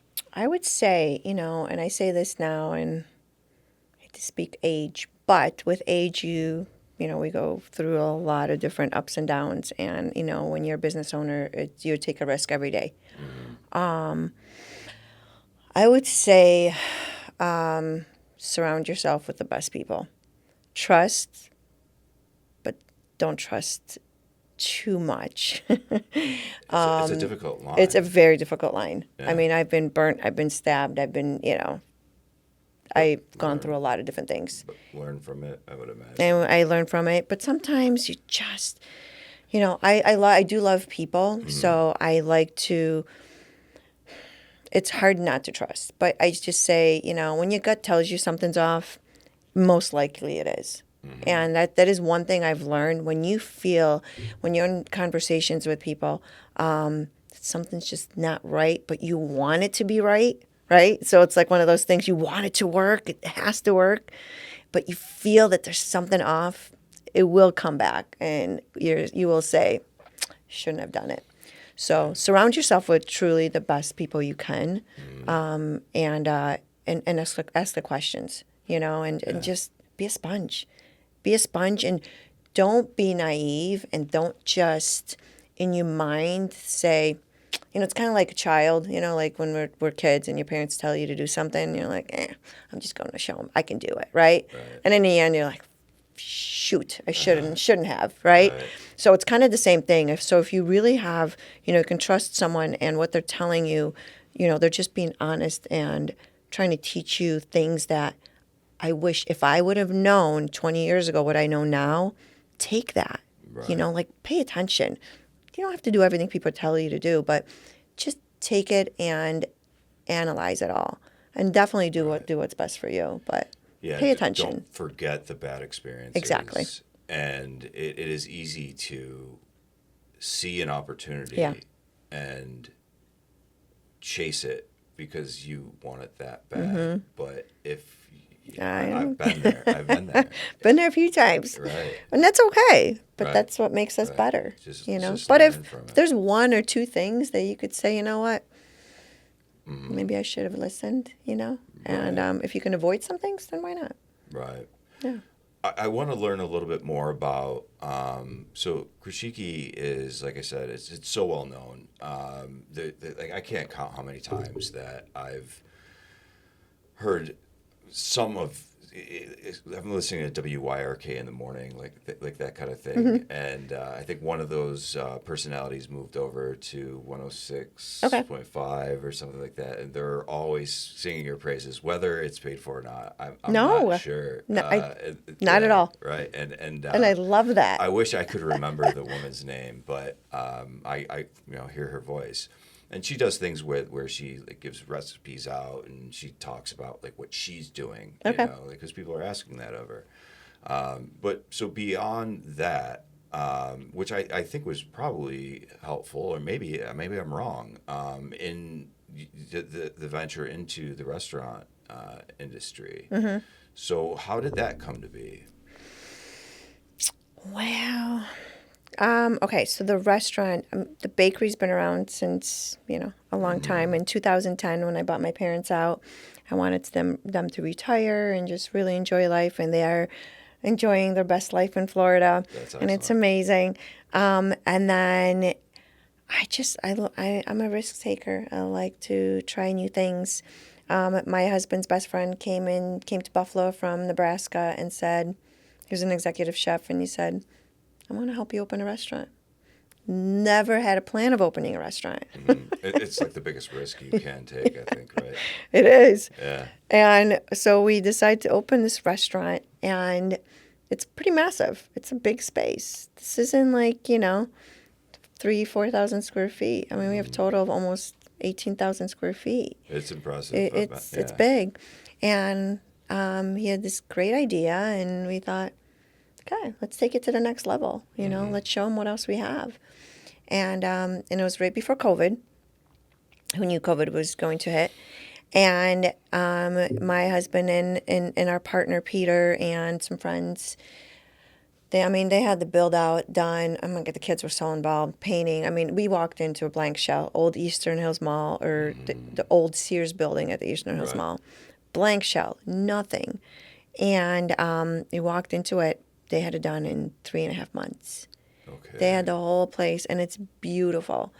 And every day my husband would say, we're doing this part, we're doing this part. And I was like, white, brown, black, this is the tile, you know. Right. This is how I wanted it to look. It was all in my head. So the design was there. And so we did that. We put all this beautiful space together. We had the business plan, what the food and the drinks would be like, and then we had the bakery on the same, on the same floor because it's an open concept. And then so took us to March, and had a great party for my son's engagement party. We said this is gonna be like our little soft opening. And we were supposed to open like Tuesday, Wednesday that week. And Monday came, we're just doing touch-ups and watching the TVs. And we're like, oh my gosh. Like NBA shuts down, this shuts down. And we're like, holy shit. I know. It's incredible how often this still comes up. We're years later after it, but it does come up a lot on this podcast because it was such a shift for so many different people. Some of it was blessing in disguise. Some of it was just traumatic. Yeah. Where do you stand on it? I mean, you think about this. So like put in almost $500,000 into this space. And now COVID hits and you can't open. You don't qualify for anything. Well, everyone is, all the other businesses qualifying PPPs and all this fun stuff, right? To help businesses. We didn't qualify for anything because we weren't open. Right. So now rent is due, bills are due, and we can't open. So we didn't open till August. And that was rough. It was rough. We were so lucky that we had the bakery. So bakery was able to stay open, and bakery carried us through. I mean, the Buffalo community was amazing. I mean, people were shopping and supporting local. The restaurant couldn't open, but they supported the bakery through that whole time. And it's one of the reasons why the restaurant's even here today is because it helped support it until we were able to open in August.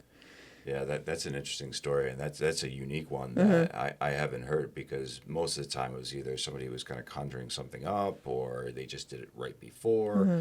But to be caught in the middle of it, Right in the middle of it. yeah. That's and I'm so glad that it's working out well, because like I said, it is, is in that kind of Williamsville hub, and Brendan's isn't there any longer, Right. so I'm sure that there's a lot of Oh, so traffic much that has comes changed. through. I mean, the mall has closed. I mean, we've gone through so many changes since. Mm-hmm.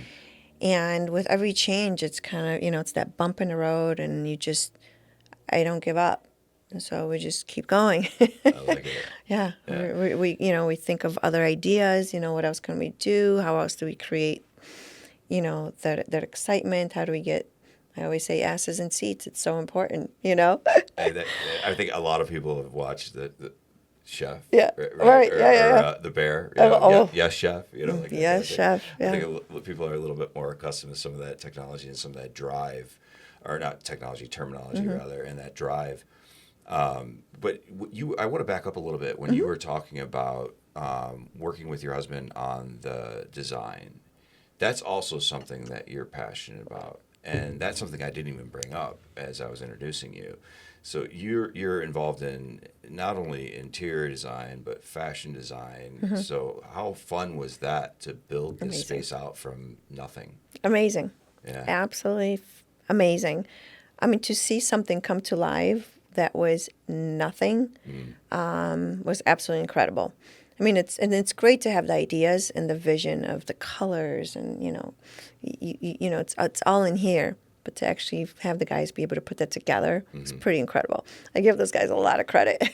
But every day I would come on site. Ideas all over the place. Because I would come on site. Board type person? Well, yes. But then I would come on site and I would say to my husband, "That's all you did today?" Because you don't see, it takes so much time to build, I don't know, a bar, the structure or the tile or paint the whole place. I mean, it was just so much to do.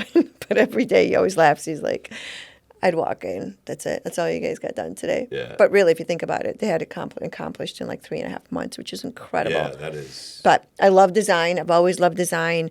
I mean, my whole life, no matter if I had a little apartment or if I moved to a home, it could be a huge house that we're moving into or just a little place. Within 24 hours, pictures were hanging, everything was set just like it should. And I've always had friends ask, just come over and design just decorate the house, decorate my house for me, But it's like the little things. And I always say, it doesn't have to be expensive. It's just the little things, just the way you put, this lantern, or the way you set, the couch or whatever it may be. But I love the little extras. Yeah. And then, of course, when it comes to clothes, I'm obsessed. So. Yeah. Well, tell me a little bit more about like the clothing aspect. I love to show people how you can just put together an outfit and it doesn't have to be expensive. Right. I mean, I could walk into anyone's closet, pull things that they would have never thought would match together. Because I think a lot of people are like, okay, I need to buy, this is a set. Right. This is how I'm going to put it on. And I'm different. I can pull out things from 10 years ago with something new today. And I will get compliments all day, every day, Yeah. So just kind of being able to put, those pieces together is so fun and exciting. So yes, I do my outfit of the day. You have no idea how many people love to see what I put together every day. And it's super fast. I don't really think about it too much. And you're actually putting out there what you're wearing that day. Oh, that's very cool. Yeah, and I'm designing my own shoes. So I'm kind of, dabbling into some other things. Some fun stuff coming. Yeah. Yeah. What are you feeling right now with what's going on with? There's a lot of talk about the '90s are coming back again. As we circle back to talking about growing up as a kid in the '90s, right? So do you feel like that is like a trend that you're a fan of? I'm not sure. I've never been big of trend kind of girl. I hate this. I know it sounds crazy, but there are definitely some things that trends will come, and I support it all the time. Mm-hmm. But I've never been. I don't know. Like I just like to put things together just because they feel good. Right. I'm a feel good kind of girl, so Doesn't it's like matter what the it other doesn't people are matter, doing. Yeah. And I do remember when I was younger, when I was in high school, and I wanted to whatever was in right cross colors or whatever. Big Pumas. Yeah, big Pumas and the big pants and all that fun stuff, and I love that. And I remember having a hard time because we couldn't afford things. Mm-hmm. So to just switch from season to season and when the trends came, it was hard to support it, right? So I've learned to just put things together with whatever I have. Right. Well, like I said, or whatever I may just maybe stop at TJ Maxx and I'll pick up a cute shirt. And now I'll have fine pants from like 10 years ago. And, a different pair of shoes. I don't know. It just comes together so naturally for me. Mm-hmm. So I'm really not a big trend kind of girl. I just make things happen. Right. And they look good. I mean, I'm told they look good. Well, I mean, if you're getting a following, I feel and people good. are saying it, Yeah. And I think there's also something to be said about that kind of mentality when it comes to running a business, because if you're always trying to keep up with the Joneses and you're not sticking true to what you feel is right, very true, then you're not feeling good about it, because there's a lot of scary purchases in business ownership. Yep. So I would imagine, with not only just buying the building and dressing it up and doing it the way that you feel right about it, has there been any other kind of like just leaps that you had to take that were just, scary, or maybe somebody was leading you in a direction that you didn't feel comfortable with, anything like that? I mean, just recently, I've had a few, and I always say as a business owner, we're risk takers. That's what we do. Right. And can never be surprised that if it doesn't, it might not work out. Right. It does not always work out, and that's okay. You can't beat yourself up over it. But when it's time to cut the cord, cut the cord. That's a really tough decision to make. I've had a couple situations like that, but I can talk about my recent one. I've opened a fast casual because I felt like it needed its own entity. Mm-hmm. And I have a disgruntled employee that feels that, he's owed something, a year, barely a year with me. Mm-hmm. And, lawsuit after lawsuit and money's spent. I had to, take part ways and re-look at why did I do what I did? First of all, I trusted. And you can't always trust everyone. And when you feel it, like I said, when your gut tells you, got to pay attention. But what I needed to do is just kind of like, okay. So we spent a lot of money, but it's just money. In the end, we make it back. We can make it back if you work hard enough. So we said, you know what? We're bringing our bowls back, right? We're bringing our pierogi bowls back, and they're going to be under one roof with Stolat and our Krushiki Bakery family. And that was a tough one, but that was a big kick in the butt. Sometimes just having a cut bait, and either there's that adage of hire slow, fire fast, like that kind of thing. But it's a whole different thing when you're talking about cutting ties with an entire business, and then you've got the aftermath. Yeah, it's tough. There's so much to it, too. And even when you close a business, you don't realize. So when you're opening a business, it's so exciting. It's this and this and that, and you're setting everything up, and it's the colors, what a brand will look like, and, what will a website look like, and how are we going to do social media, and it's so much fun. I mean, it's great.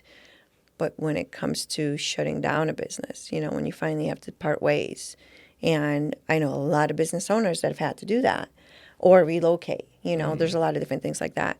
So much comes into that, like just you have to think of everything. You know, it's the insurance, it's turning off your cell phone or your phones, the alarm systems. You know, just purging, cleaning. I mean, there's just so much that's involved. That's the toughest part because it could be very depressing. Yeah, I can imagine. It could be very depressing. And, but I don't know. You know, I always said my mother taught me not to ever feel sorry for myself.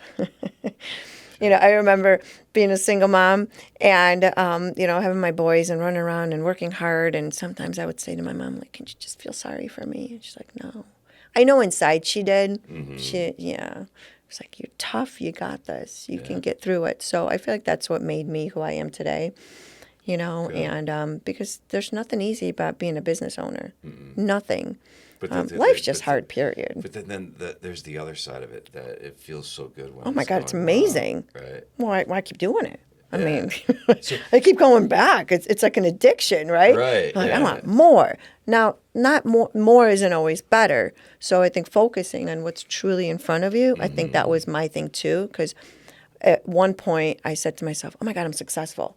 Right. So I need to open this business and that business and we need to do this and this and this. And it was like, I needed this portfolio to be so big. And that's not always good either. So what advice would you give to yourself 20 years ago? I'd say be a sponge. Again, listen. I've had so many great advisors that advised me well, but some things I just wanted to learn on my own. Sure. You know, I did. Sometimes you feel like you know better, and a lot of the people we've talked to on this, on this platform, were they went into business because they felt like they knew better than their boss. Yep. The only other thing I would say is find balance. Learn to balance, because when you're a business owner, it can take over your life. I've heard someone say, "You don't own a business; the business owns you." It's a tough one to hear. I just recently someone said that to me, and I was like, I don't like that. I don't like it. I mean, I love the rewards that it brings. It really does. It brings me so much joy to know that, you know, I have customers that come back again and again because they need a cake or they need pastries for a celebration, or just maybe because they had a crappy day and they just need a cinnamon roll and you know, and enjoy that right in their car, you know. That brings me joy. Same thing for the restaurant. But I will say balance is such a big thing because life is short. We all know it. It could change tomorrow. And work hard. Put that time in. But take the time to be with your family, be with your children, you know, travel. Just do things for you and your family. Don't let business take 24/7 of your time. Right. Yeah, that's one thing I would say, because there were times where there are still sometimes times, you know, I'll work 16, 18 hours. Right. And it's okay. I don't mind the work, but don't let that happen all the time. Right. Find a balance. Take a break. Because still, I mean, what are you doing it for, right? Right. Family's so important. Right. No, that is actually a really good way of bringing it back. Is like, you know, what are we in this for? Yeah. And I think that's a great way of, you know, just laying it out there. I think we've covered quite a bit, you know, in the about half hour or so. Wow, that went by so fast. Yeah, doesn't it? It always flies by fast. Is there any other part of your business adventures that you know we didn't get to talk about that you wanted to touch on? I have a show. It's called Still Out with Ania. Okay. It's on Yeah, WBBZ. that's right. We should have brought that up. No, that's okay. Yeah. And I didn't think people would watch it. I don't know, you know, sometimes because I don't know. You never know, right? Will people like it? Will people like the food? Will people actually want to see what it's all about? But people love the show. I get compliments all the time, and that's on WBBZ at 7:30 on Sundays.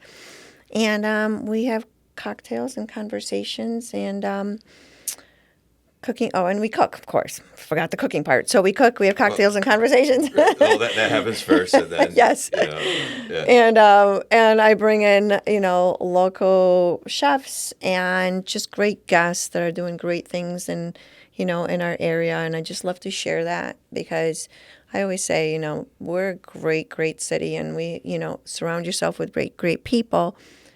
Be a good person. Yeah. Go above and beyond to do good things. It does come back around, and it feels so good when you do.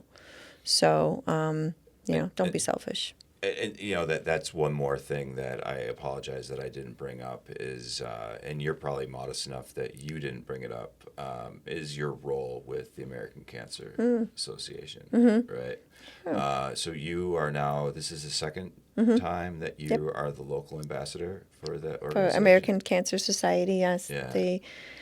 They asked, and I was honored. Unfortunately, there's so many of us are affected by cancer.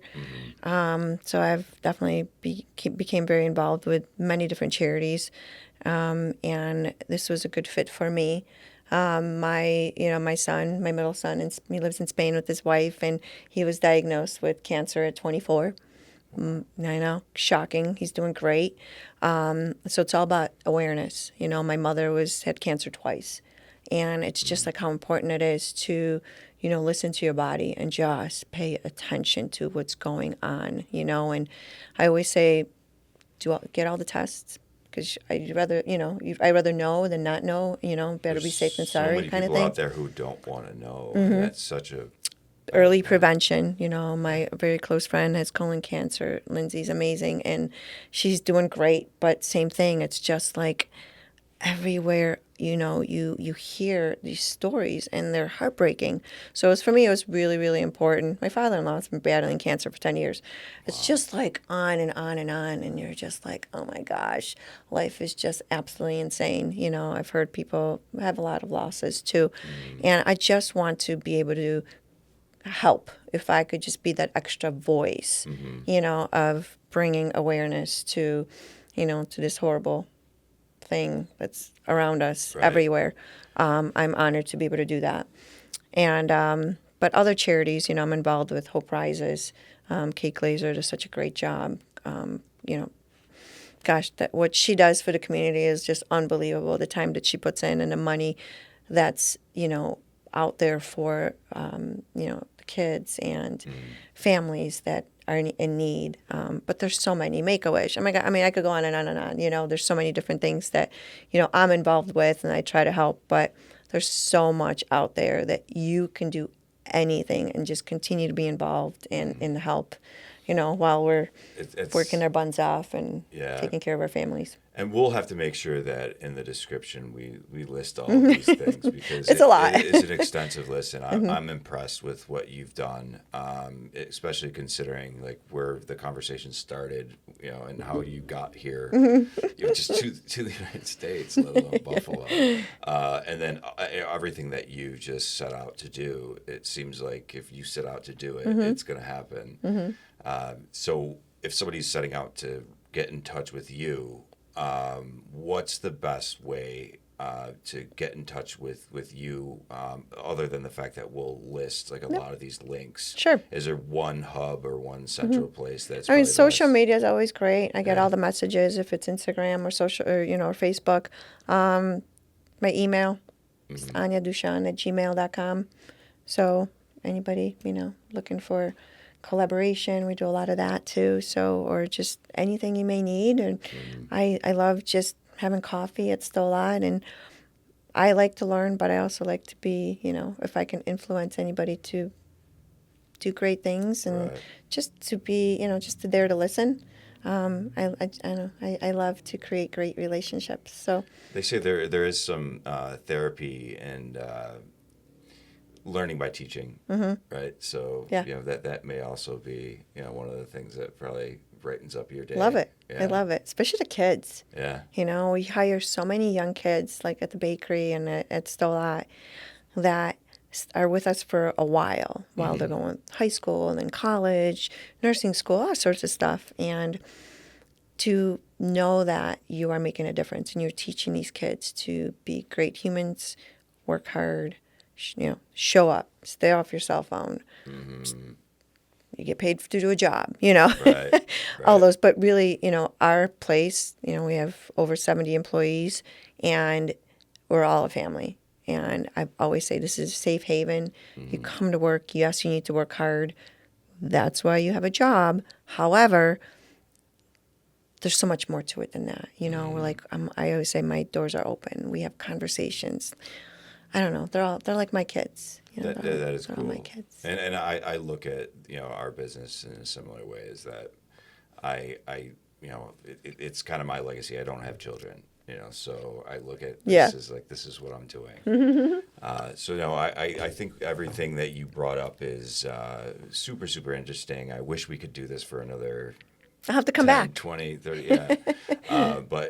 And I'll be in to stop by and go to Stolat and Krashiki and look into everything else that you're up to.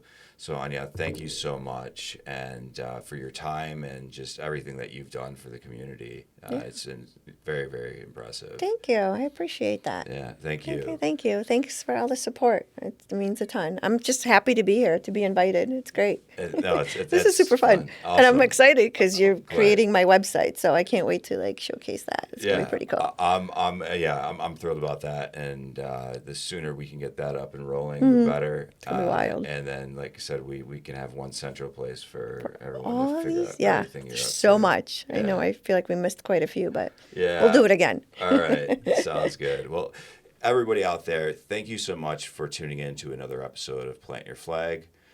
Please don't forget to subscribe, like, follow on whatever platform you're most interested in. And then obviously get in touch with Ania if you're interested in any of the things that she's out there doing. I can't imagine there's not something that you're interested in. So once again, thank you so much. Have a great day. See you next time. Hello and welcome back. It's the Plant Your Flag podcast with your two favorite media professionals, Mike Bean and Jeremy Mountain. I'm back. It's been a while. I'm excited. Yeah, we got a lot This is fun. We got a lot to get to. We got a recap. Yeah. We're recapping. If you've seen, we did do a recap a couple of episodes ago. We're gonna try and basically come back every few episodes so we can kind of go back and give you a little feedback on what we gathered. Mike obviously has hosted the majority of the last few episodes. My last one was with Jim from Creative Kitchens and Baths, which was a while ago now. You had a little hiatus there. Yeah. Yeah. Some news. Yeah, and just to give you a little update, I haven't been around because I was taking care of the little Keebmeister, Kian, my new son. He's now 5 months old. Congratulations. And thank you. And we'll talk a little bit about that and just sort of our backstage pass of what that was like to sort of conquer, I believe, the first family leave in the media history. Yeah, I mean, it was the first I can recall, and certainly the first edition. Yeah. Right? Yeah, little bean sprout. Right, he's a little bean sprout. I love it. There's so in the mountain. Yeah, it was a little bit nerve-wracking to head into that period. We sort of had to figure some things out, and it wasn't easy for me to kind of like step away, even though there was enough for me to do to distract myself. Like there was enough this there. Real life, but yeah, I get that. Yeah, there was enough, but it wasn't easy knowing like, all right, how long should I, be out for? Kind of thinking about coming back from hybrid and then working remote and sort of getting back into the swing of things and covering some things, but like. From your angle, like as a business owner, what was it like to sort of, I guess, have to endure something like that? Yeah, that's a good question. I think that, I've been through so many different eras of the company. We're about to hit 19 years in just a couple months. You hit 10 years just not too long ago, just last month. Yeah.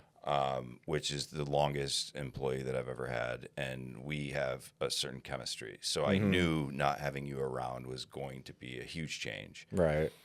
But I tried, and I knew that you were working tirelessly leading up to it to make sure that we were best prepared for it. And you don't get that from everybody. It's just more of like, hey, peace out. I'm doing my thing. Yeah. Good luck. Yeah. But I do want to commend you for how much time and energy you put into making sure that we were set and ready. Yeah. So we had some checks and balances in place, and I worked a lot because it just didn't make a ton of sense to hire somebody for a short period of time. That Yeah, just, yeah, that just was train something. and so Yeah, and like I had even faith that you were Fiverr gonna or come something back. like that would be no. just to have someone come in and sort of maintain was Yeah. not, and it was like I felt like it was my responsibility to do that because I don't know, it's like yes, there's an aspect of like having a kid that's like, well, sorry, I got other stuff to do, but also it's like when it's kind of an important thing. Yeah, and when It's it's a a life. small business and like Yeah. I put myself in a position to have so many little keys and, impactful things in terms of like ad campaigns and, structure and strategy that it was like, okay, well, I need to make sure everyone's informed. This is what we need to do when I'm out. Because otherwise, like, this is the blessing and the curse of being a part of a small, Right. organization is like, it's only a couple steps away from like drastic measures. Sure, Like, so there's sure. that like kind of balancing act in fear. Yeah. That's why we love talking to these other people. Yeah. Is hearing like we're not alone. Yeah, right. And like, regardless of industry, we have so many different industries of these last few guests. It really speaks to like, there's a certain, I don't know, even spiritual level of like, Right. all right, balancing professional and books and responsibilities. And I don't know, I just felt like it was a little bit nerve-wracking to step away because it was like, I don't know what's going to happen if I go out, Yeah, but you we played made a it. huge role. Yeah, and we did make it through, and I'm sure there was a couple of balls that got dropped here and there, but I think for the most part, because of the way that you set us up, we were in good shape, and and it's just kind of all part of the running a business, owning a business, and that's why I think it is pertinent to what we talk about on this platform. Totally. Yeah, And even like new opportunities, like having to sort of like, all right, I want to jump on these, but like, I know.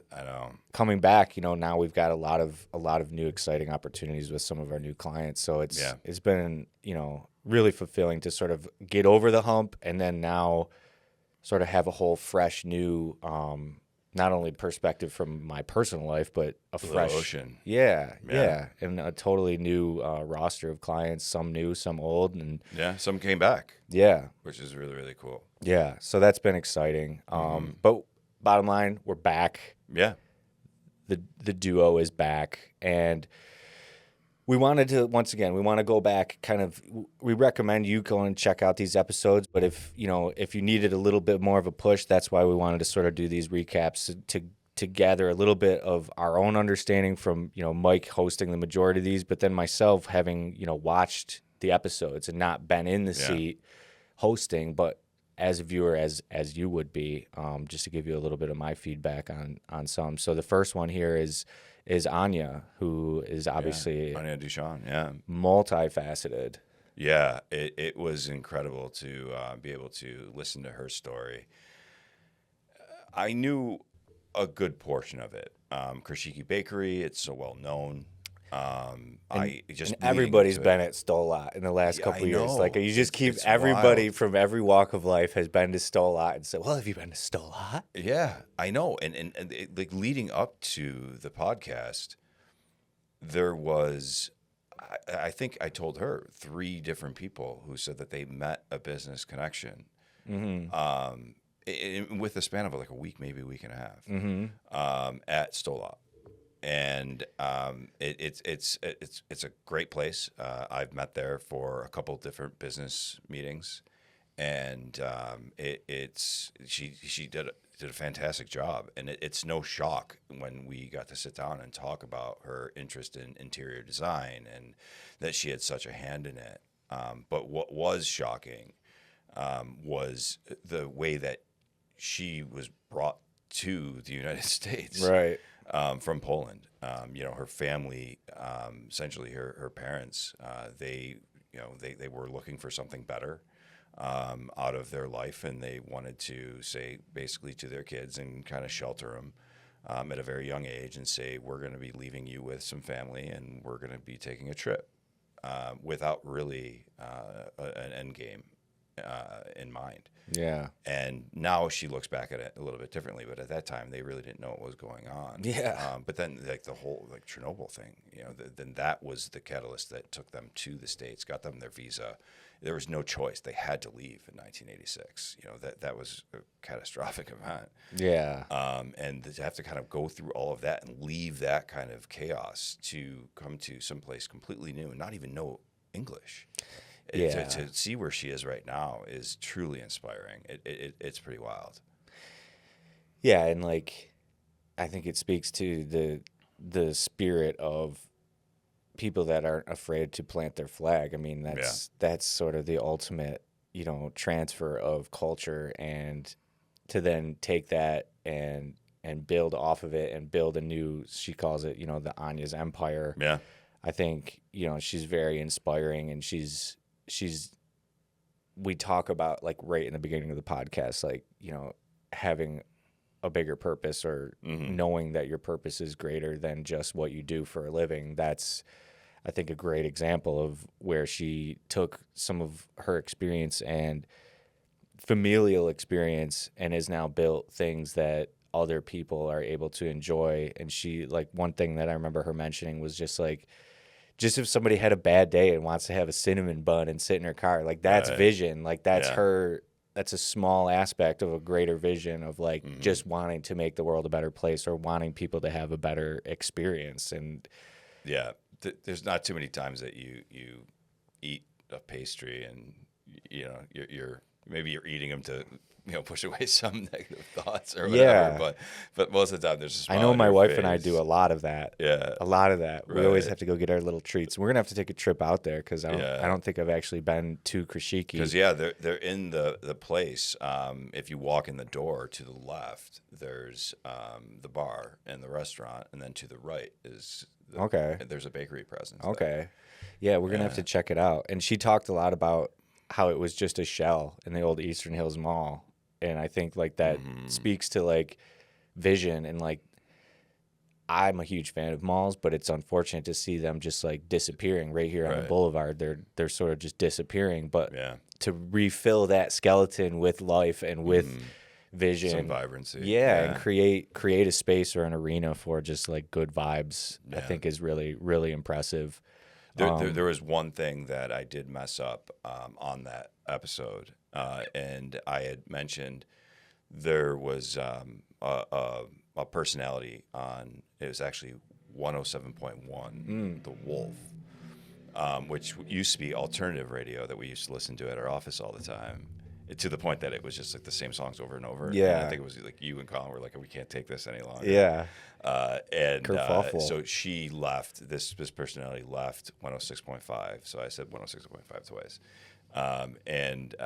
That woman, she talks quite a bit about Krishiki, and she talks about like Polish recipes and things like that. So that is a correction that I would like to put on the record. Yeah. And one more note on that. It was interesting, when you asked her about advice for other people, she had mentioned like you had asked her about what advice would you give yourself 20 years ago, and she had said like be a sponge, listen, and then she got into balance, and how she had recently heard and did not like the term owning a business versus a business owning you, and I'm sure that is something that speaks to you. Yeah. As an owner, that concept of like a business owning you, and it could feel like that, I'm sure, sometimes. It does. And I think if you're in the wrong field, maybe it's torture. Right. But I love what I do. I get great gratification out of the successes. I learn from the things that don't go so well. And I just love it. So it's like time slips away for me. Right. And that's the thing I've got to protect myself and my family from. Right. Is the fact that I can get lost in what I'm doing after 3, 4, 5 hours. Yeah. And like when it gets past 2, 3, then I'm like, okay, well now I'm neglecting things I should be paying attention to. So yeah. Yeah. And that can be a challenge. Yeah. And then the next one, Reverend Frederick Maschner. I mean, that was that was loaded. Yeah. Super, super, super cool. I feel like if you haven't heard of this episode, it's certainly worth checking out. Mike literally had a mini psychic reading right on the air. Yeah, and it brought tears to my eyes. It was unbelievable. I think he knew where he was going with the conversation, and he was kind of waiting for my blessing to go further. Right. You know, and I didn't. Full disclosure, I nothing was when we talk to people before they come on this, we ask them if they share it on social, and he doesn't do a ton of stuff on social media. Yeah, I had a naysayer say that there was a good chance that he probably just researched me before. Some of the things he brought up, I don't do a lot of personal things on social media. Right. Neither does my family, and neither did the people that he mentioned. No, not at all. And he, it cut. Yeah. And I still get chills thinking about it. For it sure. was wild. And just the way that he's able to be responsible about what he calls like a calling. Yeah. And separating that and understanding that it's unethical to do a reading while he's being paid by insurance. Right. As a therapist is just very impressive. And he also, to go one step further, does exorcisms for free because he feels like it's something that should never be charged for. Go one step further, found out that my wife, she actually knows somebody who he did an exorcism for. I had no idea any of this stuff leading into it. Yeah. It was just one of those things like, it was like, she told me like, that story sounds familiar. Yeah. My wife. And I'm like, well, what are the odds, right? And to find out that his first name, she said, I think his name was Fred. Yeah. Like, yeah, there's only so many exorcists named Fred around. Yeah, it's not Kruger. Yeah. Right. And when you told me about it, I was out on leave. I think I may have just started to come back at like a part-time remote basis. But when you told me, I was like, what? Yeah. Like, when is he coming in? I was all jealous because I was like, I want to do that one. I know. Yeah. But I mean, just personally, like, I am super, like, I don't know. I'm someone who certainly believes in that sort of stuff and just the concept of, overcoming darkness, overcoming entities and things of that nature. It's something that I truly believe in, and I'm happy to say I feel like I've been able to step away from some of those things, but I feel like you're always susceptible to them. And just the concept of, like, he was talking about spirit guides and angels and demons, and it's stuff that a lot of people probably roll their eyes at and maybe are even afraid to admit they might be afraid of it. But I think, like, seeing someone like him as a legitimate, like, spiritual warrior was just inspiring to know that there's people out there that are really doing it, because I think there's a definite crossover between, like, social work and spiritual work, and that's sort of what the whole episode was about. But ultimately, like, to know that there's someone out there helping other people, because sometimes it can feel like you really are alone and you can't speak to someone, and I think that's the benefit of speaking to someone in the psychiatry or psychology space is you get to talk to someone that doesn't have any skin in the game or any biases in your life. And then through doing that, there is a certain, like, almost like just like confession in the church where you sort of offloading that energy. But to hear that there's someone out there that's truly doing that, you start to wonder, like, why isn't there more of that? And to hear that he's kind of like breaking outside of the system that is developed in terms of insurance and things of that nature, it was like to really just, like, nail it home. We have a colleague or, somewhat of a connection, Brandon Trusso, who's a comedian.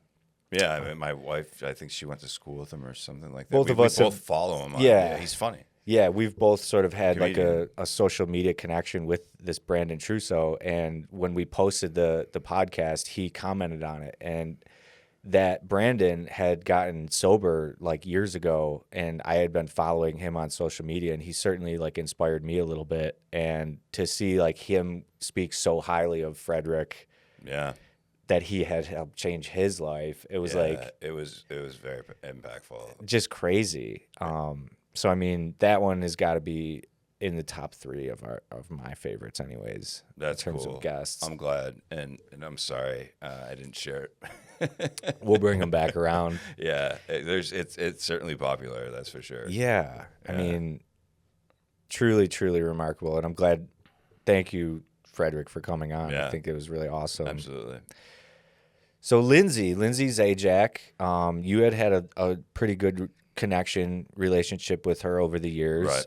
And she's somebody who sort of stepped out on her own and is doing a lot of helping other people step out of maybe their existing jobs. But tell us a little bit about what you gathered from Lindsey's appearance. Yeah, absolutely. So Lindsey and I had we had done some work here at Bean Media with Lindsey's company before she owned the company, and it was Career Partners International of Buffalo Niagara. So we did a little bit of social media work and some things. I met her through the Business Helping Business networking group, and we stayed in touch. We weren't really close. There's like some BNSME kind of like crossover, So Buffalo's a small town, right? It's big enough, but it's small enough. So we just all of a sudden it was just like, well, why wouldn't we bring her on this? Right. Because she just recently purchased a company that was owned by a couple people who were very well respected in the community, and she has some big shoes to fill. She also had some experience from working in like larger companies like PepsiCo. She also had some experience working with her father's company, doing some corporate training and things like that. So initially, she was brought in to do more of the corporate training side and the leadership side, and then ended up buying out the 2 other partners. And she, had I can totally relate. I can completely relate to that feeling of I need to take a leap because this feels right for me. Mm-hmm. And she had full support from her partner. Her husband just backed her, and didn't ask questions and said, whatever you got to do, do it. And I had that same kind of support in my life. And if it wasn't for that, this company would not exist if it wasn't for my wife. So there was that, and then there was the whole part of like the fact that people were telling her that you can't be a business owner and be a good mother at the same time. And, right. and I'll never forget the mission accepted. Yeah. Like that kind of thing. And she took it on and said, watch me go. And I love that kind of mentality because that's kind of the cloth that I'm cut from. Right. Is like, tell me I can't do something and I'm going to do it twice as well as you ever thought I could. Yeah. So yeah, it was just really, really cool though. But she said that there's that mother's guilt though, always in the back of her head. And I never really thought about that growing up. Right. Because I had a single mom, and right. she raised us alone, and I'm sure she probably had some of that guilt while she was working overtime and doing what she needed to do to pay the bills, like that kind of stuff. So, a lot of these conversations, they really do, they go beyond, I think, than just like the business of business. Like it opens my mind. It really does, and that's why I love doing this so much. For sure. And like my dad would always say, like he stayed where he was because he was able to go get out and get to our practices and get to our games because his father just didn't. His father wasn't around for his games. Right. So he was like, that's one thing that I like his career. He was like, I could have went somewhere else, but that was why I stayed where I was. And like, for me, like one thing that she had said when I watched was, she was talking about the current job market and like, whereas like people that are looking to get out and go somewhere, like it may have taken 3 months to find a new job a couple years ago, but like it was looking more like 6 months. And it was just like a reminder of like, for me, it's like, I feel like you have to make the most of what you have and like remain grateful. And I think like the things about this company with regards to like creative freedom and opportunity to lead and opportunity to sort of, blaze our own trail is obviously why I've continued to stay here. And I think like it was just a reminder when when she was talking about that. That's like, you think about other people and other jobs, and everybody always like complains about their job, I feel like, but you it's a job. Like, that's what I think you have to make the most of your job, regardless of what you do or where you do it. You're never going to be happy if you take on that mentality of like, oh, this sucks, and like the grass is always greener and always looking elsewhere. But I think ultimately, like, I've been able to just personally find a lot of fulfillment over 10 years now of just being a part of, your journey, your flag, and continuing to forge forward. I mean, it's easy to come into work. It's not always easy, but it's easy to come in knowing like we do have control over our destiny in a sense. And it's blessing and a curse. And it may not be for everybody, but these people that we talk to, obviously they live it every single day. And that's what this podcast is for, is to get other people out there to understand, like, it's not impossible, because there's a lot of people that are doing it. And I think that's another aspect of what I like about what we do, is we take these businesses that are our clients and we compete with other bigger businesses, competitors, longer standing businesses, whether they're new or been around. That's a good point. That's the fun of it, is setting them apart. There's like so much complacency, and I think a lot of like, oh, we're just checking the boxes, but we have a hunger in us to win. Yeah, and that's what I think why we've clicked for as many years as we have. Yeah, and to be a part of inspiring that, and just give a backup, give a team, give some moral support here and there, and some belief, and just sort of backup. I think that's what's really interesting. Paul Chisholm, another person that you've known. I feel like he's almost a mentor to you, and absolutely, he's certainly had his hands in a lot of different businesses. Personally, I thought it was really interesting, his story about when he was in his first business, which was manufacturing, and he had no experience, but he was finding himself not being able to connect with the people on this production line that also happened to be mainly female. And he had noticed like another employee, and he had just like been able to witness like that when this particular employee connected with them, that they resonated, and they were resonating in a way that just wasn't happening with him. And he had to sort of hand it off, and he put that guy in charge.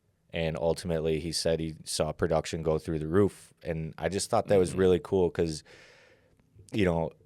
I talk a lot about quarterbacking in terms of leadership, and, you're not always going to be able to get through to that person the way that someone else might be able to get through to them. And I think it's important to sort of share that responsibility, or share that voice in the huddle, or in the workplace, or wherever you are, because sometimes leadership is allowing others to lead. And I think that was what was really interesting about that story. Yeah, I think the reason why that stuck with him is just for that reason, is that I think that was a lesson, whether he voiced it that way or not. It was an eye-opening experience where I think everybody in some kind of leadership position has to realize that you can't do it all yourself, and you might not be the best person for that gig. Right. Right. And I it's not an easy thing to do, because like I was raised with the mentality of, if you want it done right, do it yourself. Right. And that's probably not a healthy way to live.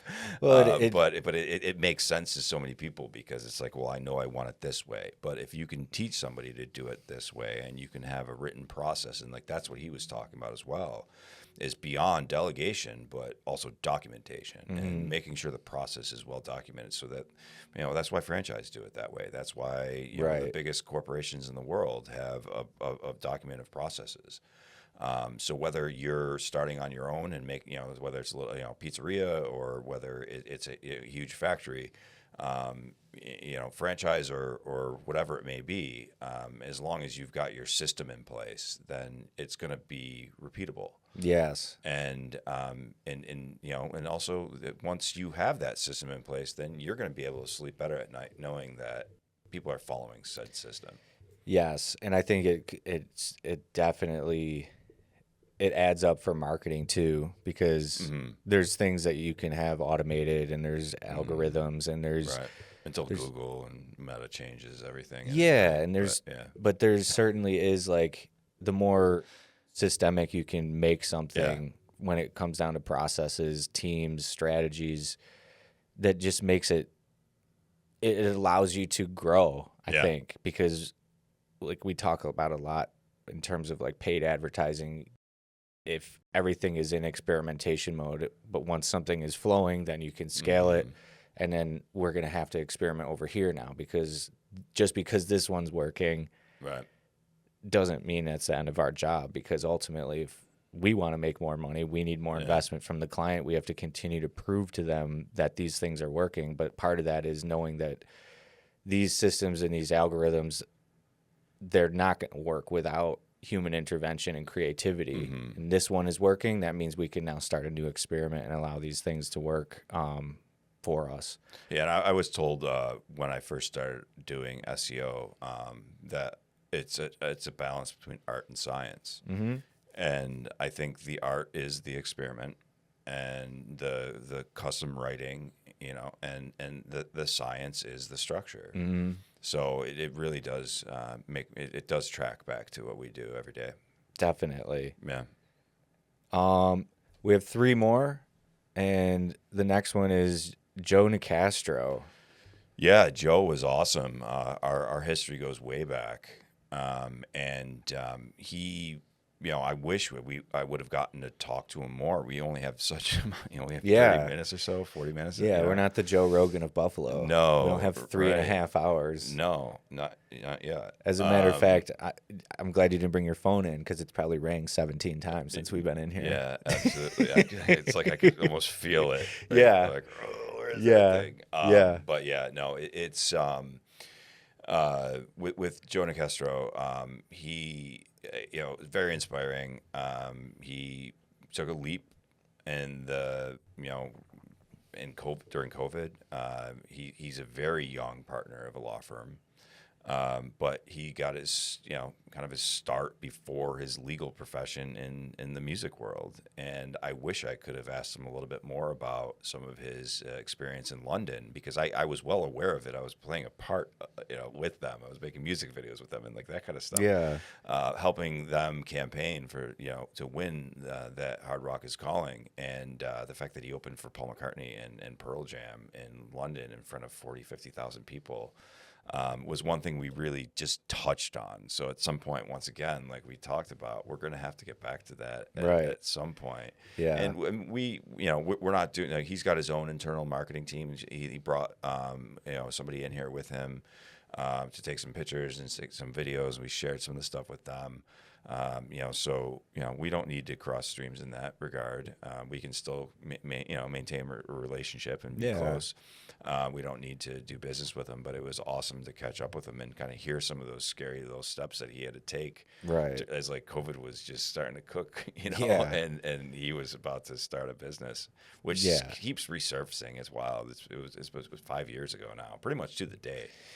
That's true. Yeah. That's true. And like, it was also interesting, like musician, lawyer, but then even deeper philanthropist. Yeah, starting a foundation that allows him to like take some of the revenue that he's generating and difference that he's making and put it back, like once again, the plant your flag thing, serving a greater purpose.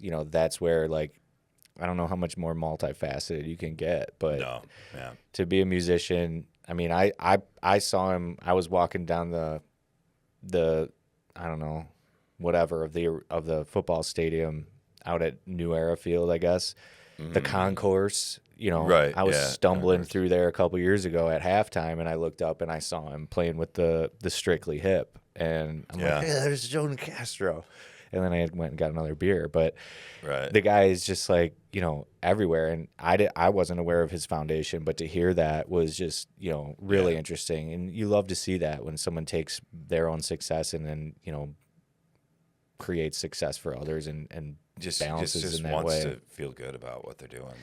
Yeah. And then all that being said, like, all these things that he's accomplished, and he had specifically, like, very poignantly said, like, my greatest accomplishment is my family, and that was really cool because, like, 10 years ago that probably wouldn't have meant much to me, but like now at this point in my life with a little guy, it's like, okay, I understand that, because it's like every day you're like, that's that we made that thing. I never brought this up to you. Yeah, you did. And I'm telling you, if you, I'm going to buy one in every size of Hold My Juice Box. Oh, yeah. Family photo. Yeah, like, well, that, and then what I want him to be wearing that when he takes his first steps. Yes. Like, here, hold my beer, watch me go kind of thing. My mother-in-law, like, Hold My Juice Box. My mother-in-law is like, she's just repeating that video, because I'll show you. I shared it with the song, but like I commented in the real video, and I'm like saying what he's saying. I'll have to show you. Yeah, but check that out. I'll have to write this down. But I got that from a place right here on the boulevard called Kid to Kid, and I love thrifting. But now I get to thrift for the kid. Oh, that's cool. And we're gonna have to try and find out who the owner is, because I think it's a great idea, and it's certainly, like, I mean, like, we'll get like 15 things from there for maybe $50, and then go to like Carter's and get like 3 for like $50. And it's like, he's gonna wear it for I've 2 months. I've been on like a mad dash for like a gift before. Yeah. And I'm like, I'll just run over to Carter's because it's so close. And I'm just like, whatever, here's all of it. Here's my card. And I'm like, okay. Yeah, exactly. And then like there's stuff at this Kid to Kid that looks like it didn't even fit the kid that it was owned by. Probably because they grew up, wrong season, whatever it might be. But Jared Byer, that was like the first one after I went out on leave, and like I was watching it, and he talked about tech overload, and he was going on a tech fast. Yeah, and it immediately resonated with me because perfect timing when he's coming on here. Yeah, and like, well, like he was. So I'm somebody that does dive probably too deep into some of the stressful stuff, the war, everything going on. Like Twitter, like the last couple of years is just like, okay, I can watch the war now. So toxic. Yeah, and it is. And you feel somewhat like, I don't know, somebody like me is like, I was actually just talking with Andrea about like, sometimes it feels like somebody's got to watch it. Somebody's got to be able to like tell people what's going on. And like, that can get toxic, and that can get like, it can drain you. And twofold. One, like having a kid now is such a healthy distraction, because sometimes I'm just like, I got this. I don't need to worry about that right now. Yeah. But then you're also like, I kind of got to worry about this, because that's the world he's going into. Right. But when he said, he was talking about that stress and how that can affect your fitness, I was just looking up, like, why do I have this gut? And I read that cortisol and stress can cause belly fat. And I just never knew that scientifically can have an effect on something like your body. And like, it makes sense. I mean, they talk about these kids now with like gamer body, where they like wear these headphones too much, and their skull like starts to like get like misformed. And and they're just saying Baby Ruth over and over. Yeah, but like that was sort of eye-opening, and like it makes sense, like his purpose being like getting into some of these companies and talking about healthy work-life balance, because we were just saying like finding that balance and not letting the business run you, and like you were saying, like making sure that it doesn't get away from you. Yeah. And it can be difficult sometimes. So it certainly is valuable to have him like speaking to a company about that stuff. Yeah, and him, like, you know, before he even came in here, he gave 3 presentations, I think. It was just like, you're not like yeah. He had to have a couple Red Bulls. Bulls. But no, he was great, and he did a really nice job of just kind of breaking some things down and putting them in ways that I never really thought of them. And I love that movement as medicine kind of thing. And you always feel better when you exercise. Yeah. You don't want to go into it, but you know, once you do, you always feel better. And knowing him from the past, and you know, as a personal trainer and like group training and like that kind of stuff. Yeah. It was neat to see him take that evolution into what he's doing today, Yeah. and being able to share his knowledge with so many different people. And then also talking about the business side of why he jumped into it, why he planted his flag. Yeah. It was a lot of things that went in and around seeing things done the wrong way, and that stems from business practices all the way up to just real life kind of movement. Yeah. So he saw it from a bunch of different perspectives, and he seems like he's living his best life. I can't believe it was 13 years since I thought it was just maybe like 5 years. Yeah. But then when he said on the podcast, he's like, yeah, my twins are 13. Yeah. I was just like, yeah. Wow. Okay. Yeah. It's been a lot longer than I thought. Yeah. So yeah, but no, it's once again, it just boils back to like such a small community, and it's really cool to be able to connect with people on this platform. Yeah, and he obviously had an impact on you and your journey back then, or else he wouldn't have been back around on the podcast. No, yeah, I wouldn't have thought of him if he didn't have some kind of impactful kind of impression on my brain. I think that as we get to our last one here, Jim from Creative Kitchens, he was talking as we were like warming up before we got on. Wait, it's my turn. I get to ask you. You're the guest now.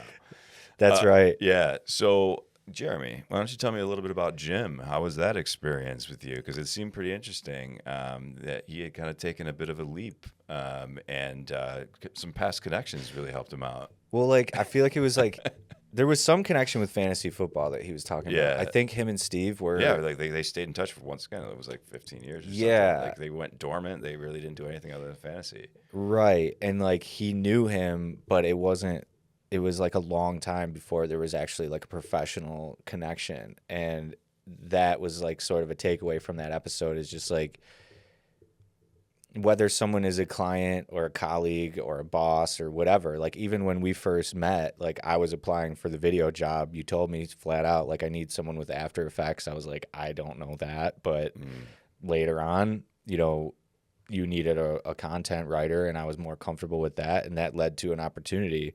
And I feel like it was a reminder when Jim was talking about that, of like, you don't want to burn bridges, but also like, that impact, you can always have an impact, and that impact might not be felt for months, years, decades, but ultimately, like,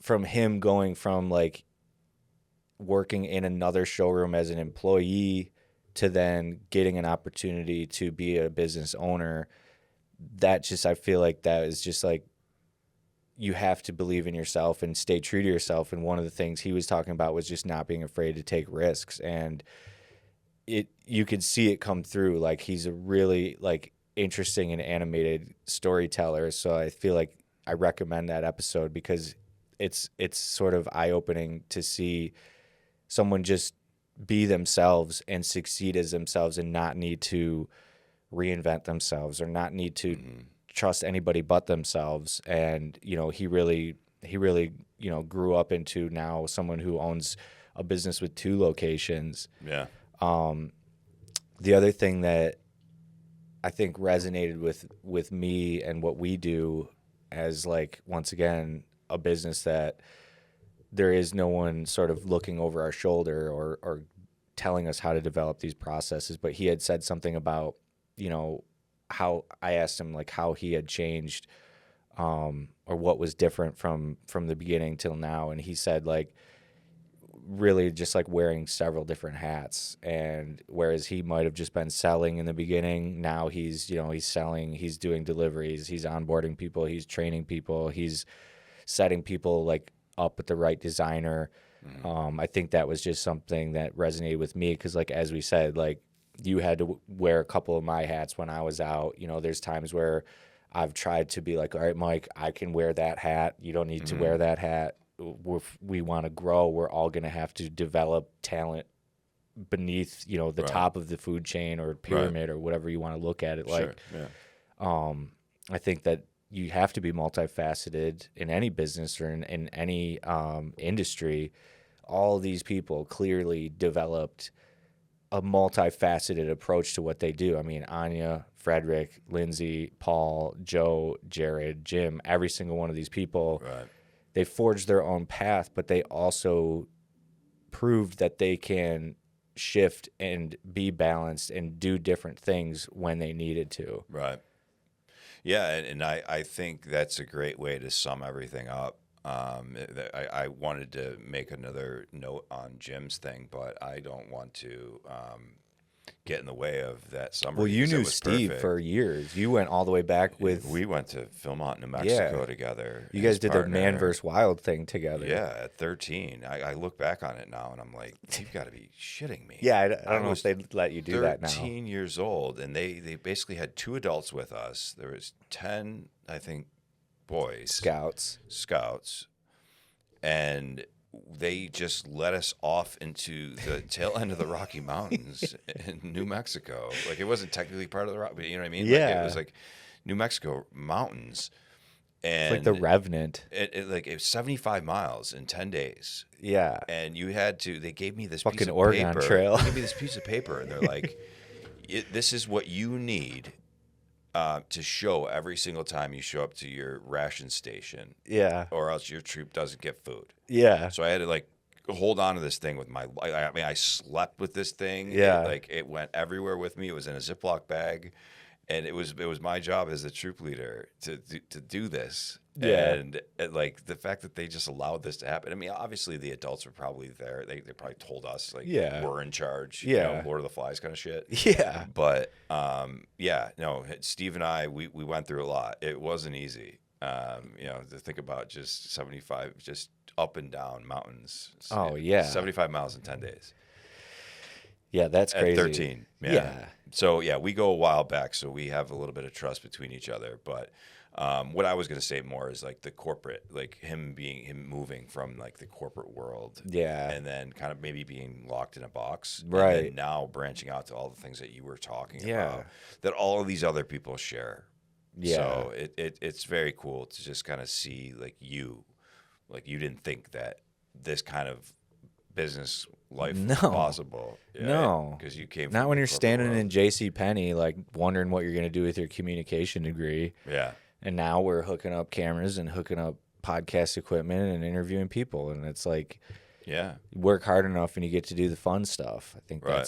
that's what it boils down to. Yeah. And this serves a purpose too, because it gives us content, it gives some of these people some content, and ultimately, Yeah. hopefully, it's inspiring somebody out there. Yeah, that would be awesome. I mean, I think that would be the most joyous thing if somebody like ended up leaving a comment and said, "You know what? I was on the fence, and I just said, Yeah. I'm doing it." Yeah. I Yeah. forgot to say, make sure to like, comment, and subscribe. Yeah. I was No, supposed to say that in the beginning. I'm It's rusty. all fine. It's all been a right. while. It's all right. I'm excited to have you back. It's good stuff, man. Thank you. Yeah. Cool. Well, thanks for listening. Make sure you like, comment, subscribe, tell somebody about the Plant Your Flag podcast, and check out some of these episodes. Let us know what you think. Hello, and welcome back. It's the Plant Your Flag podcast with Bean Media. I'm your host, Jeremy Mountain, back in the host Seattle, and I've got Jeff Zoreb here from Moto Z out in Elma. It's at 1221 Maple Street in Elma.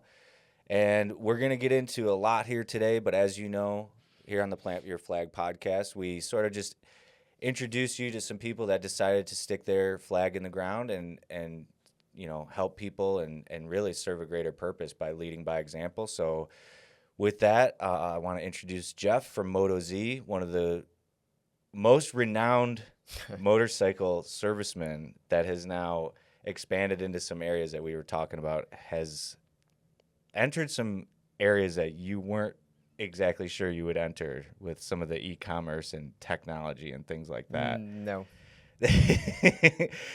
We like to start each episode off with just a simple question. Who or what inspired you to plant your flag? So, I don't know. Let's see. We're going probably 13, 14 years ago now, before the business got started. I got burned out in what I was doing. I worked for other people, and the reality is other business owners may not have the same principles or goals that you do, but I wasn't ready to own a business. I didn't think I'd ever want to own a business. I was pretty happy as an employee, but you have the same employee thoughts everybody else does. Man, I could do this myself. I could be making more money. You know, why am I doing this? And it did get to the point where I was being asked to do things that did not work with my goals. The biggest thing is the quality of product that was getting put out was having my name put on it, but it wasn't what it was supposed to be. And I'm like, it is going to ruin my reputation. And I just got burned out. And I literally was going to go work in a greenhouse or something, selling trees and plants. I was just done. And so then I literally grabbed my toolbox, quit my job, walked out, said I would never touch a wrench again for the rest of my life, and went home and kind of like painted the house and did things around the house and just thought about what I wanted to do. And the house phone started ringing with messages of customers tracking me down, found my home number, and were leaving messages saying, hey, this is so-and-so, something's up with the old shop. Hey, can you work on my bike? I don't care. I'll bring it to your house.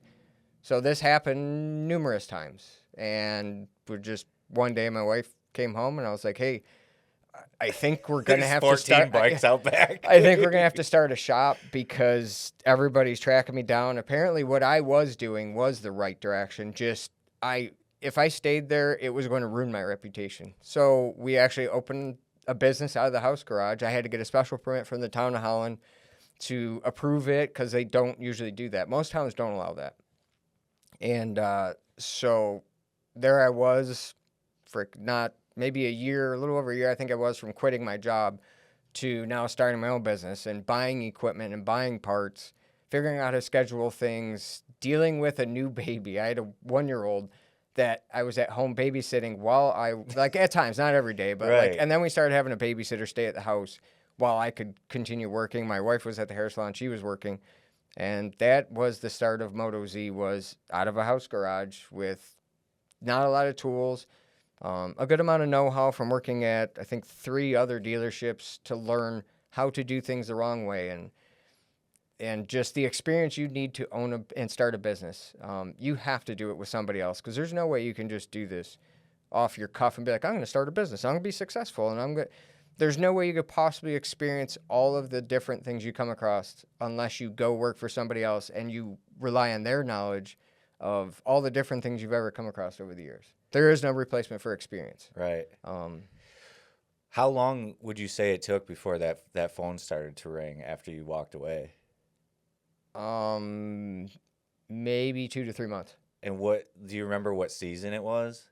Like, was it the busy season? Yeah, that's what I was gonna say. Like spring. Yeah. Because I was cleaning up around the house, cleaning up branches, and you're doing gardening around the house and stuff. Yeah. So it was spring, pretty early in the season, and so it was a good time of year to go and basically you go figure out how to start a business. My wife, her dad owned his own business forever, and the irony is when he left the business he worked for, he did it for the exact same reason. He was not happy with how things were being done and what he was being asked to do, and just couldn't take it anymore. It was eating his soul, I guess you'd say. Yeah. To be doing things when you know it's wrong. It's just not right. The customer isn't getting what they're supposed to be getting, and you're getting paid to do the wrong thing. Yeah, and just to be clear, this is the husband of Deanna, who is the brother of Jared Weber from Bradley Tree, who we did Correct. have on. So it's just interesting to hear that.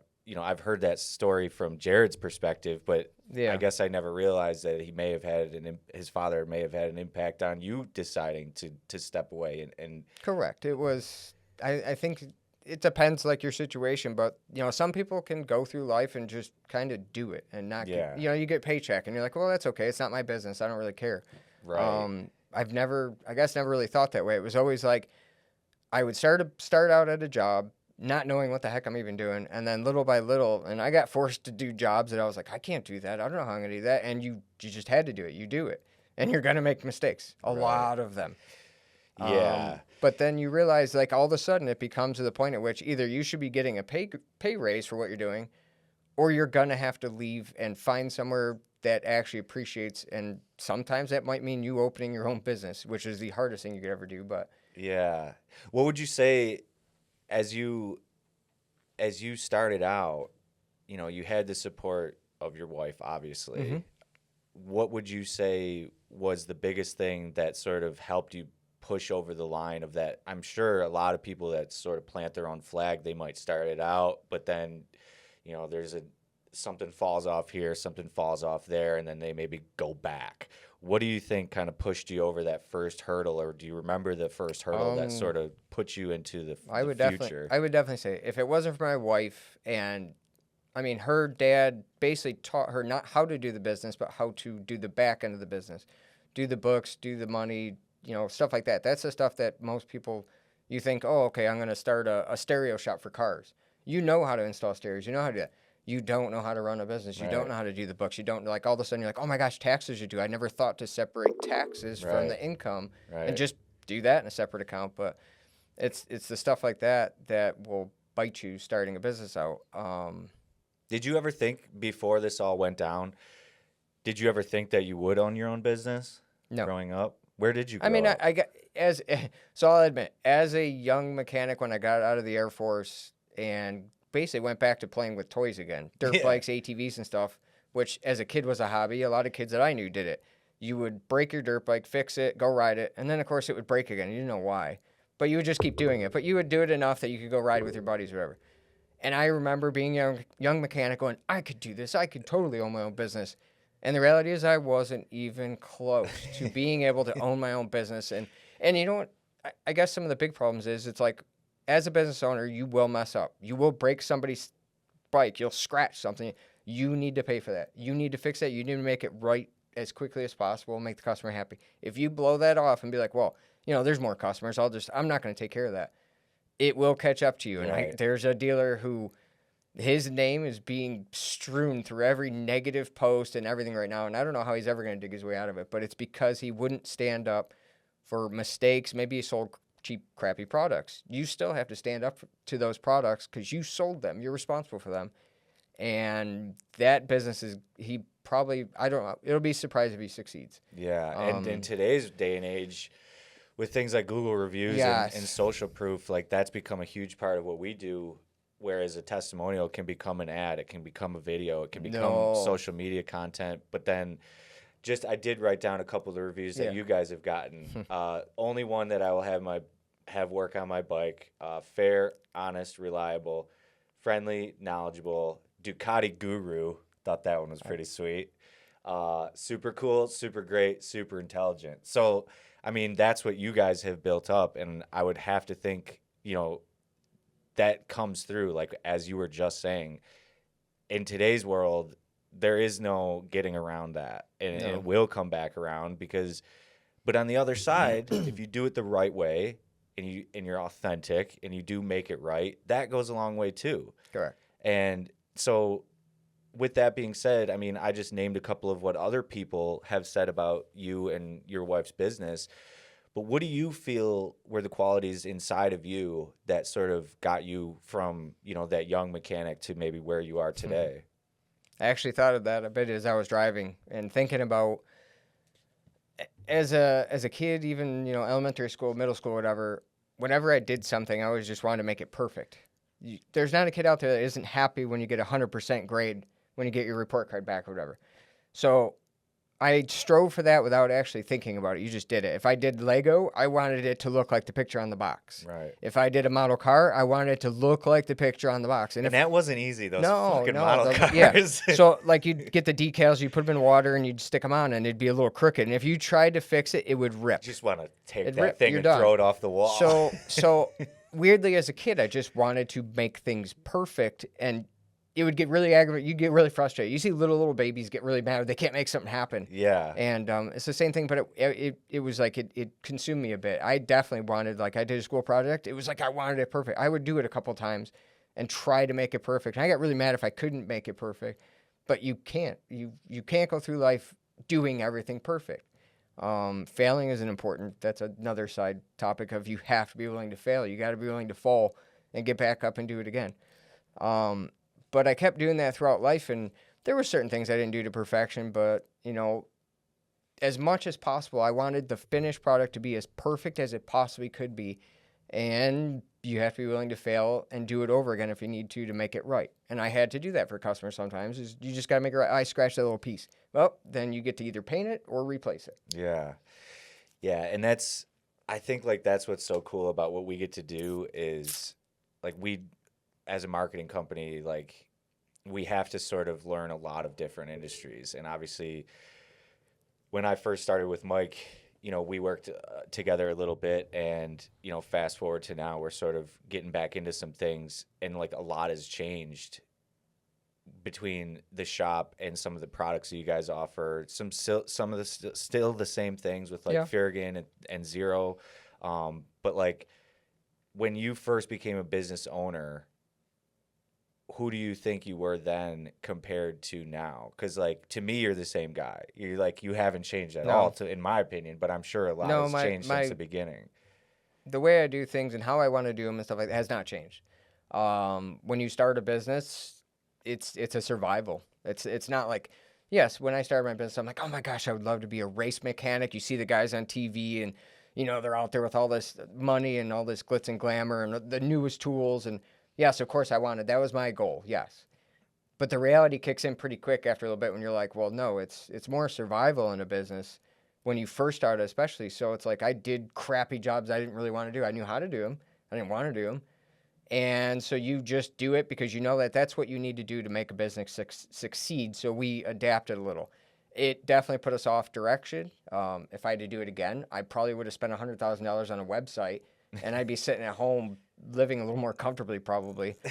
But I really loved wrenching. I really loved taking something that's broken and fixing it, or something that's just, it's not quite running right or whatever. And I will literally make it my life to make that bike better than it's ever run, or a four-wheeler or whatever, and be better that when the customer gets it back, he gets a big smile on his face. It's like, it's never been like that before. Yeah. That's why I did it. And so nowadays, we are going back toward what we originally wanted to do, which was more of a race shop, meaning motorcycle road course race type prep bikes, track day bikes, things like that. And so we have refocused the last couple of years, to be honest, and really kind of weeded out. Like, I don't do a lot of ATV work anymore unless it's for a good customer. I pretty much have gotten to the point where I can weed out most of the jobs I really don't want to do anymore. Some of them, you're going to put in 10 hours, but you're going to charge the customer for 2, because you can't in your right mind charge them for 10 hours for a bike that's worth $1,000. Right. But sometimes you'll do the job because at the end of the day, I can still make a couple bucks. I can make the customer happy. And actually, maybe it's an investment, a customer that will possibly be around. They might have kids someday, and you'll be working, and it's happening. I have customers who I fix their dirt bikes in my basement, in my apartment, till way late at night. And he was just there at the shop yesterday with his little 2-3-year-old kid. Oh man, he's buying next boots. generation. You were planting seeds as a business that now I did it then because I loved it and I wanted to do it for those people. But now it's the long-term goal of you planted a seed as a business, and that's that reputation you can't replace. That's things like that. Yeah, it pays for itself. Now, I know, as you were saying that, like with regards to like the cost of different bikes and the cost of labor on maybe a more expensive bike. Now, Ducati was a big thing when I first met you that seemed to be somewhat of a specialty. How has that sort of, now, didn't you go to like Europe or something? I did go. I went to Bologna, Italy for training, not for Ducati, training in general. I did that. Actually, that's done out of Outtakes in Florida, which I think is now closed. But there was Outtakes, and what that was is, so level 1, level 2 training, when I did it, originally they would come to the dealership and do it at the dealership, and you would learn on hand. Then they updated that. When I started working for the Ducati dealer, I went to Outtakes in Florida, and you did your level 1, level 2 training alongside of, in the same classrooms as Outtakes training, which is a program where they offered it to kids. I think you were in the mid-20Ks when you were graduating, and you had experience on the 4 Japanese, Harley, and then they added on a program for Ducati and some of the other exotic brands. That's where I would go to school. But then the opportunity came up for my boss. Ducati released an 80, started at 65,000, then it went to 72.5, was a rare production bike. And in order for the dealer to sell a single unit, deliver it, you had to send a tech to school, which I think the school is 10,000, and then you got a bunch of tools shipped to your shop, which I think at the time were 6,000. And so that's how I got to go to Bologna, Italy, was specifically for Desmo Sadici training right outside the factory where they produce the bikes. We were actually in the R&D area where they normally are doing testing and playing with new products and new bikes and stuff. They basically made room for a classroom. And they had a single representative from each dealership. Admittedly, some of the dealers sent dealer principals, meaning the high-end CEO of the company, or maybe the dealer, someone that's the not dealer owner working on things. Correct. So there was a few there that were not mechanics, but they weaseled their way into this program, and that obviously was not going to benefit the dealer at all. But right. And then I was supposed to come back to the dealership and train other mechanics how to do what I learned how to do, which I was the mechanic. There was no other mechanic. It was the owner and me. Yeah. And his dog, which he would actually sign dealer documents for Ducati with his dog's name. He didn't care. That dude was awesome. But his name's Al Gillen. His son is Brian Gillen, who was just on the MotoGP grid in Italy. But anyway, wow. So he's walking along with all the biggest names, and so he is a god over there. My old boss's son is literally a god to the industry. Is Ducati, MV Agusta, Aprilia, Gas, all these brands. He is literally one of the coolest dudes out there, and he's from Holland, New York. He's an upstate Western New Yorker. And he is now, that would be cool. But and he's the son of your old boss? He's the son of my old boss. And he races? He definitely does race, but he is the main principal for MV Agusta, was. He was in charge of all production and all of racing. Wow. He answered to the new Russian owners. Wow. And now he's trying to get Norton back in business. So they actually hired him on to do the same thing he's been doing for years with Norton. But anyway, that's how I got to go to Italy, was for training specifically for that bike. It was a week-long training. It was like block training, which is how the Japanese brands kind of do their training. Each day was a broken-down piece of the whole, training plan. One day it was engines, the next day it's electronics, another day it's, working on the chassis, things like that, diagnostics. But we did get to go tour the factory. We got to tour Modena. We got to tour the Ferrari Museum. They would not let us in the parts building. We were not allowed in the parts building for Ferrari, but we did get to tour the Ducati factory parts building, which was sweet. All automated. They literally put in an order, and this little bin system goes around the whole building up and down vertically. I think it was 4 stories, and would go pull parts, throw them in a bin, and then a person at the end scans them and just verifies that the parts were pulled correctly. Damn. And so it's all robotic. It's all automated except for the person checking the shipment at the end of the line. It's kind of looking like a lot of stuff's going to get that way with AI and things like that. It was really eye-opening to see all that. And then when would that have been? About 2007 to 8, because the bike is a 2008 only model. So right around, I want to say 7 or 8, somewhere is when the school was. Okay. And it took 2 bikes to break even on that program. So we ended up selling 4. Okay. So most of them ended up in Western New York. 1 went to Ohio, and 1 is in a guy's office in Beverly Hills, California, I think it was. Just as an interesting piece. Yeah, and that was actually, so 2 of those stories are funny because the guy from Ohio got pissed off at his local dealer and called us up and asked if we had one. And I think we happened to have one for that guy because the guy backed out on an order. So from 2 states away, basically, he came and got one. And the guy from California got pissed off at his local dealer, called us up and said, "Can you get me one?" Yeah.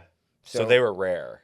Those yeah, bikes. They sold 1,500 total for the world. Wow. So I guess I don't like talking about myself, to be honest. Yeah. I don't like it. But there's very, very, very few Ducati Master Techs who are also Desmo trained because they only sold them for 1 year. And a dealer has no intention of paying $10,000 to send a mechanic to go play with a Desmo. So you basically, that's something you're going to hold forever, and nobody else is probably ever going to get trained on that again.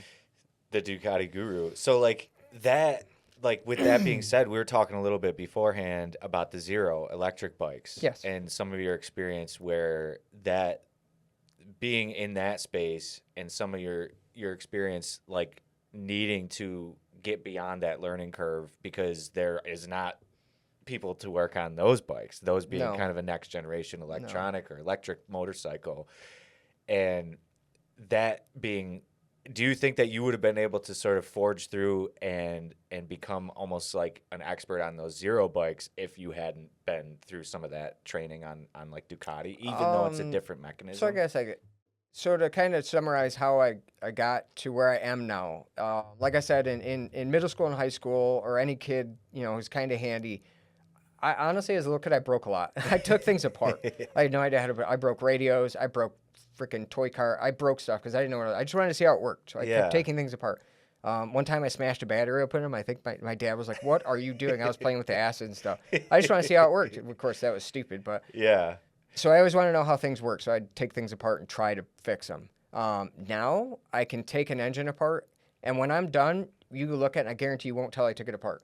Yeah. All the clamps are back where they're supposed to be. All the screws. I even take the dirty screws, put them at the bottom of the cover versus the top of the cover where they didn't get dirty. So when I'm done, you probably won't be able to tell I took the motor apart. Yeah. Or if it's a new part, you'll see. But anyway, so in high school, I took a program for auto tech, and we went to a special program in Lockport, New York, behind Mullane Chrysler, where it was like a hand-picked bunch of kids from auto techs, and we went there, and that was pretty neat, and that got me kind of a hands-on, a better way of understanding how things were fixed properly, not just fixed. There's Right. two different ways to fix things in life. One is properly, and one is it's done and it worked. Well, how long did it work for? Right. I need it to work as long as it did when it was built, or if not longer, hopefully, because I understood that there may have been a flaw in how it was built or whatever. Yeah. But the biggest thing is I went to the military and became an AWACS aircraft mechanic. I now learned how to fix things properly. The military, there is no gray area. Yeah, there's This is how you do it, and this is why you do it. And so I took what I knew as a power sports motorhead, and the military taught me how to do things correctly and properly, because there's 20 to 30 lives that you are responsible for. Yes, there's a pilot, there's a co-pilot and all that, but the reality is if that plane falls out of the sky, the absolute first person they're going to look for is all the mechanics who touched that plane in the last years. It goes back as long as you signed a form, could be 5, 10 years ago, maybe 15. You're in the military 20 years, they could go back 20 years and be like, yep, you did that 20 years ago, you messed that up. So it was eye-opening and really like, oh crap, this is no longer a joke. Like people's lives are on me, my responsibility. And then when I got out of the military and went back to what I was doing, which was my hobby of playing with motorsport stuff, now I knew that you need to figure out, why did it break? Why is it here to get fixed? And so now I'm going to fix it properly and permanently, and not just fix it, as you would say. Right. And so that's kind of where, and then after that, each brand sent me to a school. Now they weren't sending you to a school to become a mechanic. They were sending you to a school to tell you how to work on their particular brand of product. Right. Honda, Yamaha, Polaris, Victory, KTM, Moto Guzzi, and then Ducati was the fancy school, but you were at the same school except for the Desmo training. But each one of those brands was like a puzzle piece, and you're putting each of those pieces together to accumulate a whole lifetime's worth of knowledge. Yeah. And that's kind of how I got, so it's like a long story, but that's how I got to where I am now, and why I guess I excel over some other mechanics, because most mechanics don't want to take the time to understand why did it break. Mm-hmm. They just know, okay, that's broken, so I'll swap it or replace it. But why did it break? I want to know why did the engine blow? It didn't just blow up. They don't just blow up. So why did it fail? And that's the difference between, I guess, myself, and there's other mechanics who are like that. All across the country, you'll see YouTube videos of guys who get ridiculous with how deep they'll go into a problem. In this day, it's a joke, but in this day and age, people don't want to take the time to figure out that stuff. Right. And you have to be willing to fail again, to learn the hard way how. Because I've had problems come back. They call them comebacks in the auto world, and a comeback is aggravating. And you failed. You did something wrong, or maybe the part was just bad, but it's not very often. You probably messed up the job, and you need to make it right and figure out how it went wrong so you don't do it again. Yeah, and like with that industry, and you were talking in the beginning about like people not doing things the right way, and you putting your name on it. I would assume someone could assume that a mechanic or a specialty mechanic is going to fix something knowing like, well, I know they'll be back. But the philosophy of fixing something for the long game and trying to do the best by them, if they don't have to come back, that only creates more customers for you if Correct. they don't have to come back. Correct. Yeah, and that'll go into that whole reputation thing where it's like, I know of lots of not good reputations, lots of shops. I will not mention names because then I hope they don't do that for me if I make a mistake one day. But some shops are absolutely more prone to bad stories from customers. I hear it a lot. And I try to make sure my name is not in with those. And you can't make everybody happy. I've only ever thrown out one customer, and it was deserved. But for the most part, I care about the customer. I want them to come back, and I would rather a customer tell 10 people a good story than one person's going to tell 500 people a bad story, and it will spread like wild. People love bad stories. Yeah. They love watching car crashes. Right. And that's the stuff you see on social media. The videos that get the most clicks are car crashes or bad scenarios of, oh my gosh, this business, this coffee shop, what a rude bunch of... Yeah. That's the stuff that spreads like wildfire. Right. And it's very hard to actually get the good reviews for longer because it takes more effort. You really have to just keep doing the right thing all the time. How do you get all the good reviews? Because there's a lot of people on there that say, I don't usually do reviews. Do you do anything? I very rarely ask. I very rarely ask them to do reviews. Typically, it's just a lot of times it's going above and beyond. Actually, it's going above and beyond in situations. I'll give you one story. It's kind of a good one. It was a BMW customer. I don't even work on BMWs that much. I'm not a master tech on them. In fact, it's one of my least favorite brands to work on. But a guy was coming cross country, and we get a lot of guys who come out of, like, girls and guys, they come out of New York City and they do cross country trips. And for some reason, they'll come through our area. I think because they want to get near Niagara Falls and stuff. Mm-hmm. And a guy broke down just outside of Hamburg on the 90. And I have no idea how on earth he even came up with our number, because there's probably 15 other dealers between us and him. And he called me up. He's like, hey, I'm in a pinch. I'm on a road trip. I got a flat rear tire. Could you possibly do it today? And I'm like, I understand. Probably everybody else told you no. I will do it. I'll stop what I'm doing. Just if you can get over here, it's this time of day. I would prefer not to stay at 10 o'clock at night. Can you get over here? Yeah, no problem. Hours later, the tow truck shows up. Sure enough, the bike's got a flat tire. I didn't have a new tire in that size. I was like, oh my gosh, I got to get this guy. And of course, by now, the other businesses that have tires are closed and stuff. And I'm like, oh my gosh, this poor guy. Dumb luck, a customer who had a BMW had the same exact rear tire size, and his tire was in pretty good shape, but he wanted a different model. He left me that tire, so I donated that tire to that guy on his road trip so he could continue on his road trip. And those are the guys that give me those reviews. I don't ask for them. I didn't charge the guy any money. Yeah. I don't know another shop in this area who would do that. Right. I didn't charge him a nickel. That's awesome. And I think it's paying it forward. I hope. And you know, Right. maybe that guy didn't leave me a review, but you know, that's the kind of stuff that we do. And that You damn sure he told somebody that story. he though. definitely, and he was going across country, and he was going to tell a lot of people Yeah. a definite story about that. And it was the start of his trip. So why would you want to ruin somebody? And then the other thing is just, I'll joke with people in the shop, and it's like, I think a lot of dealer principals forget what it's like to sit on the other side of the counter. So I will literally go around the other side of the counter on days and just sit there, and they forget that. Sometimes you need to think like a customer to remember why you're doing this. Yeah, and like that being something I had written down in my notes here, like shop, dealership, both, like sponsor, like race sponsor, race team, because I know like you guys also do the track days and things like that. Yes. And that's something that if you're not in the motorcycle industry, I understand is like, I was just talking to Deanna about it because we're working on some SEO and trying to find the right keyword for those types of things. And like, it's a very niche industry, but tell us a little bit about what you guys love most about track days and being able to be in that space. Cause it's gotta be good to sort of get away. And I understand it's sort of like a family environment and things like Big that. Time.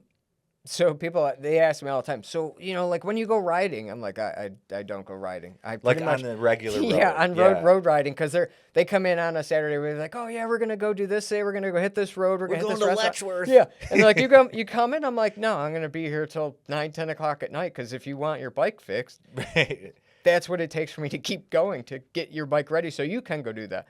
A track day is for us, it is a bit of a vacation.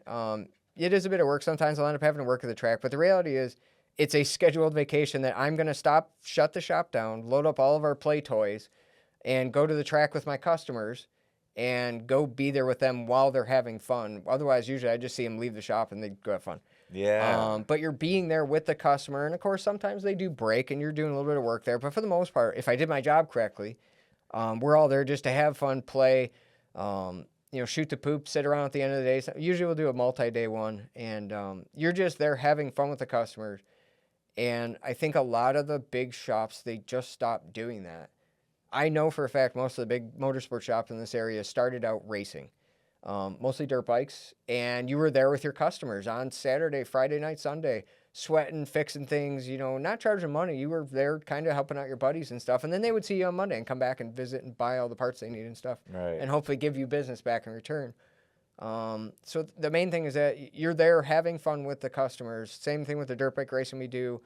24-hour dirt bike race, road course racing. And actually the customers are what got me into racing. I never raced, ever, until I turned 40. And then I started road course racing and dirt bike racing all in 1 year.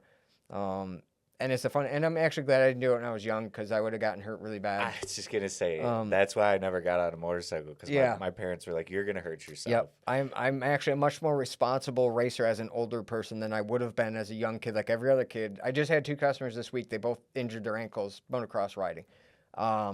Thank goodness I didn't do it when I was young because I probably wouldn't be able to do what I'm doing now. Right. What's the fastest you've gone on a bike?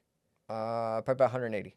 Holy shit. At Mid-Ohio's got a really big back straight. So when I looked down at the dash last, it was like 180 right for the end of the straight where you turn right. Now, what does that feel like to you? Like, what is that? Like, does it start to look like everything is actually slowing down? Yeah, correct. You kind of get like a tunnel vision type of deal. It sounds like a stupid movie quote or whatever, but the reality is it actually gets quiet. The way a sport bike bodywork works is ram air doesn't work until about 120 miles an hour. So the big spoilers and all that stuff you see, none of that works until about 120. Once you get over 120, the aero package, the aerodynamics of the body will actually start pushing the bike down and creating a bubble around you, and it gets quiet. You actually get kind of quiet in there, and you're looking at not looking at the dash, but it's right in your face, and it really does become a blur. The coolest experience racing that I've had yet, and the speed is cool. When I started riding motorcycles, 100 miles an hour felt like you were doing 200. Yeah. Now, 180 miles an hour feels like you're doing 80. You become accustomed to it, but it just becomes more natural. With anything, you push yourself and you become more natural at doing something you thought was not possible. I never thought I'd be motorcycle racing, let alone turning 40 and picking up motorcycle racing. Yeah. And actually, we did pretty good with a multi-rider team for a twins class bike. We actually took a couple of first place rides. That would be a whole nother episode. We could probably do that another day. That was a long, funny story. But but the coolest experience racing I ever had was at Pittsburgh, which is known as Pit Race. We're on a little bike. It doesn't make a lot of power, so we're one of the slower teams out there. But we do all right. We hold our own. I got on the straight, and it's a shorter straight, so you're probably doing 130 to 40. And all of a sudden, I'm in a full tuck, and the bike starts like leaning and pulling to the right. And I'm like, what the? I didn't understand why it was doing that. And the next thing it was because there was another bike coming up on me close enough that he created a pocket, and it was pulling my bike into the pocket of air he was creating. And it was the coolest, weirdest feeling, and I just kind of leaned away from him a little bit to make sure it wasn't going to pull into him. And then he went by, and the drag went away. And I was like, that was nuts. That was super cool. Yeah, and it was just a neat, and you see it on TV, and you see the guys really close to each other, and you really I truly experienced it. I was like, that was the coolest thing I think I've ever experienced on a track. Also terrifying. And it was for a second. I was like, what is going on? And then all of a sudden I could see the corner of my eye was the front of his bike coming up. I'm like, that was pretty freaking cool. That's nuts. Now, I want to there's a couple questions I want to ask regarding business at the end, but to transition, I do want to make sure that we talk about what you were telling me about with some of the customized, to give that experience in a way that you're talking about with some of the Clegg products and some of the custom things that you personally created, and for some of the other military, guys and girls that may have lost function in legs. Okay. Tell us a little bit about that, because that's that experience. Maybe not at 180. Yeah, correct. So we'll do. I'll do a little bit of an intro into it. The gentleman I was talking about, Al Gillen, used to own Williamsville Competition, Williamsville Ducati. His son is Brian Gillen, who's now going to head up Norton. The weird part was a lot of people have looked at his business and couldn't understand why it succeeded. He was grumpy. He did definitely ticked off a few customers, but if you gave it back to him, he was the coolest person ever. But the thing that I learned from him, besides learning how to work on all the European stuff and the really weird oddball stuff I never thought I'd touch, was that he sold products that nobody else wanted to deal with. One of them was a company called Tektronix. Nobody in the country sold this product but this guy in a little brick building in Holland, New York.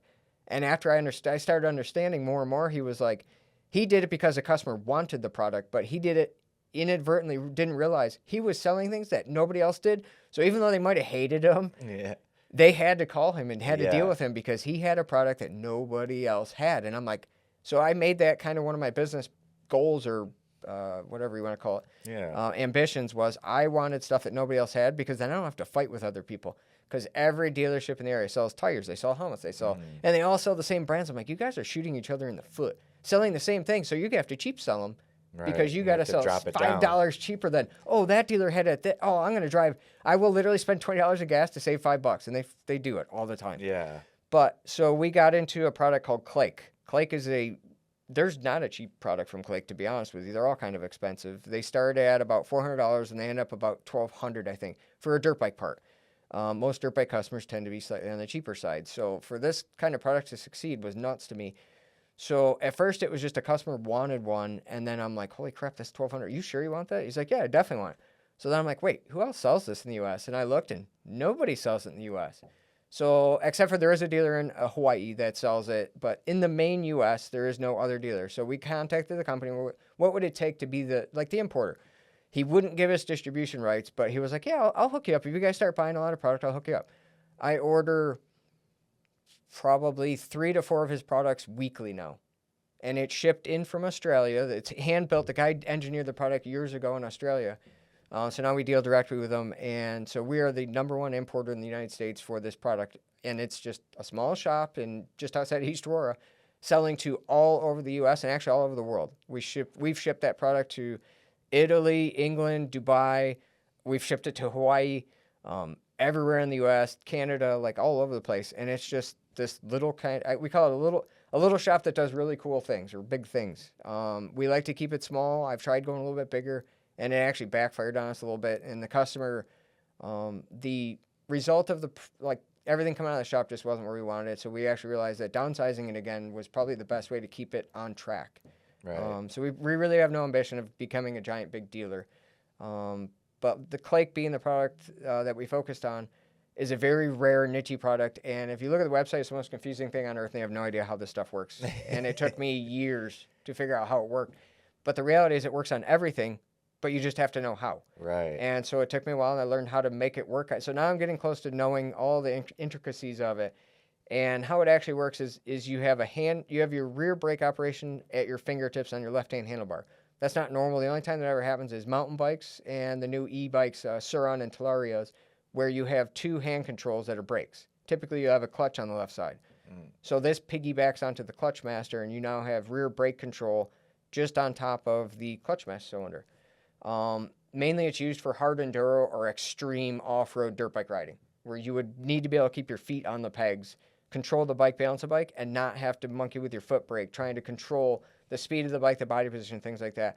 So now you have hand control option. That actually, I thought about it a little bit, and it actually opened us up to people with disabilities. You don't have operation your ankle because you got a bad ankle injury, or you don't have a right leg, or below the knee or something like that. So we actually have a lot of people with injuries who call us up for this product because they still want. I have a customer who races dirt bikes in California who has no operation, but he's a paraplegic. He races dirt bikes and hare scrambles and woods racing. He crashes, his buddy's got to come pick him up, and he laughs about it. He sent me YouTube videos. I'm like, you're nuts, dude. You are absolutely nuts. And so they use this product, Clake, because of the lack of motor skills of particularly it's usually the right leg, and it might be both legs. And I think a little over a year ago now, a guy named Jason Zittel, he's on Facebook, you can find him. He runs a sport quad race team called Team Blind, and it's the first time we've ever done it with that product. We actually donated that product to their program. They're building a 4-wheeler sport quad racing program where most of the drivers or riders are not going to have, if not no legs or no physical ability to use, particularly the right leg. They might just be missing one leg, but all the controls for the bike or the quad are all done on the handlebar. The throttle, the clutch, the braking, it's all done through hand controls on the handlebar. Even the shifter is push button. So we were able to donate a product to promote that program that this guy was building for these guys. It's mainly for veterans. But he said if anybody had an injury and they were interested in quad racing and you have experience in quad racing, that you basically get a hold of him and he'll find you a spot. That's so cool. I can remember my parents are big into sprint car racing, so I went a lot as a kid, and then they got back into it a couple years ago. But I remember there was this one driver who was in a wheelchair, and as a little kid, like they have the little like toy cars, and like I wanted that dude's car because I was like, wait, he drives his gas pedal with his hands? Yes. And he was good, and it was so cool. I don't remember his name. I would have to look it up, but that's really cool. Well, I want to kind of like start to close up here, but like, is there anything that stands out to you as like the coolest thing that you think that you've been able to accomplish as a business owner or as, a shop or as a mechanic? I guess some of the coolest things as a business owner now, how proud our customers are of us. They're constantly asking us for hats, T-shirts, especially stickers. Constantly people will be like, oh, I saw this truck on the highway, had your sticker in it. And most of the time I'll know who it is, but a lot of times I don't. But it's really neat to have people who really want to associate themselves with the shop, knowing what we've been able to put out of our shop over the years. And some of the thankless things that like you spend money on and you probably won't get any feedback on is, so we sponsored a super sport racer, Chris Murphy, and we are out there on the grid. We're his race team for a pro level Moto America race team. And you're out there with the fancy shirts and the matching gear, and you look the part.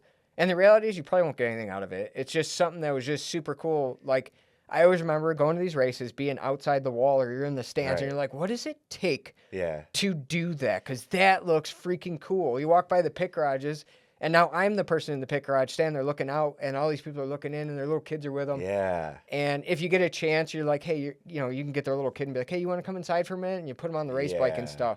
And that's the kind of fun memories that I've gotten out of doing it, is being on the other side of the fence that I never thought I would ever be able to be in.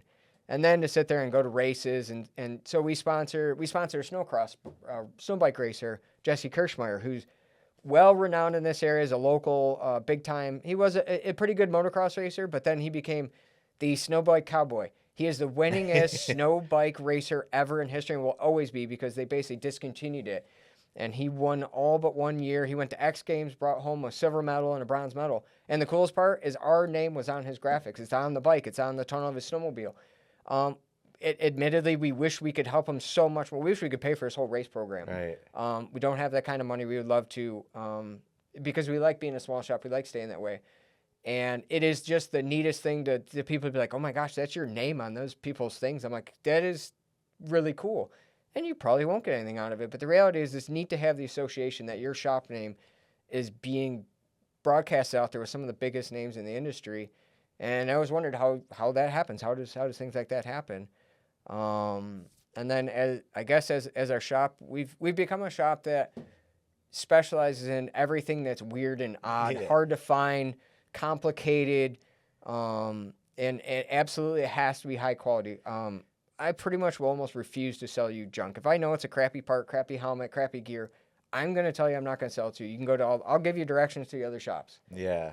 Because I don't want my shop name associated with those products. And we've had a couple products that turned out to be not so good, and I discontinue them as quickly as possible and try to help the customer out in replacing them in some way. It hasn't happened very often, but it does happen.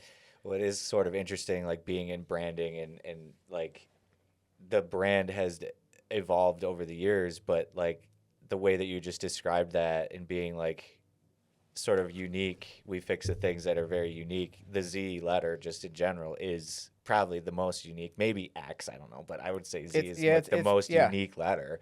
So it kind of does make sense, oddly enough. It just develops naturally, and I think that's what, like, we love working with people like you guys, because we know in the same way, like, whatever we do as a marketing company, we could do the best job ever marketing someone, but if they don't do good work and they don't do right by people, or they don't close on the leads or do it the good way, they're not going to last with us, because we can't fix that. No, you'll be a flash in the pan. I've seen many a motorsports dealership. I've seen many a business come and go. I've seen customers come and go. But I every year 3 to 5 little motorsports shops will pop up, and what that is that was me as a kid working for another shop thinking, I could do this on my own. I totally could.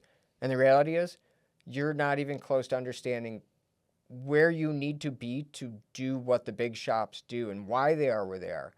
Some of the big shops have been through multi-generational periods where you literally were buying snowmobiles out of somebody's house garage, or a motorcycle. The mom, grandma's cooking you cookies, you're eating sandwiches, and you're literally signing paperwork on a kitchen table. Yeah. That's how those businesses started 3 generations ago. That is not a joke. Nowadays, this is a different world. Social media can hang you so fast. Your reputation will hurt you. You could start off with $1 million, and that would be gone probably 2 years, no problem. Yeah. With just spending and investing and trying to promote your business and all that. And the reality is, the biggest thing you can do is just make sure what you're doing and putting out is as good as you could possibly make it. And if something goes wrong, you absolutely have to make it right as quickly as possible and hope that the customer isn't going to go out there and leave you a bad review. Yeah. I was actually going to ask if you had advice, but I feel like that was really good advice. In 10 years, you know, you've made it this far. What do you see like 5-10 years down the road for Moto Z? What would be the dream? I guess that's a good question. I'm not even sure how to properly answer, because it's one of those things that we've been in business since 2012 roughly. Everybody was like, you got to make it to that 3-year mark, I guess, and then it was the 5-year mark, and now it's 10 years. It's past. I'm not going anywhere. Yeah. I may move the business someday. That might happen, but I am not going anywhere. In my business, it is known that you're probably not going to get to retire. You're going to be wrenching forever. Because it's not a great business for becoming super rich. There's not giant margins in it. There isn't some magical wand that there's magical money somewhere. Right. It's a business that you have to work hard at. You're going to be there till 9, 10 o'clock at night at times. And then in the wintertime, it slows down a little bit. And you get to go home early and eat dinner at like 6 o'clock. But I guess a future would be to just be one of those, like, we ship products, that Clake product, to all these neat dealerships all around the country. And the majority of the really cool ones we've had the most fun with and talking to and stuff are all small. Yeah. They're all small, but mom and pops, brick and mortar businesses that are absolutely having the most fun doing this job. I guess that would be a goal. Would be in 10 years from now, if I still have a smile on my face and I'm still enjoying what I'm doing, that would be success, because there's no telling where this has gone. In 2008, when the Sedicis came out, the market crashed. Right. And we've had another market crash. Right. It's more survival. It's been more of a survival thing than anything else. So it's instead of focusing on these goals and ambitions, it's been, how can I succeed and survive? And what's been doing it is our reputation was huge, and selling products that nobody else wants to deal with. Yeah. Furigan, Clake, Translogic, Tektronix, like all these weird brands that we sell that nobody else wants. Furigan is one of the biggest pains. It's a French clothing company. They are impossible to deal with. Just a nightmare. And then we would come in the morning and try to send a quick email because they're leaving when we're coming in. And it was this communication problem. I do speak a little French, but it really didn't matter. But it's these companies that are very difficult to deal with. And that's what keeps us going, is it's like, well, if nobody wants to deal with it, then I'll deal with it. I'll fight it and get grumpy and swear a little when nobody's around. But those are the things that will keep Moto Z going long beyond when all these other businesses come and go.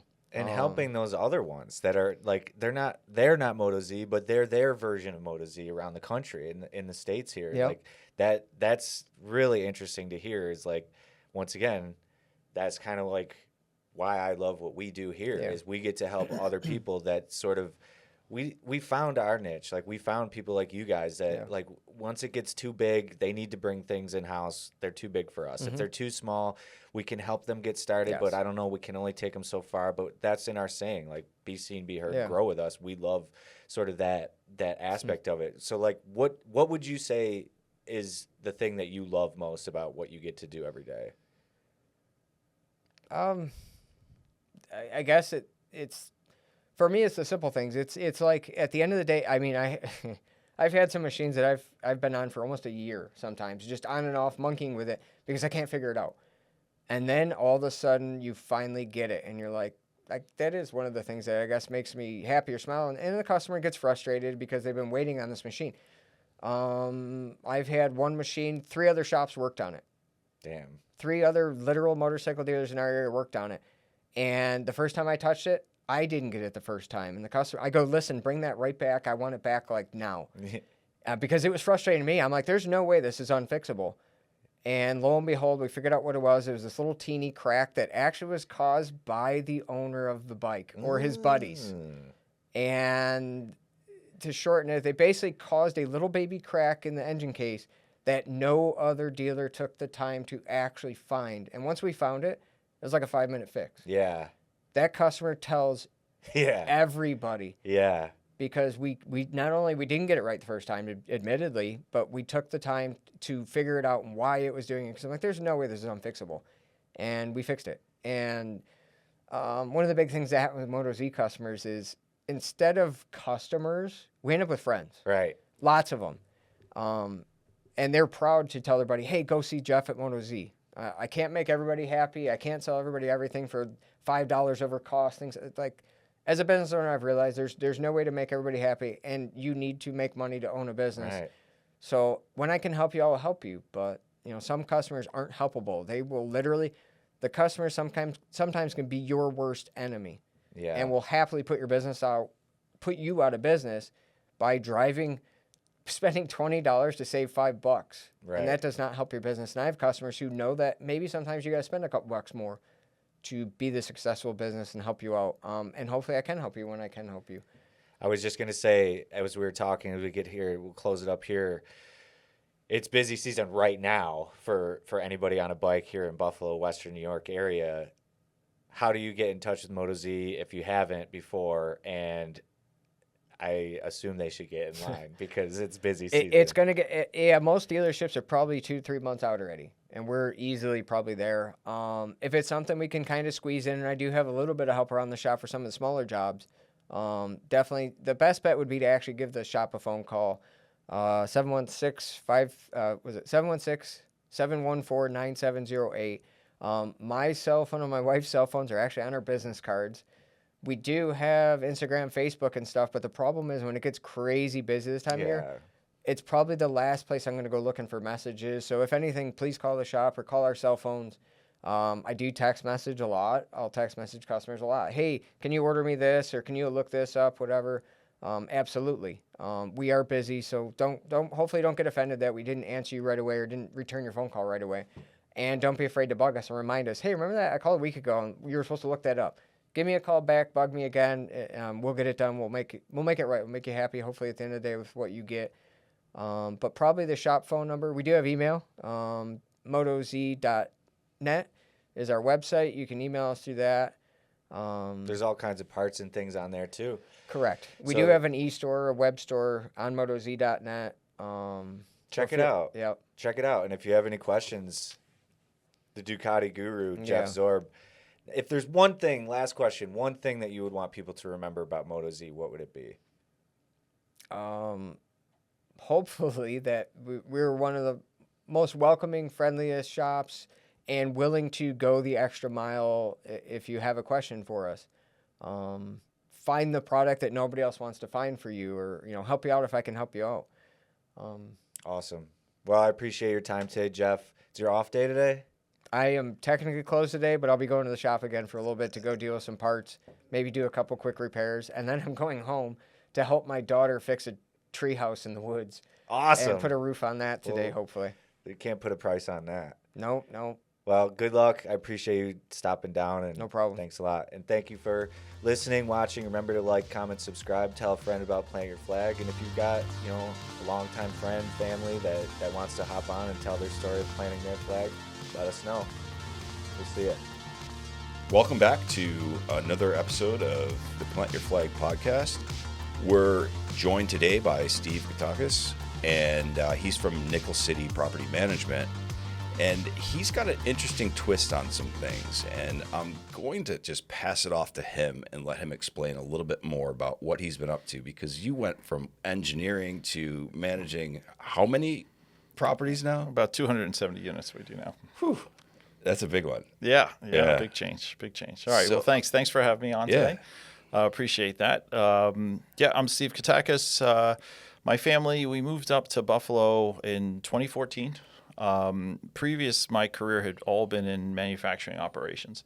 I have a background in engineering, worked for Procter & Gamble for 10 years at 2 different locations, and then I worked for L'Oreal at 3 different locations for 14 years. And I wasn't planning to move to Buffalo. A job opportunity opened up. Our family moved up here, and as I was in the area, I started learning about the local area. Had reread, I think I told you this, I had reread Rich Dad, Poor Dad at a time where I had some cash that I wanted to invest and didn't want to just put into the market directly, and started getting interested in real estate. At the same time, the job that I moved to Buffalo for came to an end. So I was up here for about 2 years and then was going to be out of work.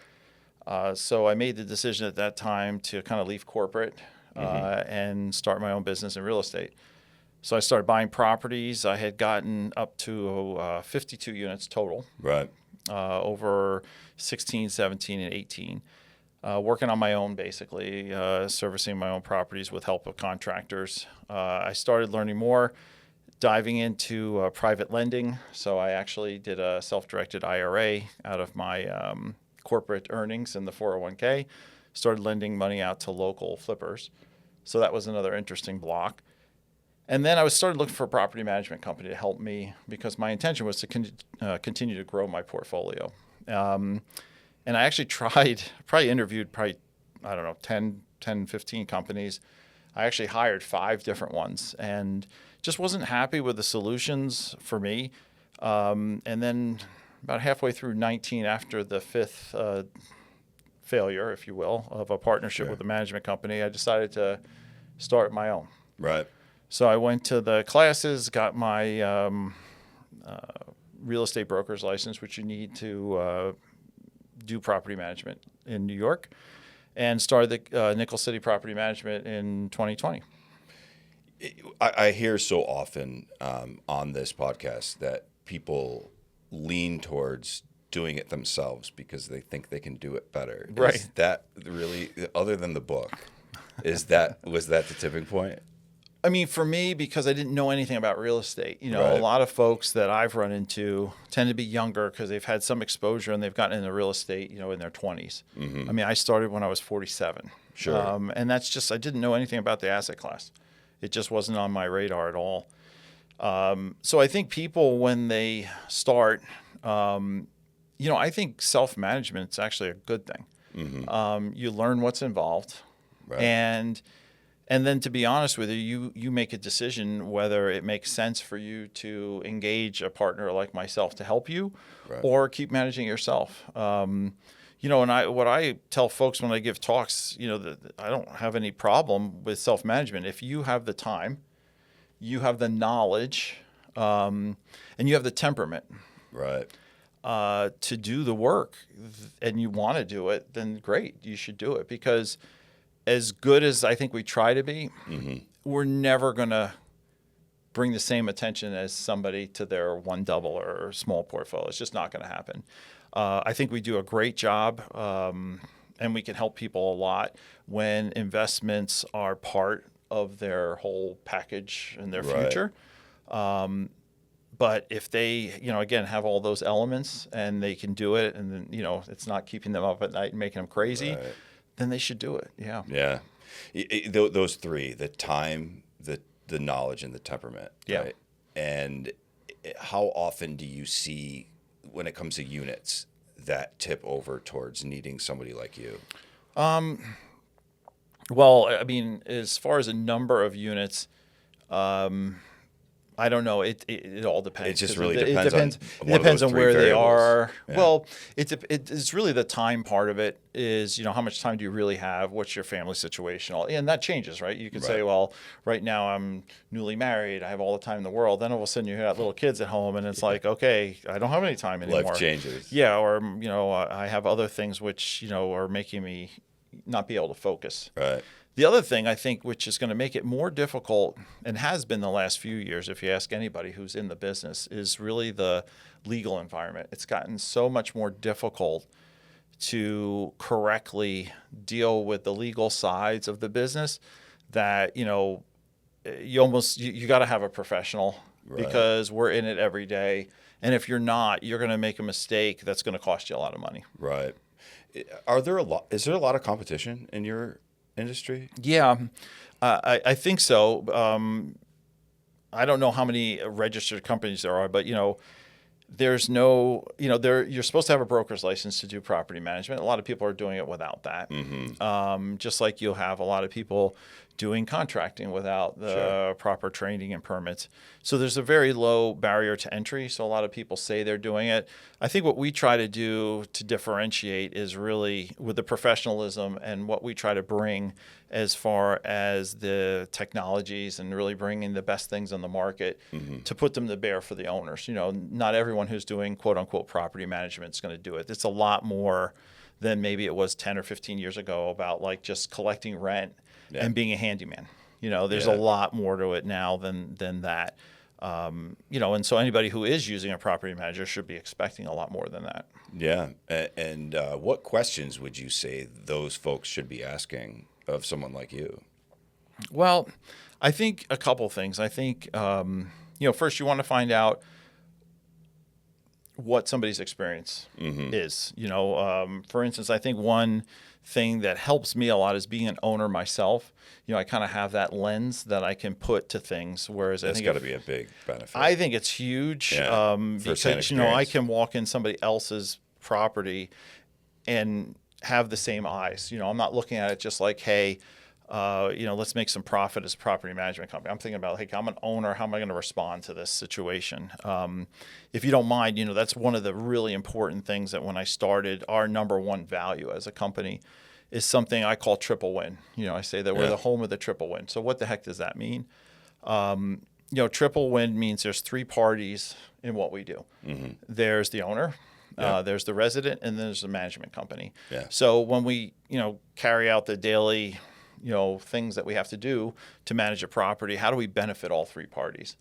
I think that's the big difference, that we try to bring to the market. We're not always successful, and in every situation, it's not going to be perfect. It's not pie in the sky, but that's what we're striving for. So when we're looking at a situation, we're trying to say, hey, how do we balance it all so everybody can benefit? And that feels good too. I know as a business owner that it feels good when everyone feels good. Yeah, right? Well, absolutely. And, for me, everybody's got their own personal values that something's your third rail issue that'll just make you crazy, and for me, it's like fairness. That's one that, when I get into a situation that feels unfair, either to me or somebody else, that kind of will get me excited. And that's why I think that value sits well with me, And what that looks like sometimes is we're taking a hit as a company. If we're doing a maintenance job for somebody's house and, for whatever reason, it seems like our costs are way out of line. Right. I look at it and I say, if I'm an owner, so if you presented me with this bill, how would I respond? And if it's ridiculous, then we basically, eat the cost. Right. And most, there's not a lot out there, but your better companies are going to behave in that way because they also understand that, you're looking for a long-term deal there. One of the big things I think I picked up from one of my mentors in the space is I'm not in the property management business. That's the name of the company. Okay. It's a relationship business, right? Yeah. And that took me a few seconds to figure out that he was right. Like, what does that mean? But if you think about it, I'm getting approached by strangers, and that stranger is going to hand me over the keys to probably the biggest investment that they have. And that's a huge responsibility. That's a lot of weight. That's a lot of trust, right? Yeah. So our relationships that we've been able to build, like I have some, a lot of my clients are still from the early, 2020s, 2021. And that's what really makes it work is I've built up the trust with them that they know I'm going to do the right things for their property. And we've been successful. And other owners we haven't been as successful with, for whatever reasons. And you keep having to build that trust. Right. That's the number one thing that we try to do right off the bat, because you start off basically with none. Right. And you really got to build that up if you're going to be successful. Yeah. And you also migrated to the Buffalo area. So you had to set up a reputation in an area that is a lot smaller than what you were accustomed to.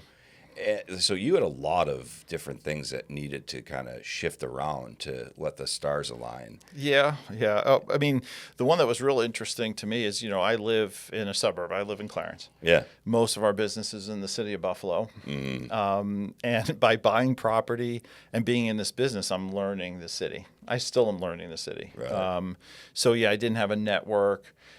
And to some extent, everything's got its pros and cons. To me, I look at it as a pro to some extent because I have no preconceived notion. Like you mentioned to me a street name. Yeah. I may not know it.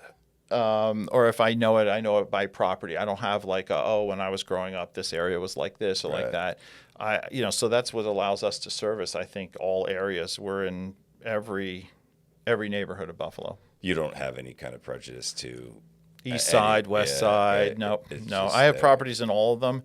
Personally, I think I have property in 6 of the different neighborhoods personally. Yeah. And then we manage in all of them. Yeah. Yeah, that is interesting because there is a lot of, I think, thought that goes into where you market and who you're going to work with but I think the relationship side of it, the way that you focus on that, I think that is the smartest way to go about it. And if they come to you and you feel like you can do a good job, or you see a good investment or a good opportunity, it gave you a blank canvas, so to speak. Yeah, I know the marketing types when I first started, they wanted to ask you what is your avatar, Right. And I was like, what?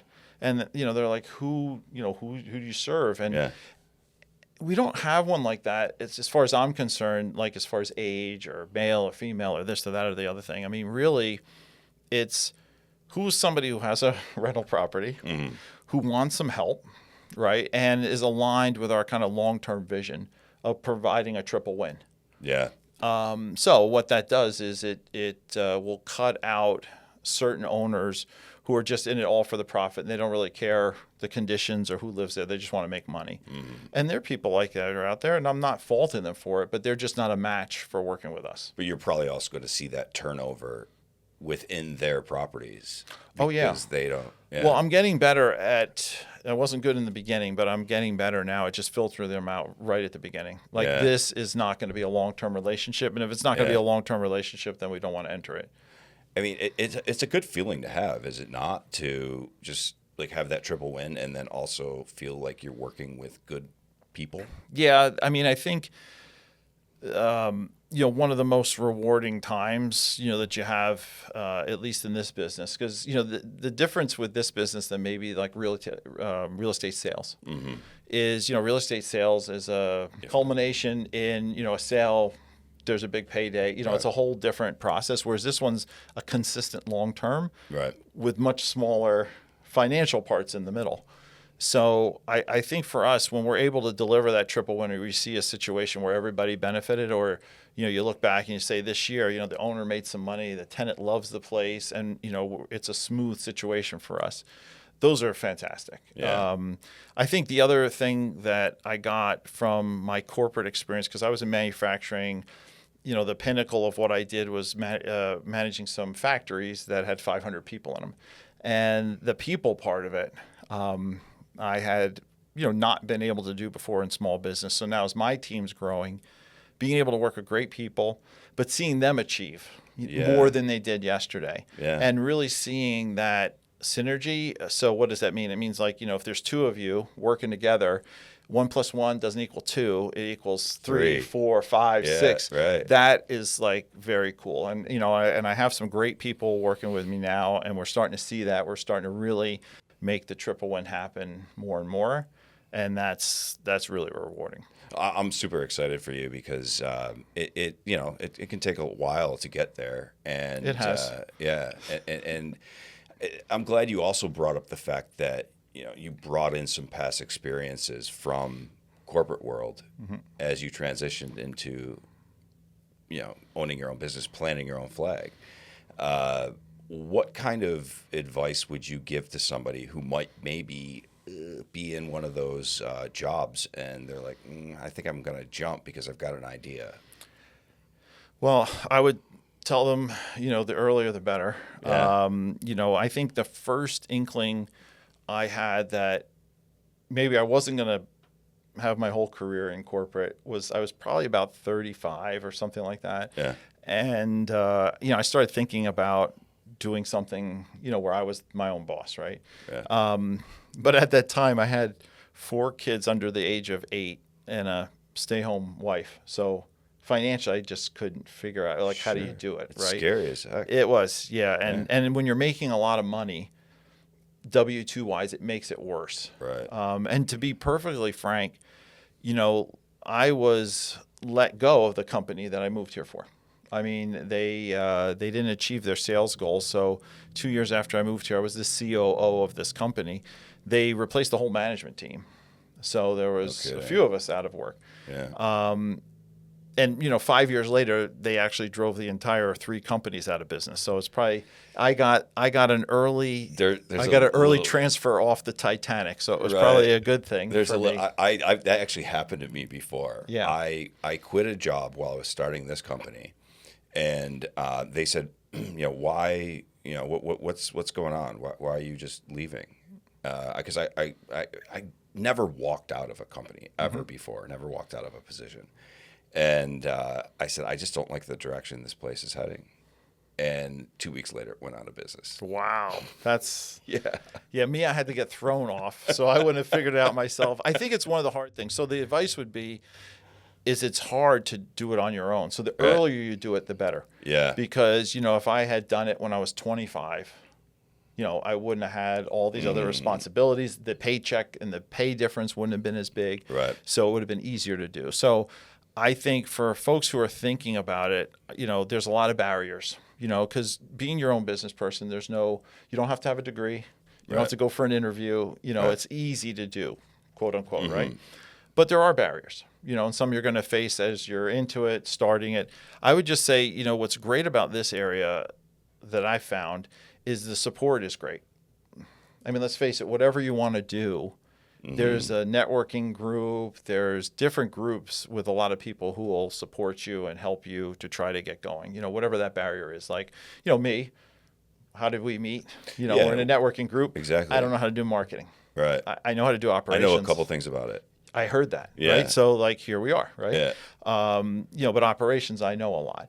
And so, you know, if somebody has a weakness or something they don't know about, there's so many people here who are so willing to help. So I think that's part of the Buffalo magic that you're not going to find in other areas. It's so cool for you to say that, because that was going to be one of the things I wanted to bring up is, you know, your thoughts about the community, because they say, you know, city of good neighbors, those kind of things.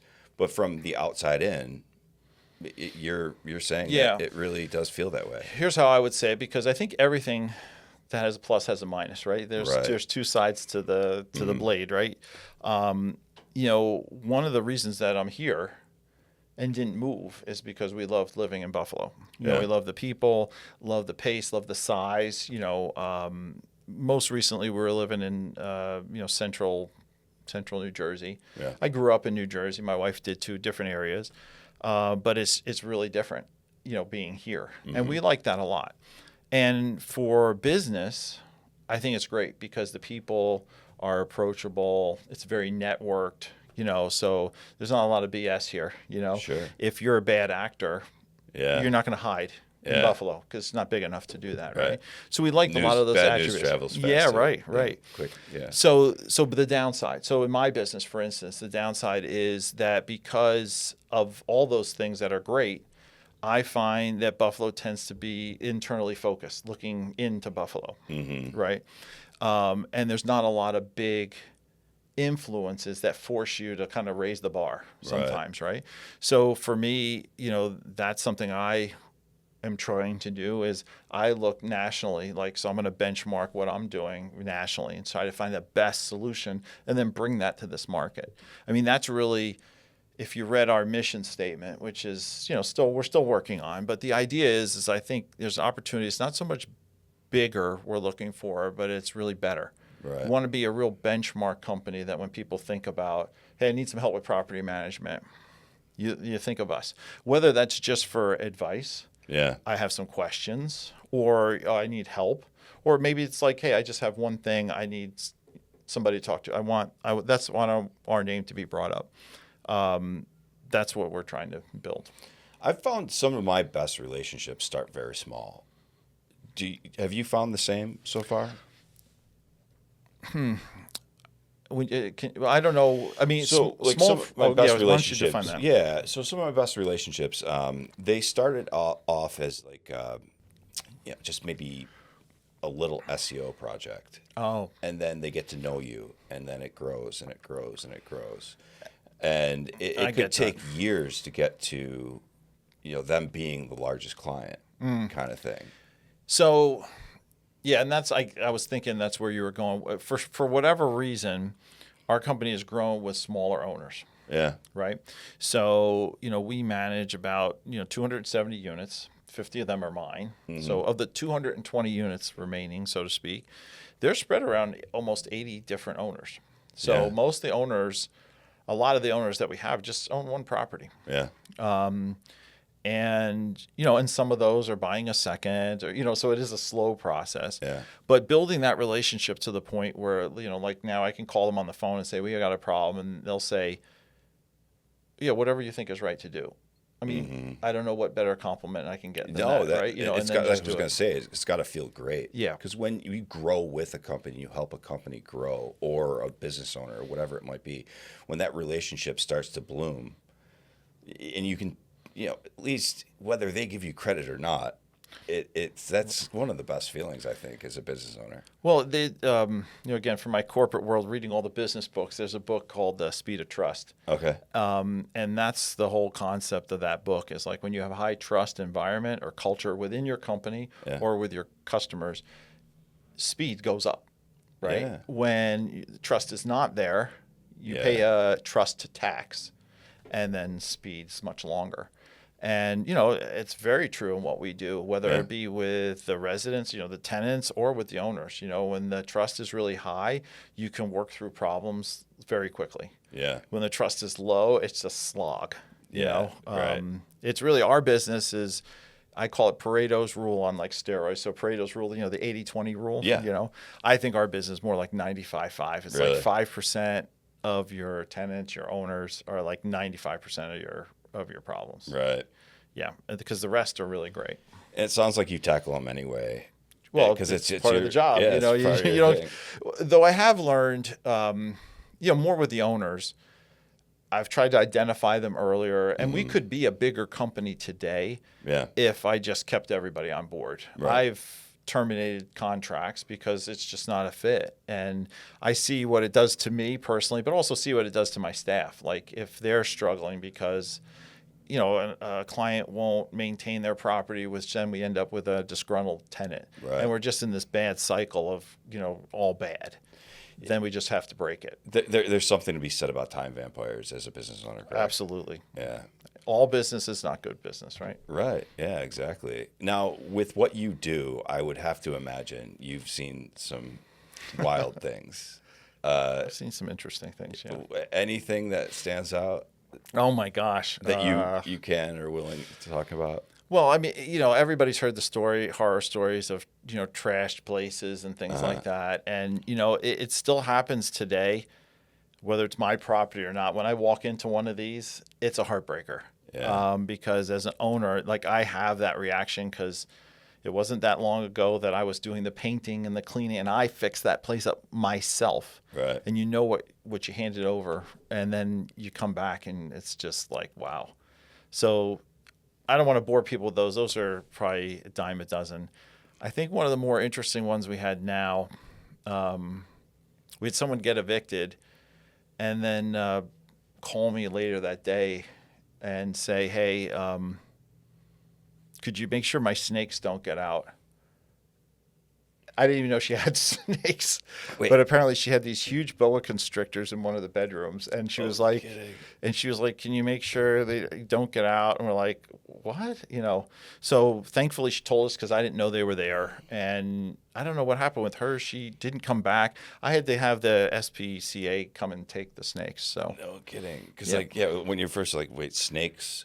Like, why are there snakes? And what am I going to do with a snake? And so it was snakes on a plane. Because when you first said, like, make sure my snakes don't get out, we work for a plumber, so immediately my brain went to that kind of snake. No, this was a real snake. This was multiple ones. Yeah. So those are, that was an inherited tenant. So I'm not sure that would pass our screening today. Yeah. One of the really good stories I like to share, and I've shared a few times, and this is a cool one for me. So one of the properties I own is in Clarence. It's a 9-unit down in the Hollow. And I had this great couple as one of my tenants. And, one day they came to me and they said, they were going to be getting engaged and going to be getting married. So they're going to be moving, which stinks, but, pretty good reason. So I was okay with that. They were going to buy a house, great. So I got kind of friendly with them, and I thought they were a little interested in what I was doing. So I asked, hey, could I talk to you about real estate? Come over. They said, fine. I came and talked to them about, hey, I know you're going to buy a house, or you're looking to buy a house. Maybe consider buying a double. Mm-hmm. And getting into real estate, you can, have your mortgage paid by your tenant, blah, blah, blah, blah, blah. Yeah. They took the ball and ran with it. And, they own multiple properties now. They're actually a client. which was really cool. That's fun. And it got a little bit better because the wife is also now an employee. So she works for us as our property manager. She's been doing fantastic. So it's really neat. That's a great Buffalo story, right? It's a great Buffalo story. Like, comes back to what we were talking about. I mean, I love the ability to impact because now they're on a path that most people will never be on. And, by the time they're 47, they'll be done with the race where I was just starting it at 47. So I think it's fantastic. And I'm, real proud of them for it. And that's why we want to do this, this podcast as a whole, is to just try to inject some kind of good feeling into why we do what we do, and encourage other people to say, hey, it can be done. One thing we didn't really talk about quite yet is you had mentioned your family, and you had mentioned just the book that you had read. But is there anybody that you lean on when you really get into one of those positions where you don't feel so great about being a business owner? I probably never say it enough, but I would say my wife's probably the reason I'm at where I'm at anywhere. I mean, there's not many wives, at least I understand now, I didn't understand at the time, who would, pick up and move, from one place to another. Like we had our first two kids in North Carolina. And then, with a 6-month-old and a 2-year-old, we moved to Arkansas and, and then moved back to New Jersey and then now moved out to Buffalo.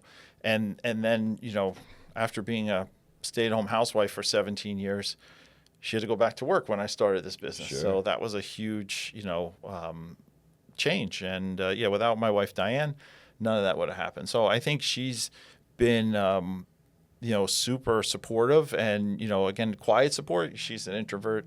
Yeah. I'm not. Yeah. So, but she's always there and always supportive. And I'm always counting on that. It's like a unspoken rule. So I always have that support to go. So she's probably the number one, reason I'm at where I'm at. Yeah. And, I have developed a couple of folks from business. You said something small. One of the people that I lean on a lot and I respect a ton is actually our HVAC contractor, Jerry, who runs Tropical Heating and Cooling out of Niagara Falls. Really smart business guy. He's done a lot of stuff and has been really helpful to me. And we've worked together since I bought my first property. So he's been a great resource for me. How'd you meet him? I don't know. Someone must have recommended them when I was at one of my first houses and needed some heating work. And we just hit it off. What I liked about how he does business is, like, especially when I started, I was trying to do things on my own to save money, like everybody does. Yeah. So I would call him and be like, okay, I'm at the furnace, and he would try to talk me through repairs and, taught me the basics. So like I could go to I'm not Mr. Handy, never was. Sure. But I could go to a furnace, spend 15 minutes, solve some problems sometimes, or take care of all the easy stuff. So if I did have to call him, then he knew he was coming to solve a real problem. Right. And actually he preferred that. Yeah.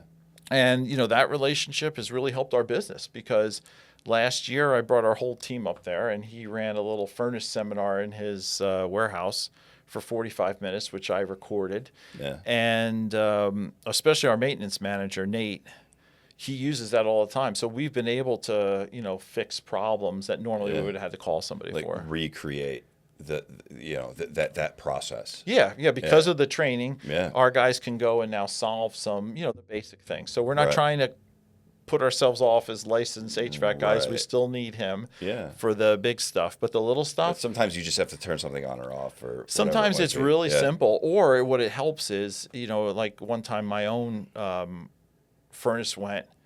It was air conditioning or something, and I was able to say, okay, I think it's this fuse thing. Mm-hmm. And then they can come and they kind of know right where to go, and then it's like, boom, the fix is simple. Yeah.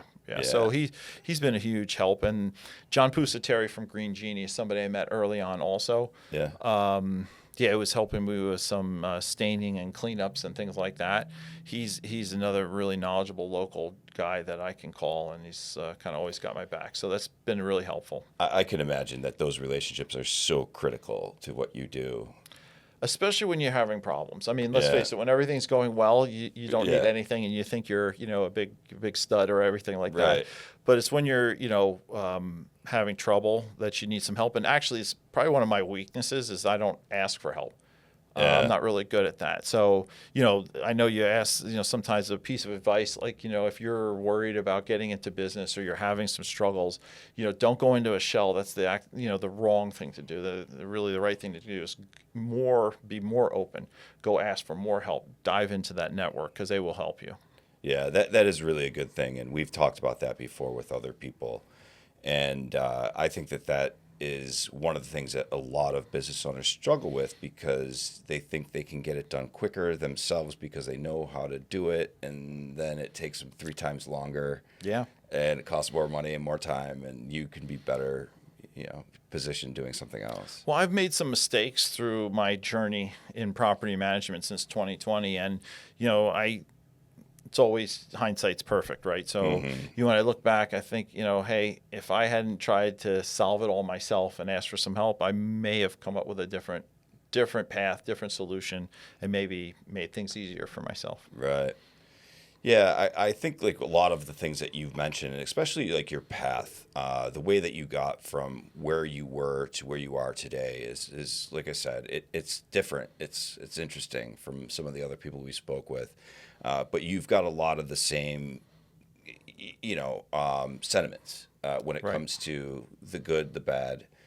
But we want to also make sure that we spend just a few minutes here talking about how somebody who might be interested in getting a little help with their property or maybe getting into the business, because it seems like that's something that you've worked with before. How do they get in touch with you?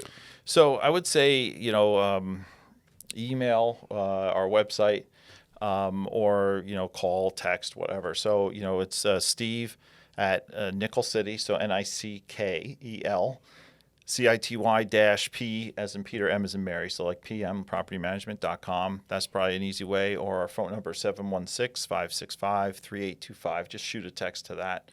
And, I'll get back to you, and then we can figure out if you want to grab a cup of coffee, just talk about buying rentals, or if I can help you at all with managing your own, I'd love to.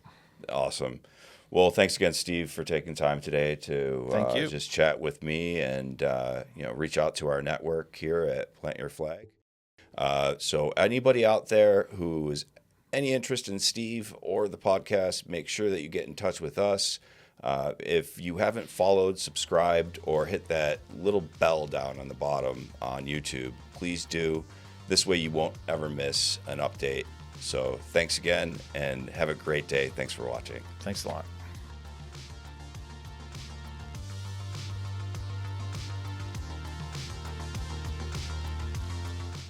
Wow, you've made it to the end. I'm impressed. Thank you so much for watching. I know Mike and Jer have said a lot throughout this video, but if you enjoyed this almost 12-hour experience, please give us a like. It only takes a second of your time, and you've just spent 12 hours, so I'm presuming you have time. Maybe. Thank you so much for watching our podcast, and enjoy the outtakes.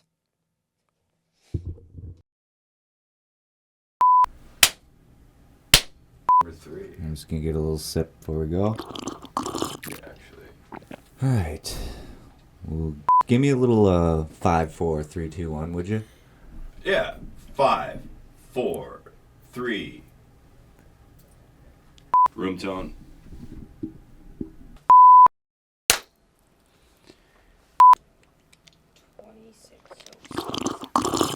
Is that good, bad, indifferent? Is it? Oh, okay. There's certain things that I can do. You're good. This is all part of the process. Right. It can be intimidating. I'm starting over here. No, you're good. It can be intimidating about that. Yeah, no. Sorry, I'm going to change my headphones real quick. Yeah, no. And cut. Audio is recording. Here we go. It's like being at the top of a roller coaster. This is going to be fun. All right. We're supposed to be synced with that. It doesn't matter. Post-production. Here we go.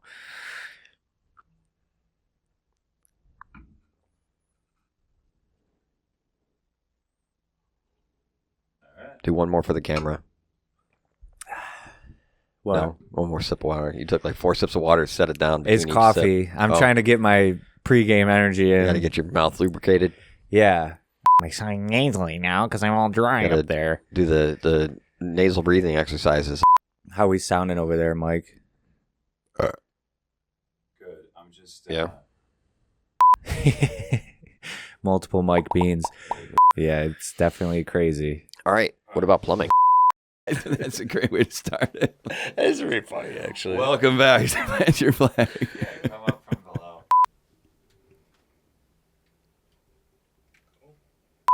There's no light up front. There's no pilot light. Am I properly modulated? Yeah. Oh, this is great. Yeah. You want to hit it mid dome, Right. All right. All right. And we're out. Cool. Cool. That wasn't so hard. Dude, that's funny.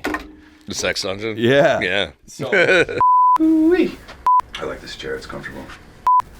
Actually, I should probably see what my dome looks like here. I'm sure Armando's going to have all sorts of fun with this. Sweet. Thanks. All right. Audio is recording. Yeah. I could see the red light. Action and fun and adventure. I'm more comfortable when I got my that. Yeah, my pants are tight today. I got lots of room. Rayleigh got me these pants. I spilled bleach when I was cleaning up cat shit. I have to unbutton them sometimes to let my little pooch hang out a little. Whatever. It's all about comfort. It's whether it's Thanksgiving or if it's whether it's I feel like I've September gotten a 27th. I've gotten a little poach going here. Are you eating more? Yeah. And then I go to my doctor immediately. He's drop your pants. I mean, that's normal. Now I walk in without my pants on. Yeah. So yeah, he just took first look at it. He's like, "Oh, you tore that," and I couldn't even take the dogs for a walk for like 6 months. That's a problem. Yeah. I mean, at this point, I don't want to do any kind of major reconstruction. Is my foot showing? This foot? A little bit. Oh, I'm gonna put it away. A little hot and sweaty. A little bit. Wasn't too bad. I would do pregame dump. I called it like taking a dump. Those little taglines. So the pregame dump and then the postgame wrap up. So I was doing like 3 a week and nice. I got 6 of them. What? 6 boys. Holy shit. But, so I have 3 and my girlfriend's got 3. Oh, okay. So we're like Brady Bunch combined. Yep. That's Yeah, pretty yeah. cool. Oh my God. That is like the Brady Bunch. That's a fucking reality show right there. It's wild. All right. And I'm good over here. Get a little sip first. A little sipski. Oh yeah. All right. How's my posture? Am I sitting up straight? All right. That's all right. We'll do another clap. All right, there we go. Yeah, normally we usually talk fuller. All right. It's killer, man. Fun. Cool. Fun. Yeah, I love this part of the job. Fun, man.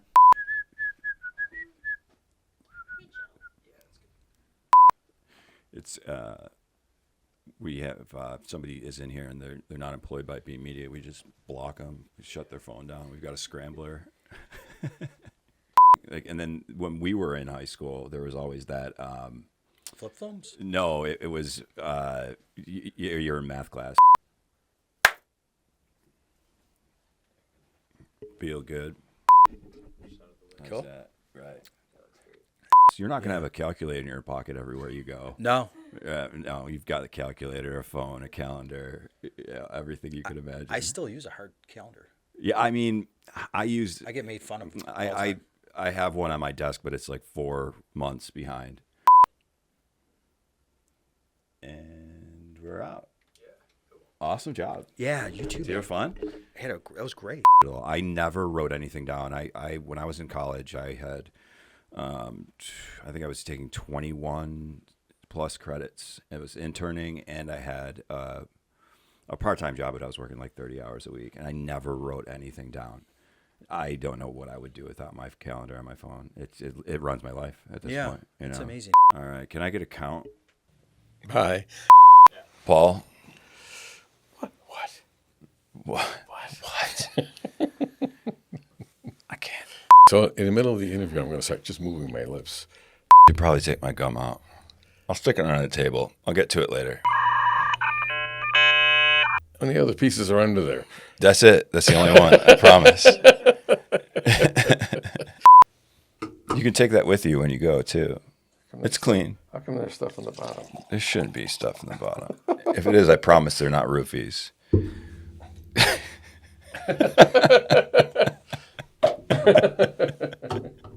I'm just all of a sudden go like... And then you've got wet pants, and then you're going out.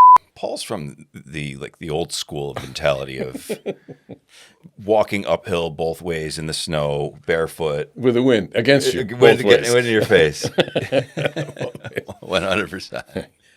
In shorts and short sleeves. I'm okay. Don't worry about it. Yeah. So when do we do our duet? Oh, that's going to be halfway through. What song did you pick? How's my flow? Is it good? Sweet Caroline, though? Ooh, Sweet Caroline. Oh, yeah. Good. Sweet Let's rip Caroline. Dun, dun, dun. Yeah, okay, because I was like laser focused on you. No, and I'm like, was I supposed to be like, hi guys? Oh man, I'm good.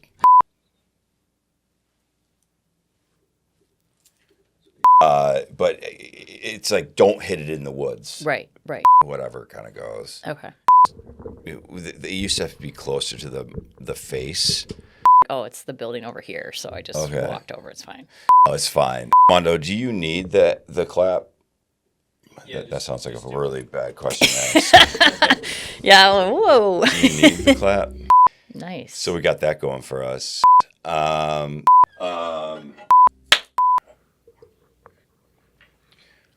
This is a fantastic start. It's all kind of part of the process.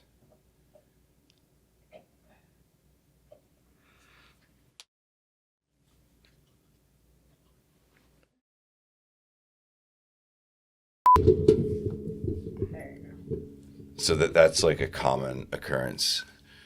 It ends up in like the outtakes of pretty much everything we do is me checking my flow. Just make sure the chair is good. Am I still in frame? All right, so I'm just gonna do a clap real fast. All right. Perfect.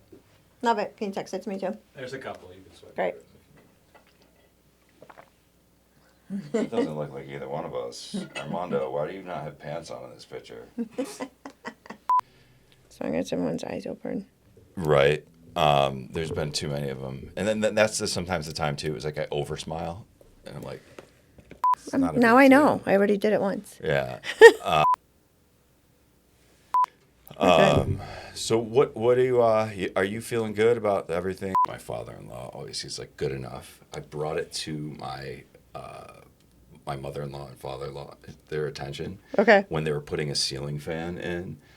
And he was like, oh, it's good enough. I'm like, that ceiling fan's above your bed, and I'm not confident that this is. Oh, Jesus. I'm like, I don't think good enough is right here. That's not a, yeah.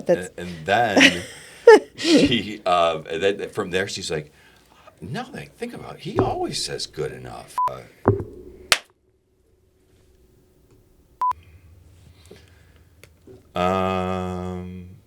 Duchon. I normally don't do that, but when you trip up over the beginning, you might as well start. But I got my dad gut. I just had a baby, and now I've got this like fucking pooch. It was brand new. Do I sound loud enough? Burn enough. You gain as much weight as your wife. Yeah, dude. I'm like. If you want, you can angle your chair in where it was just like the placement of it. Towards chair. Oh. Yeah, towards chair. So you're just. I'm getting mad at myself because I see myself and I'm like, you fucking idiot. You're looking down again. So I put a note here, look up, and I put a note here, look up. He sits right on top of it, and I'm like, maybe this is natural. Maybe this is like a caveman thing for him to be able to just have a little saddle there. A little squishier so he's comfy. Yeah, exactly. You're easy. Then you could chop it up and make it something usable. Somebody left our scene marker at a shoot. So that'd be so much fun. Yeah. But at the time, it was like $100 for this just flimsy piece of cardboard, basically. Well, actually, let me get a photo real quick. Oh, yeah. Is, real estate sales is a culmination. Culmination. Yeah, I've, been asked several times, and I'm going to do yours. That was a huge compliment.